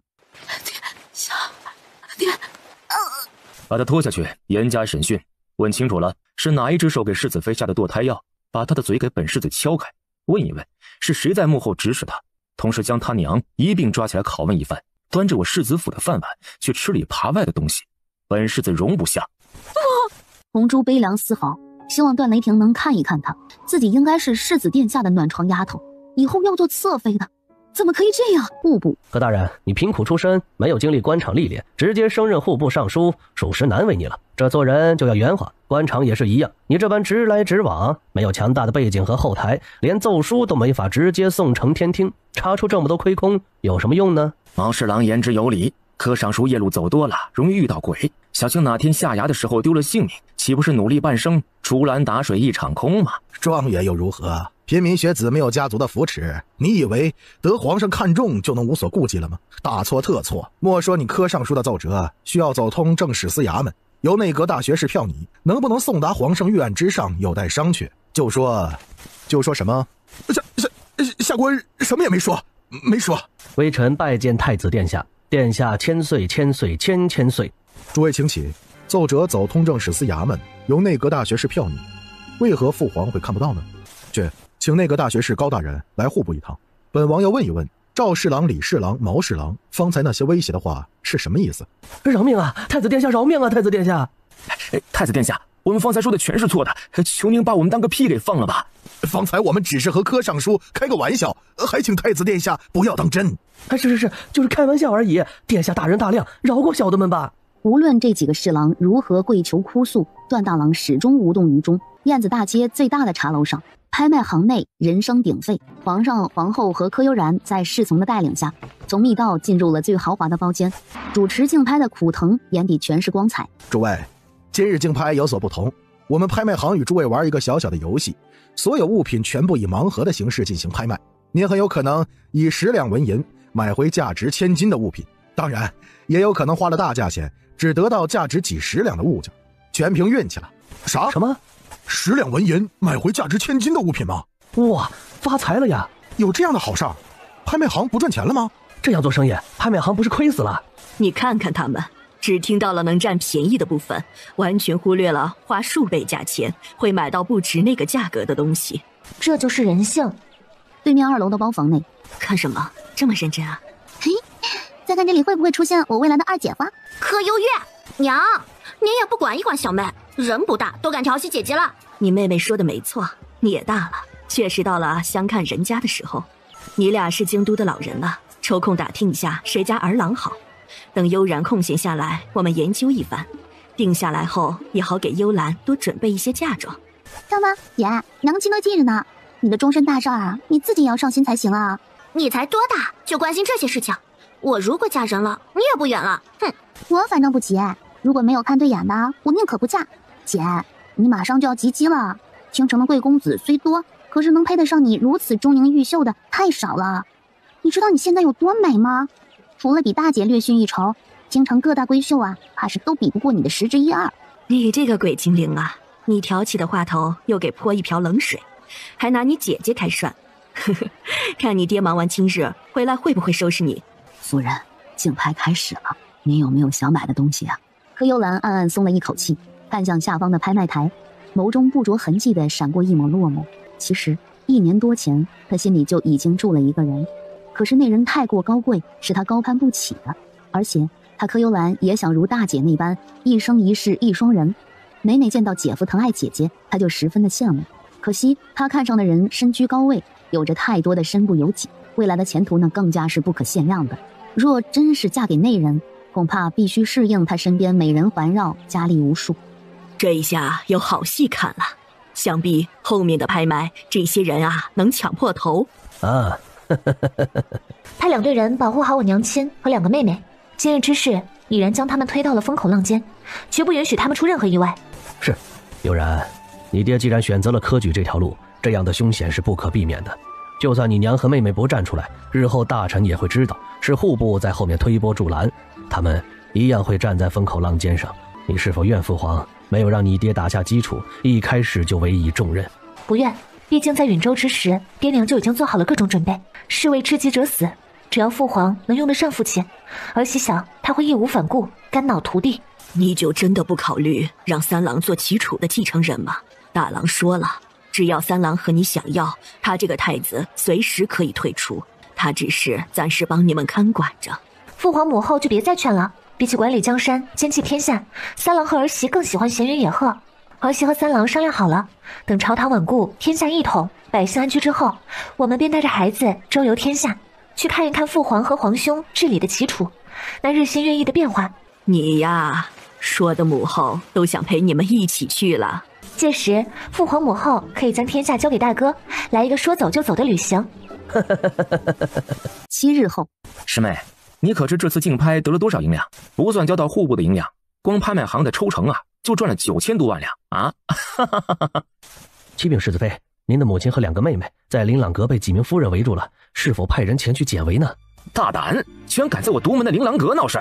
师兄，我娘亲和2个妹妹身边隐藏了数百名名卫，2个弟弟还有专门的暗卫保护，又是在琳琅阁，我独门的地盘不会有危险的。今日之事早晚都会发生，他们需要学会面对，学会处理与各府夫人和贵女之间的关系，同时更要学会利用他们的身份，不能在我们这么多人的保护下还被人欺负。师妹，你说怪不怪？袁氏居然在独门的眼皮子底下消失了。按理说他饲养蛊毒受了重伤，非常需要各种毒药和毒虫休养生息，我切断了所有毒药来源，却追查不到他的任何下落，也没有听说他找过神秘部族之人。你觉得他会去哪儿啊？师兄出门小心一些，不要被人暗算便好。至于袁氏，他准备好了，该出来的时候会出来的。一个人若是真想躲着你，掘地3尺都不一定能找得到他。不，师兄我就不信这个邪，我现在就去掘地3尺，把人给整出来。说着，也不等柯悠然说什么，花厅内已然没了殷九的身影。我们去琳琅阁。你知道我是谁吗？我可是刚上任的礼部右侍郎的夫人。你们这些连首饰都买不起的穷酸，有什么资格在包房里休息？还不快点将包房腾出来！我们几个夫人还等着给女儿们选首饰呢。我说你们俩没听到我娘亲说的话吗？快起开！我们和侍郎夫人要在这里选首饰，耽误了后日2皇子和3皇子的封王大典，你们吃罪得起吗？哼，他们这种乡巴佬懂什么呀？封王大典以后就是封妃大典，这次是2个皇子和2个皇子妃一起册封，场面之恢宏盛大，哪里是他们这种平民百姓能知晓的？琳琅阁就是这样待客的吗？什么阿猫阿狗都能放进来吗？夫人和小姐们息怒，方才小的被雕刻玉石的师傅唤去了，说了几个小问题，不想下面的人做事不仔细，怠慢夫人，还请夫人勿怪。为了给您赔罪，今日不管夫人看上哪一款首饰，一律给您算5折优惠。把他们撵出去，从今往后琳琅阁不允许接待这几人，顺便将你们最近上的所有新品拿进来，全都要能参加后日宴会用的规格。他的女儿是翼王世子妃，夫君是当朝户部尚书，手帕交是高高在上的皇后，谁能有他同事的后台硬气？请各位夫人小姐另寻其他首饰阁，本店今日只招待1位贵客。等等，你们知道本夫人是谁吗？她算个什么东西啊？也值得你们如此拉拢？信不信本夫人告诉我家老爷，让你们这个小小的琳琅阁开不下去？夫人，您这是刚到京城吗？是又如何？我家老爷乃是新皇刚提拔上来的右侍郎大人，谁敢不给我们老爷几分薄面？你们家老爷的面子值几个钱呢？哟，什么风把您老给吹出来了？你们琳琅阁是怎么做生意的？一个4品官的家眷，居然敢在3品大员的家眷面前耀武扬威！哼！于敏在柳氏的搀扶下进了房间，看到同事的那一刻，于敏和柳氏都红了眼眶，却强压着不让眼泪流出来。他们等这一刻等太久了，终于见到他们最爱的宝贝，见到了他们可怜的小小年纪遭遇不测落水的孩子。同事站了起来，看着进门的于敏和柳氏，不知为何感觉特别亲切，好想上前抱住他们痛哭一场，就像是见到了久违的亲人那般。您二位是谁？为何如此没有礼貌？我姨母可是侍郎夫人，你们凭什么让人撵我们出去？于敏怒了，他好不容易熬到一王一脉，肃清朝野，坐稳江山，才有机会来见孙女儿一面，就有这么多不开眼的打断他们祖孙相认。我乃一品大员同丞相的夫人，太上皇亲封的一品诰命，你算什么呀？敢当着本夫人的面吆五喝六？本夫人从不过问夫君朝中大事，但是今日回府就要好好问一问礼部新上任的礼部右侍郎品行如何，修身齐家治国平天下，连齐家都做不到，如何能胜任右部侍郎一职的？侄女年幼莽撞，惊扰了夫人，还请夫人见谅。不知夫人的夫君是何人呢？奴家回去备上礼物，登门赔礼道歉，还请夫人不要与孩子一般计较。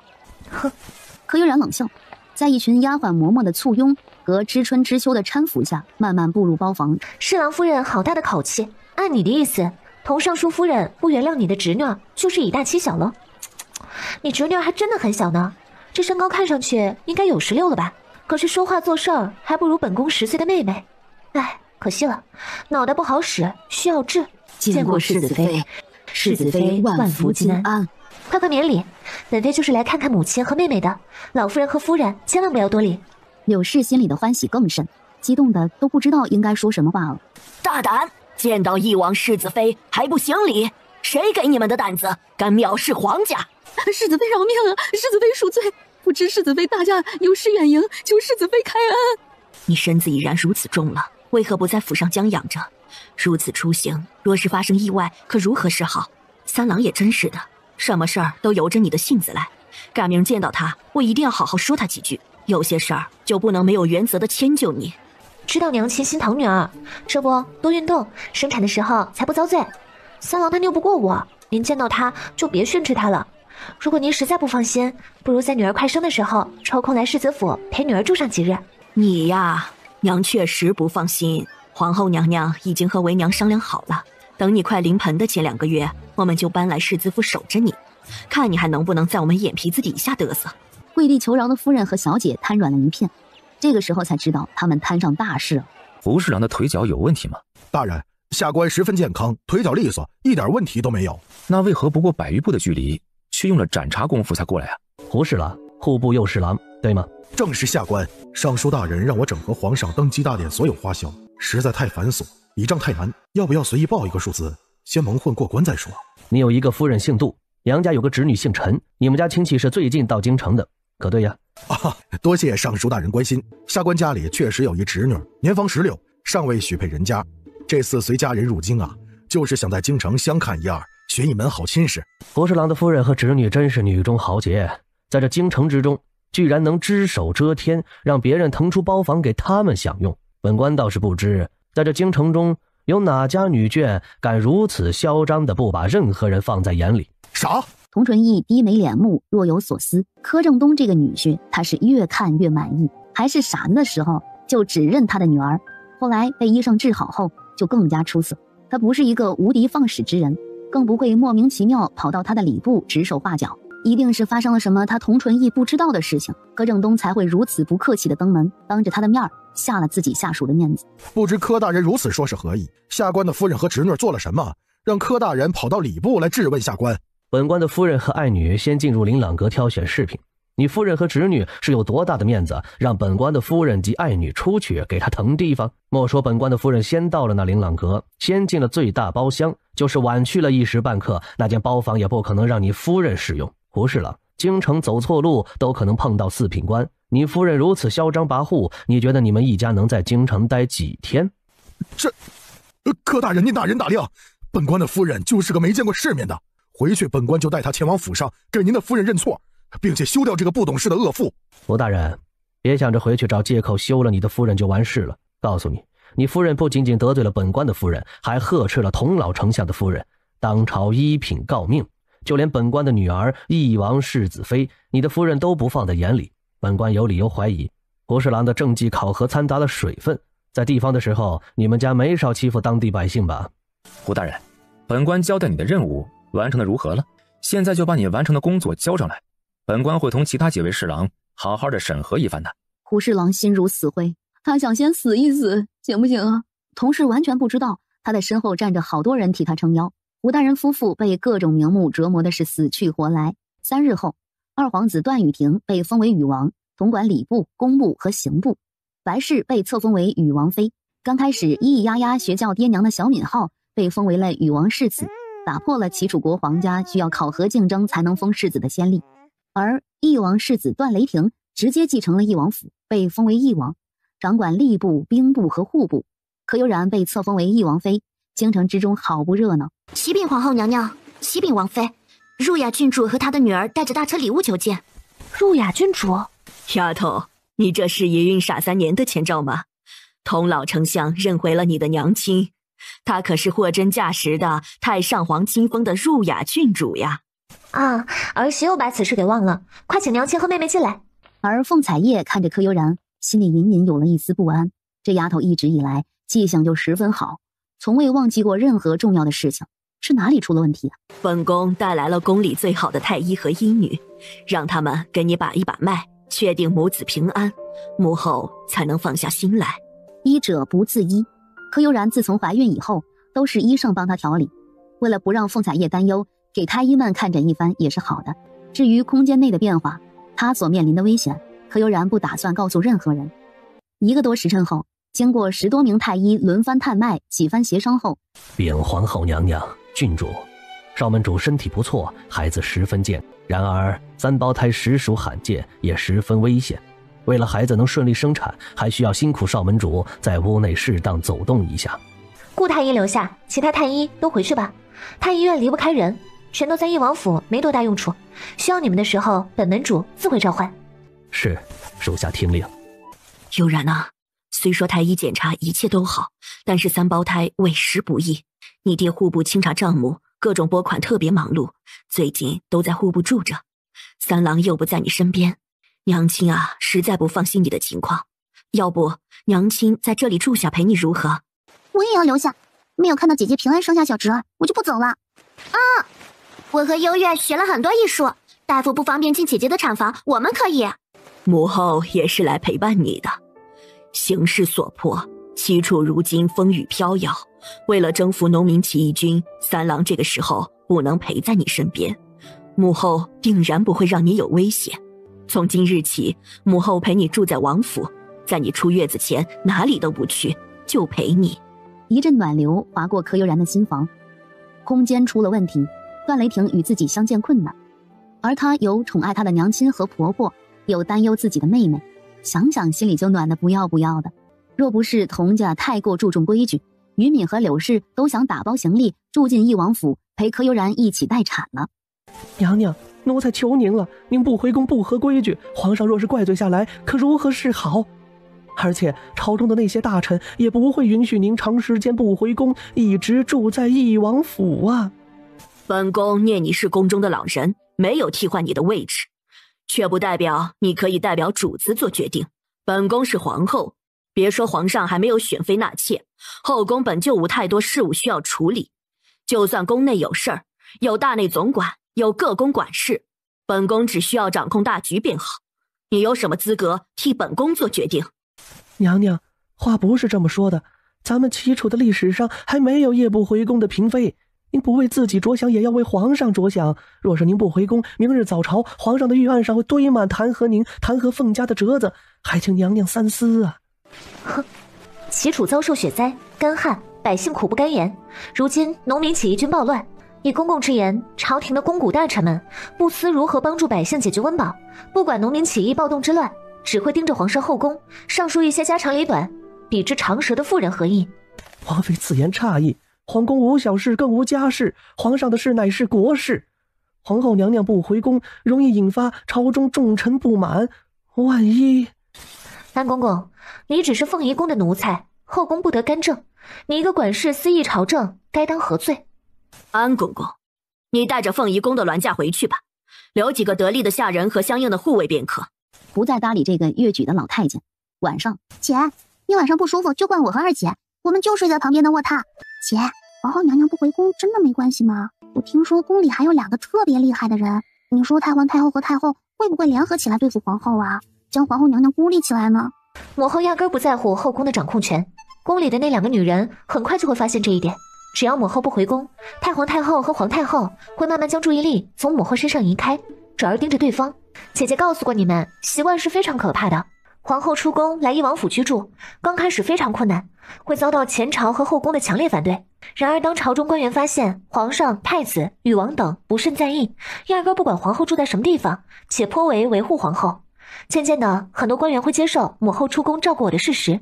同样，太皇太后和皇后也会发现，没有皇后的后宫，他们如鱼得水，没有人和他们分割权力，会习惯皇后在宫外的日子。然后从太皇太后和皇太后联手对付皇后，发展成为太皇太后与皇太后相斗，母后置身事外，坐收渔利，何乐而不为呢？姐，你和皇后娘娘又给我好好的上了一课。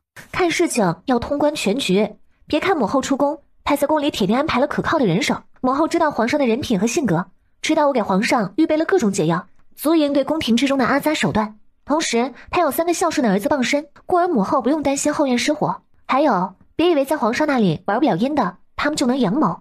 这个我知道，如果皇上决定选秀，就必须经过皇后娘娘，主导权还是在皇后娘娘这里，她并不会很被动。姐，我说的对不对啊？对，也不对。我方才说的哪儿不对了？皇上不会同意选秀，一王一脉的男儿骨子里有一种傲气，同时也十分专一。他们不会听任何人摆布，不会受朝中大臣控制，更不会背叛自己的夫人。皇上如此，大哥如此，二哥如此，三郎亦如此，所以他们此生都只会有一个妻子。这不合规矩吧？柯幽兰微微低头，掩藏住泛红的小脸，强压着砰砰的心跳，却竖起耳朵听着柯悠然的分析，不放过任何一个细节。规矩是人定的，如果皇上足够强大，段家3兄弟在短时间内掌控全国，同时一独2门都支持皇上与皇后，那么京城的那些官员和世家也不能强逼着皇上纳妃。还有，就算皇上纳了妃不入后宫，官员还能牛不喝水强按头吗？照样拿皇上没有办法不是？知道了。柯幽兰的小脸更红了，心脏扑通扑通的都快要跳出嗓子眼了。天晚了，不要打扰姐姐和肚子里的小侄休息，该睡觉了。夜出奇的安静，万家灯火渐渐熄灭，京城似乎被笼罩在一只魔掌之下，让人感觉十分的不安。柯悠然坐起身，倚靠在软枕上，透过纱帘看向睡在软榻上的2个妹妹，抚着不安的心口，难以入睡。在这寂静的夜晚，能清晰地感觉到鬼冢的气息吗？那日鬼冢不是砸进深坑变成肉泥了吗？难道是他和段雷霆弄错了？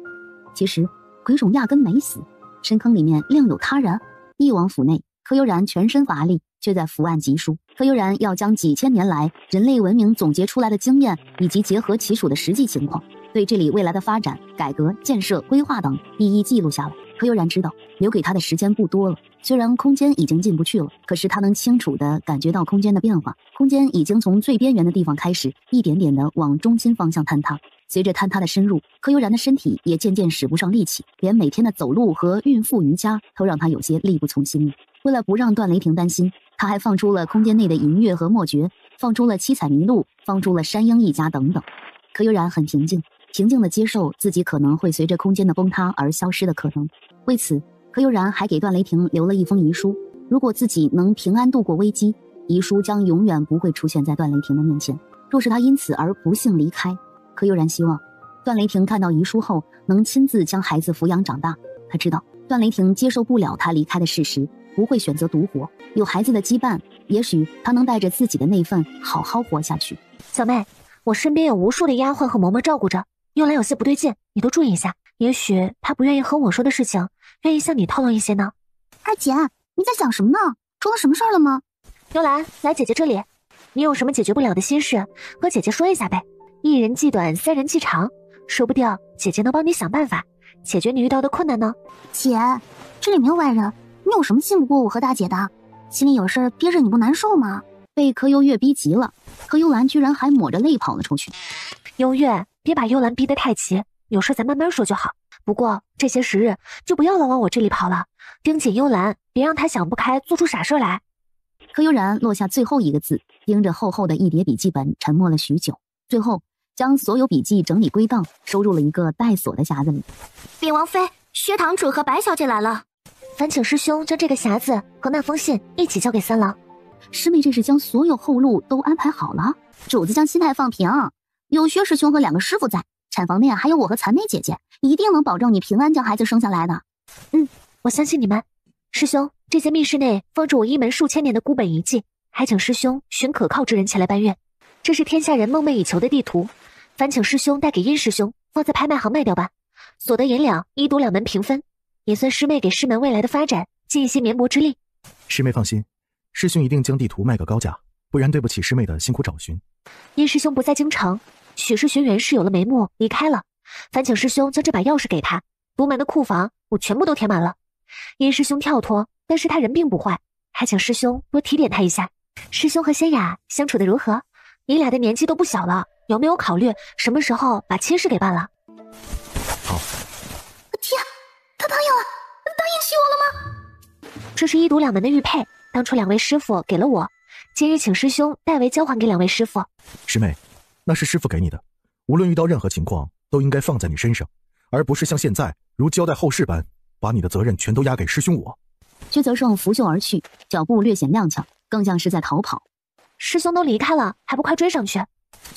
主子，奴婢守着您，哪儿也不去，就守着您。既然如此，扶我在屋子里走2圈吧。一炷香后，哎呀，屋里太热了，把火墙的温度撤下去些。幽兰和幽月那2个丫头去哪儿了？今日楚穆太子来朝，恐怕来者不善呀，让残妹和那2个丫头小心一些。知秋和知春对视一眼，满脸为难。怎么回事？2个小妮子是不是跑出去了？更衣入宫。主子，外面地面太滑了，您出去不安全，万一伤风感冒如何是好啊？不出去吗？不出去又如何引出源氏，拿到第5份地图？躲就能躲过去吗？不，空间的力量已经达到了极限，最多3天。3天后，空间最后一丝力量被抽空就会崩塌，等不到孩子出生，它就会灰飞烟灭。华灯初上，皇宫内灯火通明，鼓乐声声。找到那2个妮子吗？回王妃，2位小小姐正在皇后寝殿更衣呢。去告诉幽兰和幽月，换完衣服就在母后的寝殿待着，不要过来了。1个时辰后，段大郎晃晃悠悠在太监的搀扶下直奔宫房。去凉亭那边坐会儿，解一解酒气，再进大殿。殿下，奴家出来透气，却迷路了，不知大殿的方向怎么走啊？滚！段大郎看着远去的人，精神一阵恍惚，身体莫名的有些燥热。他转身继续往凉亭走，与换完衣服前来赴宴的柯幽兰撞了个满怀。什么人呐？看不见路吗？怎么往人身上撞呢？县主，王妃让奴婢告诉2位县主，别去大殿，咱们回皇后的寝殿待着，或是直接出宫回家都成。为什么啊？也就这一句话的功夫，段大郎伸手一捞，将柯幽兰搂进了怀里，残影一晃，2人消失在了原地。一道道机关开启的声音传入柯幽兰的耳中。殿下！结果身子一个腾空，被压在了墙上，小嘴毫无准备的被堵住，一只练剑磨出后茧的大掌顺着妖姬的衣服滑了进去。在柯幽兰的世界中，时间似乎已经停止了，大脑完全不听使唤，只能由着段大郎支配。他等这一天已经很久了，连柯幽兰自己都不知道他什么时候对这个男人情根深重了。柯幽兰瞬间清醒，猛地推开了埋在他胸口的段大郎。段大郎一个屁墩跌坐在地，疼痛让他整个清醒过来。他对幽兰做了什么呀？女孩红唇娇艳，外裳已褪，香肩半露，姣好的锁骨和某个不可言说的地方还种了不少草莓。柯幽兰脑海里面不停的有2个小人在打架。怕什么？给他吧！你不是一直都想要这个男人吗？丫头，你还小呢，还没及期没长大，岂能如此对自己不负责任？让他对你负责，反正今日他欺负了你，就只能对你负责一辈子。不，我柯幽兰不靠男人也能生活得很好，这事儿就当没发生过。把这个男人从记忆里抹掉，不要为一个注定有无数女人的男人伤心难过，魂不守舍。我会对你负责，对，我会对你负责。找个良辰吉日，我便请媒人上门提亲，3书6礼一样都不会少。段大郎突然明白，也许这么多年来，他也渐渐喜欢上这个话不多、默默学习各种技能、从不言苦的女孩。太子殿下是不是太过高看您自己了？您要负责，有没有问过本县主要不要你负责？今日之事是太子殿下中了迷幻药物，幽兰不怨太子殿下，您就当此事从未发生过，忘了吧。柯幽兰一个纵身飞掠了出去，瞬间消失在了假山密室。柯幽兰没有回翼王府，而是直接回了柯府，她的闺房之中。就在她回到柯府之时，皇宫内全部戒严，兵器碰撞声、呼喊救命声、喊打喊杀声不绝于耳。我把段三郎困在了9幽地狱阵法之中，你猜他能破到第几关呢？从来没有人能在那个阵法中破30关，9981关，能把他绞杀成肉泥了。哟，柯悠然啊，段家父子都被我们的人牵制住了呢。你一毒两门的人正在收拾门内的烂摊子，也没空进宫来帮你。看你现在行动困难的样子，一定非常需要人照顾，对不对？不如让本夫人好好照顾你，帮你的孩子顺利出生，如何？本王说过，任何事情等本王来处理，谁让你以身涉险的？你知不知道，方才本王晚一步，你会如何？你就这样拿自己的命不当命是吗？柯悠然眼眸湿润，扬了扬手上的黑色匣子，用自己最后一丝空间之力，将黑匣子送入了空间之中，瘫软在了段雷霆怀里。怎么会？空间怎么会崩塌这么快？也就是说，今夜悠然不冒险前来引出袁氏，与他近身打斗拿到黑匣，最多1炷香后，我的悠然，我的爱妃，将会因为空间崩塌而彻底离开这个世界。不可以，怎么可以这样啊？敢问圣人，悠然的情况如何？他什么时候能醒啊？能不能醒，只能靠丫头自己，老夫无能为力。不过，值得欣慰的是，他腹中的孩子十分健康，暂时没有大碍。昏迷不醒的柯悠然此时正在空间之中全力抵挡着黑匣子的力量入侵。二圣，朕心疼悠然，同样也不希望三郎倒下。若是悠然醒来看见这般的三郎，不知会心痛成什么样子。不知二圣可否有什么办法让三郎振作起来，或是有没有什么特别的灵药让悠然苏醒？不管灵药在什么地方，需要朕付出多少代价，朕一定倾尽全力搜寻。悠然的情况实在特殊，你们理解不了，只能靠他自己渡过难关，谁也帮不上忙啊。确实，悠然昏迷不醒，不是因为他的身体出了问题，而是我一毒两门千百年来的一个秘密。任何要继承一毒两门门主之人，都要经历的一次生死劫。二圣，难道没有什么好的办法了吗？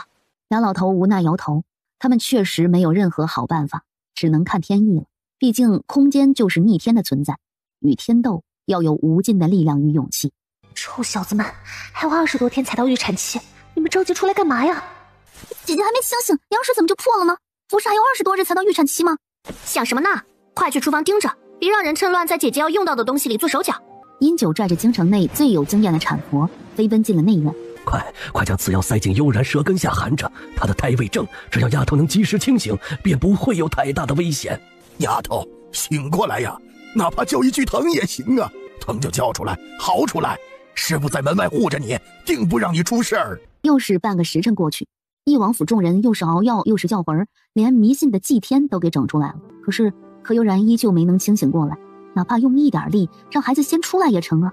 让银月和墨绝冲击空间试一试，他们是空间的一部分，若是能进入空间帮一帮悠然，也许有一丝希望啊。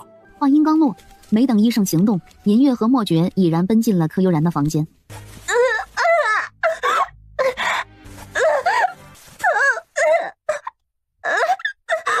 柯悠然的痛呼让屋外众人喜极而泣。悠然，求你了，坚持住，求你了，不要扔下我和孩子好不好？短短时间，人参、助产药、补气血的滋补药全都一股脑的给柯悠然喂下去了。悠然，醒醒，清醒一下，别睡好不好？为夫求你了，不要睡，咱们不要孩子了，就我们俩好不好？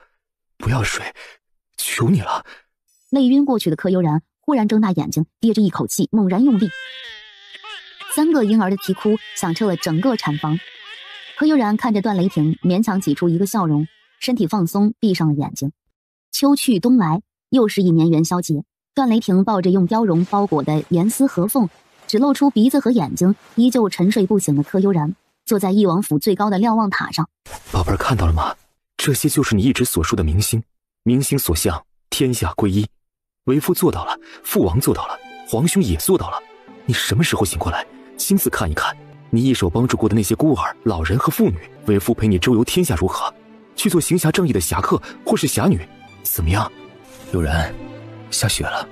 老农们常说瑞雪兆丰年，雪灾、旱灾、水灾都过去了。为夫想，今年开春以后应该是风调雨顺了吧？